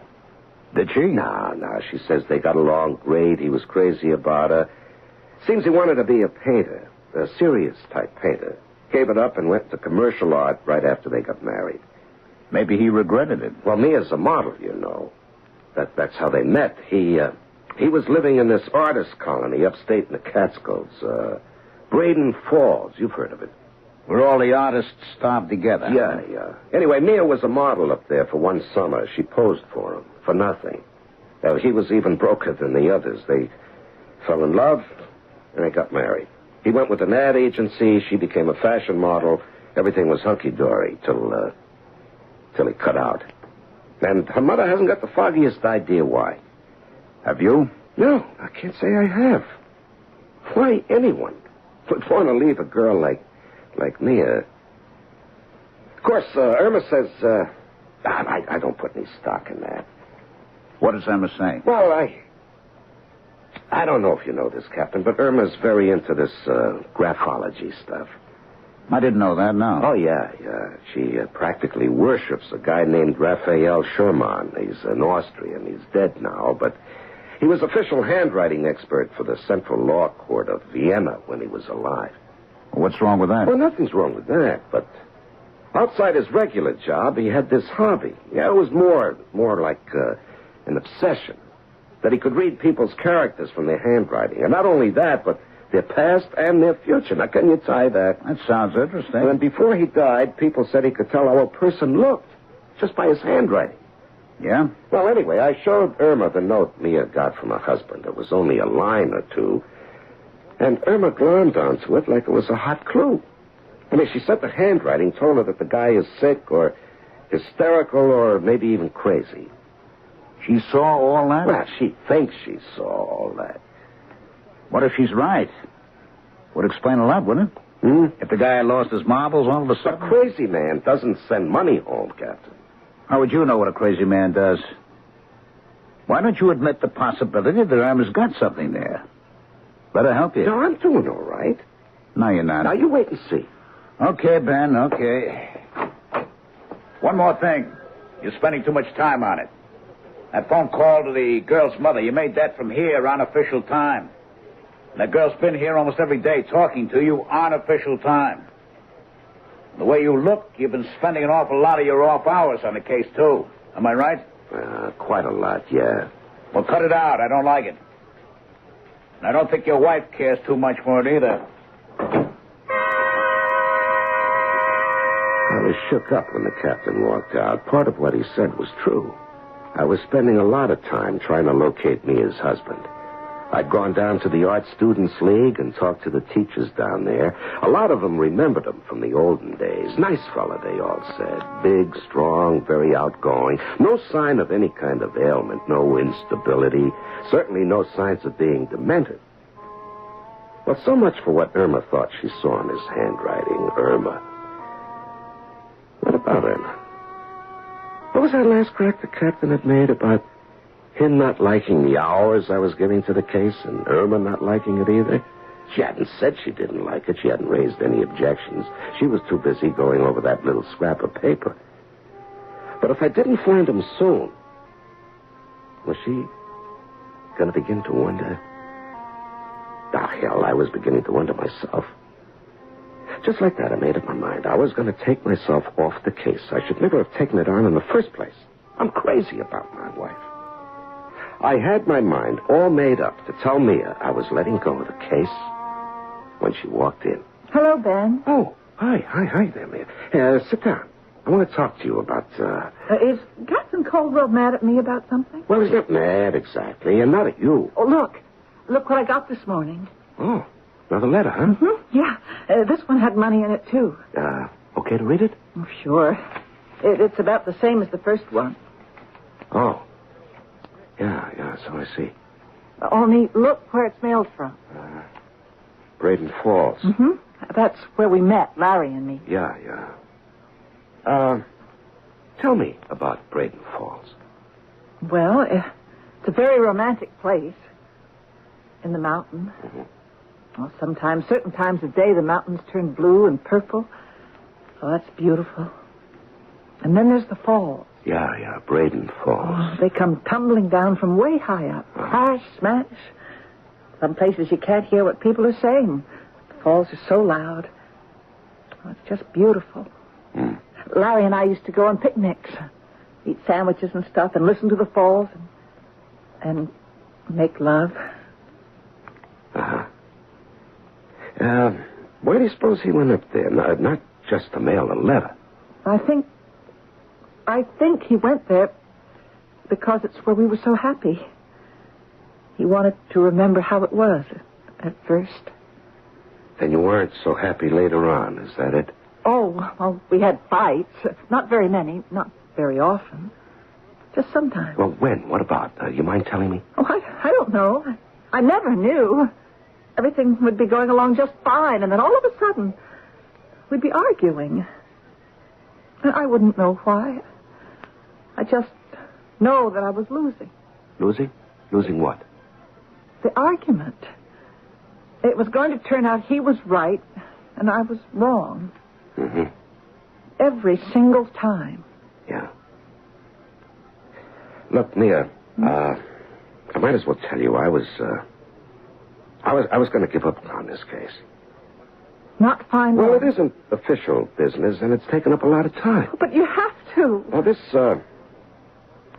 note from Braden Falls, I ought to follow up on that.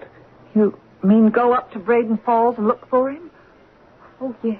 Yes. Well, tomorrow's my day off. Well, I'll go with you. Well, I can show you around all the different places and the falls where Larry and I used to go for picnics.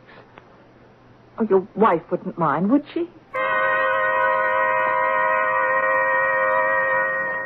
That little piece of paper hadn't been out of my sight for days.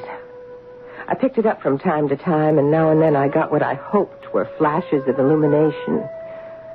Other times I sat down with it under a good light and let my unconscious mind just play with it. It's a tricky thing, the unconscious mind. Much trickier than anyone imagines. Emma.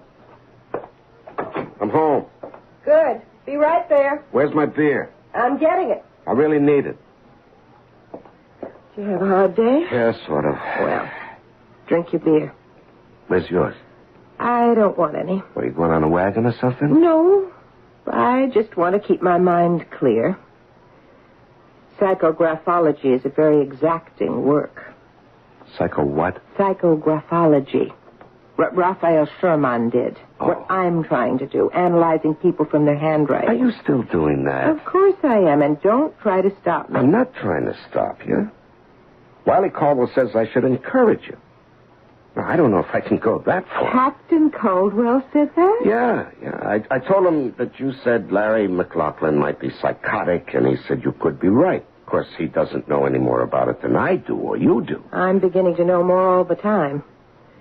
Pretty soon, I may be able to give you a pretty accurate description of the man. Forget it. I can't. Wiley thinks I'm putting in too much time on the case. It's not official business, you know. But you can't stop now. I got nothing to go on, Irma. Just let me help you. Well, I give it a couple more days, just long enough to track down one more clue. It might mean something. What?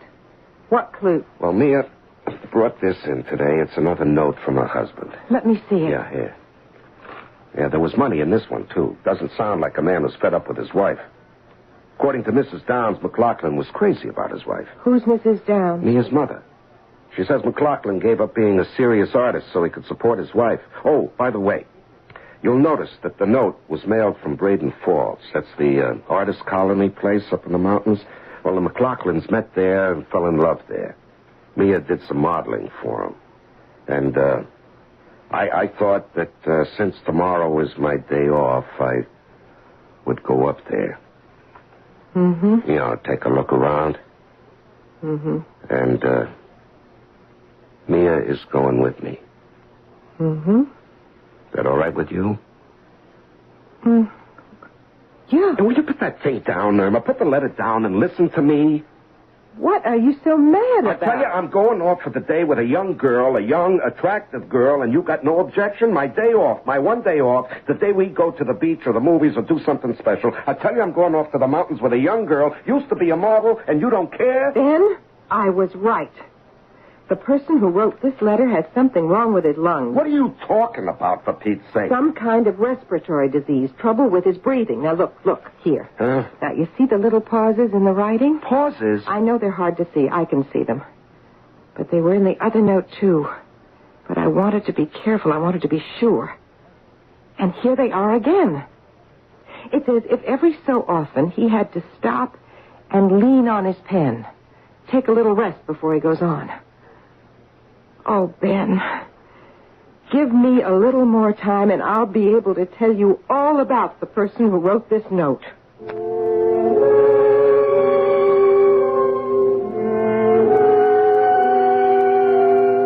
A violin in the hands of an average person will have an ordinary sound. The notes may all be correct. The stops, all of the proper length, the speed and volume, all is prescribed.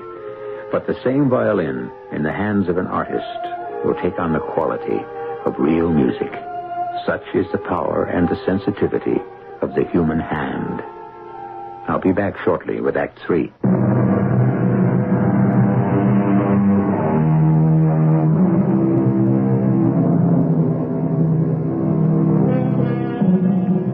Psychographology is a fairly recent word. It describes the process by which character and personality can be deduced from the analysis of handwriting. Irma Chase has been attempting such an analysis from 2 notes written by the missing husband of Mia McLaughlin. Among other things, she has inferred that the writer of the notes is emotionally unstable and has some sort of trouble with his breathing. She has not tried to keep her husband from using his day off to travel to a place called Braden Falls, high in the mountains, accompanied by the young girl, in search of the missing man.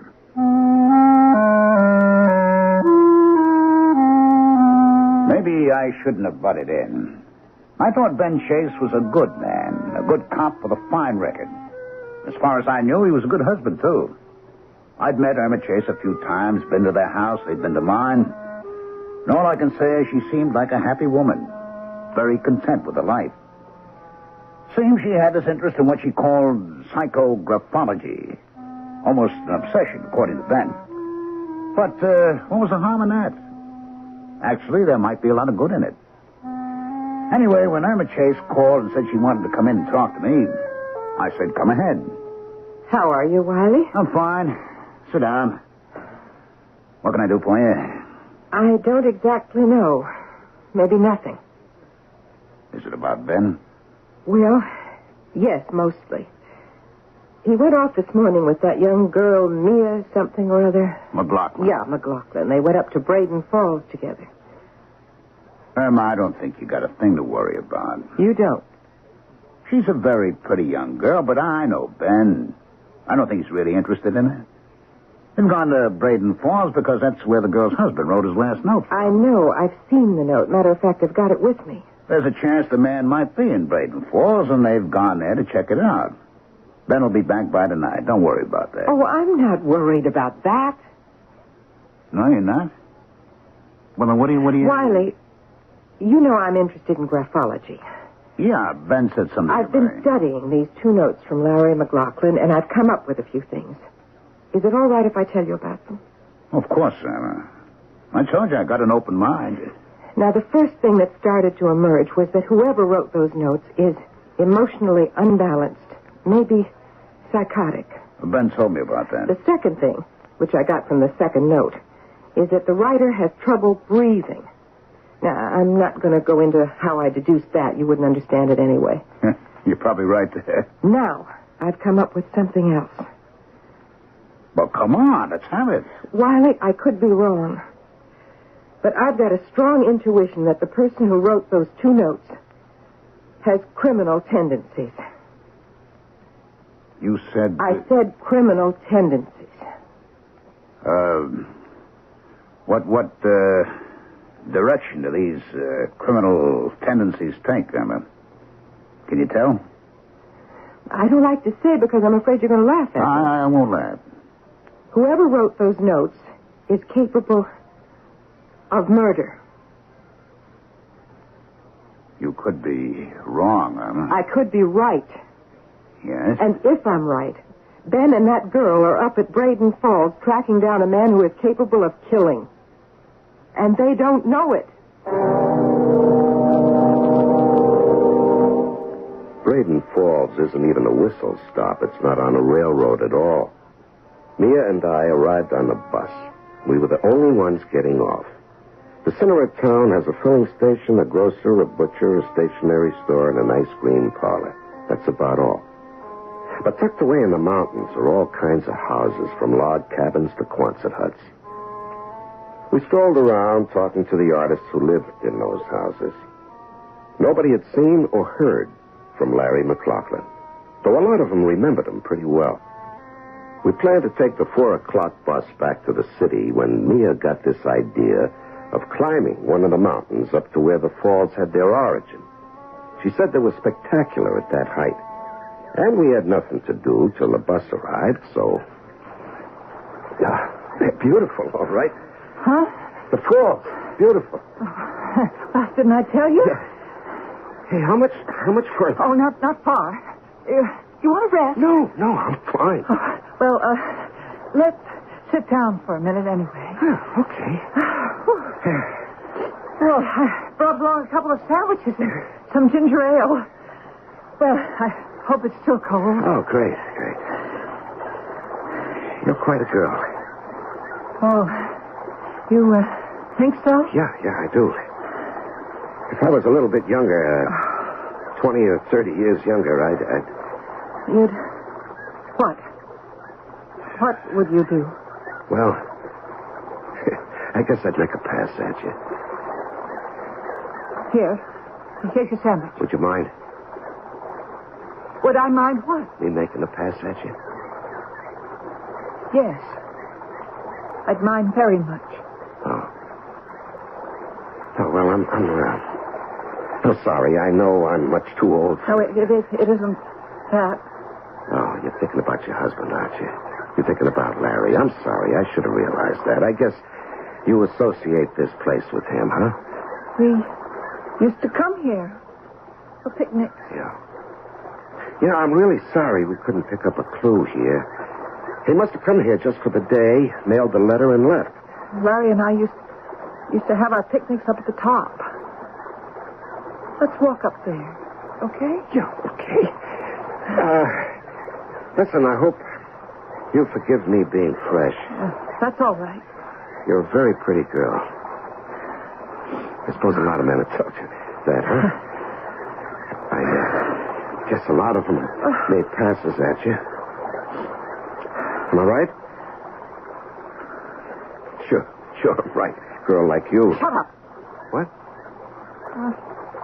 We're almost there. Oh. Wait until you see the falls where they come out of the rock. Great, huge burst of water. Thrilling. As though they couldn't wait to get out. As though they'd been pushing. And then they fall out and down into the gorge, hitting all the rocks on the way, splashing off of them down. Must be impressive. Oh, it's the most glorious thing you've ever seen. Here we are. Stand right here. Huh? That's it. Now, look up there. That's where the falls start. Oh, yeah, that's powerful. So strong. Can't wait to burst out. Doesn't it give you a marvelous feeling? Yeah, it does, kind of. Now look down. Did you ever see anything like that? Hey, Tom. Wait. Dirty old man. You dirty old man. Ben! Hold on! She pushed him. Hold on, Ben! Hold on! Girl, Ben! Hold on! I'll get you, Ben. Just hang on now. Hang on, Charlie. Why, No, I think it's conscious. I think so. Just a second now. Oh, Ben. I got it. Wiley. Ben, give in. Let go. Relax. I'll get you out. These rocks are slippery. Relax, Ben. All right, let go. I'll get you out. Don't you do anything now. Falling right into the water. Yeah, where it's deep. You were lucky. You're going to make it, honey. Sure he is. Give me your hand, Wiley. Stay right where you are, Emma. Now, take it easy, Ben. We'll make it. Okay. Grab hold of the root of that tree. You got it? Yeah, I got it. All right. Can you pull yourself up? Here, give me your hand. You stay right there. All right. Well, I'm going to give you a shove, Ben. It sounds great. It's okay. I can make it. Ben, that girl pushed you. Wiley, you okay? Yeah. Okay. Where's the girl? She's still up there. She's out of her head, that one. How do you two happen to be here? We had a feeling. Well, that is, your wife had a feeling. Look! Oh, look over there. What? Where? Between those two big rocks wedged in between them. It's a body. It's Please. You think it's... Yeah. Must be. Has to be. Her husband. The missing man.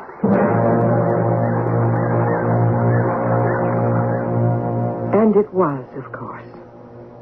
Poor Larry McLaughlin's body caught between two jagged boulders, almost at our feet. Ben and Wiley rested for a while. Then between them, they got the body out. The police picked it up later, and they picked up the girl, Mia, too. She was wandering about the mountaintop, very sweet and very vague. Ben had been cut badly by the rocks. The three of us met the next day in his hospital room. I should have known all along it was a woman's handwriting. Well, you were right on two other points. She's psychotic, and she's a murderess. Hey, you were right about the respiratory trouble, too. You know, climbing up there, she's the one that had to stop and rest. They said at the sanitarium she doesn't remember anything about pushing her husband off the ledge. Or pushing you, Ben, either. Why? Why would she do it? Well, according to her handwriting, little Miss McLaughlin is a very frigid lady. You could really see that? I think so. She hated men like poison, especially men who were attracted to her. Like her husband. Like me? Well? Yeah. You know, I sort of, it wasn't anything, you know, when we were climbing up there just before we got to the top. Nothing happened, you understand? Absolutely nothing, I swear, Emma. Ben, I believe you. Well, I said something. I admit that. Something about making a pass at her that I'd like to, something like that. But that's all. I mean it. That's really all. Just enough to make her hate you. Enough to kill you. Yeah. Now, what on earth gave the two of you the inspiration to drive up to Braden Falls? Tell him, Irma. Well, studying the second note, I thought I could see signs of a criminal personality. I figured I should tell Wiley. And you believed her? Half believed her. Enough to drive up here and tell you. Of course, neither of us knew Mia had written the note herself. We thought we were protecting you from her husband, not from her. Will she ever be in shape to stand trial, Wiley? If she ever remembers what she's done. You think she might? Yes, she might. Now, what makes you say that? Well, look at this.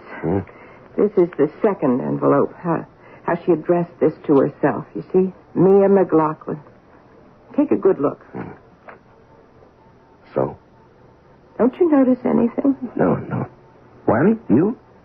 Looks okay to me. Compare it with the first one. Look at the M in Mia. Now, you see how it starts at the left? Yeah, but they both do. No. The second one has a short stroke at the start that goes from right to left, then shifts and goes into the M. Now, she started to write something else and then changed.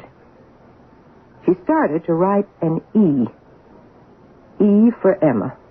Emma? Why Emma? Emma's her given name. I called her mother last night. You see, she was trying, without knowing she was trying, to get back to her real self. If she succeeds, the chances are she'll remember everything she did. And she'll go on trial for murder. This is a very nice place where I'm staying. I have my own room. And everyone is very kind. They ask a lot of questions, but they're very kind. Too kind, maybe. There's one. A man. I don't like the way he looks at me. I don't like it one bit. If he tries to get fresh...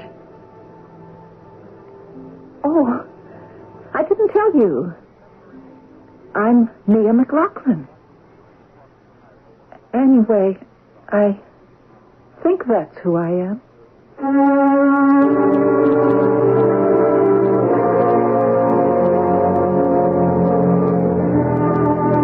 We've accomplished prodigious feats in outer space, invaded the moon, and discovered what it's made of. Now we're on our way to entering the planets and finding out how they are put together. Outer space will one day be as familiar as our own lakes and prairies. But what of inner space? The space of man's mind.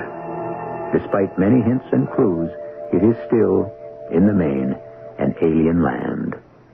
I'll be back shortly.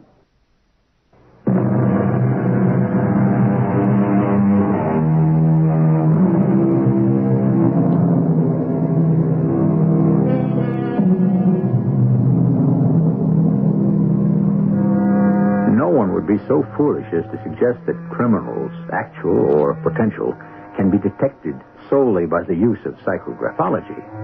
But the way things are progressing these days, progressing backwards it sometimes seems, law enforcement needs all the help it can get. Our cast included Larry Haynes, Ann Williams, Ralph Bell, and Terry Keane. The entire production was under the direction of Hyman Brown.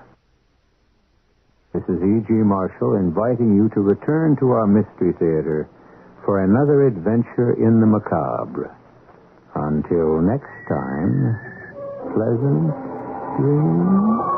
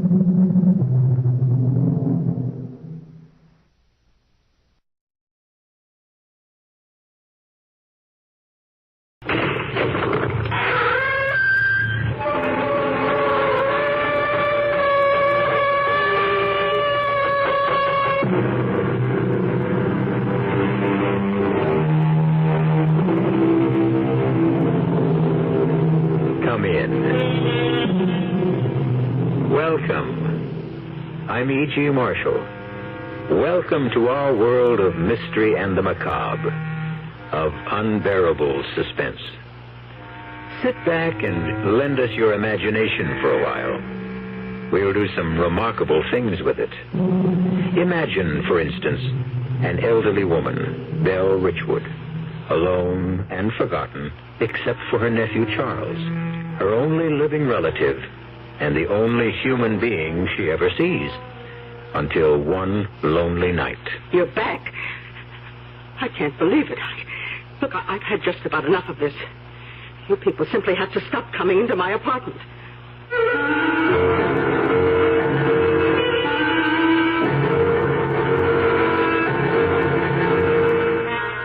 Our mystery drama, Strange Company, was written especially for the Mystery Theater by Bob Juran and stars Bryna Rayburn.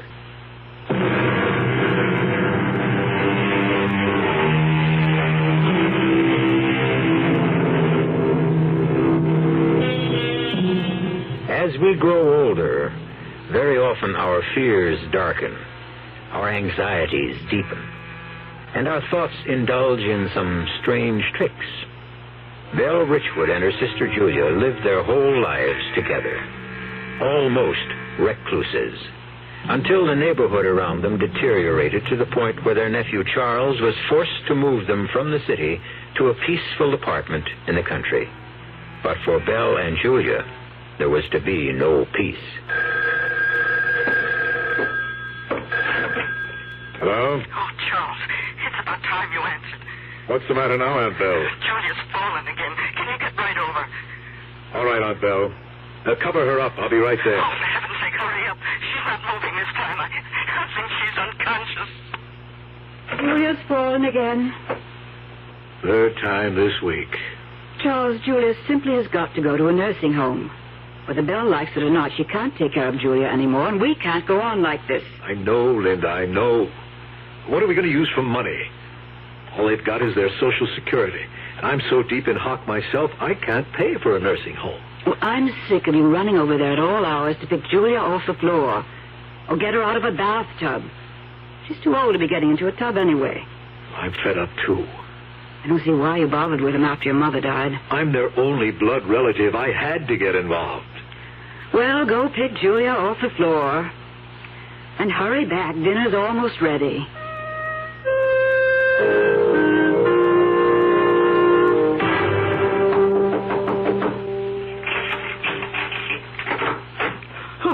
Oh, you took your time. Where is she? In the bedroom. Hurry. Okay. Can you get her up? No, Aunt Belle. Julia's dead. Oh, no. No, Charles. She's just unconscious. No, Aunt Belle, she's gone. No, I can't believe it. The fall was just too much for her. Not my Julie. She can't be. No, Julia, dear. Wake Please, up. Wake up. Aunt Belle. Please. I'll have to make some phone calls first. I'll take you back to our place. No. I can't leave Julia. But they'll be taking her away in a little while. You'll be better off at home with Linda. It was all because we moved to this apartment. We should have stayed in the city. Aunt Belle, we've been through all this. I moved you out of the city because you were mugged twice in your own elevator. This place isn't any better. Julia always hated this apartment. I think it hates us. It's evil. Julia's gone. What am I going to do? Oh, now, you've got to think about yourself. Myself? I haven't thought about myself for 60 years. It's always been Julia. But you won't have to worry about her anymore. What do you mean, Charles? I'm more worried about her. More than ever.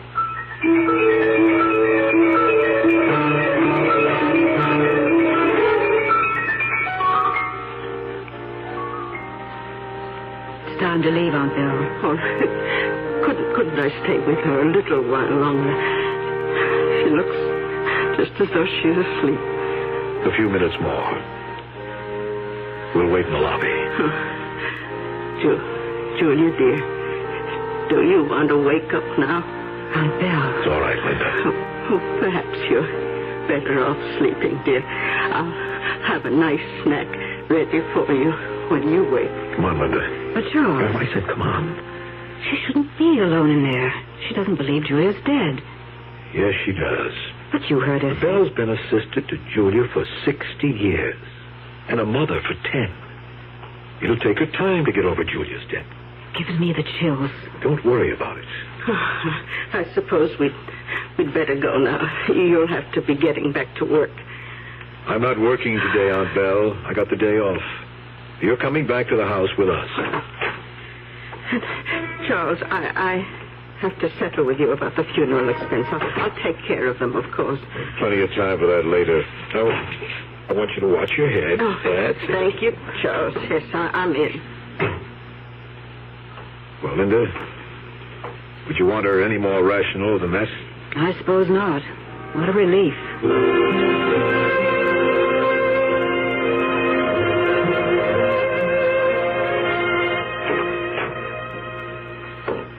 You didn't have to see me in, Charles. I'll be all right. Don't be silly, Aunt Belle. And thanks for having me to dinner. You were right. I wouldn't have wanted to be alone today. I hate leaving you now, but... Oh, I'll be all right. I have to get used to it. I'll stop in tomorrow night after work. Yes, do. And I'll give you the money for the expenses. Do you know how much they are? Well, that can wait, Aunt Belle. In fact, I didn't think you'd be able to cover it. I was planning to take out a loan. Oh, nonsense. I have it, and I'll pay it.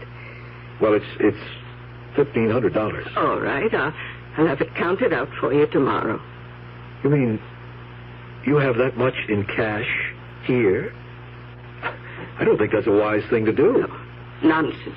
I've always had cash on hand. Well, that's up to you. You'll be all right tonight? Don't worry about me. Come by tomorrow. Lock the door behind me. I always do. Good night, Aunt Belle. Good night, Charles.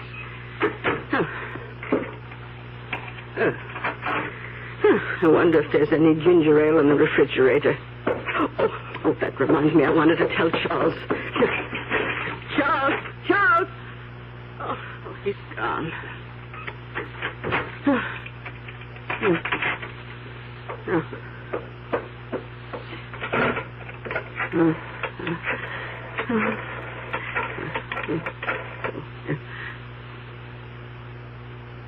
Hello, Linda. Yes, I'm all right. Oh, Linda, Charles just left, and I wanted to tell him something. Would you please have him call when he gets in? Yes. Thank you. I may as well start. Oh, you. How did you get in here? Answer me. What do you want? I order you to leave my apartment. Why don't you say something? Stop sitting there smiling. How dare you just come in and sit on my furniture? Tell me what you want if you don't. I'll get you out of here. I'm calling my nephew. Oh, dear, I remember he isn't home. Please, what do you want? Why won't you answer me? I'll give you whatever you want if you please leave. Please. Oh, thank God, Charles. I just got in and Linda said you wanted to see me. Oh, Charles, there's a strange man in my apartment. What? He's sitting on the sofa. He won't say anything and he won't leave. Did he threaten you? No, he isn't doing anything, but he won't go. I'll be right there. Now, don't do anything to antagonize him.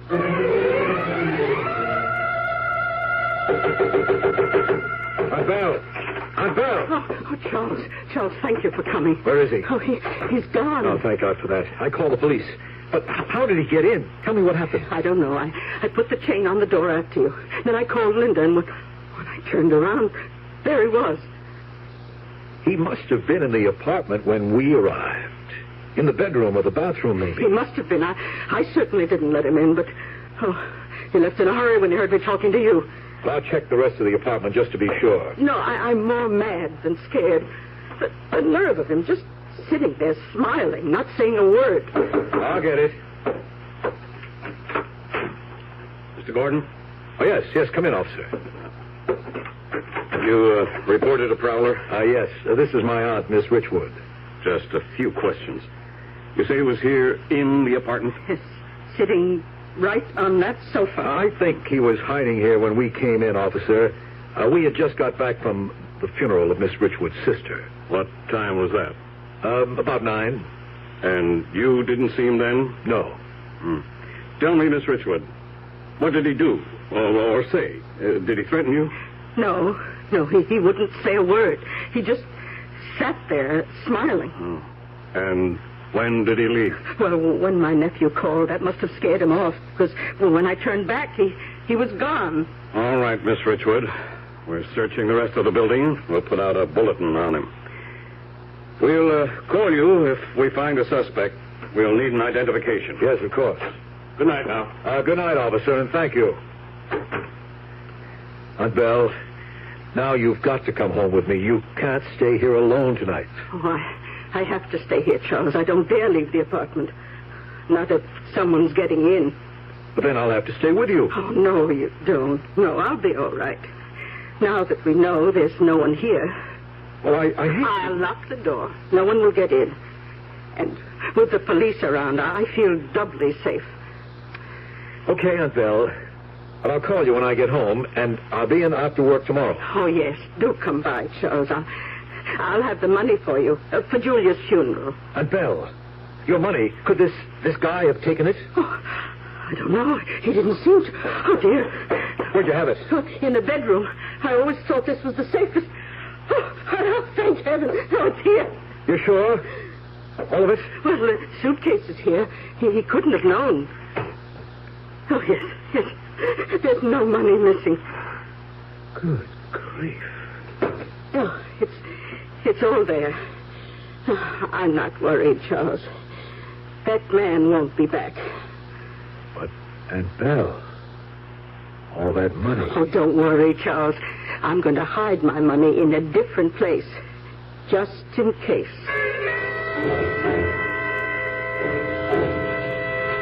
Charles, it's time Belle went into a nursing home, or at least a home for the aging. That man last week could have killed her, She shouldn't be living alone. She's doing all right. She's doing all right. And what about us? I'm sick of sharing you with them. Or her now. For 2 years, you've been nursemaid to Belle and Julia. Linda, it had to be that way. I'm sick of it. I'm sick of everything. And if you won't put her in a nursing home, I'll leave you, Charlie. No, you won't. You just see. Belle's not going to a nursing home, Linda. Those homes cost money. The state takes care of old people who don't have money. But Belle has money, Linda. Lots of it. What do you mean, lots of it? A suitcase so full of hundreds she can hardly close it. I saw it that night the man got in. She opened it in front of my eyes and counted out the $1,500 for the undertaker. So great, she's got some money. She can afford a nursing home. Oh, no, Linda, I'm not going to see that money go into a nursing home. That money is going to be ours. You mean we're in her will? She hasn't got a will, but she's got a suitcase full of money. And I'm her only next of kin. So? What good is it to you? I'm the only one who knows it's there. When she dies, Linda, that money is ours. The way I feel now, every cent she spends is coming out of my pocket. But she might live for years. She might. And that's why I want to keep her in her nice little cheap apartment. She doesn't spend more than $15 a week for food. We're going to be extra nice to Aunt Belle, Linda. After all, we're protecting an investment.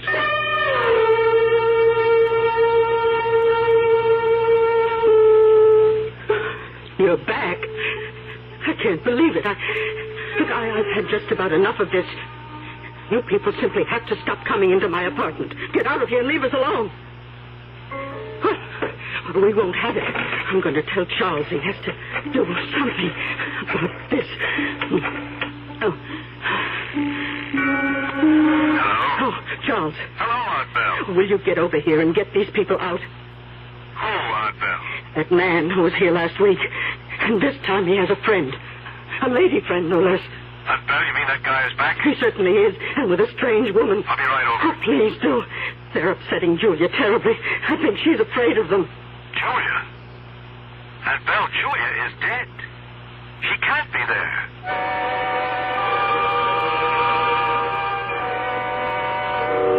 Strange company indeed. That suspicious man is back, and with a lady friend. An accomplice, no doubt. It's not easy being alone and old and rich. But Julia, that sort of thing doesn't happen. Belle must be imagining things. I'll be back shortly with Act 2.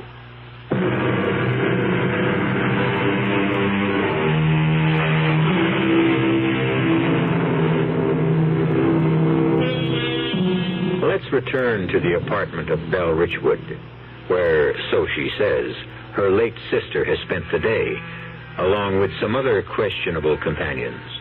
Her nephew Charles is with her now, and it seems as though the visitors have left. Belle, look. There's no one in this chair. I know. They're not here now. And this is where you saw Julia, in this chair? Yes. Yes, and I'm so worried. Where can she be? Aunt Belle, you know Julia passed away. Julia is dead. Yes, I know. I feel so terrible about Julia. Do you think we should call the police? No, they couldn't help. But they could look for her. I remember one time in the city she wandered away. Aunt Belle, stop it. Charles. We cannot look for Julia because Julia is dead. I know. Julia's dead. Then stop saying you saw her in the apartment. It's all right, Charles. I won't mention Julia again. But I do wish you'd do something about the other two. The other two? I told you before. The man who comes in here, and now the woman. Oh, yes, those. I simply don't understand how they're getting in. Doesn't it stand to reason that you're imagining there's a man and woman here? Charles, I know real people when I see them. Have you ever touched them? Oh, heavens, no. But that might convince you. Oh, why should I have to touch them? I know they're here. But they never speak, isn't that right? Oh, yes, that's true. They don't talk. Aunt Belle, I don't know who or what they are, but there's nothing I can do about them. Well, I can. The next time they show up, I'm calling the police. I wouldn't do that, Aunt Belle. You couldn't tell them any more than you already have. Well, they can certainly put a stop to strange people in my apartment. And another thing, I'm going to find another place to hide my money. Well, that is a good idea. Charles, come closer. They might be listening. Now, I want you to know where my money is, just in case. I'm going to hide that suitcase. You know, the one you saw it. Yes.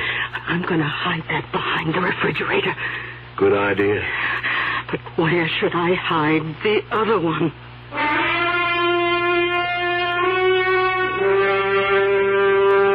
Two suitcases full of money? And who knows if that's even all. You see why I want to keep things just as they are?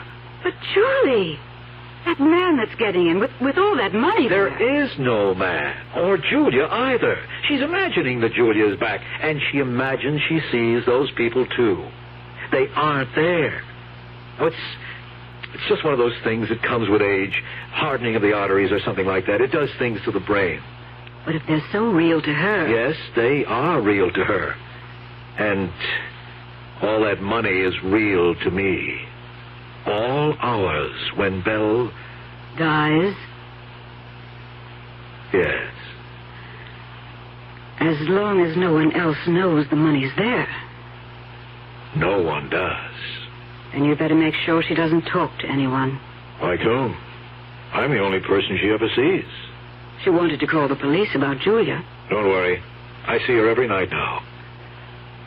I'll keep her under control.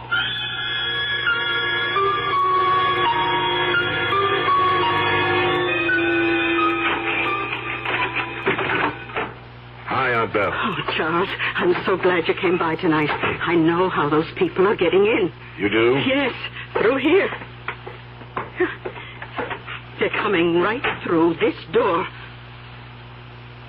Aunt Belle, that's a closet. It's the clothes closet. Oh, that explains where they live, then. They always come through this door. In fact, that woman came in today, and nice as you please, she picked up my coat and put it on. I could have smacked her face. Maybe you should have, Aunt Belle. Well, I couldn't bring myself to do that. But you would have found out that woman doesn't exist. She's just in your imagination. Oh, yes? Well, I'm not imagining. Missing $100. What? I had the rent money all counted out. It was in an envelope on the kitchen table, and now it's gone.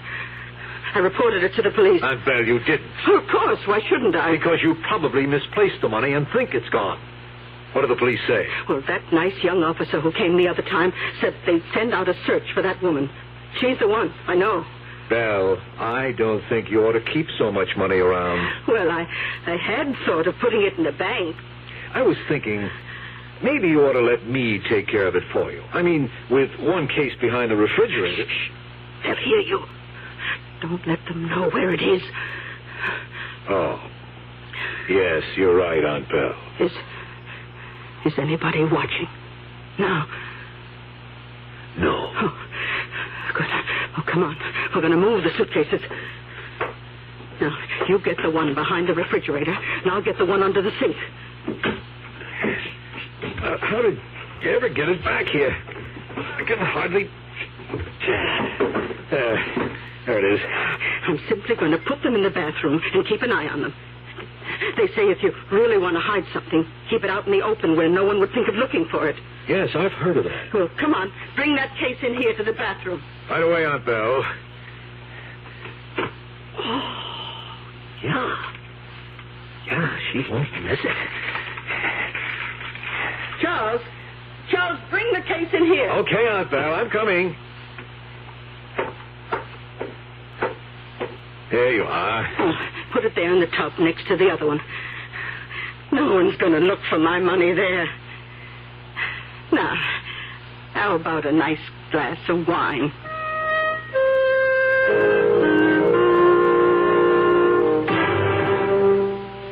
Good boy, Charlie. Now you're using your head. She'll never miss it. But if she does, we know who to blame it on. A bunch of people who don't even exist. The only thing that worries me... What? They exist for her. They're real to her. Well, so what? She count her money every day? She probably will now. Like you said, Charlie, you're her next of kin. The money's ours anyway when she dies. We're just taking a little advance. I ordered that bracelet I've been wanting at Wilson's Jewelers. But if she finds any more missing, she might go to the police.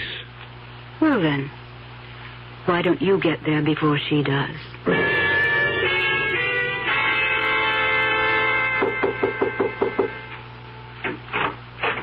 Oh, hello, Miss Richwood. Oh, Mr. Geller, I'm sorry to bother you. That's what superintendents are for, Miss Richwood.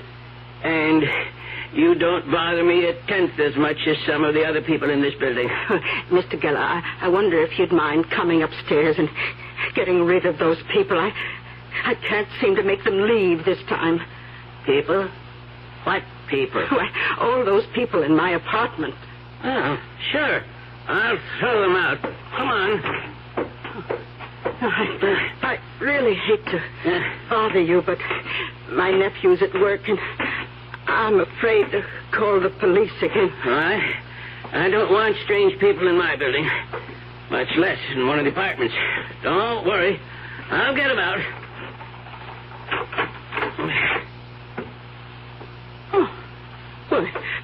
Oh, where did they all go? Sure there were people here, Miss Richwood? Oh, yes. Yes, I'm not crazy yet. There was that man and woman who always come in, and two little girls. Well, we didn't pass them on the stairs, and there's no floor above this. How can they get out? Oh, but now my sister's gone, too. Oh, do you think they took her with them? Oh, this is terrible. How am I going to find Julia?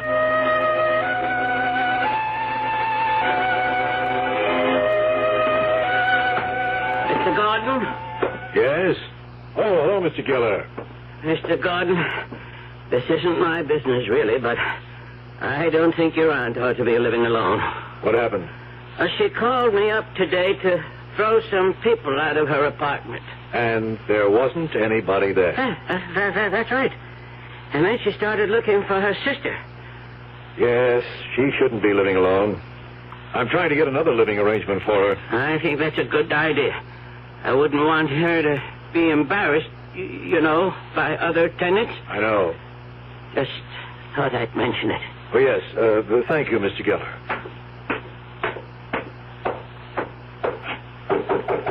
Aunt Val, it's me. Oh, come in, Charles. Did I have a day? Belle, you shouldn't have gone to the superintendent's. Well, I had to get those people out. I suppose you did. Aunt Belle, how about a glass of wine? Oh, of course. I have some chilling in the refrigerator. I'll just wash up in the bathroom, if you don't mind. Go ahead. Do you want an ice cube in yours, Charles? Sure, fine. Now, let's see. Yeah. There they are. Yeah. Yeah. Oh, man. Charles, what are you doing? I'll be right there, just drying my hands. I didn't get a chance to wash up at the shop. Oh, well, sit down and have your wine. I've got something important to tell you. Yes? I've been robbed. What? $1,000 gone from one of my suitcases. No. Now, I had a feeling something was missing, and I counted all the money in that particular case. $1,000 gone. Are you sure? Maybe you didn't count it right. No, I counted it twice. In fact, I'm going to count it again with you here to make sure. We'll count it together, and you'll see.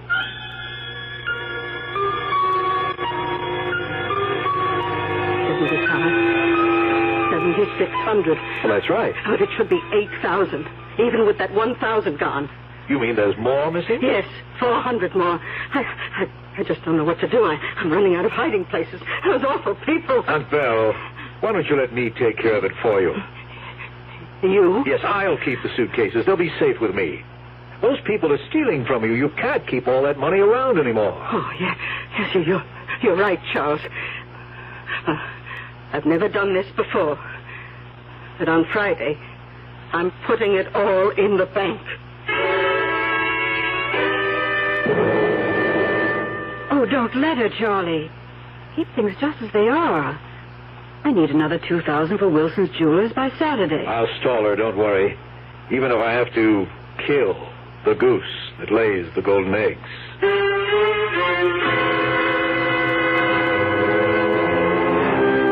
It's not safe to have cash lying around these days, particularly when you have unscrupulous relatives. Strange how the smell of money can drive people to acts they'd never dream of committing. We'll see just how far Charles Gordon is willing to go when I return shortly with Act 3.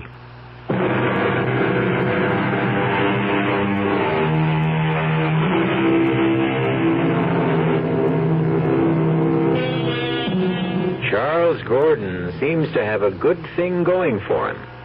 An almost unlimited supply of cash, thanks to his aunt and a few suspicious visitors. But now Belle threatens to spoil all that by putting her money in the bank. And Charles did say he was going to protect his investment. Charlie, you wouldn't kill her. I'll find some way to stop her from putting that money in the bank. That's not what you said. You said kill. So I said kill. I didn't mean it. Now get off my back. Look, Charlie, I want that money as much as you do. Just let me handle it, will you? And shut up. What are you doing? Protecting our investment.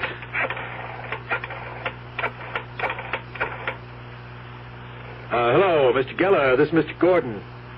Miss Richwood's nephew. Fine, thanks. I hate to bother you, but I wonder if you'd mind running upstairs and seeing if my aunt is okay. She doesn't answer the phone. No, and she wouldn't be in bed at this hour. Thanks, I'll wait. Charlie, you've got something going I don't like. That was an outright lie. A white lie. I want him on my side. What do you mean, your side? I've been thinking about this a long time. Now, just leave it to me. Yes. Oh, yes, thanks, Mr. Geller. Was her door bolted with a chain? Good. Well, thanks again. I wanted to be sure she was okay. She wasn't feeling too well when I left her tonight. Thanks again. Goodbye. Okay, Charlie. I won't ask any more. Stop worrying, Linda. Tomorrow I'm going to see Aunt Belle and persuade her not to put her money in the bank. It's as simple as that.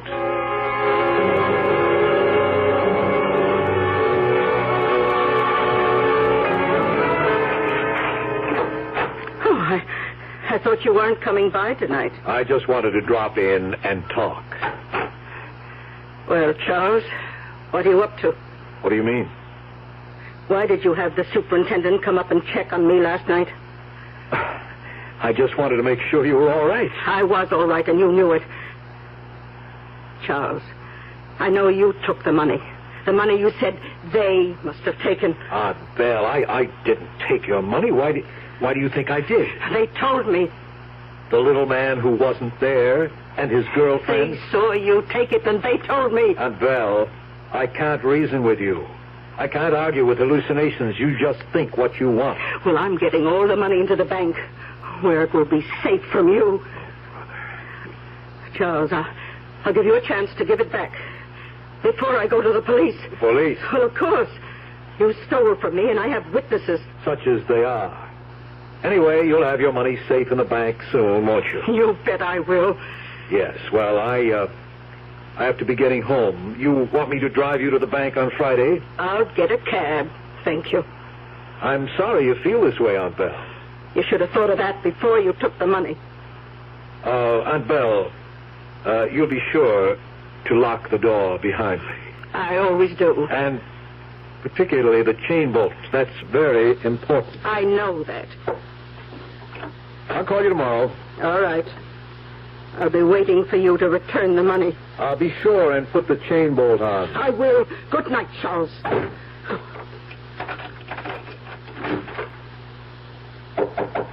Aunt Belle, it's me.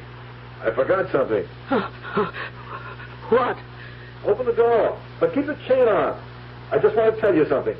Don't take the chain off. What do you want? Pleasant dreams, you old witch.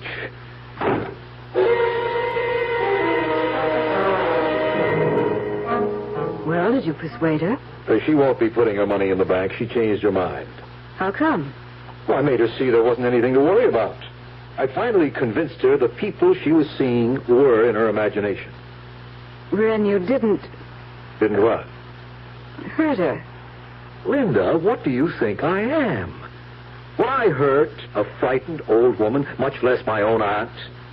I just can't help thinking what you said about the goose that lays the golden eggs. Oh, come on, Linda. Belle's all right. You want me to prove it to you? Call her? No, Charlie, I'll take your word. Oh, I want to prove it to you. You think I've turned into an ogre or something? Just over a few lousy bucks?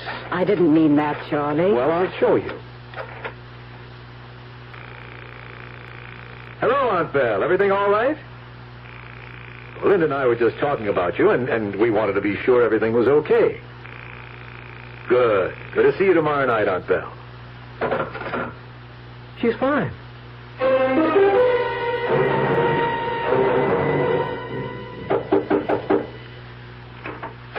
Oh, hello, Mr. Gordon. Oh, anything wrong? I don't know. My aunt doesn't answer the door.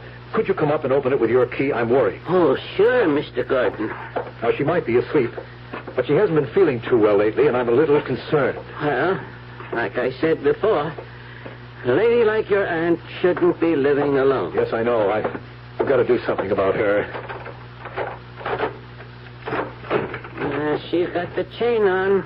Aunt Belle? But, Mr. Gordon, look. She's on the floor, right by the door. We'll have to break it in. Let's go.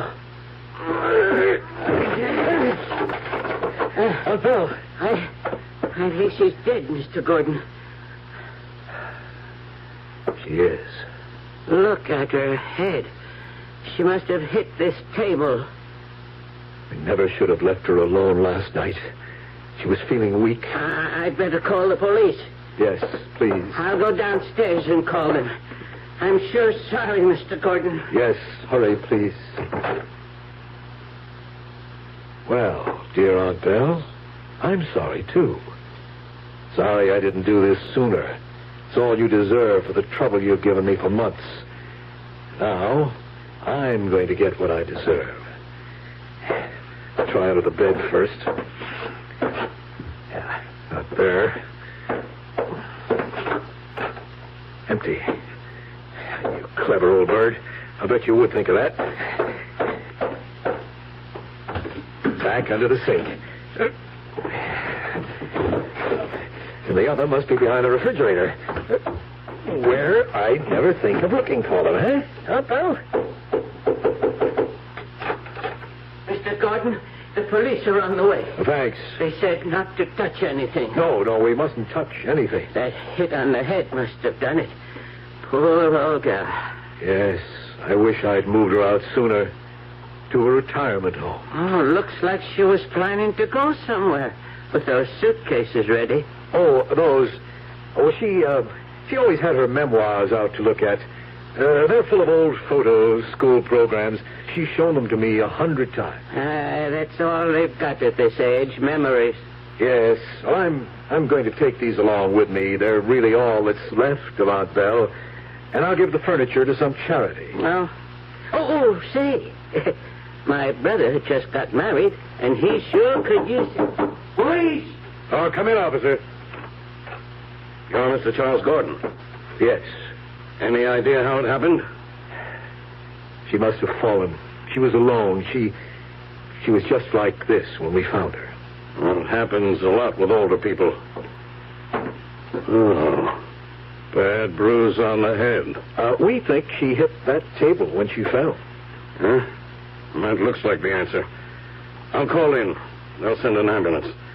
There'll have to be an autopsy. Oh, and I'll need a statement from both of you. The door was chained from the inside. It had to be an accident. But I didn't say it wasn't. I only said I'd have to get a statement.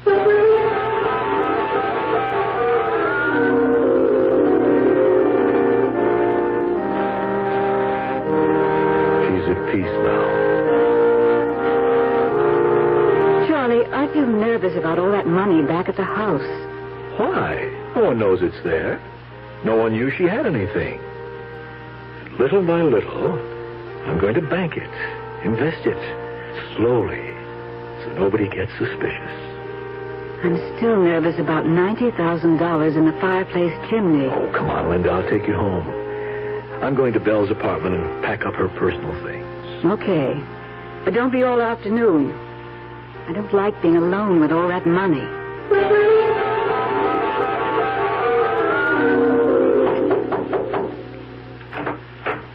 Oh, hello, Mr. Thornton. I've come to start clearing my aunt's things, Mr. Geller. Would you let me in, please? Oh, sure, Mr. Thornton. I'm sure sorry about your aunt. When's the funeral? We had it this morning. There wasn't anyone but my wife and me. Too bad old people have to live alone. If you need any help, I'll be glad to do it. Thank you. I'm just going to pack her personal things. Well, all right. Call if you need anything. Thank you. Now, let's see. I'll start with the bedroom. No use saving any of this stuff. Get it into the cartons and out to the dump. Oh, Linda might want these blankets, though. Ah, poor Aunt Belle. 2 torn slips in an empty drawer. I'll have to... What was that? Someone there? Is that you, Mr. Geller? No, that must have been the people upstairs. Completely empty. I never realized Aunt Belle was... There is someone out there. There's no one here. I'm letting my imagination get me. It is kind of spooky in here, all alone. Oh, poor old thing, what she must have gone through, alone all the time. No wonder she started seeing things. I'll get all the stuff from the bedroom and... That was something. Who's there? Answer me, who's there? I heard you. I know there's someone here. I heard you. Now, where are you? Why don't you answer me, damn it? What?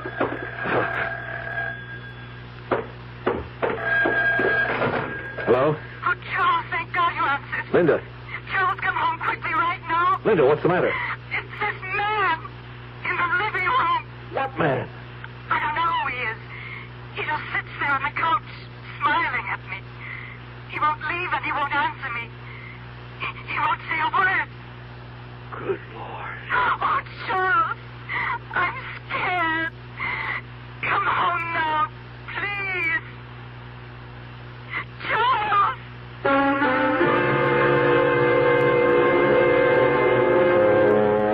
Funny how word gets around when there's money hidden somewhere. It looks as though Charles is in for some strange company of his own. But then, that sort of thing doesn't happen. Linda must be imagining things. I'll be back shortly.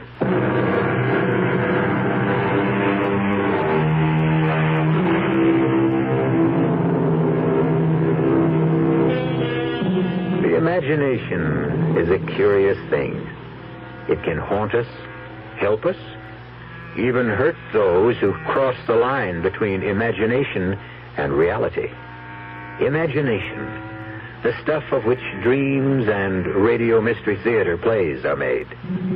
We hope we've teased yours with tonight's story, and hope you'll be back for more. Our cast included Bryna Rayburn, Laurie March, George Petrie, and Gilbert Mack. The entire production was under the direction of Hyman Brown. This is E.G. Marshall inviting you to return to our Mystery Theater for another adventure in the macabre. Until next time, pleasant dreams.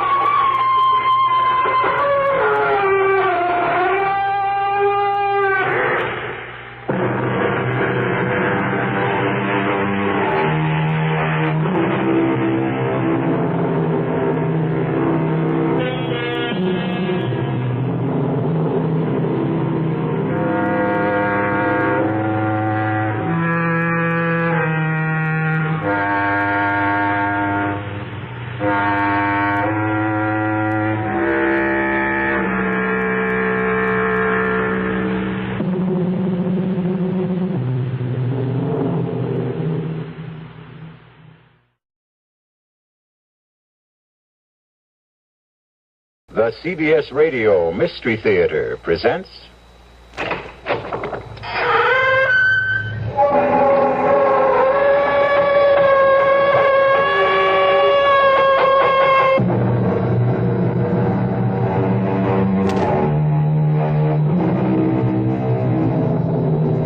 Come in. Welcome. I'm E.G. Marshall. Welcome to the terrifying world of your imagination. Vampire. Perhaps in the safety of your home, the word means little to you. Oh, you've heard of vampires, of course, but do you believe that they exist? Not you. Well, all I can say is Minna Harker didn't believe either. Nor did Dr. John Seward. Not till that night in the graveyard, when they gazed horror-stricken into that coffin and heard Professor Van Helsing say, "No, Miss Harker, John, don't turn away. Look, see for yourselves the truth." Horrible. It's horrible. What? Van Helsing, what can be done? A stake must be driven into the body, straight through the heart, and then the head cut off. Oh.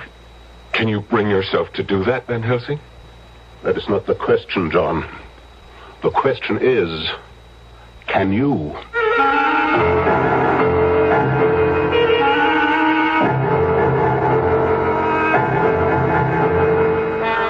Our mystery drama, Dracula, was specially adapted from the story by Bram Stoker for the Mystery Theater by George Lothar and stars Mercedes McCambridge.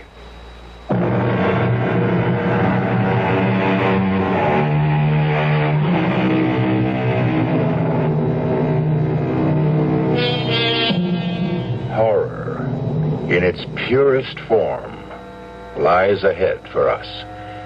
I would be remiss if I didn't warn you that if your nerves are not strong, it might be better for you not to listen. No, really now, be warned. Because as Minna Harker tells us in the diary she kept, there awaits you an experience so loathsome, so horrifying, that I can hardly bring myself to write of it. If I'd known what lay ahead for me when I went to visit my dearest and closest friend, Lucy Westenra, at Hillingham, I could not have brought myself to go, much as I loved her. Looking back now, I realize I had plenty of warning, but I paid no attention. For example, as I drove to the Westenra estate through that lonely, isolated country and heard the wolves howling in the distance, it occurred to me that it was strange to hear wolves in this part of the country. As strange as the huge bat that flew alongside my car. I mentioned this to John, Dr. John Seward, Lucy's fiancé, as we sat having a drink in the living room. It's strange, Minna. I've seen that bat myself. The thing must have a wingspread of at least 4 feet. I haven't the faintest idea where it came from, or the wolves either. Even Lucy's letters seemed kind of strange to me, John. What is the matter with her? Oh, I don't know. I'm completely baffled. I've had 2 other doctors look at her, colleagues of mine, and they can't figure it out. I'm desperate, Minna. I'm so desperate I've called in my old friend and teacher, Professor Van Helsing. Van Helsing? Yes, he's one of the finest diagnosticians in the world, John. Yes, he'll be here from Amsterdam in a day or 2. Amsterdam, Holland? Yeah. All the way from Oh, John, you must be desperate. Lucy is dying, Minna. I'll do anything I can to save her. We must find a way to stop her from losing blood. Losing blood? Well, it's this constant loss of blood that's killing her. Transfusions help for a time, but only a short time, and each transfusion is less effective. John, when can I see her? Oh, she's sleeping now. Her mother's with her, watching her. We take turns. As soon as Mrs. Westenra lets us know she's awake... Listen, those wolves, they're at it again. John, hasn't anyone looked into this wolf thing? How they suddenly come to be in this part of the country? Well, according to the paper, the town police have looked into it. Well, that's peculiar, too. What? Well, they haven't been able to spot one single wolf. Oh, excuse me. We have a visitor. Dracula. Come in, Count, come in. Thank you, Doctor. I'm on my way to town. I have a dinner engagement, and I thought I would stop to ask after Miss Westenra. She's no better, I'm afraid. I'm sorry to hear that. Can you stay for a drink? Well, I'd like you to meet a friend of Lucy's who will be staying with us for a while. Oh, in that case, of course. Minna, this is Count Dracula, our new neighbor, Count Miss Minna Harker. How do you do? How do you do? Count Dracula? Yes, but do not hold it against me, Miss Harker. I cannot help being of the blood royal. Well, why don't you two get acquainted while I go up and see if Lucy's awake yet? I shall do my best to entertain this charming young lady. I won't be a minute. You're a long way from home, Count. A very long way, Miss Harker. May I ask what brought you here? Business. Business? Good heavens, what kind of business could you have in this part of the country? I mean, it's so isolated. True, it does present difficulties, but I like living in the country. Oh, you must. Oh, forgive me, I'm forgetting my manners. Would you like a drink? Thank you. Scotch or bourbon? Is there perhaps some wine? Red wine. Now, let me see. I'm not very familiar with the supply here.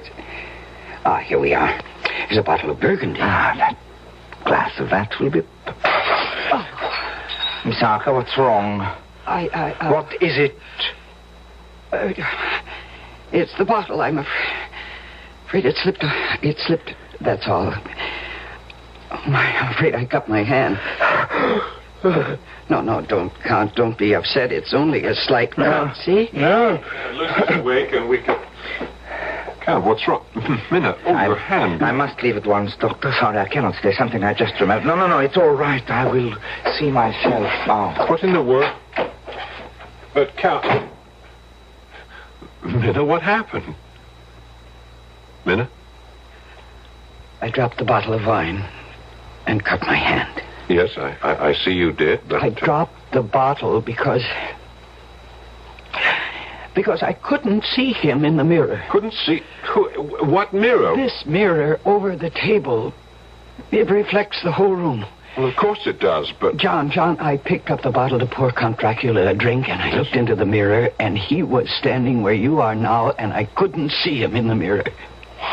He was there where you're standing, but he wasn't reflected in the glass. Minna, you're not making sense. And you're trembling. John, I'm scared. Of what? How can you ask? I look in a mirror and didn't see someone who should have been reflected in it.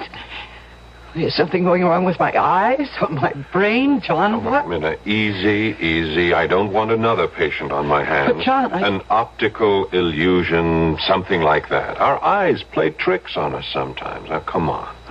Let's get a bandage for that cut, and then we'll go up and see Lucy.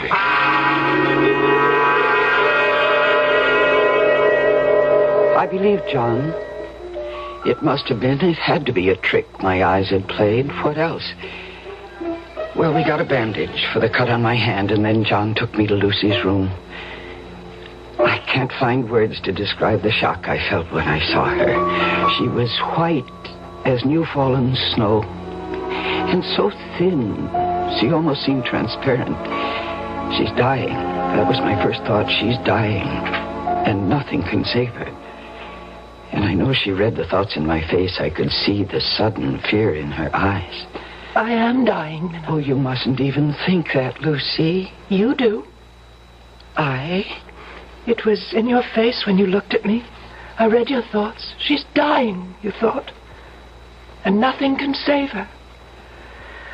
I am. And nothing can save me. Oh, John can save you. And he will. He hasn't so far. You mustn't despair, Lucy. Despair, Minna? I don't have the strength to despair. You better go now, Minna. Go? Lucy, dear, I haven't seen you in nearly a year. We haven't even started to tell each other everything that's happened. Later. Not now. I'm tired. I want to sleep. Oh, well, in that case, I'll come back later. No, not till tomorrow. All right, whatever you say. But I'll just look in on you later. No, Lucy. You mustn't. All right, then. But stop upsetting yourself. Go quickly. Oh, good Lord. At the window. It's nothing. Go, Minna. It's nothing. Nothing. It's that bat. That huge bat that followed my car. Oh, go, I beg of you. Lucy, the thing is trying to get in. Look, it's clawing at the window. Is that locked? Is that window locked? Yes, it's locked. But locks are useless against Count Dracula. Oh, good Lord. Mirrors do not reflect my image, Miss Harker. Nor do locks keep me out. You were that bat. As the wolves you hear are not wolves, but like myself, vampires. Vampires? The dead, who live by night. The dead undead. No, this can't be happening. It's a dream. It's a nightmare. That's what it will seem like when you wake up. Huh? Yes, you're going to sleep now. And yet not sleep. You will remember all you see and hear, but when you waken, it will seem like a dream. A dream you'll tell no one, not even Professor Van Helsing, because you will not want to look foolish. You'll be ashamed to tell it for fear he will think you're a silly young woman. Enough. Sleep. Did I sleep? Did I dream? No. My sleep was a hypnotic trance into which he had placed me. And what I dreamed was reality. There in the moonlight that streamed through the window, I saw Dracula raise his arms and call. Lucy. Lucy, my dearest love, come to me. Come, my darling. I can't. Too weak. My lover. I'm too weak. Then I shall come to you. Embrace you. Kiss you.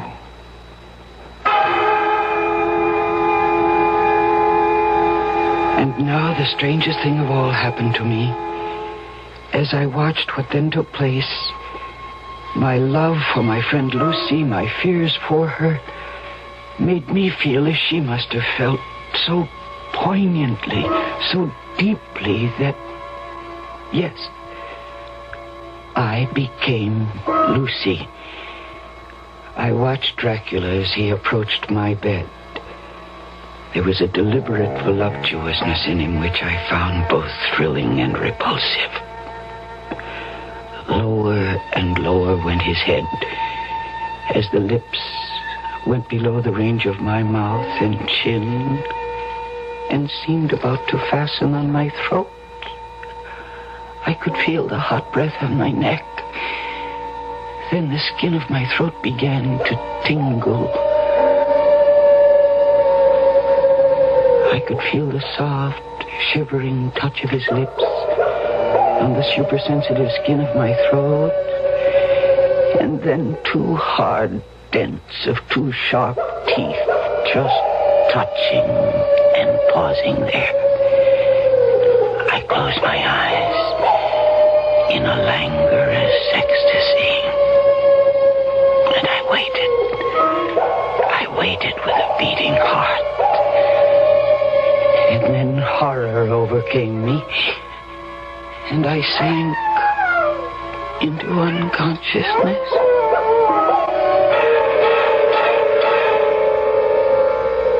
I promised you horror. Have I kept my promise?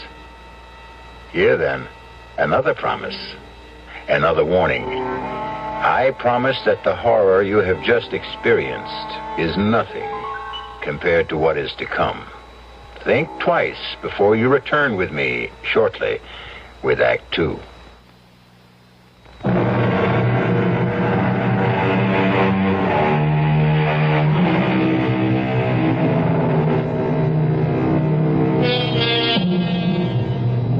Visiting her friend, Lucy Westenra, at the Westenra's lonely estate far out in the country, Minna Harker comes face to face with horror in the form of a vampire, Count Dracula. she has witnessed the frightful scene of Dracula entering her friend's bedroom, biting her throat, sucking her blood. So gruesome was it all, or perhaps because of hypnotic suggestion, as Minna writes in her diary.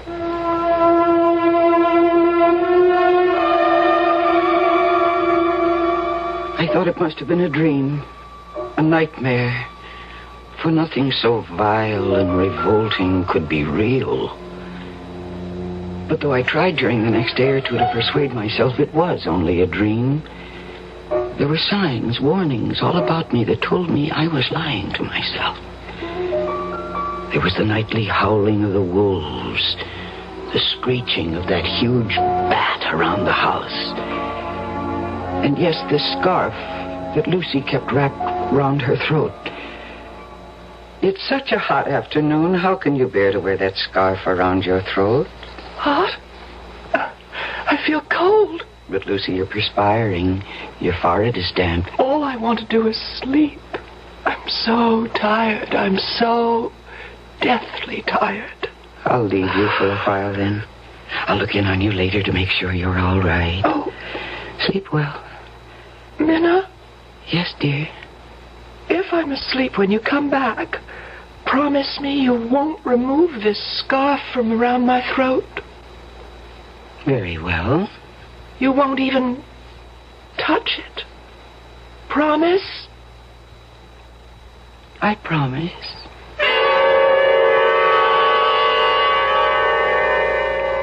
Later that afternoon, toward evening, Professor Van Helsing arrived from Holland.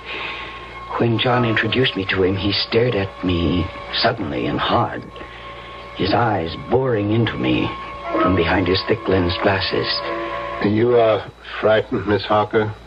Why? Frightened? Maybe she hasn't recovered from that optical illusion the other night. Optical illusion? Yes, you see that mirror over the table there? Yes. Well, we had a visitor, Count Dracula, a new neighbor at Carfax, a few miles from here, and Minna had the illusion that she couldn't see his reflection in the mirror. My eyes must have played a trick on me, Professor. Yes.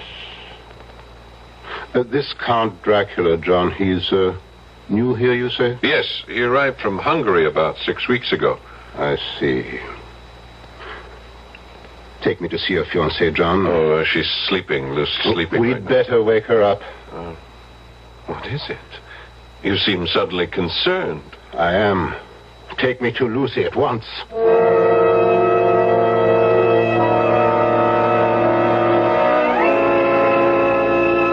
Wake her, John. All right. Gently.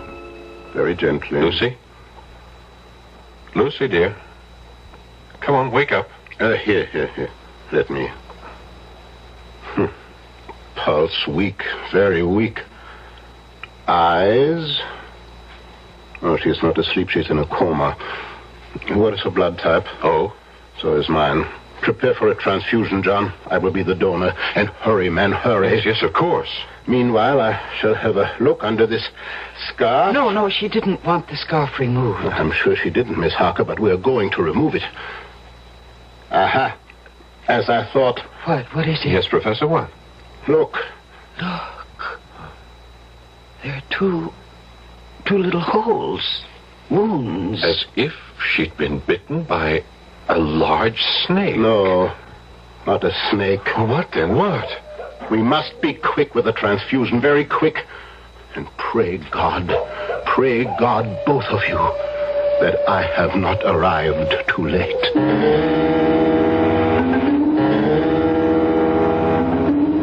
But he was too late. The transfusion revived Lucy a little. When we'd made her as comfortable as we could, the three of us, Professor Van Helsing, John, and I, went back down to the living room. And it was here that Professor Van Helsing told us the truth. The truth that made John Seward cry out. Vampire? You say we are dealing with a vampire, Professor? Have you gone out of your mind? My dear John, I don't blame you. Blame me? I should hope not. You ask me to believe me, a doctor, a man of medical science? Science? There's more to this world than science. But, Professor, a vampire? I can't believe that there's a vampire. I tell you that witches exist. That warlocks exist. that vampires exist. And we are dealing with one here. But if what you say is true... It is. Ask her. Ask Miss Harker. Me? You had an experience in this house that you are concealing. You choose to think it was a dream. When did it happen, child? Last night? No.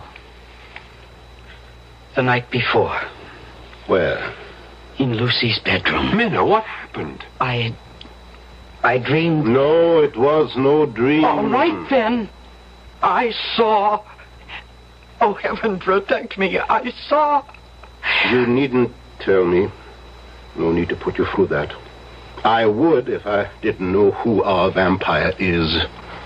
But I do know. Who? The man whose reflection she could not see in that mirror. Your new neighbor, Count Dracula. I don't believe you. I cannot believe you. If you can't believe me, at least trust me. Oh, I'll answer that. Wait. Yes, Professor. If that should be Count Dracula, you did say that he calls about this time each evening, John? Yes.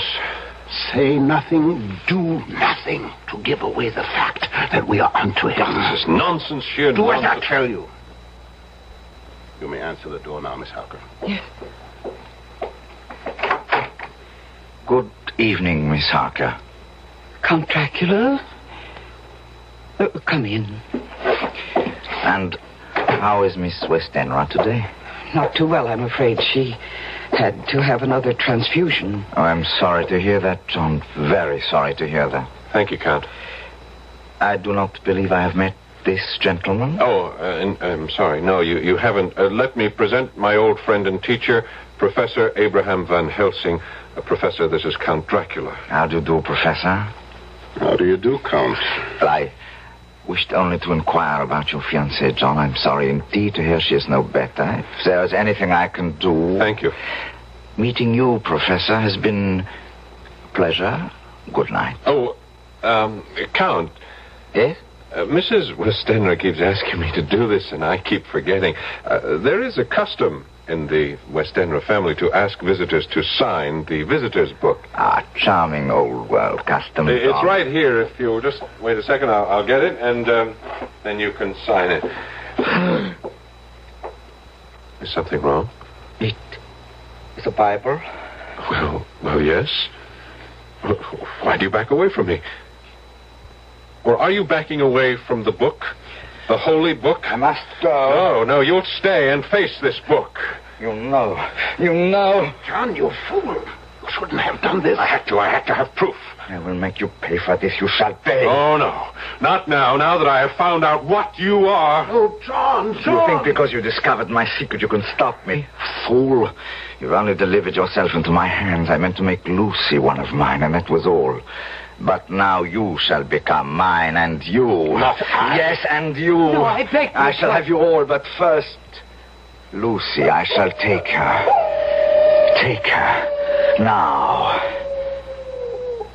She is mine.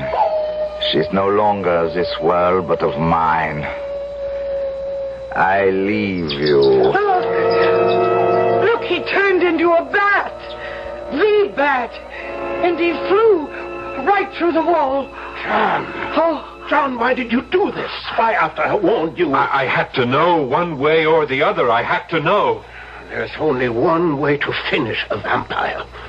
Well, the first thing you must do is find out where he sleeps during the day.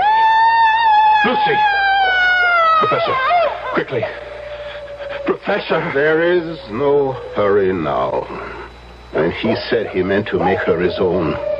He had already done so.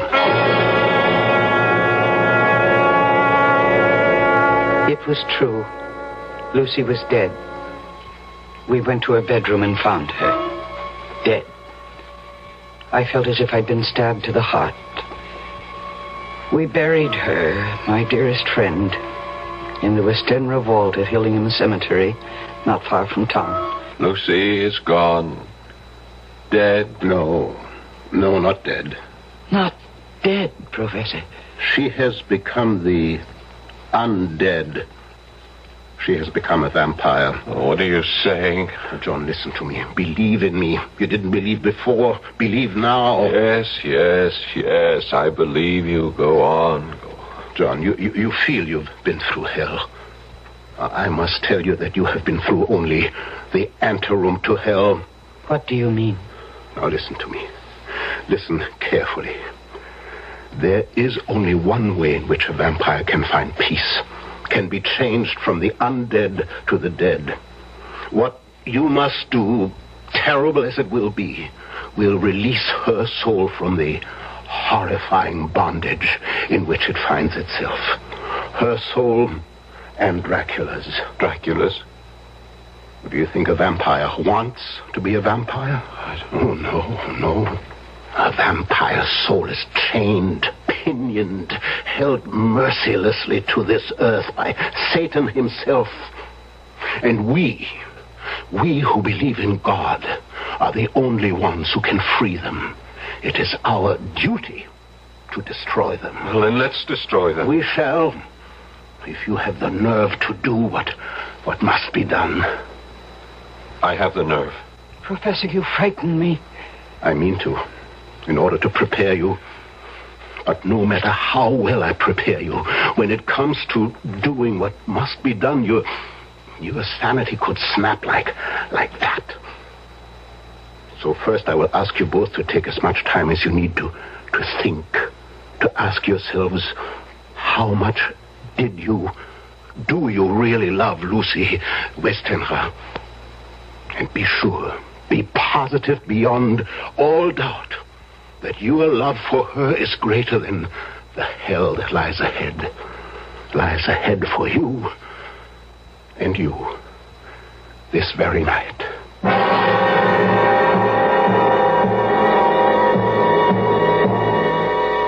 One section of Minna Harker's diary ends at this point. I've read the next and final section, and I can tell you this. Van Helsing said that John and Minna had only experienced the anteroom to hell. He was right. Fearfully right. I'll be back shortly with Act 3.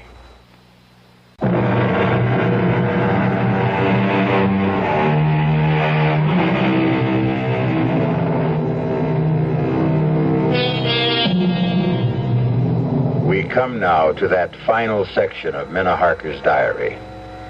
You've been warned about what lies ahead, so I'll not warn you again.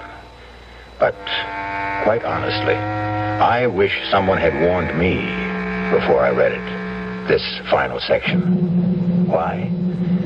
Because I've never quite gotten over it. That's why. I thought I knew what horror was until I read it. I changed my mind. You will, too. I'm ready, Professor. I knew you would be, John. We'll wait now for Miss Harker. No, there's no need to wait. I love Lucy enough. More than enough. She was my dearest friend. Is your dearest friend. For she is not yet dead. She is as yet the dead undead. It's nearly sundown. Let us go to the cemetery at once. The cemetery? It will be dark by the time we get there. She will have left her coffin. Left it? Like Count Dracula, she cannot go on living, or let me say, being the undead without drinking human blood. To find it, she must, of course, leave her coffin. The instant the sun goes down tonight, she will be on the prowl for little children. Children? Yes, children are innocent, gullible, naive, make easier victims. And the inexperienced vampire must practice. Yes, she will be seeking children. Oh, it's revolting. Revolting? Well, that is only a word to you at the moment. In a short time, it will be reality. Do you really think you can bear what is to come? I can. I must. Good. I have preparations to make. So do you, the two of you. Dress warmly. Warmly? But it's hot out. Child, there is no chill like a graveyard chill.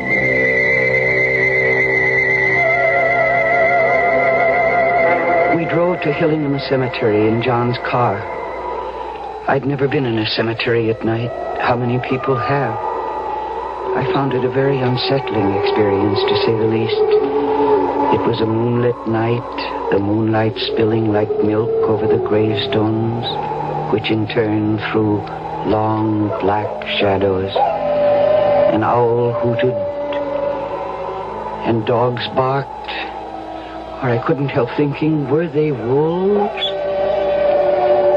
And then we reached the Westenra vault, the vault where we'd put Lucy's coffin that afternoon. Now what do we do, Professor? We go into the vault. Why? And how? I have the key to the vault. How did you get it? I asked the undertaker for it, or rather told him to give it to me. He assumed I was a member of the family. You need not come with me. Not now. But why shouldn't we come? I wish to save you as much shock as I can. She will not be there in the coffin. It will be a shock for you to find it empty.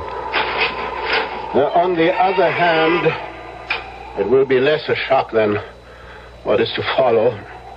Yes, it will prepare you. Come then. I shall open the coffin now. If she isn't in it, how could she have got out? I could tell you, but it is better that you see for yourself later. Now, this won't take long. I need only unscrew the top part. There. Well, now to lift off the top of the lid. Yes. Empty. She's gone. Where? Gone where? In God's name, where? In search of the life-giving blood, John. In search of a small child. Oh, it's horrible. It's horrible. John? Yes? Come. We go outside the vault. Now to lock the door. That's most important. And now, what I must do will take a little time. Yes, make yourselves as comfortable as you can. Make ourselves comfortable. Professor, what must you do? Well, I have here a paste made of garlic, flour, and water. I must seal off every crevice with it. Seal all around the door so Lucy cannot get back into the vault, into her coffin. She could? Through the crevices, yes. How do you think she got out of the coffin? I can't believe it. Yes. It is unbelievable. But it is so. Now, forgive me. I must get to work.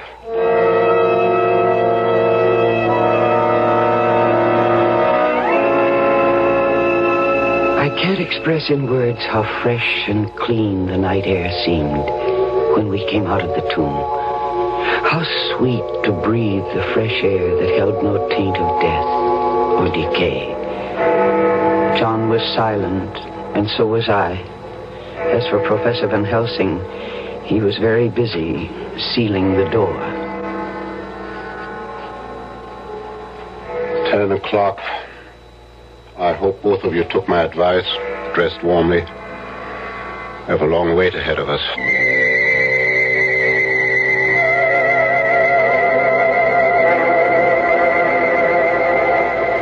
How much longer, Professor? I'm chilled to the bone. Everything depends on how long it takes her to find a small child. Nearly 2 o'clock. Has been gone several hours. Soon now, I think... Shh. What? She comes. Where? See there? Amidst the headstones? Yes, a woman. Dressed in white. Lucy. Shh. Make no move, no noise. See, she is carrying something in her arms. A child. I feel sick. Control yourself. Ah, there. Yes, she's coming toward the vault. See, she draws back. The mixture I used repels her. Why are we doing this? Why are you keeping her out of the vault, her coffin? Because I hope... Yes, she is leaving, hurrying away from along the headstones. Come, we must follow. Follow where? To Dracula, I hope. Unless I'm mistaken, she's going to him for help. Hurry. We must keep her in sight. No, wait. What is it? She is heading for that tomb. Dracula must be there. Good. Watch. See, now she's putting the child down on the ground. And now... Where is she? She's vanished. She simply slipped into the tomb through the crevice around the door. Oh, wait here. Yes. What's he doing? He's picking up the child, I think. Yes. See, he's coming back now. Here, Miss Harker. You take the child. Keep it warm. Oh, this poor thing. Poor little thing. Look, it doesn't move. It doesn't make a sound. It's lifeless. No, only in a trance. It will recover. But remember, when I ask you to do what must be done, remember that we have saved not only this child, but God knows how many others. I'll remember. Good. And now we will return to her tomb and wait till dawn. Till dawn? She will return to the tomb then. She has no choice. Dracula cannot help her.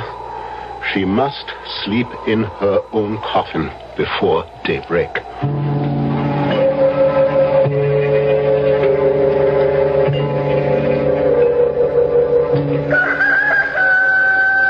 How do you feel, Miss Harker? I'm all right. Thank you. John? I'm okay. It's almost dawn. Why doesn't she come? Soon now. How's the child? Still asleep, if it is only sleep. It is. It will not come to its senses until daybreak. Now, prepare yourselves for... In a very short time, now Lucy should... there. Yes, she's coming. And this time she'll be able to enter the tomb. Could you remove the garlic mixture? This time I want her to enter the tomb and her coffin. It will be there that you will do what must be done. Oh, there she is. Oh, heaven help me. She is as beautiful as she always was. Hold on to yourself. She isn't dead. She can't be dead. Lucy! Lucy, my darling! John! No, come back! Lucy! John, my dearest, come to me, John. Come to me. I have never seen anything so horrible. And God save me from ever seeing it again. Lucy's eyes shone with an unholy light, and her face became wreathed with a voluptuous smile as she advanced toward John with outstretched arms. Come to me, dearest. My arms are hungry for you. Come, and we can rest together in the tomb. Come, my lover. Come. And John suddenly opened wide his arms and started running to her, and she to him, when Van Helsing rushed forward between them. And he raised something he held in his hand up against her face. It was a crucifix. With a cry of rage and agony, Lucy flung herself away from John and toward the tomb, and she was gone. John, are you all right? The Lord help me. The Lord help me. And he shall. Come into the tomb. It's time. Oh, first let me put the bag I brought over here. And now I will remove the coffin lid again.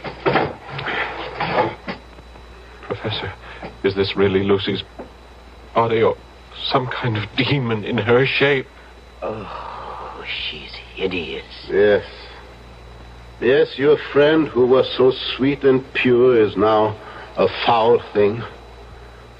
But if you can do what you must do, you will see her once again as she was. Whatever it is, we'll do it. This wooden stake I have brought. Yes. This pointed stake. You must drive it through Lucy's heart. With this hammer. Oh, no. And when that is done, cut off her head with this surgical knife. I don't... You must do it. For her sake, John. For the sake of the woman you loved. All right. Give me the stake. And the hammer.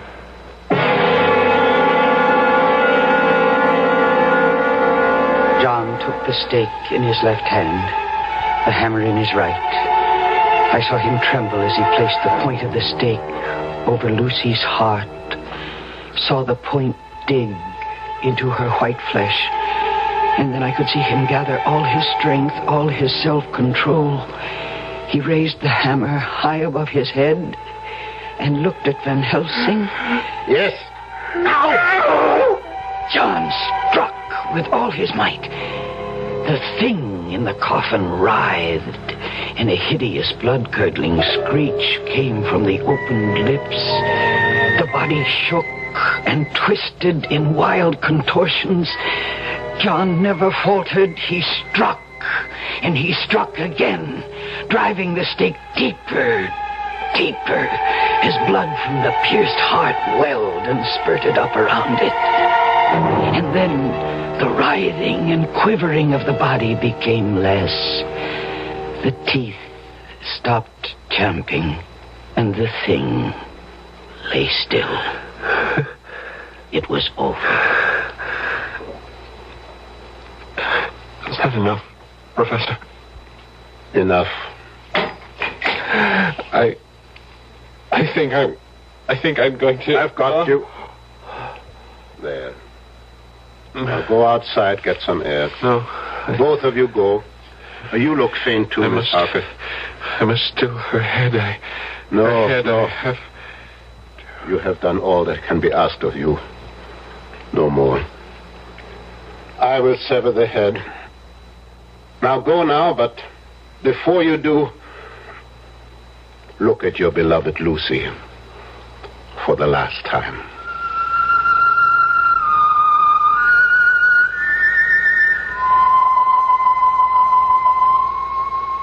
There, in the coffin, lay no longer the foul thing we dreaded, but Lucy, as we had seen her in life, her face as beautiful and pure as it had been then.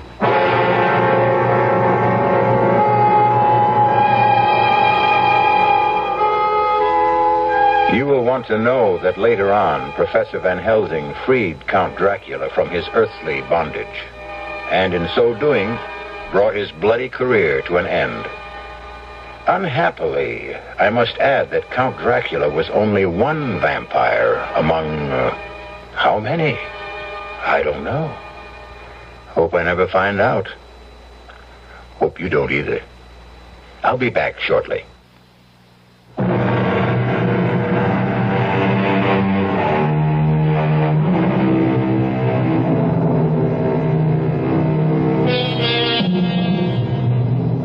I've been asked, do vampires really exist? No one will deny that strange, bizarre, and, yes, gruesome things happen in this world which no one can explain. As Professor Van Helsing himself said, what science cannot prove, science claims does not exist. Well, anyhow, I play it safe. Use plenty of garlic. I'm afraid it keeps my friends at a distance as well as vampires. But then, you can't have everything. Our cast included Mercedes McCambridge, Paul Hecht, Stefan Schnabel, Michael Wager, and Marion Seldes. The entire production was under the direction of Hyman Brown. This is E.G. Marshall inviting you to return to our Mystery Theater for another adventure in the macabre. Until next time, pleasant dreams.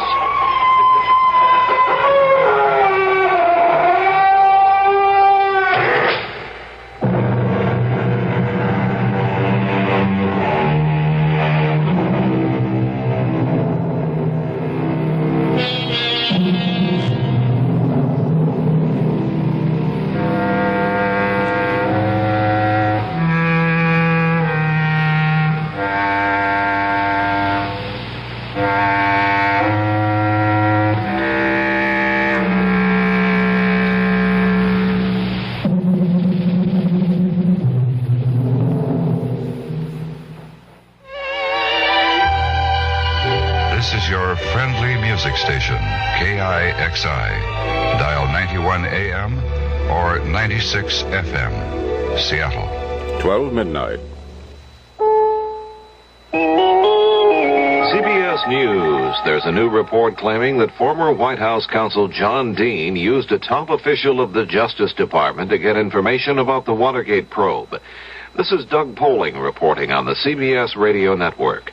The Associated Press quotes sources as saying Watergate prosecutors involved in the original probe stopped giving information to Assistant Attorney General Henry Peterson because Peterson was passing the information to the White House. AP says its sources emphasized Peterson was being used by John Dean. The Dean told Peterson the information was wanted by President Nixon, when in fact Dean was passing the material on to potential Watergate defendants. The three major broadcast networks say they are making plans to install cameras and microphones to cover the hearings of the House Judiciary Committee on the impeachment of President Nixon. The networks are putting in their equipment but have not announced a final decision on whether to broadcast the proceedings live. On Thursday, the committee voted to allow live broadcast coverage of the hearings. More news after this message. Your attention, please. Now announcing Exploring America 74 departures for Dodge City, Kansas, Sault Ste. Marie, Michigan, Turkey Run Farm, Virginia, Hadlock Farm. Did you hear that? It's the brand new Exploring America weekend with more fascinating places to visit this year. Exploring America 74 with Charles Carrault, a 30 broadcast weekend special, this Saturday and Sunday, the 4th and 5th, on the CBS radio network. Secretary of State Kissinger will be leaving Israel shortly, probably less than a few hours from now, to continue his effort to get Israel and Syria to pull back their armies along the Golan Heights. Kissinger flies to Damascus to discuss it with Syrian leaders. In Jerusalem, Israeli Foreign Minister Abba Eban said this about his talks Thursday with Kissinger. We've had a very comprehensive review of all the elements involved in the Syrian-Israeli disengagement agreement. The discussion was very thorough, very fundamental, and very friendly in its atmosphere. We haven't reached the end of that discussion. We're continuing to working right up until Secretary Kissinger's departure. As the talking continues, so does the fighting. Israel says its artillery landed within 9 miles of Damascus, and Israeli planes attacked Palestinian guerrilla bases on the Lebanese side of Mount Hermon. These late items from San Francisco. FBI agents raided an apartment Thursday, apparently used by the Symbionese Liberation Army as a hideout following a bank robbery last month. The FBI was tipped about the incident, but newsmen who were on the scene for the surprise raid said the agents and police found clothing used in the bank holdup by the kidnappers of Patricia Hearst.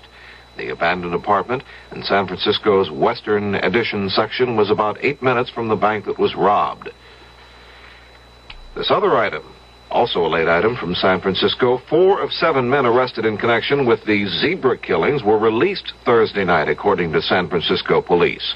Police Sergeant William Kearney said the men were freed because it became evident during the course of the investigation that no further proceedings against them are feasible at this time. He identified those released as Thomas Manny, 31, former star football player at San Francisco State University in the early 60s, Clarence Jamerson, 37, Dwight Stallings, 28, and Edgar Burton, 22. The Soviet Union has demanded China immediately return a Soviet helicopter and its 3-man crew forced down over China in mid-March. In a harshly worded statement, the Russians said if China does not return the chopper and its crew, Peking will suffer what Moscow terms the inevitable consequence. Now this message. Even if someone served them a slice of beef, they couldn't bite into it. Their teeth are too weak.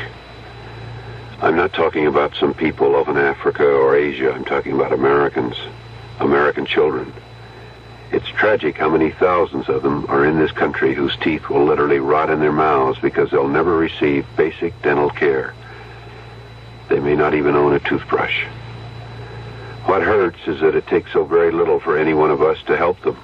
The same dollar, for instance, that buys you 2 packs of cigarettes can buy 3 American children the first toothbrushes they've ever owned. I'm Cliff Robertson. Won't you give up some cigarettes so some American children can have their first toothbrush? Send your dollar to Americans for Children's Relief, Box 5050, Stamford, Connecticut.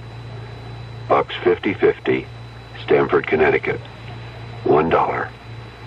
And, of course, if you can afford more, give more. Trivia fans, take note of this item. The New Jersey State Legislature has a bill pending to make the honeybee the official state insect. State Senator Joseph Merlino says there are more than 45,000 honeybee colonies in New Jersey, more honeybees per square mile than any state except California. Merlino may be buzzing with excitement over the bill, but other lawmakers might take the sting out of it. Doug Poling, CBS News.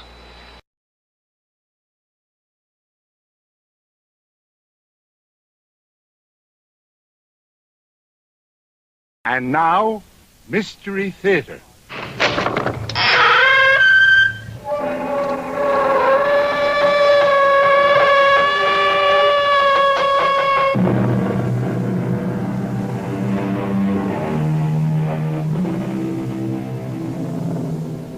Come in. Welcome. I am E.G. Marshall. Welcome to the sound of suspense, to the fear you can hear. What do you think about witches? Not the bony hags and atrocious crones of Shakespeare and legend, or the poor unfortunates of Salem, but witches who are young, witches who are beautiful, witches who even fall in love. Excuse me? Who let you in here? Well, I hope I'm not disturbing you. I'm only trying to make a deadline. Well, if you're in the news business, I've got something for you. It better be good. I'm going to have to kill my wife. That won't be news till you do it. I know. I want you to know why. Okay. Why? Because she's a witch.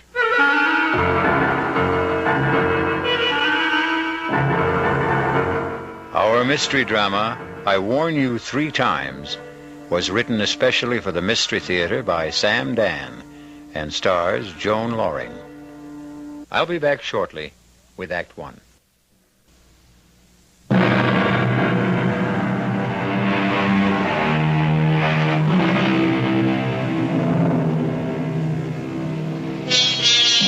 It's one of those miserable, stormy nights in the dead of winter.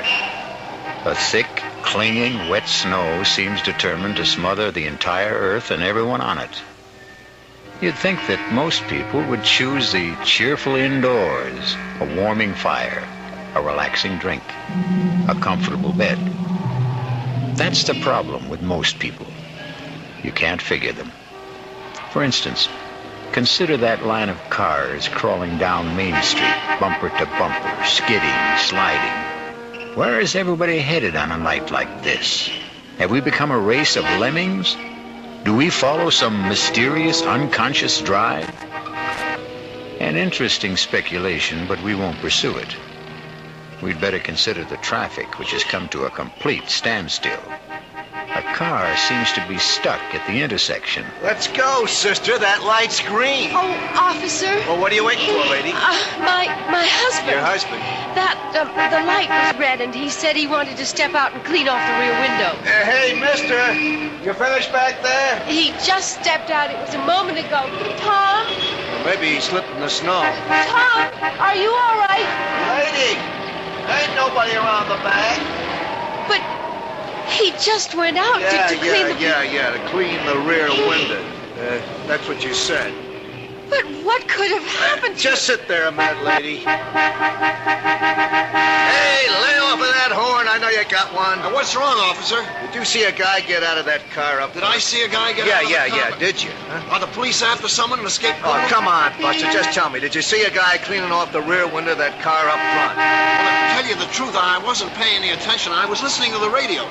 Now, there could have been somebody, but then again, I couldn't say there was. It's not that I'm not trying to get involved, officer. I'm a citizen. I know my duty, but Well, thank you.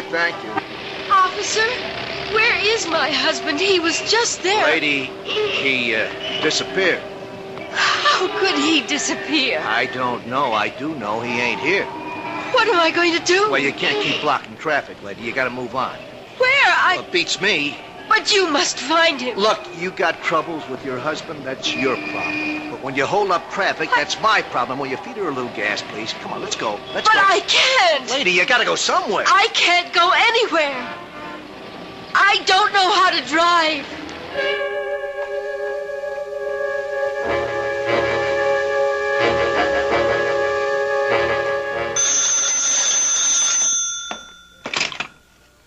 Desk, Lieutenant Carroll. Yeah.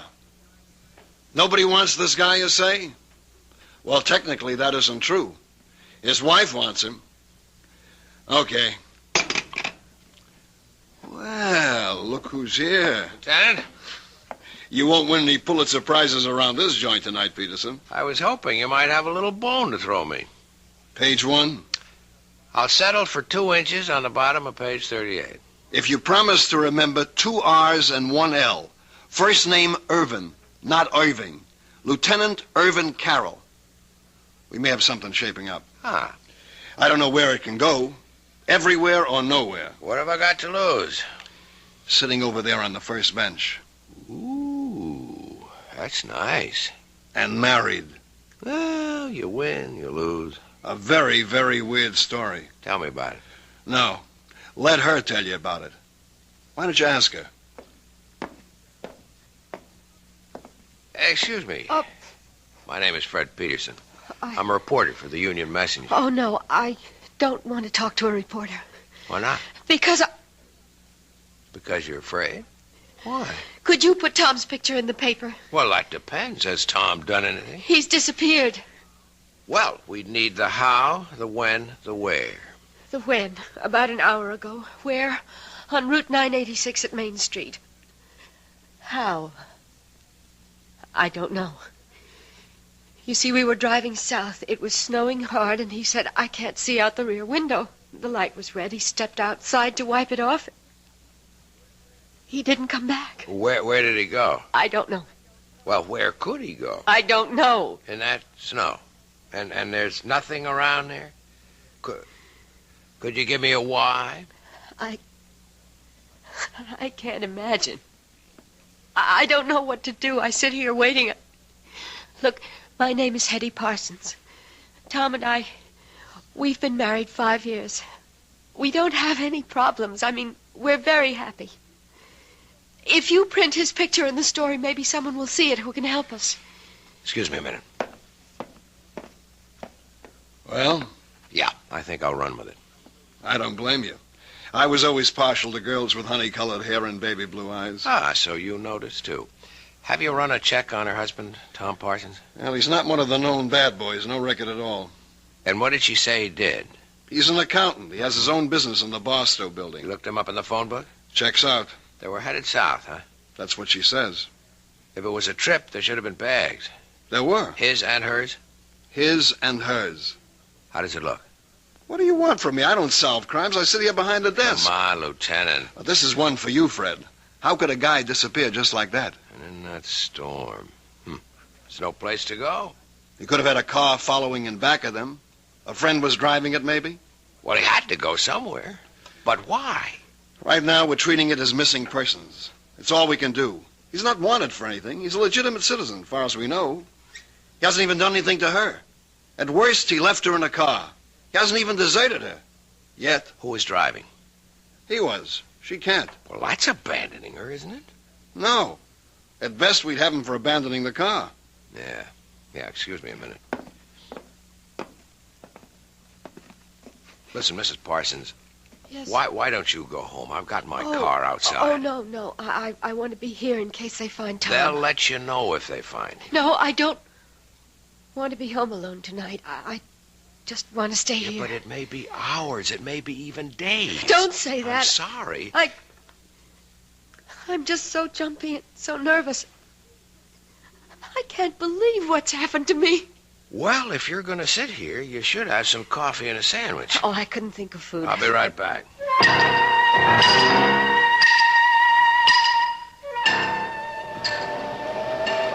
Hey there.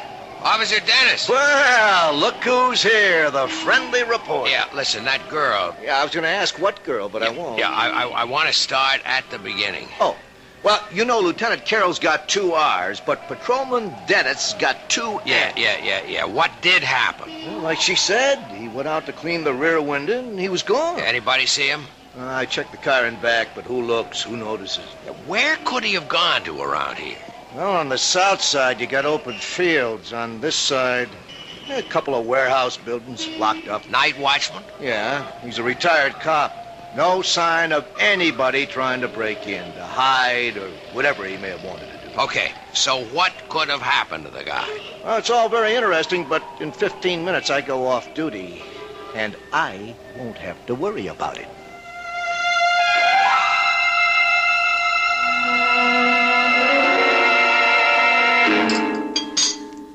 Oh, thanks. I didn't think I could touch a thing, but I must have been starving. Has there been any word? Yeah, you'll hear the minute they know. Now listen, Hetty, I can help you, but you have to help me. I'll do whatever I can. We have 2 basic roads to explore. 1, somebody was out to get your husband. Oh, no. No. Tom is the mildest, sweetest, most obliging guy on earth. He has absolutely no enemies. That you know about. Tom and I have no secrets from each other. Everybody has at least one enemy. Tom is incapable of hurting anyone in any way. He sounds too good to be true. If he does have a problem, that's it.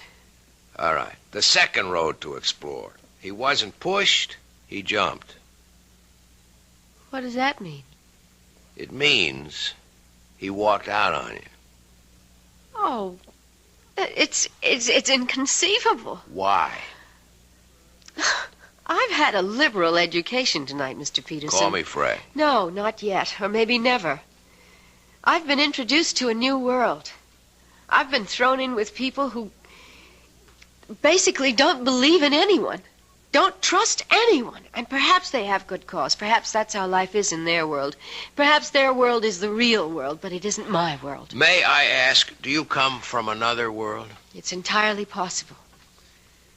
I won't call you Fred unless and until we become friends. But that's just a little thing. The policeman who brought me here is a confirmed cynic. So is the lieutenant. And so are you. I must plead guilty as charged. All of you propose 2 basic hypotheses. A, my husband was ambushed by enemies. B, my husband abandoned me. You can't conceive of people who... they simply don't make or have enemies. You can't conceive of people who are completely in love. I'm not a fool, Mr. Peterson.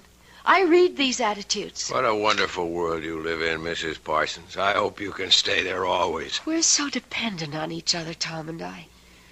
We need each other. We're so complete together. But we still have the basic fact of his disappearance.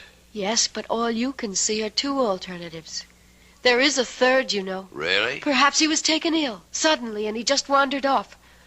Oh, maybe I should go back there. I've already been back there. There's no place he could have wandered off to. Tell me, does he have a history of any sort of illness, amnesia, anything like that? No, nothing like that. Well, then, where are we? Nowhere. Perhaps you are nowhere, Mr. Peterson. Okay, tell me where you are. I have faith. I believe Tom will be found, or he will find himself, and he will have an absolutely reasonable and rational explanation. I hope so. Hetty! Oh! Hetty! Tom! Oh, Tom, darling. Tom, what happened to you? I was so scared. Oh, darling, you're all right? Hetty, are you all right? Yes. I don't understand. I happened to tune in the news, and there it was. Tom Parsons, accountant, with offices in the Barstow building, had disappeared under mysterious circumstances. Tom, I was so worried. Mr. Parsons was driving with his wife. He stepped out of the car to clean off the rear window, and... Hetty, what did you tell them? I wasn't in the car with you. I was at home. Well, here we have the story of 2 people who love each other deeply, who trust each other completely, It sounds like the Garden of Eden. But we all know what happened back there in the traffic and the snow. We shall return shortly with Act Two.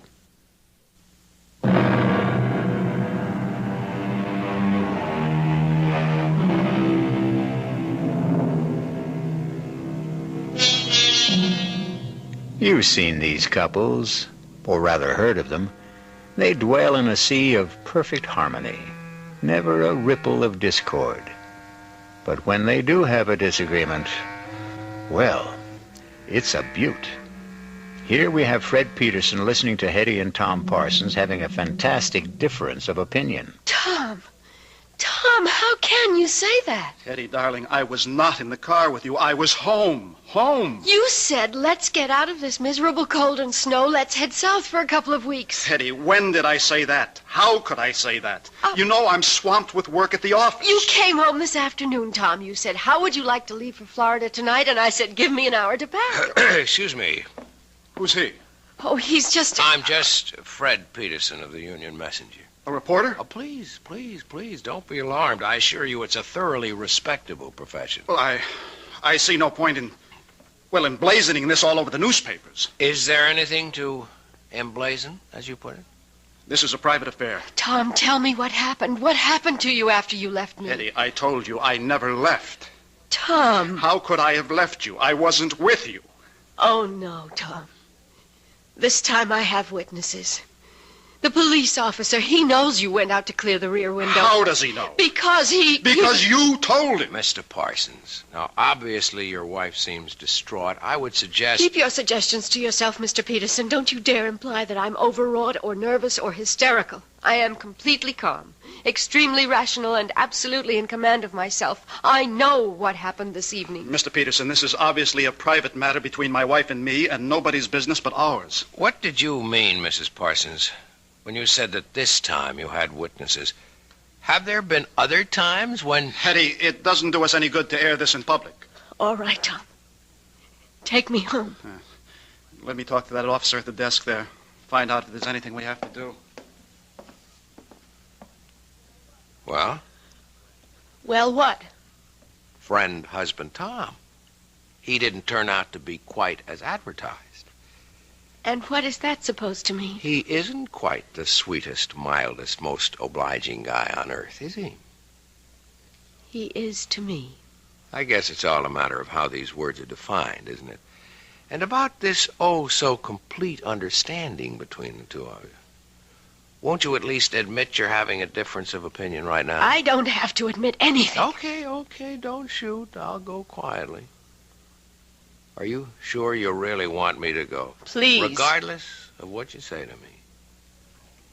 You are in trouble. No, don't deny it. Well, what if I am? I'd like to help you. Why? Because... Would you want to help me if I were middle-aged and fat and sloppy and ugly? It isn't 10 minutes ago. You accused me of living in a world where no one trusted the next fellow or believed in him. You accused me of being a confirmed cynic. Is it possible you don't remember what you say from 1 minute to the next? I'm sorry. Don't be. There's a great deal to what you said. You're kind, but no one can help me. I could try. And no one should try, either.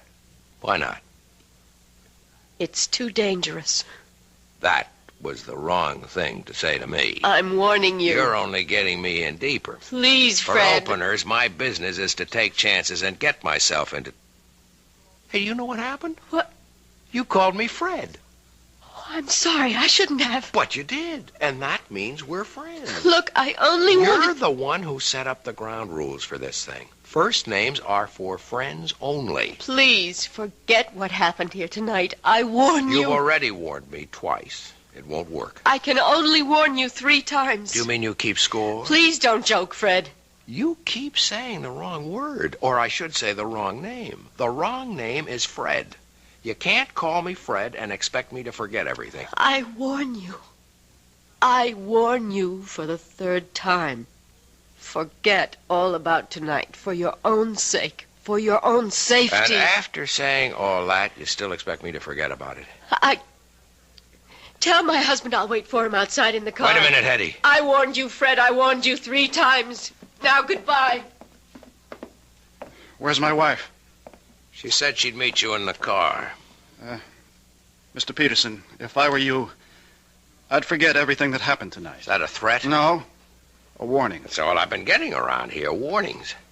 Well, for your own good, take them seriously. And if I don't? You'll regret it for the rest of your life, which may not be a long one. You still insist that you're not threatening me? I'm only trying to help you. Really? And why should you do that? Why? I don't know why. Maybe it's because the last guy tried to help me. What last guy? I didn't listen to him. The last guy? What do you mean? Nothing. Forget it. You know, with you and your wife, it seems, everything turns out to be nothing and forget. I don't think it matters now. I have an idea it's already too late for you. I'm sorry. Good night, Mr. Peterson. Hey, Fred. Fred. Yeah, Lieutenant, I'm coming. Well?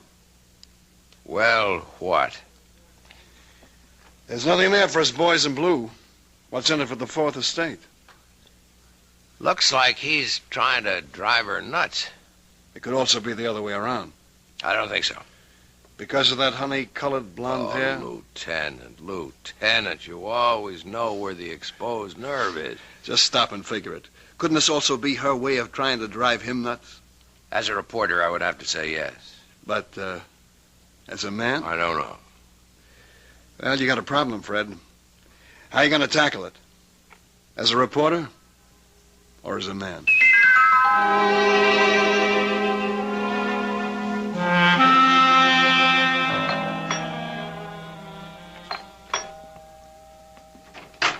Good morning. Oh, Fred, what are you doing here? Won't you ask me to come in? Well, You could also offer me a cup of coffee. It's been a long drive on a cold morning. Oh, well, I suppose you might as well come inside. How gracious. I'm sorry. I'm still upset, and you should know why. Come into the kitchen. I was just pouring myself a cup. Thanks. Charming place you have here. Thank you. I suppose Tom is generous enough when it comes to money and things. The implication being that he is not generous when it comes to what? Fred, if you insist on talking about Tom, I'll have to ask you to leave. Okay, let's talk about you. No. We can't talk about me either. What can we talk about? The weather, politics, sports. You'd be surprised. I'm a very well-informed person. We could talk about art or literature. I didn't come here to talk about those things. I know why you came here. Do you? Fred, I'm a married woman. But you're not a happily married woman. I'm happy enough. Okay. Let me tell you why I'm here. As a reporter, that is. It doesn't happen very often that you get a chance to be in on a story before it's a story. You follow me? No. Last night, all I could have gotten out of it might have been a squib on the back page, or maybe nothing. But something's happening here. Something's building. I don't know what it is. But one of you is lying. One of you is trying to destroy the other. And you think you can stop it? Oh, no, that's not my job. But there's going to be an explosion. And I want to be there when it blows. Because then I'll have a story. And that's all this is. That's all I am to you. A story. I was talking as a reporter. But as a man... Yes? As a man, I'd like to help you, Hetty. Even if it meant losing your story? Yes. I'd like to believe that. Why can't you? I tried to warn you, Fred. Look, we had all that last night. I can't warn you anymore, but remember, I did warn you. Yeah, sure. Don't brush it aside, Fred. Hetty, on the general subject of warnings, I've had a few in my day. From gangsters, from politicians. I mean from people who had clout. But I did warn you. Look, if you want me to, I'll sign a receipt. Let the record show that you warned me. You were right. He is trying to destroy me. Ah, finally. Why? I don't know. Okay, let's go through the standards. Is he after your money? I don't have any. Another woman? I don't think so. Is he tired of you? I don't know. Well, none of this is very helpful. I'm sorry. What was this business you were giving me back in the station house about your perfect marriage, about your perfect husband? Because he is. It's just... Well, now and then he imagines things like last night. What's now and then? Oh, every few months. One time he stranded me up in Maine. Another time we were supposed to go to Europe. He told me he would be delayed and to get on the plane he would make the next one. And there I was, all by myself in Paris. He denied everything. Has he seen a doctor? Yes. And? It hasn't done any good. Is he overworked? Oh, yes. Well, maybe he needs a long vacation. I'm sure of it. It all sounds pretty simple to me, except for one little item. Why have you insisted on warning me? Because it was the right thing to do. I don't understand. First, you imply that everything is so simple. Then, when I start to believe it, you drop a little suggestion that throws me off balance. I can't seem to get anything definite out of you. Oh, but you did. What was that? A warning.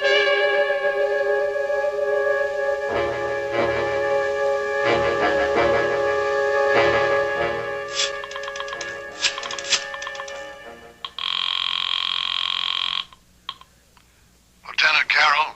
Hey, Lieutenant. Hey, how goes the Parson case? How did you know I was going to ask you about the parson? That honey blonde hair. Does it really show that much? Pal, you are hooked. You know, Sammy, that's true. And she may even be playing me like a fish. So what can I do for you? Well, no crime has been committed yet, but you can bet there's one on the way. Well, till then, we're handcuffed around here. Sure, but you got all the facts. What facts? I mean, you can get at them in a routine way. Work up both of them, some past histories. That's spending the taxpayers' money. You spend the taxpayers' money every day. Something's ready to blow up there. Just be ready for it. That's all I'm asking. Actually, Fred, if you want the truth, we've already started. And? Keep in touch. Yeah? They said you're in this office. Well, look who's here. Tom, the piper's son. Come on in. Sit down. Mr. Peterson, I've decided to tell you everything. Because I know you're in love with my wife. Oh, wait a minute. Now, there are all kinds of meaningless expressions. Wait a minute, see here, hold on, or a few. Let's dispense with them. You can't accuse me. I don't accuse you. I state a fact. Well, then let's be fair. I only met your wife last night. I admit she's attractive. I don't even know her. That's what I told him. That's what you told who? The last guy. The last guy she was married to. I wish I knew how to start this. Well, start at the beginning. Okay. I'm an accountant. You're a reporter. Both of us are men of the world. I mean this world. You live on facts. I live on figures. So how can I tell you? How can I expect you to believe me when I say that Hetty isn't a human being at all? She isn't? No. She's a witch.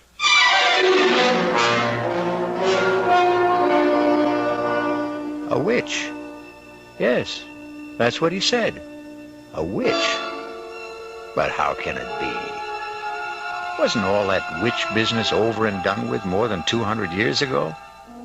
Well, that's what we intend to find out shortly when I return with Act 3.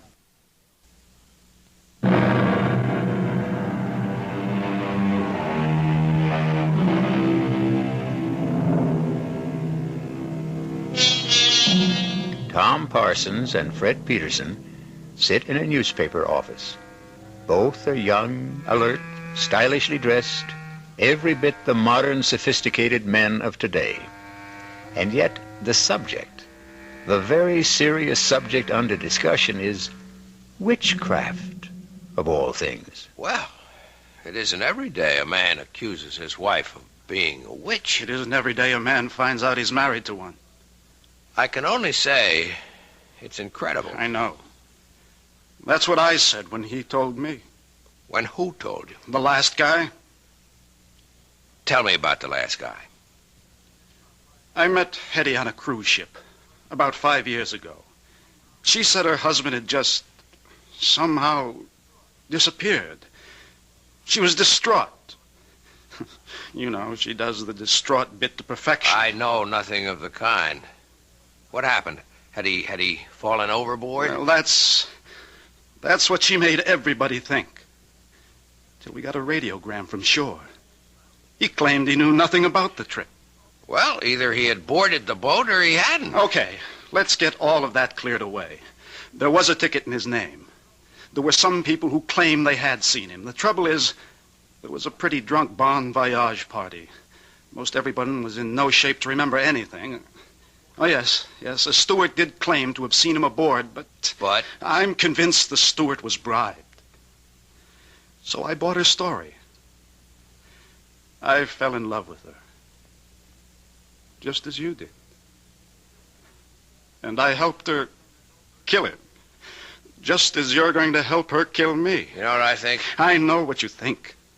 You think I'm a nut. You could look it up.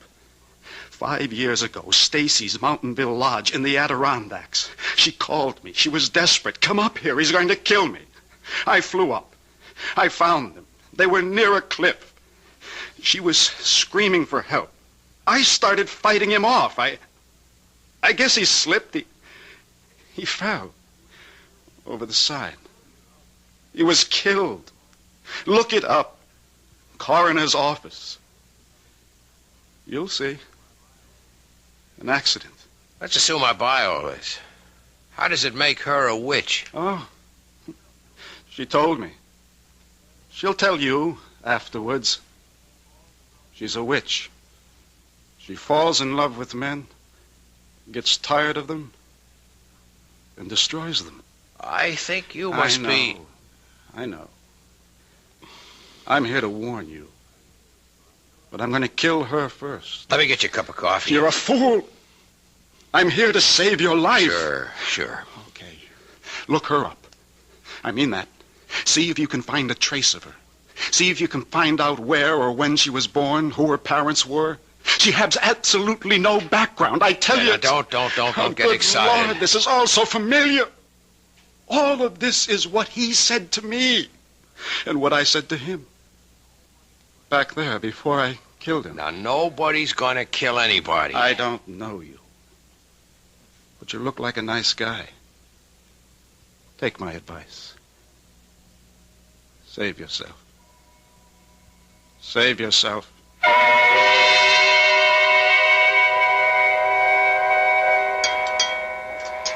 I'm not sure I should be here with you tonight, Fred. Well, you wouldn't let me visit you at home. Oh, it just wouldn't look right. Yeah, but it's all on the level. I'm a newspaper man. It's business. I'm doing a story. I had a very proper upbringing. Where were you raised, Hetty? I'd rather not talk about it. Why? Well, I told you it was proper. But it wasn't happy. I shouldn't say this, but there were times when I thought my parents were ogres. Fred, is something wrong? No. Gee, I just hope I didn't spill anything on you. No. I didn't have a happy childhood. I don't like to discuss it. Here's something we should discuss. I spoke with Tom this morning. I think I know what he told you. So far out, I even hesitate to mention it, but obviously he believes it. I insisted that he see a psychiatrist. In fact, we both went. And it's the doctor's opinion that Tom is riddled with guilt. You see, he thinks he murdered Larry. Larry? My first husband. But Larry was a brute. I was very young, and we're really too young to know anything about people. Larry was a drunk. I didn't know that either. And when he had a few, he would abuse me. Well, I shouldn't have done it, but I was terrified. I called Tom, and he came up and got into a fight with Larry, and... well, there was that accident. But why should he get that far-out notion about you? According to the doctor, it had to be something... well, something he could live with, something that could justify what he did, and he really has a vivid imagination. Strikes me as a very sober-minded person, aside He was from... a lit major at college. He became an accountant because he had to make a living. I don't know what I'm going to do about him, Fred. I've had so much trouble in my life, and he's really a wonderful guy, and I love him. Why does he want to destroy us? Why should he have a guilty conscience about Larry? Whatever happened was in self-defense. Well, look, everything will turn out all right. Oh, you're only saying that because you have to say something. No, I believe it. Hello? Tom? Yes, it's Tom. But you said you were working late. Well, I am.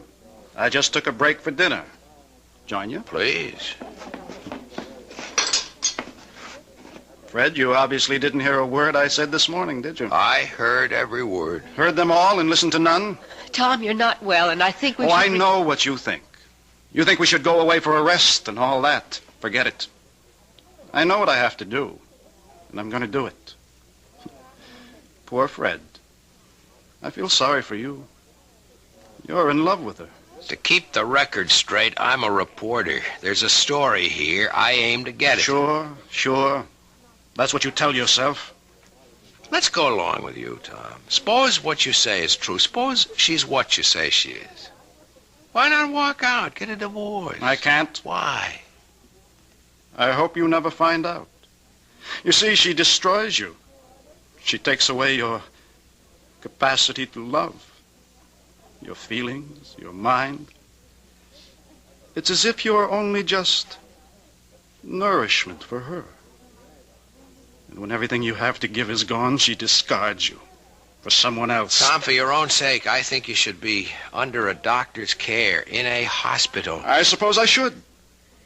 But I want to save you. It'll make up for Larry. I must apologize, Fred, for exposing you to all this. I shouldn't have come here. But you wanted to expose him to all this. That's why you came here. You knew I always eat here when I work late. Tom, I'll do anything you want. Just tell me. Disappear. As a supernatural person, you can arrange that without any problems. Please, Fred, go now. Leave us alone. But I don't want to. He's my problem. I have to live with it. And if you stay, well, an audience always excites him.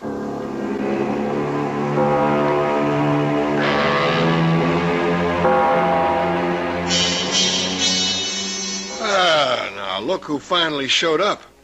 What happened to that Nobel Prize for journalism you were working on? Lieutenant, there is no Nobel Prize for journalism. Oh, well, what happened anyhow? I got off it all. Couldn't make heads or tails. Well, we're still on it. As a matter of fact, information keeps pouring in all the time. On her? On him. Funny duck. He was always interested in spirits, that kind of thing. He wrote his master's thesis on something called demonology. Well, there's nothing there for me. As a man or a reporter? Both. You know, I've been married 10 years, and I've never been tempted. But if I could be, she could do it. Oh, that dame is something. I'm surprised at you, Lieutenant. But there's hope for you. If what you say about the husband is true, he winds up in the loony bin, and after a respectable interval, she could be yours. That's what's in your mind, right? You are the most cynical person I know. Come off it. We're two of a kind. I'd even wait for her myself. Lieutenant Carroll. Is Fred Peterson there, please? Hold on, I'll see. It's the girl you love. Cut it out. Okay, the girl we love. You hear? Yeah, I guess I'm here. Take it. Hello? Fred, I'm scared. What's the matter, Hetty? Don't ask any questions. Just come to my place. Quickly.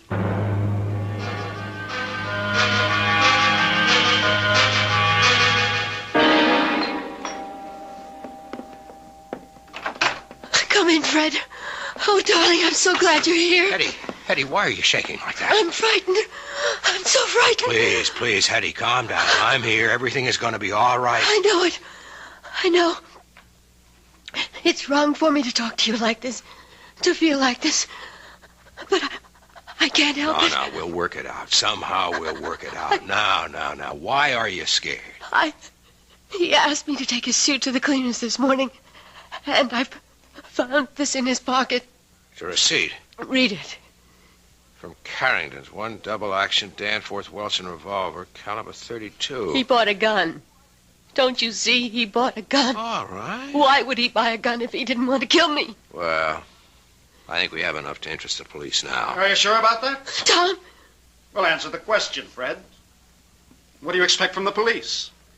I have a permit for this gun. I have every right to own it. Look, Tom, I get very nervous when people point guns at me. Maybe it's unreasonable, but do you mind putting that thing away? Well, I will. After I use it. No, Tom. Don't be a fool. You're not a killer. I always thought that. Till just now. Tom, listen. Let's say you're right. That she is a witch, okay? Don't you see? You couldn't kill her anyhow. You'd empty the gun at her. It wouldn't mean a thing. Fine. Why don't we find out? I won't let you. Get away from me, Fred. No. Come on, step aside. Behind me, Eddie, behind me. Fred, give me that gun. If you move, I'll kill you too. Gun. Just lower it. Drop it. Take it. I'm going to kill her. No, drop it. Drop it. Tom! You did it. Again, Eddie. You did it. Again. Call a doctor, Eddie. What for? You poor sucker. You think she's not worth it. You think she's paradise? She is. She is. But it doesn't last. It doesn't last. And then she'll kill you. She'll kill you too. Tom. He's dead. Tom. You saw there was nothing I could do. I know. Better call the police.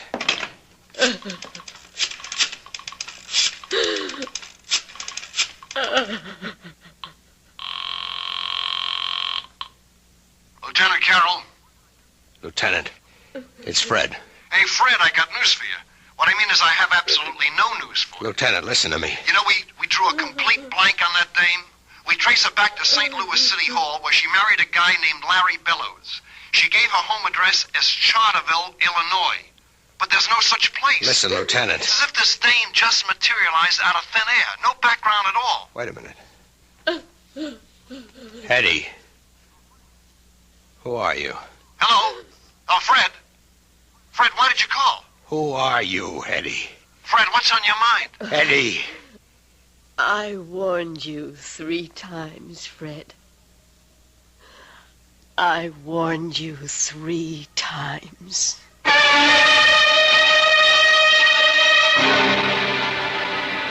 And how many warnings would you have needed? Or heeded? That's the trouble. When they have honey blonde hair, it's so hard to take them seriously. A mistake. We should always take every woman seriously. We'll be back shortly.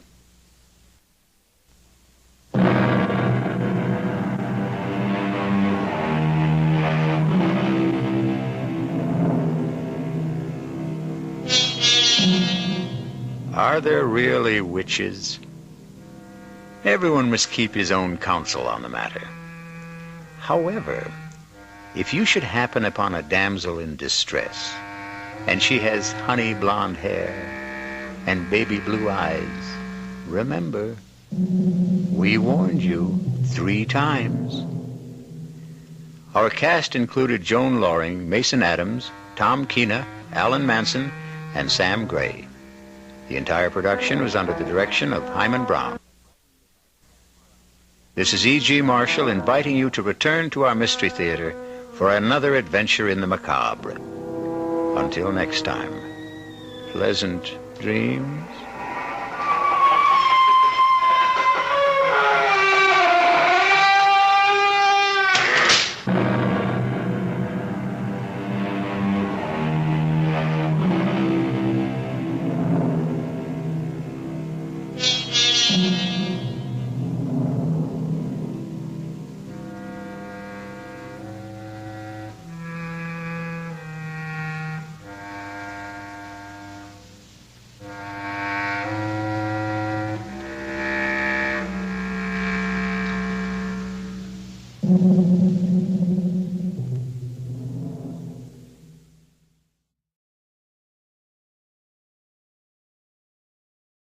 The CBS Radio Mystery Theater presents...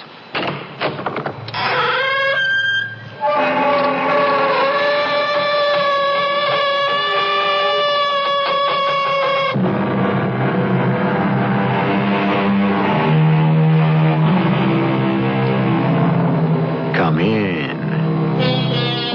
Welcome. I'm E.G. Marshall. What beckoning ghost along the moonlight shade invites my steps and points to yonder glade? Evidently, Mr. Alexander Pope sees his ghosts at night in a garden. However, each of us has his own private ghost, and every now and then it beckons us. To what unknown place shall your ghost summon you?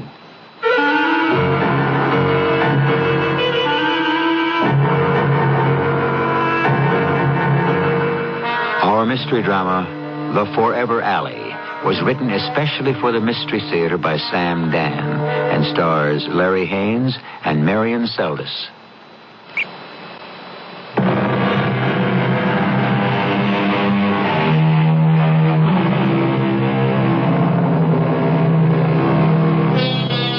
It is not as chic as tennis, nor yet as stylish as golf, but they say it has more adherents than both those games combined. I refer here, of course, to the ancient sport of skittles, which has evolved into the modern sport of bowling.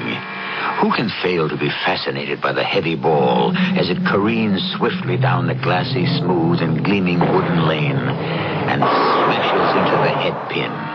Just a trifle off-center, and in the blink of an eye, none are standing. All 10 are lying on their sides, some still spinning from the violence at impact. Well, bowling, as you know, is a sport. And like all such pastimes, there are those who can take it and those who can leave it alone. Then there are those to whom it's a religion. Please sit down, Lieutenant Mulvaney. Okay. Now then. Hold it, Doc. Now, before we go into now then, can we go over the ground rules? The ground rules? Well, you're the official psychiatrist. You're working for the police department. I'm paid by the department. I'm working for you. For me.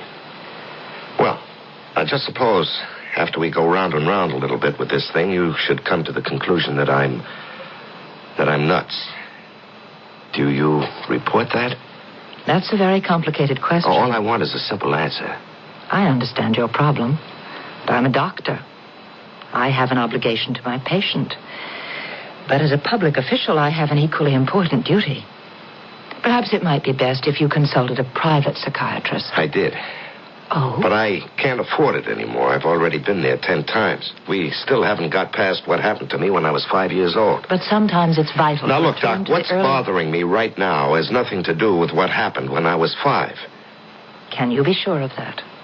Yes, Doc, I'm sure. What's your departmental assignment? Missing persons. Is the problem, as far as you know, job-related? Oh, yes. Yes, but it's also personal. You see, I'm trying to find a man who's reported missing. He's also my brother-in-law, my sister's husband. Yes? And he's been gone a month. Well, have you been able to make any progress at all? Now, this is where it gets difficult. Why? Well, you see, the fact is, I know where he is. You know where he is? Yeah. Then he isn't missing? Oh, no. He's missing, all right. He's just as missing as he ever was. You'll have to explain. Henrietta, my sister, she marries a fellow named Bobby Clover. He's got a job, sells stocks and bonds. They live good, no kids, so they got plenty to spend on themselves. He's okay with money, so she's got no complaints in that department. However... Yes? He's got a sickness. What is it? Bowling. Bowling? Do you call bowling a sickness? Well, in his case. Bowling? What other game calls for such coordination, such timing? I'm only repeating what my sister tells me. It is a game of consummate skill, completely devoid of all pretension. Excuse me, Doctor, I didn't know you were a fan. Yes, I'm a fan. In the literally derived sense of the word, fan, a shortening for fanatic. Let me understand. You say your brother-in-law is missing? Then you say you know where he is. Is that correct? Yeah. Then you add that despite the fact that you know where he is, he's still missing. You were about to expand on that. Yeah. Now, I know things weren't all that smooth between Bobby and Henrietta, but I had no idea how bad it was until one night somebody rings my bell. And who's standing there but my sister, Henrietta? I have to talk to you, Joe. All right. Can I get you something? No. No, Joe, you've got to do something. About what? About Bobby. Now, Bobby's your problem, Henrietta. I never see him. Never? All day long, he's out working. Well, you can't hate him for that. But he isn't home at night either. Oh? Is there, someone else? Not someone, something. Something? Some women have to worry about a blonde. My rival is a bowling ball and 10 sticks of wood. Now, look, you knew he liked bowling before you married him. To like it is one thing. To worship it is something else. Hey, that's a pretty strong word. I never see him. You still love him? Yes. Well, there's only one sure way you'll keep him. Become involved. Go bowling with him. I tried that. It doesn't work. I only embarrass him half the time the ball rolls into the gutter. Well... And when it doesn't, it kind of teeters along the edge. And then maybe it knocks over one single solitary pin. Maybe, if I'm lucky, too. My highest score is 23. 23? And I cheated. Please, Joe, talk to him. All right. What do you want me to tell him? You always know the right thing to say at the right time. I have every confidence in you. And did you go to see your brother-in-law, Lieutenant? Yes, Doctor. And what did you say to him? I went to the lanes where he hangs out. It must have been 2 a.m. The place was practically empty. I think they were getting ready to close. He was the only customer left. He was all by himself. And he was still bowling. Bobby? Oh, Joe. What are you doing here? Looking for you. I didn't know you bowled. A little, now and then. Oh, you want to roll a few frames? I think it's too late for this place, but they've got some all-night alleys a little ways from here. No, some other time, Bobby. Oh. Well, what can I do for you? Want to stop off somewhere and have some coffee? Sure. And talk? Now, she asked you to see me, didn't she? Sure. But she's got a pretty good case, you have to admit that. I'm never home. She never sees me. We never spend time together. You don't get married to live this kind of life. Marriage is companionship. Marriage is doing things together. Marriage is sharing. Marriage is caring. Joe, I know what I'm doing isn't right. Well, if you know it isn't right, why do you keep on doing it? Because I can't help myself. Oh, come on, Bobby. I'm hooked. Do you understand? No. No. How could you understand? Here. You see this ball? This is what I live for. Watch me aim it. Watch me approach the line. Watch me release it and send it down the lane. Now look. See it? It's a strike. You see him scatter? Look, that's what I live for. Sounds crazy, huh? Oh, well. Right now, this is the only time I feel alive. Oh, sure, I can go through the motions, I can do my job, and I do it well. But everything else is just killing time. This, right here, this is living. I just want to spend the rest of my life bowling. Yeah. What do you say we have that cup of coffee anyhow, huh? Sure. You got your car? I came down with some other guys, but they had to leave early. No, I'm parked right in front. Okay, let me change my shoes and stuff and settle my bill. I'll meet you outside. Yeah, okay. And that's when he disappeared, Doctor. Is he a good bowler, your brother-in-law? Yeah, I suppose. Would you happen to know his average? No, I don't know. I think I heard him say something like 220. 220? Mm-hmm. That's tournament caliber, 220. If I could bowl 220, I'd shut up shop and... I'm about 180 myself. I think I'm getting better all the... Oh, yes. Now, you said... That's when he disappeared. Please explain. Well, All he was going to do, as I said, was change his shoes, pay his bill, and meet me in the car. How long does that take? It doesn't take me more than 3 minutes. Yeah, sure. So, I go out the door, get into the car, even start up the motor. I turn on the radio, find one of those nice, easy music stations. I figure he's excited. It'll help calm him down. Maybe we can talk sensibly. So I'm sitting there and sitting there. It's a couple of minutes, then 5 minutes, 10 minutes. Then I see a guy. He turns out to be the manager. He comes out, starts to lock the door. Hey, hold it a second. Wait a minute. Now, you can't lock up. Who says I can't lock up? I gotta go home and go to sleep, too. Now, just wait a minute, huh? You want a bowl? You get here at a decent hour. First, you make a reservation. Sometimes we got leads. I don't want a bowl. Then what are you doing here? There's still somebody inside. Oh, there ain't nobody inside. I make sure I'm the last one out. My brother-in-law is still in there. I'm trying to tell you. My brother-in-law, Bobby Clover. Do you know Bobby Clover? Do I know Bobby Clover? Bobby Clover is sending my kids through college. Well, he's still in there. It's an exaggeration, but you just give me some more customers like Bobby Clover. I tell you, Bobby's still in there. He is, huh? Oh. Look, pal, you have maybe a little bit of a load on you? No, but I'll tell you what I do have. I made this badge. Oh, well, you're a cop. Look, is Bobby in a jam? Come on, open up. Sure. Turn on the lights. Well, you can see.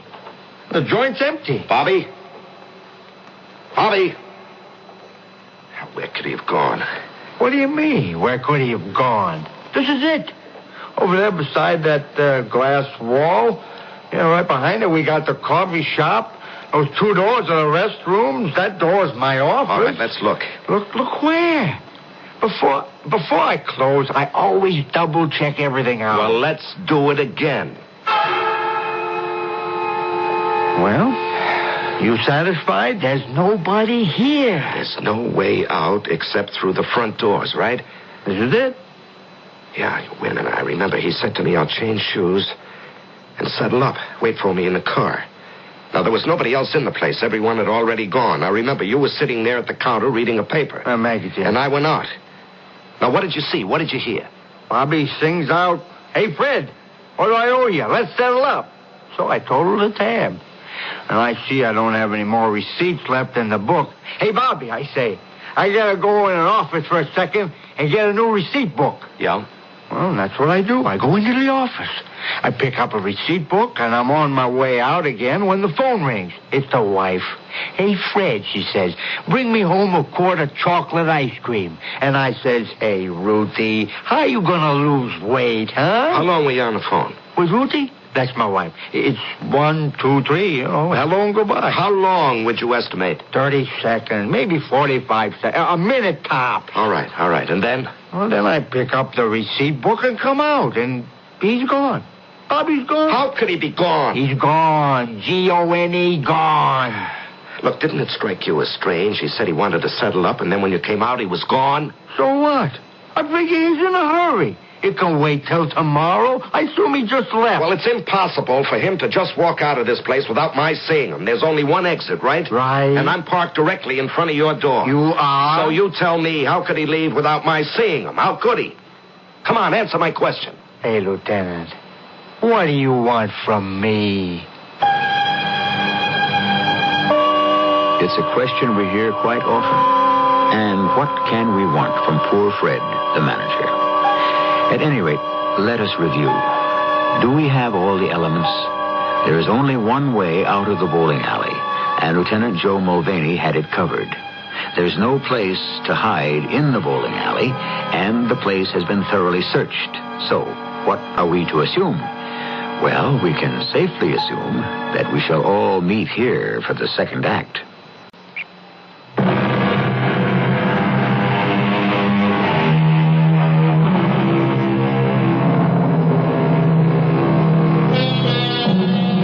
The stone, and ye shall find me. Cleave the wood, and there I am. Yes, if only it were that simple. Bobby Clover was sitting in a large, bright bowling alley, and suddenly, mysteriously, unaccountably, he just disappeared. There is absolutely no place to hide. And even if there were, There's no way he could get there without being seen. What's to be done? Right now, all we can do is support that arm of our local police department that's concerned with it. Lieutenant Mulvaney, a man cannot simply vanish into thin air. Oh, come on, Doctor. You have to do better than that. A man obviously did. I'm not a police detective, but Yeah. it would seem to me that somehow the man, this brother-in-law of yours, was able to make his way out of the building undetected. Now, Doctor, I explained to you there was only one exit, and I was watching it. A rear window? All the windows were locked from the inside. The cellar? There is no cellar, no basement. The place rests on a concrete slab. The room for utilities, the heat, air conditioning? All that is in a metal shed attached to the outside of the building. Very well, Lieutenant. Then there must be some secret door or panel or passageway. No. We played that game, too. I got guys in from loft and burglary. You couldn't hide a mouse on the floor, the walls, the ceiling. These guys would spot it. No, they checked out every square, or I ought to say every cubic inch of the premises. But suppose... I'm not trying to do your work for you, but suppose the manager, Fred, suppose he had wanted to murder your brother-in-law. No, a homicide's already been there. First, he would need a motive, and they couldn't find one. Besides, why would Fred kill his best customer? We are exploring possibilities. Sure, we're also clutching at straws, Doctor, but go on with it. Now, say Fred killed him. How did Fred dispose of the body? Huh? Now, Bobby Clover is 6 feet tall, weighs 190. What do you do with him? There's no place to hide him, no way to make him disappear. I mean, you might think of ways to reduce Bobby's body to nothing, but they'd all require two things. A, Fred did not have time, and B, various kinds of equipment. Then there can be only one explanation. Yes, Doctor? He walked through the door. You failed to see him. All right, just for the sake of argument, we'll say that's possible. Where could he go? He was 10 miles from home. He didn't have a car. That's what he told you, but he may have had one parked nearby. Why? Why would he do Perhaps that? he felt he had to disappear. All right, once again, why? You're a missing persons detective. Why do people disappear? A variety of reasons. A situation at home or on the job becomes intolerable. No, I checked that out. Yes? I said to myself, Joe, it's a blow to your pride, but face it like a man. Somehow, he managed to sneak past you, all right? And once you faced it? I decided to forget that Bobby Clover was my sister's husband. Even that Henrietta was my sister. So, I went back to her house. Joe, come in. Do you have something to tell me? No, I'm here to find out if you have something to tell me. What do you mean? Henrietta, why would Bobby want to disappear? I don't know. How were things at home here? I told you. There was very little doing at home. He was hardly ever here. Now, look, Henrietta, I want to help you, but I'm not doing you any good unless I ask the right questions. It wasn't going well here, was it? I told you. He walked out on you, didn't he? No. He had to. He wasn't kidnapped. He wasn't murdered. A guy leaves his wife. Why? He didn't leave me. He would never leave me. Then why isn't he here now? He's got another woman, hasn't he? Another woman? Why would he What would he do with another woman? He didn't even have time for me. All right, come on now. Tell me the truth. There was no other woman. Is that your pride talking? How could there be another woman? All day he's working. All night he's at the bowling alley. Maybe a wife has to hold still for that, but a girlfriend wouldn't tolerate it. Henrietta, I want to help you. Then don't ask stupid questions. A woman knows. She can sense when her husband's got someone on the string. I'd stake my life on it. He had the bowling. That was his other woman. Okay. If it isn't love, it has to be money. Money? Yeah, sometimes a man gets into debt. Not Bobby. Over his head. He can't see a way out. Bobby had no money troubles. He has all the money he needs. He gives me all I want. I'll even show you the bank books. He didn't behave like a man who was pressed for money. Oh, maybe we're not talking about the same kind of money, Henrietta. Now, Bobby has access to a lot of cash at the office. What are you trying to say? Maybe he was tempted. Joe, you're talking about my husband. What if he's in so deeply? Never. What are you trying to do to me? I'm trying to find Bobby. All Are Mr. Clover's accounts in order? Yes, Mrs. Soames, that's what I asked you. And why would you think that they might not be in order? Well, you could answer that question with one word. Yes or no? The answer, Lieutenant, is yes. They are in perfect order. And now, sir, I trust that since that question was the object of your visit, there is nothing else. But have you answered the question, Mrs. Soames? Please explain yourself. A trusted employee of a brokerage firm appropriates a sum of money. The theft is discovered or about to be discovered, so that person leaves. Are you implying... No, I haven't finished. His employers are in a dilemma. If they report it to the police, if they prosecute, the thing becomes public. Unfortunately, that harms their image and hurts their reputation, and could cost them more in the long run than the money they're out of pocket. So they bite the bullet and eat the loss. Is that what happened here? Mr. Clover's accounts were in perfect order. Now, Mrs. Soames, I'm not saying Bobby Clover ran away from here because of money, but if he did, and if you're letting him get away with it, what you're doing is telling all your other employees that the cash box is open. Mr. Clover's accounts were in perfect order, and we have no idea why he should have disappeared. And now, sir, if you will be kind enough to excuse me. Do you believe her? Yes, I believe her. Very well, then we may assume there was no irregularity at the office. Did you believe his wife when she claimed there was no other woman? Yes. Then at this point, you're a city detective on a routine investigation. You're having problems, and that's to be expected. Why do you think you need a psychiatrist? Do you remember I told you I know where Bobby is? Yes. And I'm waiting for you to get to it. It's crazy. Where is he? I started at the beginning. I asked myself, what really happened? I got to the bowling alley just as they were closing. That's what I told you, right? Yes. And there were 3 of us in the place. Me, Bobby, and the manager, Fred. I remember. And Bobby says, go out and start the car.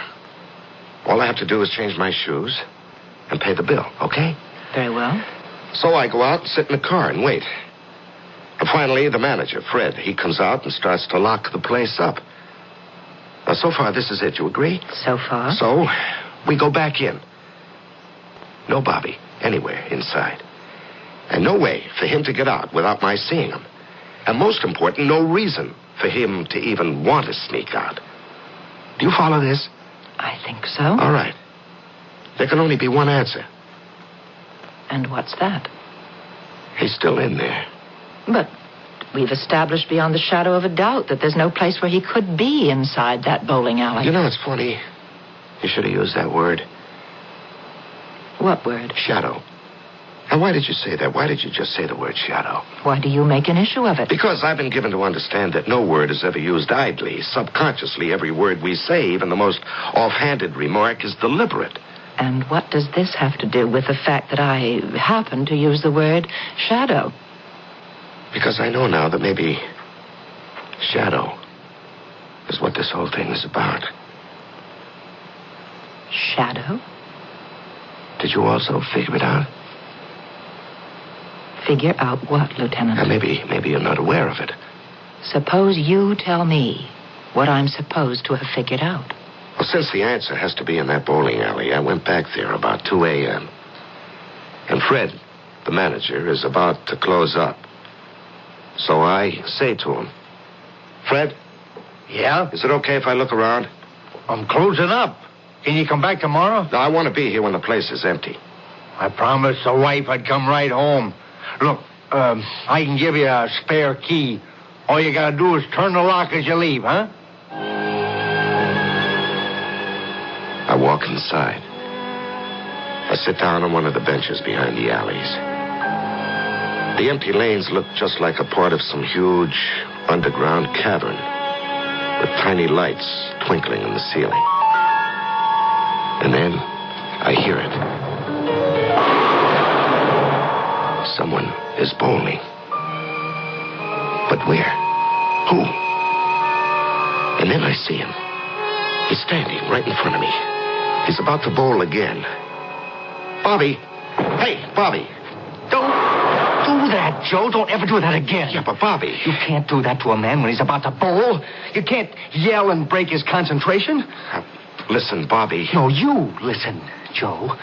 Look at what you made me do. I hit the head pin too fast, and now I got a split. I got a 7-10 split.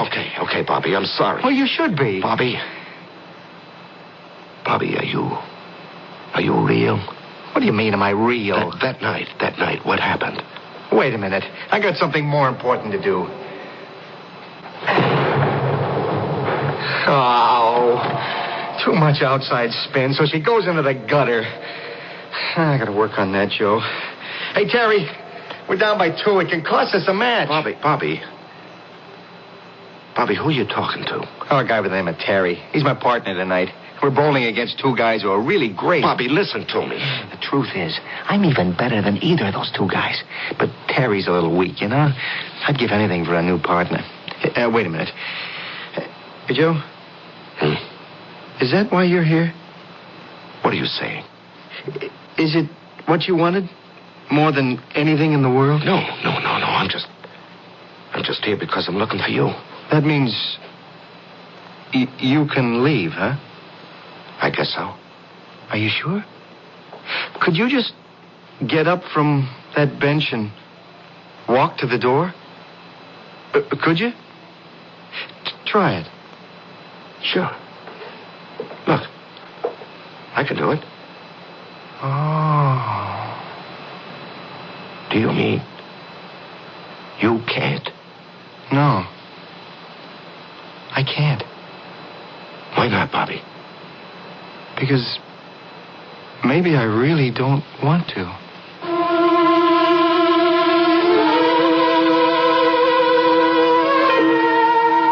We seem to have a rather strange bowling alley here.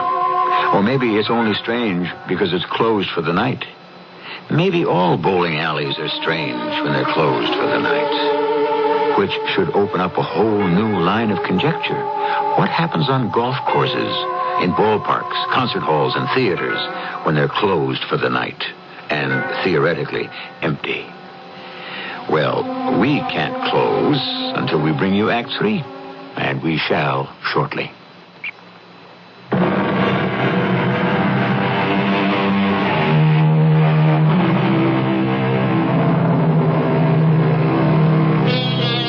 Where lies the land to which our ship must go? Far ahead, that's all we ever know. Whither are we drifting? Where are we bound? There is a place of heart's desire. Call it paradise, call it heaven, and perhaps some of us will make it there. Evidently, a gentleman named Bobby Clover has already arrived. Bobby, what happened? Wait, I have to roll. That should put us back in the lead. You know, that partner of mine's a lot of dead wood to carry around. Bobby, wait a minute now. You say you have a partner? Yeah, he's bowling in number 7, right next to us. Well, I don't see him. I don't hear him. You don't? Well, I see you. I hear you. I hear your ball when it rolls down the alley, but that's all. That's all? This place is so crowded, so noisy, I can hardly hear myself think. Now, Bobby, what's going on? What's going on? With what? With everything. Now, I remember the last time I saw you, just before the guy closed up for the night. You know, Fred? Fred, the manager. I don't know any Fred. I guess I lost him. You lost him? Oh, you start losing people from the other place. What other place, Bobby? The other place, where you used to be. They start dropping out of your mind. I guess the more unimportant people fall away first. Now, you remember me, though. Oh, you? Joe? Oh, sure. Yeah, and, Henrietta? Henrietta. Yeah, I'll remember her longest of all. That sounds as if you're going to forget her. After a while. After a while, you have to forget everybody. Hey, Bobby, wait a minute. Am I dreaming? What's happening? I don't know if you'll be able to understand it, but you remember that night you came here and wanted to talk to me? Yeah. I was bowling, right? Right. And we talked about it. I said to you, this is what I live for. Yeah, I remember. And I said, what I really want, I could never have. And you asked, why not? And I answered, I said, I just want to spend the rest of my life bowling. Just bowling. Yeah, so? So I meant it. Did you ever get to say anything that just expressed everything that mattered to you? It's like you reduced your whole life to one complete statement. Did you? No. Well, I did. And no sooner had I done it when I felt something happen inside me. Like what? It was like a sudden warm current that runs through your blood. Maybe I kind of blacked out for a minute, but then suddenly I was bowling again. Here. Right here. And I've been bowling ever since. Bobby, I'm going to ask you what might sound like a crazy question. Are you dead? Well, to tell you the truth, Joe, I don't know. All I know is I'm doing what I always wanted to do. Bowl. You don't want to go home to Henrietta? Henrietta? Your wife. Well, I know she's my wife, but I can't make her happy. Bobby, she loves you. She misses you. After a while, she'll forget me, and it'll be for the best. But you had a great job. You could go places. A job? Did I have a job? Now, you know you had a job. Yeah, I guess I did. I'm forgetting. Help me remember. Do you remember you worked for Morley and Soames? Oh, yeah. Right. Millicent Soames. Yeah, she took it over when her husband died. Frosty dame, too. Well, when I first came there, something bothered me. You see, we have some old dead files nobody ever looks through, and by mistake, I guess I put an envelope with $40,000 worth of bearer bonds in those dead files. $40,000? I was afraid that old lady Soames would think I stole them. I wanted to come back and tell her, but it was too late. Why? Why do you say it's too late? Everything fades away except what you really want to do. How does it happen? I'm able to see you, Bobby, and hear you.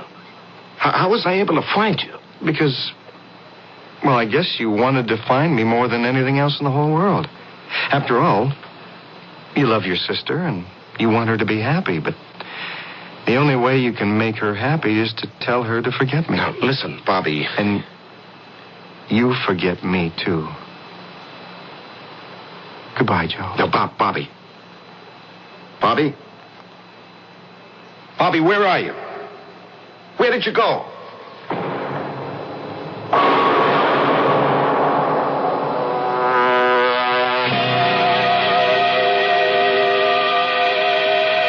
And then? He was gone, Doctor. I see. What do you see? You told me a story that consists of several separate, distinct elements. First, you went to see your brother-in-law at your sister's urging. Yeah, that's true. Second, you met him late at night at a bowling alley. Talked to him. Fred, the manager's told us you were there. You mean you've been checking my story? Now, bear with me, please. From here on, every element rests on your own say-so. You say you'd arranged to wait outside in your car for your brother-in-law. Yes, that's true. You say you waited, and he never came out of the bowling alley. He never did. Perhaps. Perhaps. Let me tell you what could have happened. He was going to pay Fred, but Fred had to go into the office. Instead of waiting for Fred to return, Bobby decided to leave. He walked out and got into your car. Now, wait a minute. You haven't been listening. He never came out of that place. That is what you say. Suppose he did. Suppose he did get into your car, and suppose you killed him. Okay. Why? Why would I want to kill him? Because you love your sister more than anyone or anything else in the world. And that's why I would kill the man she's crazy about? Yes, because he was not going to be good enough for her. He didn't love her, or at least not as much as she loved him. After a while, he would have broken her heart, destroyed her. Well? Therefore, I killed Bobby. And when Fred, the manager, began to lock up, you pretended that Bobby hadn't come out yet. Thus, you set in motion the entire charade that has been going on for almost a month. And this is what you infer from what I've been telling you? Yes. Well, it isn't so. I've stated the truth. I'm sure that by now you believe it is the truth. Have you reported any of this to my superior officers? No. Do you intend to? I have a clear-cut duty. You intend to accuse me of murder? I think you have told me a story which points very strongly in that direction. Well, suppose you're wrong. What happens to my reputation? Now, Doctor, I've been watching you while I was talking about how Bobby Clover was bowling. And you have the same look in your eyes he has in his. I think you're just as hooked as he is. What does this have to do with You think I'm crazy. That is an extremely dangerous and misleading word. I think you're not quite sane. Oh, yeah? Why? Consider your basic premise. Bobby Clover expresses a desire to spend the rest of his life bowling. Therefore, suddenly, somehow, he's transplanted or transmuted into another world where he may indulge this passion forever. And that is why I'm nuts, huh? That's another unfortunate word. Yeah, but it tells a story. You know, I learned something from Bobby. You didn't. And what was that? I knew how badly I wanted to find him, and I realized how badly he wanted to just bowl for the rest of his life. So I learned that if you want something badly enough, you get it. Oh, if that were true, there would be no frustration in the world. Well, wanting it badly means wanting it completely. It's the kind of want that exists in very few people. It's just too strong, too overpowering. Is that how you feel about bowling, Doctor? I said before I could see it in your eyes. It's my weakness. Yes. I love to bowl. I can lose myself. Are you game for a test? What sort of test? Let's go down to the bowling alley tonight. Oh? Why? I'll tell you when we get there. Hey there, Lieutenant. Hello, Fred. I'd like to introduce you to Dr. Underhill, Dr. Fred, the manager. How do you do? Hey, Doc. How are you? The doctor would like to bowl a few frames. Go right ahead. Hey, those are some shoes. And that ball. Doc, are you one of the pros on the tour? I wish I were. Oh, you're on number 7. Best lane in the house. Thank you.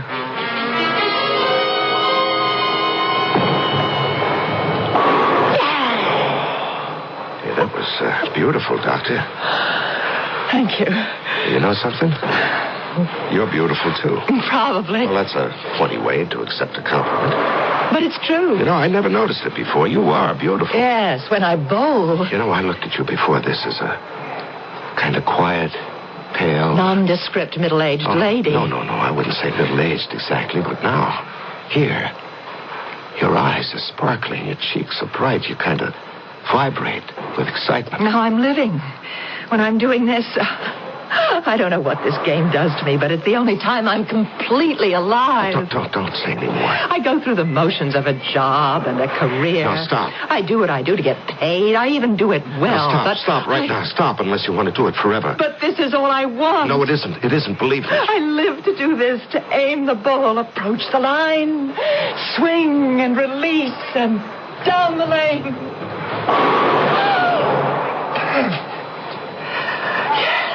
Yes, just this. No. If I could only spend the rest of my life doing this. Oh, Doctor.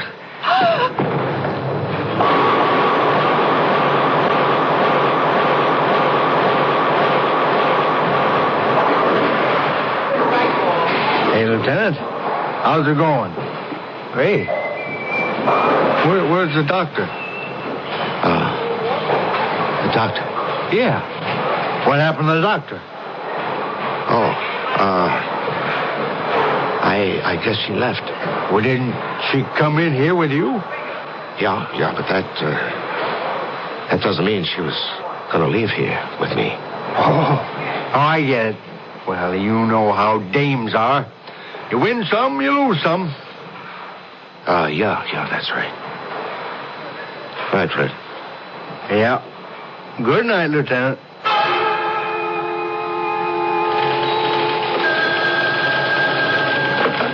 Missing persons, Lieutenant Mulvaney. Oh, yes, Inspector. Who? The police department psychiatrist. Yeah, I'm taking it down. Martha Underhill, age 46. Is missing. Yeah, I'm getting it. Say her hobby was bowling. Well, we'll certainly check all the alleys. Oh, yes, sir. Yes, sir, you can depend on me to make a most thorough and intensive search.